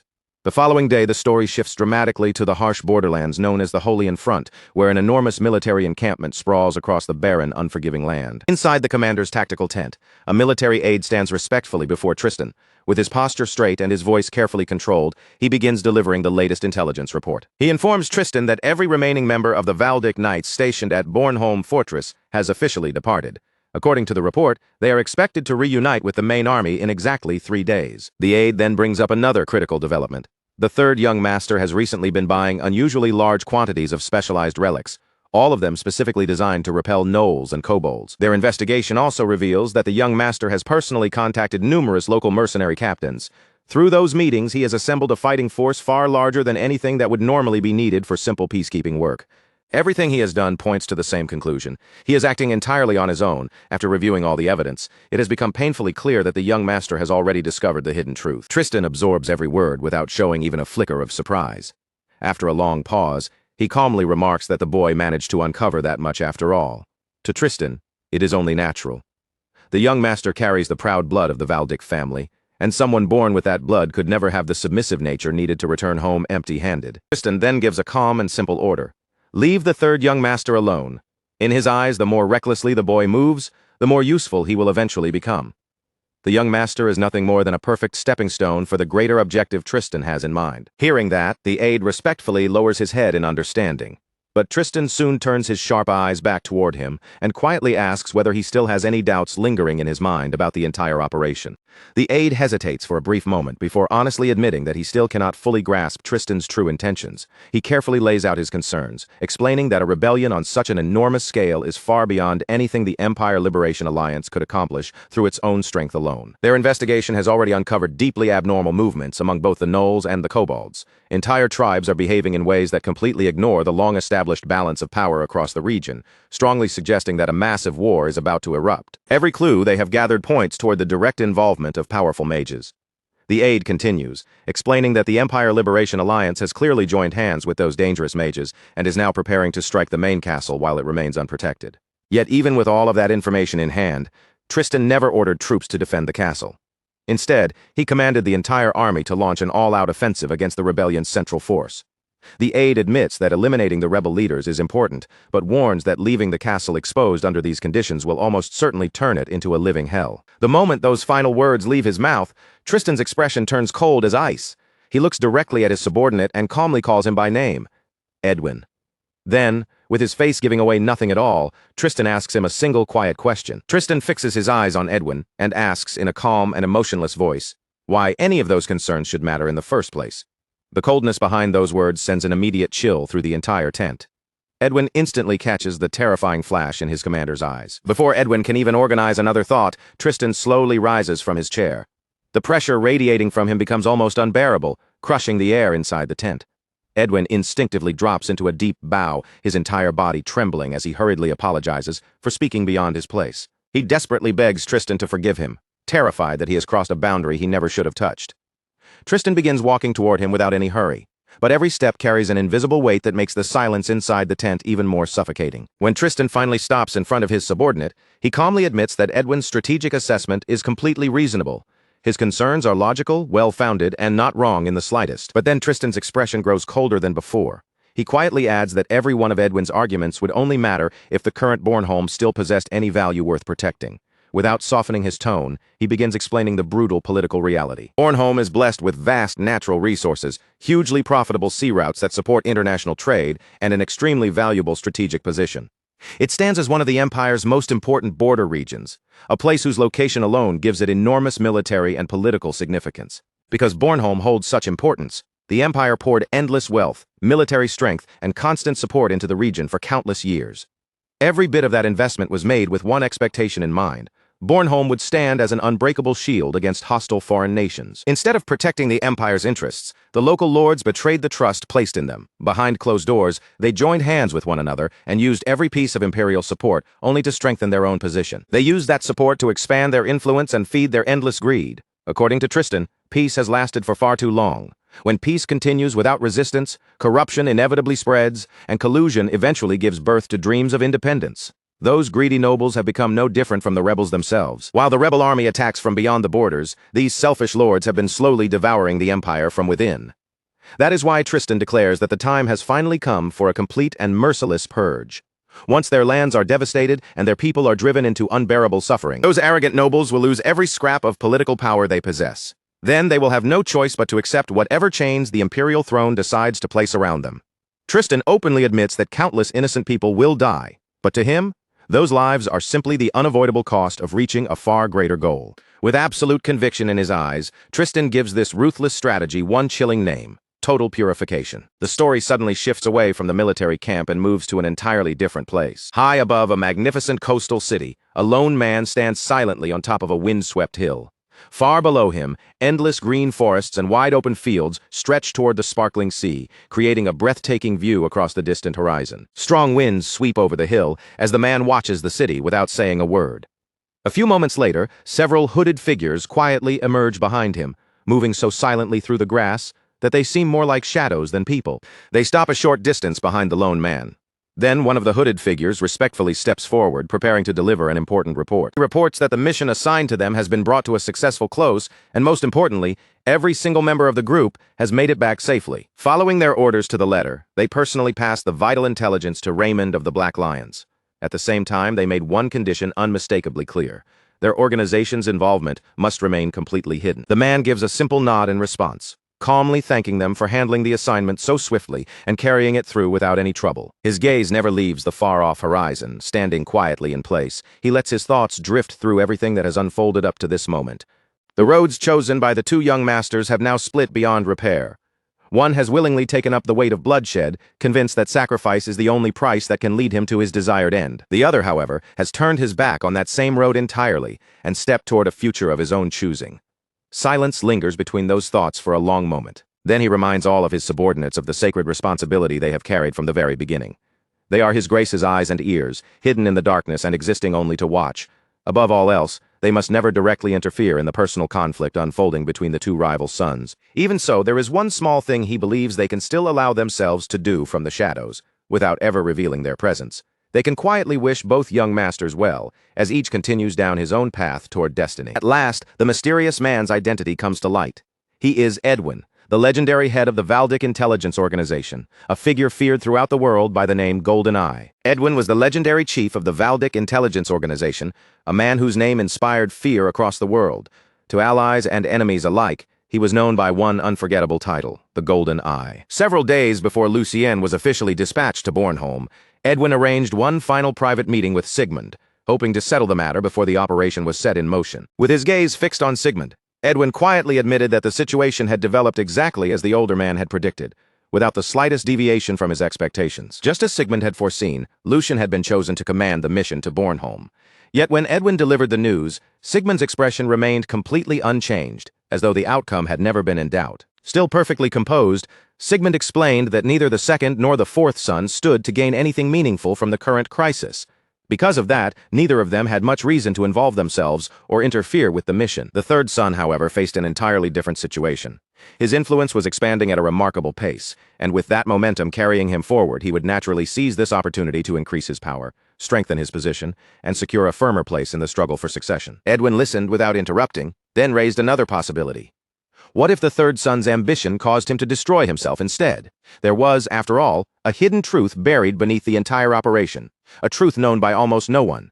Edwin could not rid himself of the uneasy feeling that the crisis was far more dangerous than anyone realized. Controlling the mercenaries was merely one small fragment of a much larger scheme. The true threat was hidden far deeper beneath the surface. Sigmund gave a slow nod and replied that he would already be satisfied if Lucien managed to recognize even that much on his own. If Lucien followed every command without ever questioning its purpose, he would become nothing more than Tristan's obedient puppet. Once that happened, his chances in the succession race would vanish completely. He would remain another man's tool forever, never developing the will to stand on his own. After a thoughtful silence, Sigmund spoke of the principle by which he had always raised his children. Sigmund explained that he had never placed only sweet and tempting fruit before them. Every road he prepared contained both opportunity and suffering, because children could not truly mature unless they faced painful choices and found the strength to overcome them. Lucien could read the direction of events, uncover what was truly happening, and willingly choose a path different from Tristan's. Then Edwin was to ensure that no person and no obstacle prevented him from moving forward. When Sigmund finished, both men turned in silence toward the portrait hanging nearby. It depicted Lucien's late mother, and the moment their eyes settled upon her face, the entire room seemed to grow still. Gazing at the portrait, Sigmund softly asked Edwin to fulfill this request not as a subordinate obeying his ruler, but as an old friend paying respect to a woman they had both once treasured and admired.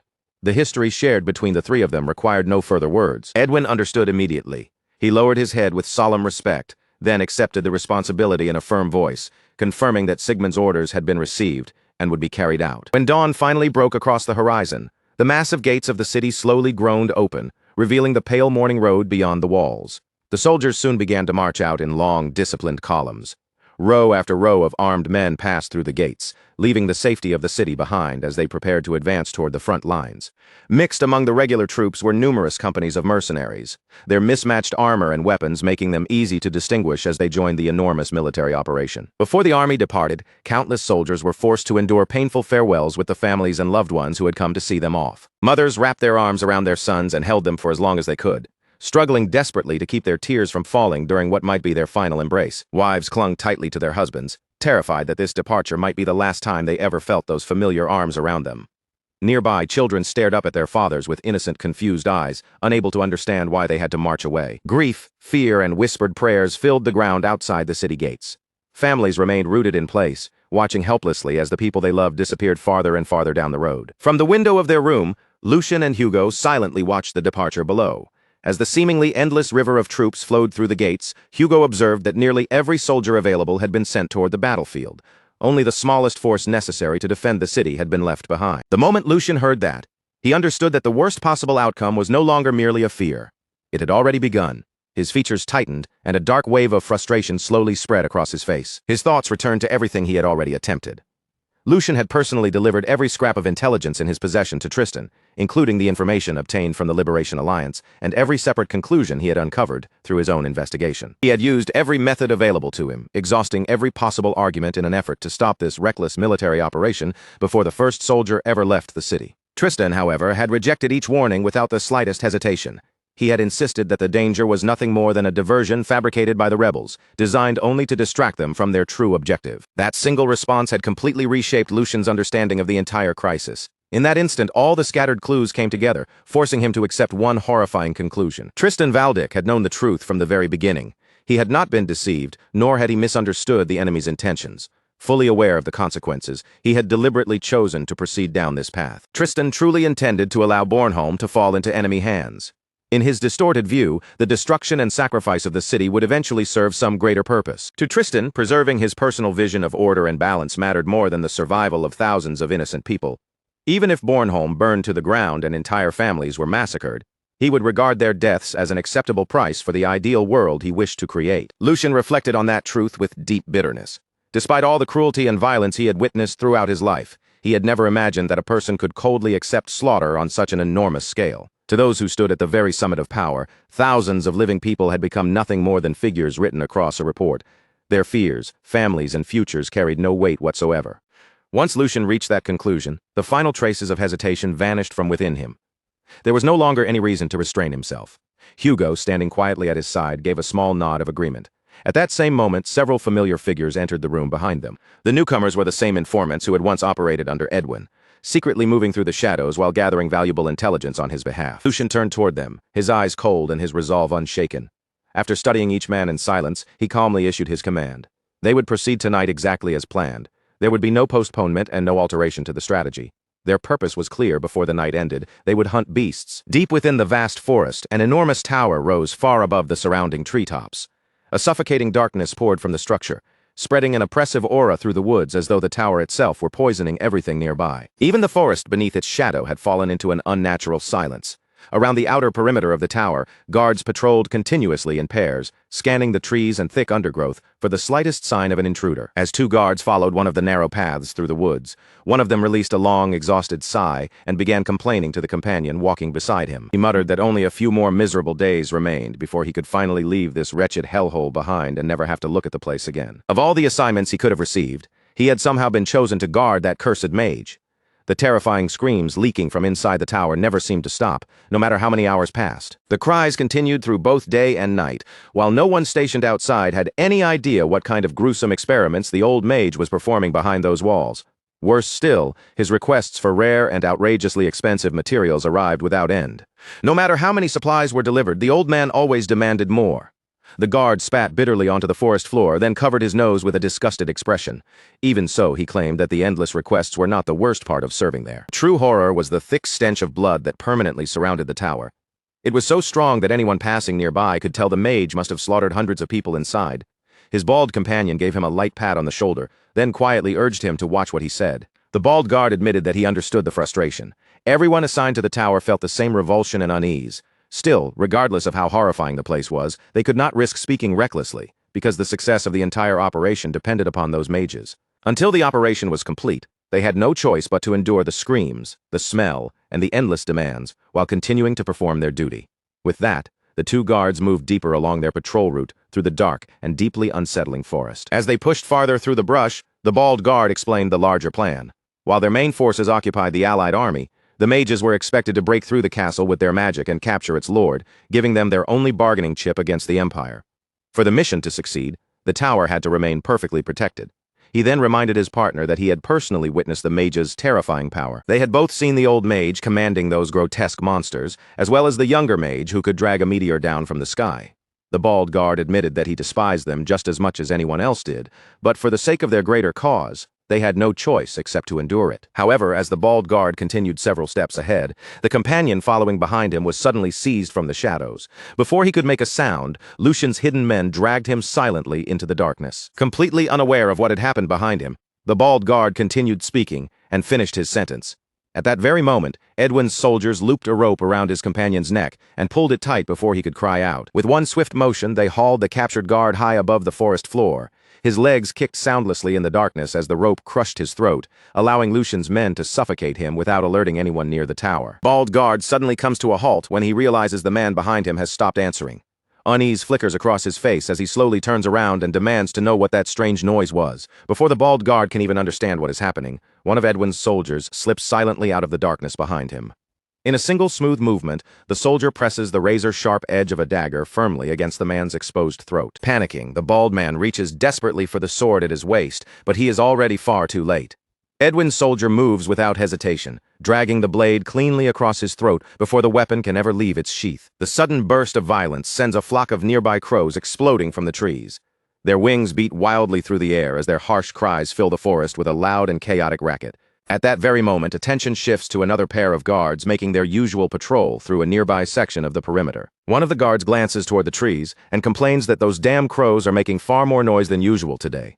His partner tells him they should finish checking the perimeter as quickly as possible, then head back down before anything else happens. But the instant those words leave his mouth, a blade flashes through the darkness. Before either guard can react, both of their severed heads are sent spinning through the air. As the crows erupt into another wave of shrill screeching above the blood-soaked ground, two lifeless bodies collapse beneath the canopy.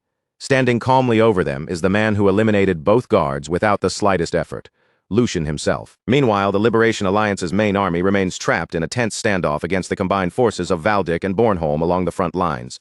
Behind that confrontation lies a plan that is simple in theory, yet unbelievably dangerous to carry out. Their first goal is to draw the kingdom's strongest troops away from the castle, forcing every soldier and commander to concentrate on the battle unfolding ahead. Then, once the fortress has been weakened and left exposed, the Alliance's mages will unleash enough destructive magic to bring the castle crashing to the ground. Tristan understands exactly what the Liberation Alliance is attempting. He has already seen through every part of their strategy. Yet rather than crushing the plan immediately, he is deliberately allowing it to continue, because the unfolding chaos also happens to serve his own hidden purpose. That has created an incredibly fragile balance between the two sides, with each faction quietly taking advantage of the other, while carefully concealing what it truly intends to accomplish. Even so, whether Tristan has uncovered their strategy or remains unaware of it does not change one crucial fact about the coming attack. Bringing down a fortified castle is never an easy undertaking. A genuine siege requires an overwhelming number of soldiers, mountains of supplies, enormous resources, and enough time to slowly wear the defenders down. And even when an invading army possesses every one of those advantages, victory is still far from guaranteed. The attackers must struggle uphill from the very beginning, because every part of a castle is designed to give the defending force the upper hand. Throughout the long history of warfare, sieges have consistently ranked among the most brutal and difficult battles imaginable. Those protected behind thick walls and fortified gates naturally possess an enormous advantage over anyone attempting to break their way inside. Lucian continues examining the situation with a calm, focused expression. As he pieces everything together, he points out that the Liberation Alliance is attempting something that should normally be considered completely impossible. Rather than sending its full army to storm the fortress, the Alliance has chosen to carry out the operation with little more than a small, carefully selected detachment. That group does not possess the manpower, supplies, siege equipment, or resources normally needed to seize such a heavily defended stronghold. With every conventional possibility ruled out, Lucian realizes there can be only one explanation. The mages accompanying the Liberation Alliance must possess enough raw destructive power to overturn the impossible odds of the siege all by themselves. Those mages are far more than another unit within the Alliance's army. They are the core of the entire operation, its most devastating weapon. and the one essential reason this seemingly impossible assault has any chance of succeeding. Once Lucien reaches that conclusion, he declares that they have been handed the perfect opportunity, while everyone's attention remains locked on Tristan and the battle raging along the front. Lucien's group will avoid confronting the enemy army directly. Instead, they will strike unseen from the shadows and eliminate the mages themselves. The moment those mages are taken out, the Liberation Alliance's entire strategy will crumble around them. The war can be stopped before it ever has the chance to truly begin. Lucien and his squad are not merely preparing to win a single battle, they are about to flip the entire board with one decisive move. Not far away, hidden from the outside world, lies a secluded cave swallowed almost entirely by darkness. The only light inside comes from the faint and unnatural glow of a magical artifact. Within the cave, a young man paces frantically from one side to the other, unable to remain still for even a moment. He repeatedly rakes his fingers through his hair, bites anxiously at his nails, and mutters that the entire situation is complete madness. Nothing about it makes any sense to him. In his mind, the person who created this plan can only be a complete psychopath, someone willing to throw away every trace of logic and common sense. His thoughts spiral out of control as he desperately tries to identify the exact moment everything went wrong. Was it when the Liberation Alliance claimed they had rescued him from the Imperial Army? Or had the real mistake come when he accepted their irresistible offer without stopping to question it? The more he remembers, the more furiously he curses Jude, the old man who manipulated him with almost insulting ease. That cunning old fox had been playing him from the very start. From the beginning, Jude had deceived him without showing even the slightest hesitation. The old man promised that all he had to do was cast a single lightning spell at the proper moment, and once the task was complete, he would receive his full reward. Trusting that simple explanation, the young mage accepted the deal without realizing he was walking willingly into a carefully prepared trap. Worse still, he had signed a magically binding contract. If he broke the agreement, a terrible curse would permanently erase half of his mana. Now that he finally understands how thoroughly he was tricked, he can blame no one but himself for being foolish enough to fall for such an obvious scheme. His breathing becomes heavier and more uneven as despair closes in around him. He had always suspected that the job would involve something questionable, perhaps even outright illegal, but the truth is far worse than anything he imagined. Only now, when there is no time left to escape, has Jude finally revealed what the mission actually requires. They expect him to release enough lightning magic to blast the castle gates apart so completely that nothing recognizable remains behind. Rage surges through the young mage as he curses Jude yet again. He demands to know why that deceitful old man concealed the real objective until the very last moment, when every possible chance of running away had already disappeared. He grabs fistfuls of his own hair as the horrifying truth settles over him. Because of the binding contract, he has no freedom left at all. No matter how terrified or unwilling he may be, he must obey every order exactly as he was instructed. Jude has spent months preparing for this operation, patiently positioning every person and every resource with extraordinary care. Each piece has been arranged so precisely that victory now seems almost impossible to prevent. The magical power assembled for the attack is already more than sufficient to erase the castle gates in a single instant. Once that barrier vanishes, the soldiers defending the fortress will be left completely exposed. What comes afterward will not resemble a fair battle in any sense. It will become a one-sided massacre, and the terrible consequences of that massacre will reach far beyond the walls of the castle itself. If he helps the Liberation Alliance carry out this attack, losing his place at the academy will be the least of his worries. People across the entire world will blame mages for the catastrophe, and fear will rapidly turn into hatred. Before long, mages everywhere will be hunted down without mercy, until their kind is driven toward complete extinction. Crushed beneath fear, guilt, and bitter regret, the young mage desperately searches for even the smallest opening that might let him escape this nightmare. Unfortunately, every possible path has already been closed. The guards assigned to him have watched him constantly. Their eyes have followed his every movement so closely that he has been unable to take even a single step without being noticed. Just as the last of his hope begins to disappear, however, he senses that something around him has suddenly changed. The atmosphere within the cave shifts so subtly that most people would never have noticed it. The young mage freezes in the middle of the chamber as his instincts warn him that something is terribly wrong. Only then does he understand that while his mind was consumed by Jude and the impossible situation trapping him, he completely overlooked something unbelievable. The guards who had been breathing down his neck only moments earlier are nowhere to be seen. Confused and increasingly suspicious, he slowly scans the cave, wondering how men who had refused to leave him alone for even a second could vanish without producing a single sound. Realizing that something serious must have happened, the young mage immediately activates his magic, sending it beyond the cave so he can investigate exactly what is happening outside. As his magical senses spread across the surrounding area, an unbelievable sight appears before him. The guards who had watched him every second are now lying dead one after another, each of them silently eliminated by Lucien and his squad before they had the slightest chance to respond. The young mage pushes his magical perception even farther outward, searching beyond the fallen guards for whoever is responsible, carefully following the traces left behind. He begins tracking the intruder's movements through the surrounding darkness. Before long, he locates Lucian's squad and watches them advance with perfect discipline and absolute precision toward one specific destination. The instant he realizes what their true objective must be, the crushing despair inside him finally begins to loosen its grip. A faint spark of hope slowly returns to his frightened eyes. Barely daring to believe what he is sensing, he lowers his voice and quietly whispers that perhaps he is not going to die today after all. Far from the hidden cave, attention shifts to the tower belonging to the Mad Mage, an ominous place surrounded by such an eerie and oppressive presence that the very air around it feels suffocating. The farther anyone ventures into the tower, the heavier and darker that oppressive atmosphere becomes, as though the structure itself is trying to swallow every trace of light. The staircase descending beneath the tower is drenched in blood, creating a horrifying warning long before anyone reaches the laboratory hidden below. At the bottom, deep within a concealed underground chamber, the true nightmare waits in silence. From somewhere inside the chamber, a desperate voice echoes through the blood-stained room, pleading again and again for only one thing: death. Helpless and unable to move, someone lies sprawled across an examination table. At the center of the laboratory stood a table, completely surrounded by a radiant magic circle whose eerie light pulsed across its surface. Lying helplessly before him, a broken man pleaded with the Mad Mage to finally end the torment that had consumed his body. He was no longer asking to be rescued or returned to normal. Through the unbearable agony, he begged only for death, desperate for the pain to finally stop. But the Mad Mage offered him no pity at all. He merely released a disappointed sigh and mocked the man for failing to survive even one full month this time. He confessed that he had expected far more from this particular test subject. After all, a holy knight was an extraordinarily rare specimen, which made this failure considerably more valuable and more frustrating than the others. Slowly shaking his head, the Mad Mage complained that the situation had become rather troublesome after everything he had already invested in the experiment. He had poured an enormous amount of time and effort into the procedure, yet the knight was now almost impossible to recognize. His head had warped into that of a massive lizard, while grotesque reptilian flesh covered large sections of his mutated body.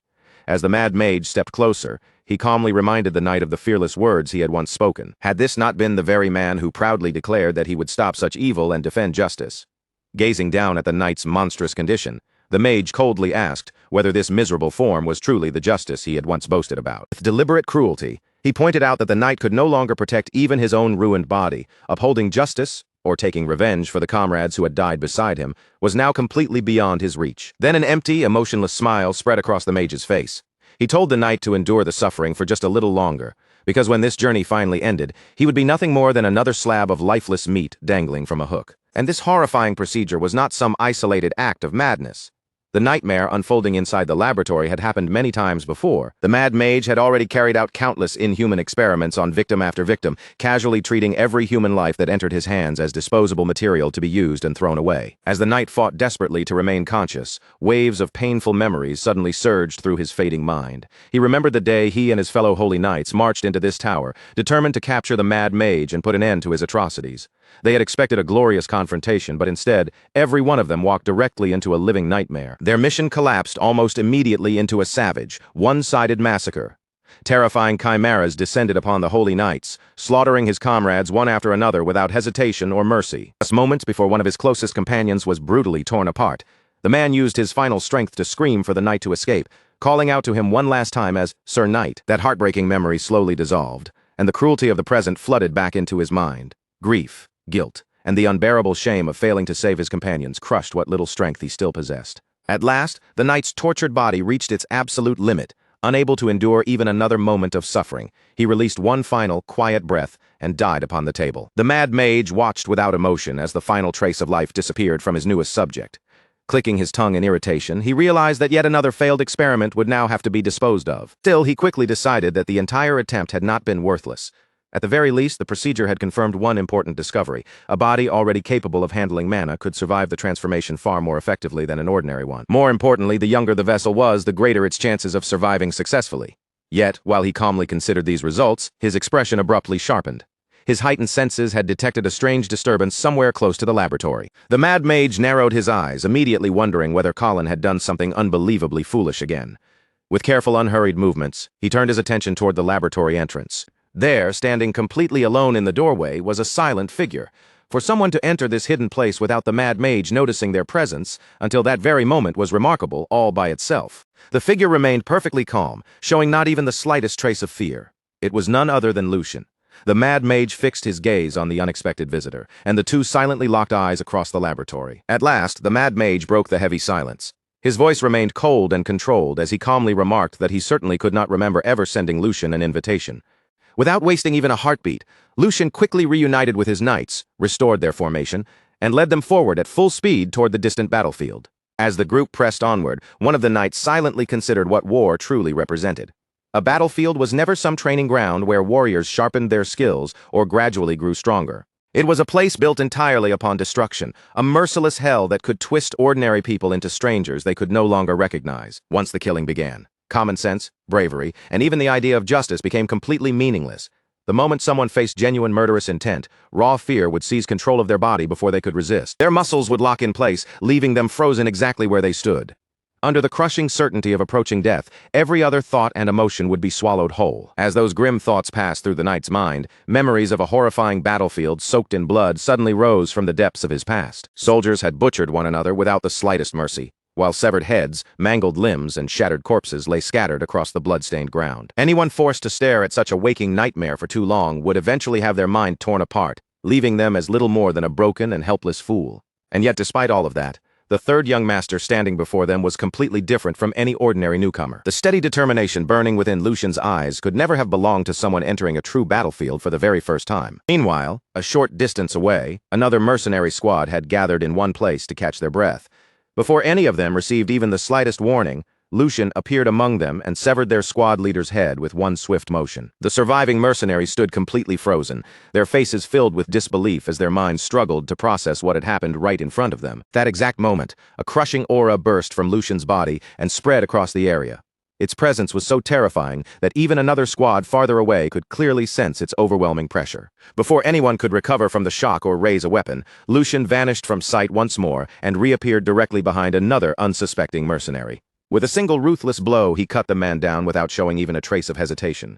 Panic immediately swept through the survivors, as they desperately wondered who this terrifying attacker could possibly be. Lucian offered them no answer at all.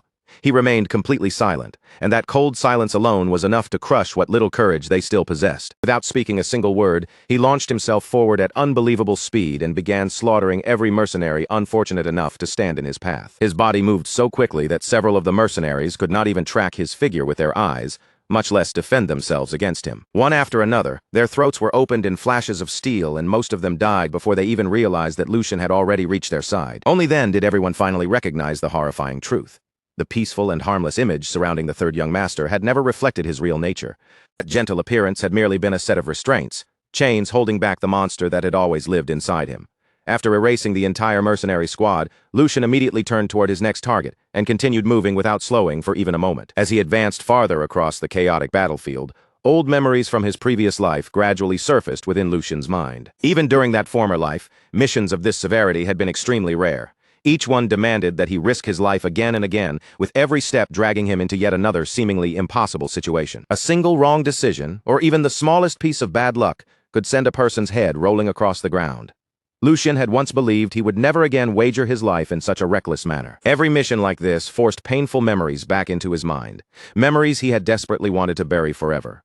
Above all else, he despised those who concealed their selfish desires behind claims of fighting for some greater cause. He hated the twisted way such people treated the lives of faithful subordinates as disposable tools, sacrificing them without remorse, simply to feed someone else's ambitions. For that very reason, Lucian had already reached an unshakable decision.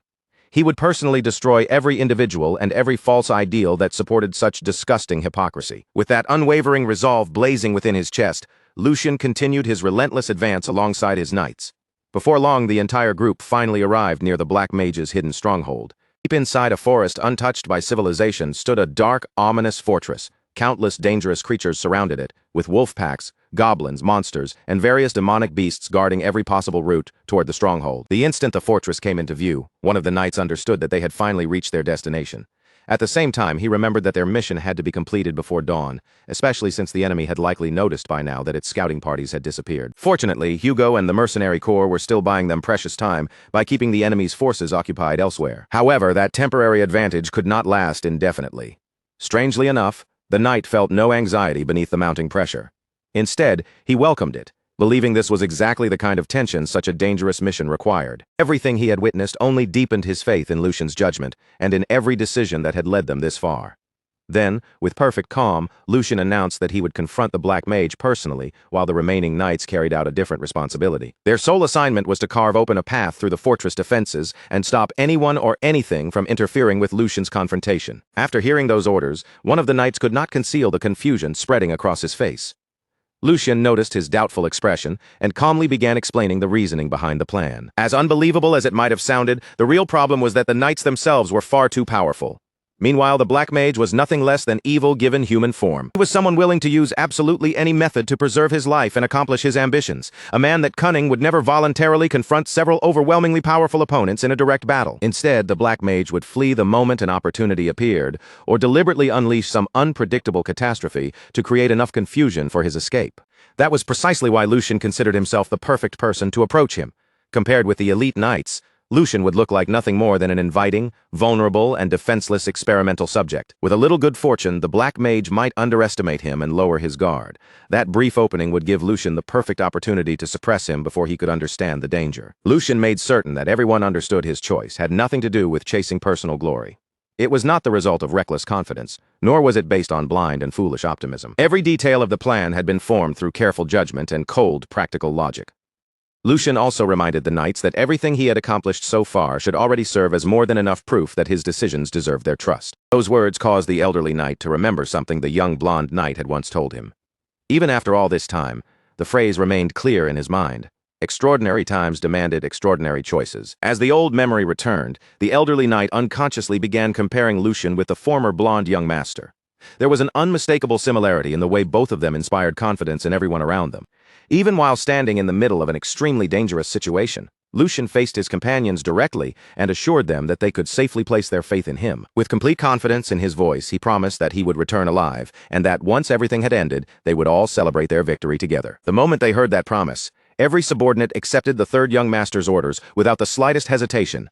All lingering doubt vanished from their faces, replaced by firm and unwavering determination. Without wasting another precious second, Lucian launched himself forward and leaped directly toward the enormous horde of monsters and demonic beasts guarding the fortress. The creatures immediately stiffened and froze in place as they sensed the suffocating aura pouring outward from Lucian's body. Before any of the monsters could recover or even begin to react, Lucian charged straight into their ranks and started cutting them down one after another. Wolves, goblins, and every other beast that dared block Lucian's path were cut down without mercy.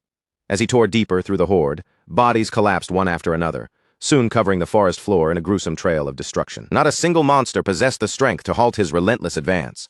No matter how fiercely they rushed him, Lucian kept moving forward, leaving only shattered bodies and devastation behind him. Without slowing his pace for even an instant, Lucian continued straight toward the hidden fortress. As the bloody trail behind him grew longer, the scene returned to the present, where the Black Mage finally sensed that Lucian had arrived. The Black Mage turned his gaze toward the approaching knight, and his expression immediately tightened. With clear displeasure, he admitted that Lucian's sudden appearance had made the situation far more troublesome than he had anticipated. He remembered Lucian's earlier declaration that he would put an end to these evil deeds and deliver justice himself. Even so, the Black Mage calmly acknowledged that this unexpected confrontation might still prove useful to him. His eyes soon drifted toward Colin, and suspicion began forming in his mind.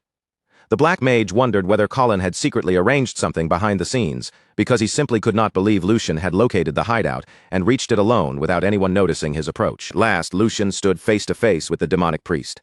The moment he witnessed the priest's twisted work with his own eyes, a fierce wave of anger surged through him, burning hotter with every horrifying detail he saw. Despite that rage, Lucian remained completely silent. Seeing no response, the demonic priest sneered and mocked him for apparently having nothing to say. Then, with an indifferent shrug, he added that words were never truly important anyway. What interested him far more was the reason Lucian had traveled all the way to this hidden place. The priest admitted that he had wanted to meet Lucian for quite some time, his unsettling gaze slowly traveling over the young man from head to toe. With disturbing admiration, the priest praised Lucian's golden eyes, radiant skin, perfectly proportioned body, and astonishingly young age. He remarked that the fools from the Liberation Alliance had not exaggerated Lucian's remarkable appearance in the slightest. Lucian merely stared back at him in icy silence. His face remained completely still, refusing to give the priest even the smallest reaction or hint of emotion. The priest continued, comparing Lucian to one of his earlier specimens. That previous subject had already been an extraordinarily rare case, even possessing the ability to learn swordsmanship, yet the priest claimed that placing it beside Lucian would be nothing short of an insult. In the priest's eyes, Lucian was unquestionably a specimen of the highest possible grade. Every sentence that left the man's mouth sounded more revolting than the one before it, but Lucian still forced himself to endure the disgust and remain silent. Nearby, the lifeless body of one of the priest's failed experiments lay stretched across a rough wooden board. Its motionless presence made the already horrifying laboratory feel even colder and more grotesque. Noticing where Lucian was looking, the demonic priest proudly turned toward the corpse. His eyes gleamed as though he were admiring a priceless masterpiece, and he began claiming that he had once believed he had already witnessed every disgusting horror this world could possibly produce. But Lucian, he continued, was an exceptionally rare son of a... That final stream of meaningless insults shattered what little restraint Lucian had left, pushing his anger beyond the point of control. Lucian's patience finally broke apart completely. In a cold, deadly voice, he told the priest to abandon any hope of receiving a painless death, swearing that before this ended, the man would fully understand the crushing weight of every crime he had committed. Rather than taking offense, the demonic priest responded with a calm, amused smile. Tilting his head slightly, he remarked that Lucian possessed an unexpectedly foul mouth for someone raised as a noble young master. The priest admitted that he had never expected Lucian to understand his work. After all, everyone who had ever tracked him down had arrived shouting the same dull accusations, repeating words he had already heard countless times before. Even so, he considered their meeting extraordinarily fortunate. Lucian had willingly stepped into his laboratory, placing an incredibly rare and valuable specimen directly within his reach. The priest confessed that he had repeatedly failed to achieve the evolution he had pursued for so long. However, as he stared hungrily at Lucian, he seemed utterly convinced that this new specimen could finally change everything. Hearing the word evolution, Lucian briefly frowned in confusion. Lucian had no idea what kind of evolution the madman was referring to.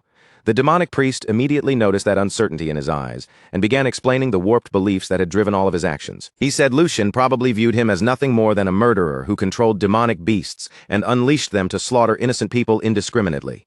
According to the priest, the world carelessly grouped men like him together with black mages, treating them as a plague that needed to be wiped away. But from his perspective, such judgment was born entirely from ignorance.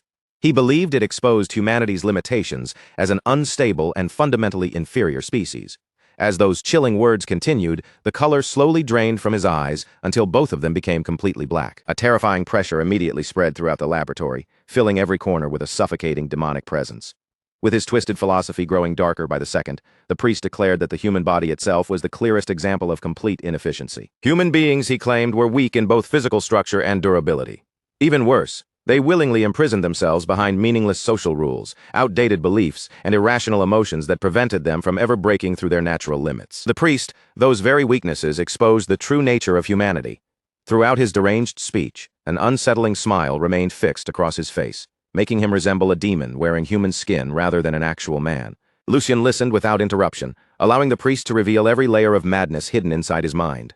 Then, without showing the slightest hesitation, the demonic priest reached down and lifted one of the experimental corpses nearby, cradling the body with an almost affectionate tenderness. Smiling proudly, he announced that his purpose was to strip away every impurity within humanity and guide the entire species toward true evolution.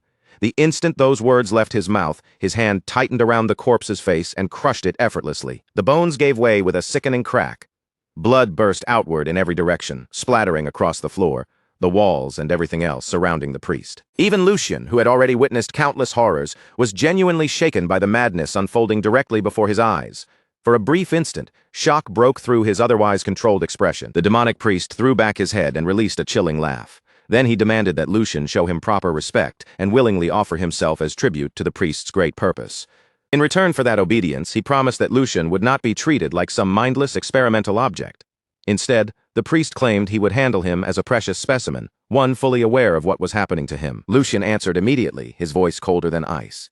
He called the priest's speech an unbelievably long-winded way of expressing complete nonsense, then reminded him that thousands of innocent people had been deliberately manipulated and driven to their deaths in the name of this so-called evolution.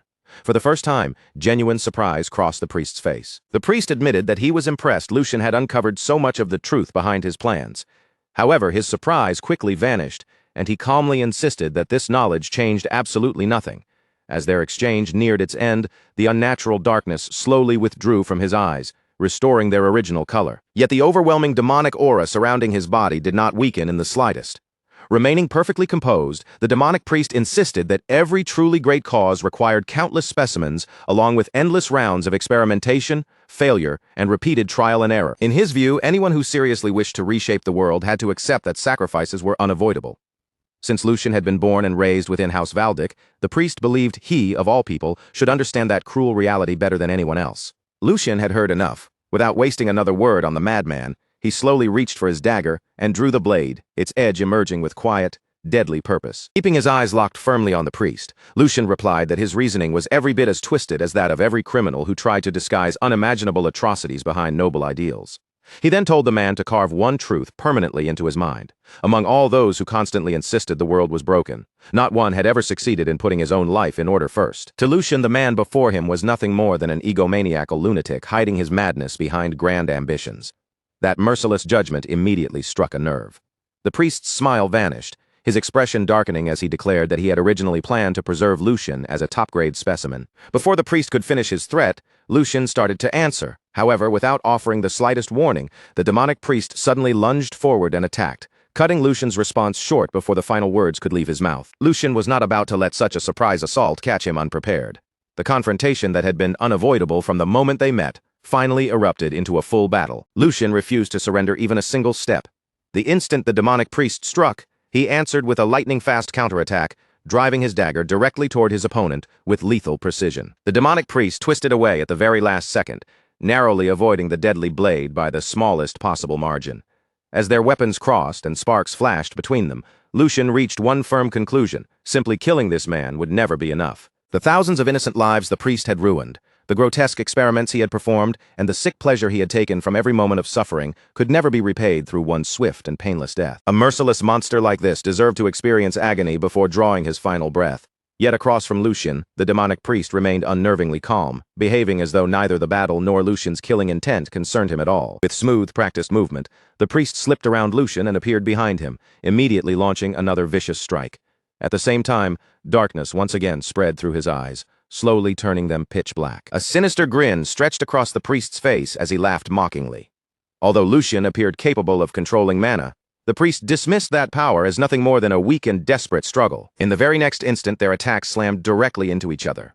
The collision unleashed a violent shockwave that shook the entire battlefield, while the force of the impact hurled dust and thick fog into the air, swallowing the surroundings and completely hiding both fighters from view. Then, for one brief and uneasy moment, every sound disappeared, leaving the battlefield trapped beneath a heavy and unnatural silence. A moment later, Lucian stepped calmly out of the thick, swirling fog, his expression steady and completely untouched by panic. Almost immediately afterward, the demonic priest also emerged from the mist behind him. That same disturbing smile still stretched across his face. The priest kept talking as though every second of this battle was pure entertainment to him. With obvious delight in his voice, he urged Lucian to continue resisting, telling him to struggle with every last bit of strength he possessed. When Lucian gave him no response, the priest's voice abruptly twisted into something deeper, harsher, and far more demonic. He loudly proclaimed that the harder Lucian fought back, the more painfully he would be forced to recognize his own limitations. Eventually, he claimed, Lucian would finally understand the greatness behind his supposedly noble intentions. Yet Lucian remained completely unmoved by the priest's distorted threats.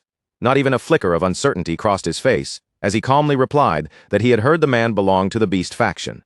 Now that he had finally seen him with his own eyes, Lucian had to admit that the priest perfectly matched that reputation. Lucian then landed firmly on the ground, planting his feet without the slightest hesitation.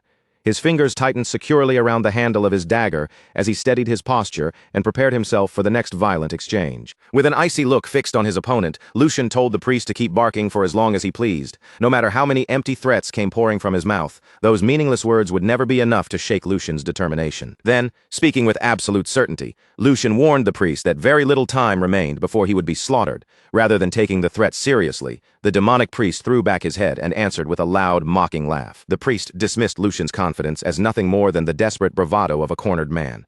He claimed Lucian's terrified body had already acted on instinct, forcing his eyes shut in one final pathetic attempt to hide from the reality standing before him. Lucian did not waste his breath arguing with him. Instead, he silently closed his eyes and stood perfectly still. In the next instant, a powerful crimson aura began surging from his body, steadily expanding around him until his presence became almost suffocating. As he watched that crimson energy gather around Lucian, the demonic priest's smile only widened. Still overflowing with confidence, he casually assured Lucian that there was absolutely no reason for him to be afraid. According to the priest, the next time Lucian opened his eyes, he would be looking upon a newly awakened version of himself. Hearing such arrogant nonsense, Lucian did not grow angry or alarmed. Instead, a faint and knowing smile appeared on his face. Without opening his eyes, Lucian calmly replied that only one person would truly lose his sight today, and that person was the demonic priest. Before the priest could fully understand the meaning hidden behind those words, Lucian suddenly flicked a tiny blue stone toward him with nothing more than a casual snap of his fingers. Even while standing before a creature who looked far more like a demon than any ordinary human, Lucian never once opened his eyes. The instant the demonic priest spotted the small blue stone cutting through the air toward him, his entire expression changed. His smug confidence vanished on the spot as recognition struck him with terrifying clarity. It was a flash stone. The first time, genuine shock spread across the priest's face, his eyes widening as he realized what Lucian had planned. But by the time he understood the danger, it was already far too late to avoid it. The flash stone erupted with a violent burst of brilliant white light. In a single blinding instant, the explosion flooded the entire battlefield, washing away every shadow and swallowing the surroundings in unbearable brightness. That overwhelming flash consumed everything within sight. Unable to endure the sudden intensity, the demonic priest reacted purely on instinct, jerking both hands upward and desperately covering his eyes against the scorching brilliance. A scream of raw pain tore from the priest's mouth as the blinding light completely overwhelmed his vision. With his sight stolen and his senses thrown into chaos, he staggered in place, disoriented, exposed, and completely vulnerable. And this was the exact opening Lucian had been waiting for from the very beginning. The moment the priest lost his vision, Lucian acted without wasting even the smallest fraction of a second. He exploded forward with astonishing speed, crossing the distance before the priest could recover. The dagger in his hand flashed through the air like a streak of lightning, its sharp edge already racing toward its helpless target. The first slash was followed instantly by a second. 2 strikes became 10, and 10 quickly blurred into countless attacks as Lucian unleashed a relentless barrage that gave the blinded priest no chance to defend himself. Lucian's dagger carved across the priest's neck, arms, shoulders, and head, then continued tearing into every exposed opening he could reach. Every movement was controlled, rapid, and delivered with terrifying precision. Each clean strike opened another bloody wound across the priest's body. Within only a few moments, fresh crimson droplets were spraying through the air, scattering across the battlefield in every direction, with each swing of Lucian's blade. The demonic priest screamed in unbearable agony as deep cuts rapidly spread across nearly every part of his body. Blood poured freely from wound after wound, draining his strength until his trembling legs could no longer support his weight or keep him standing. At last, the demonic priest collapsed heavily onto his knees, directly in front of Lucian. The arrogant smile he had worn throughout the entire battle was now completely gone, erased along with every trace of his former confidence. In its place remained only unbearable pain and stunned disbelief. Lucian slowly straightened above the broken priest, his dagger still dripping with fresh blood. The countless strikes had sent crimson splashing across Lucian's own face, making his already cold expression appear even more ruthless and intimidating. Lucian looked down at the man who only moments earlier had spoken so proudly about evolution. In a calm, cutting voice, he asked the priest one final question. Was this miserable state the so-called evolution he had been preaching about all along? The demonic priest could only stare up at Lucian in complete disbelief, unable to understand how the specimen he had planned to capture had instead reduced him to his knees.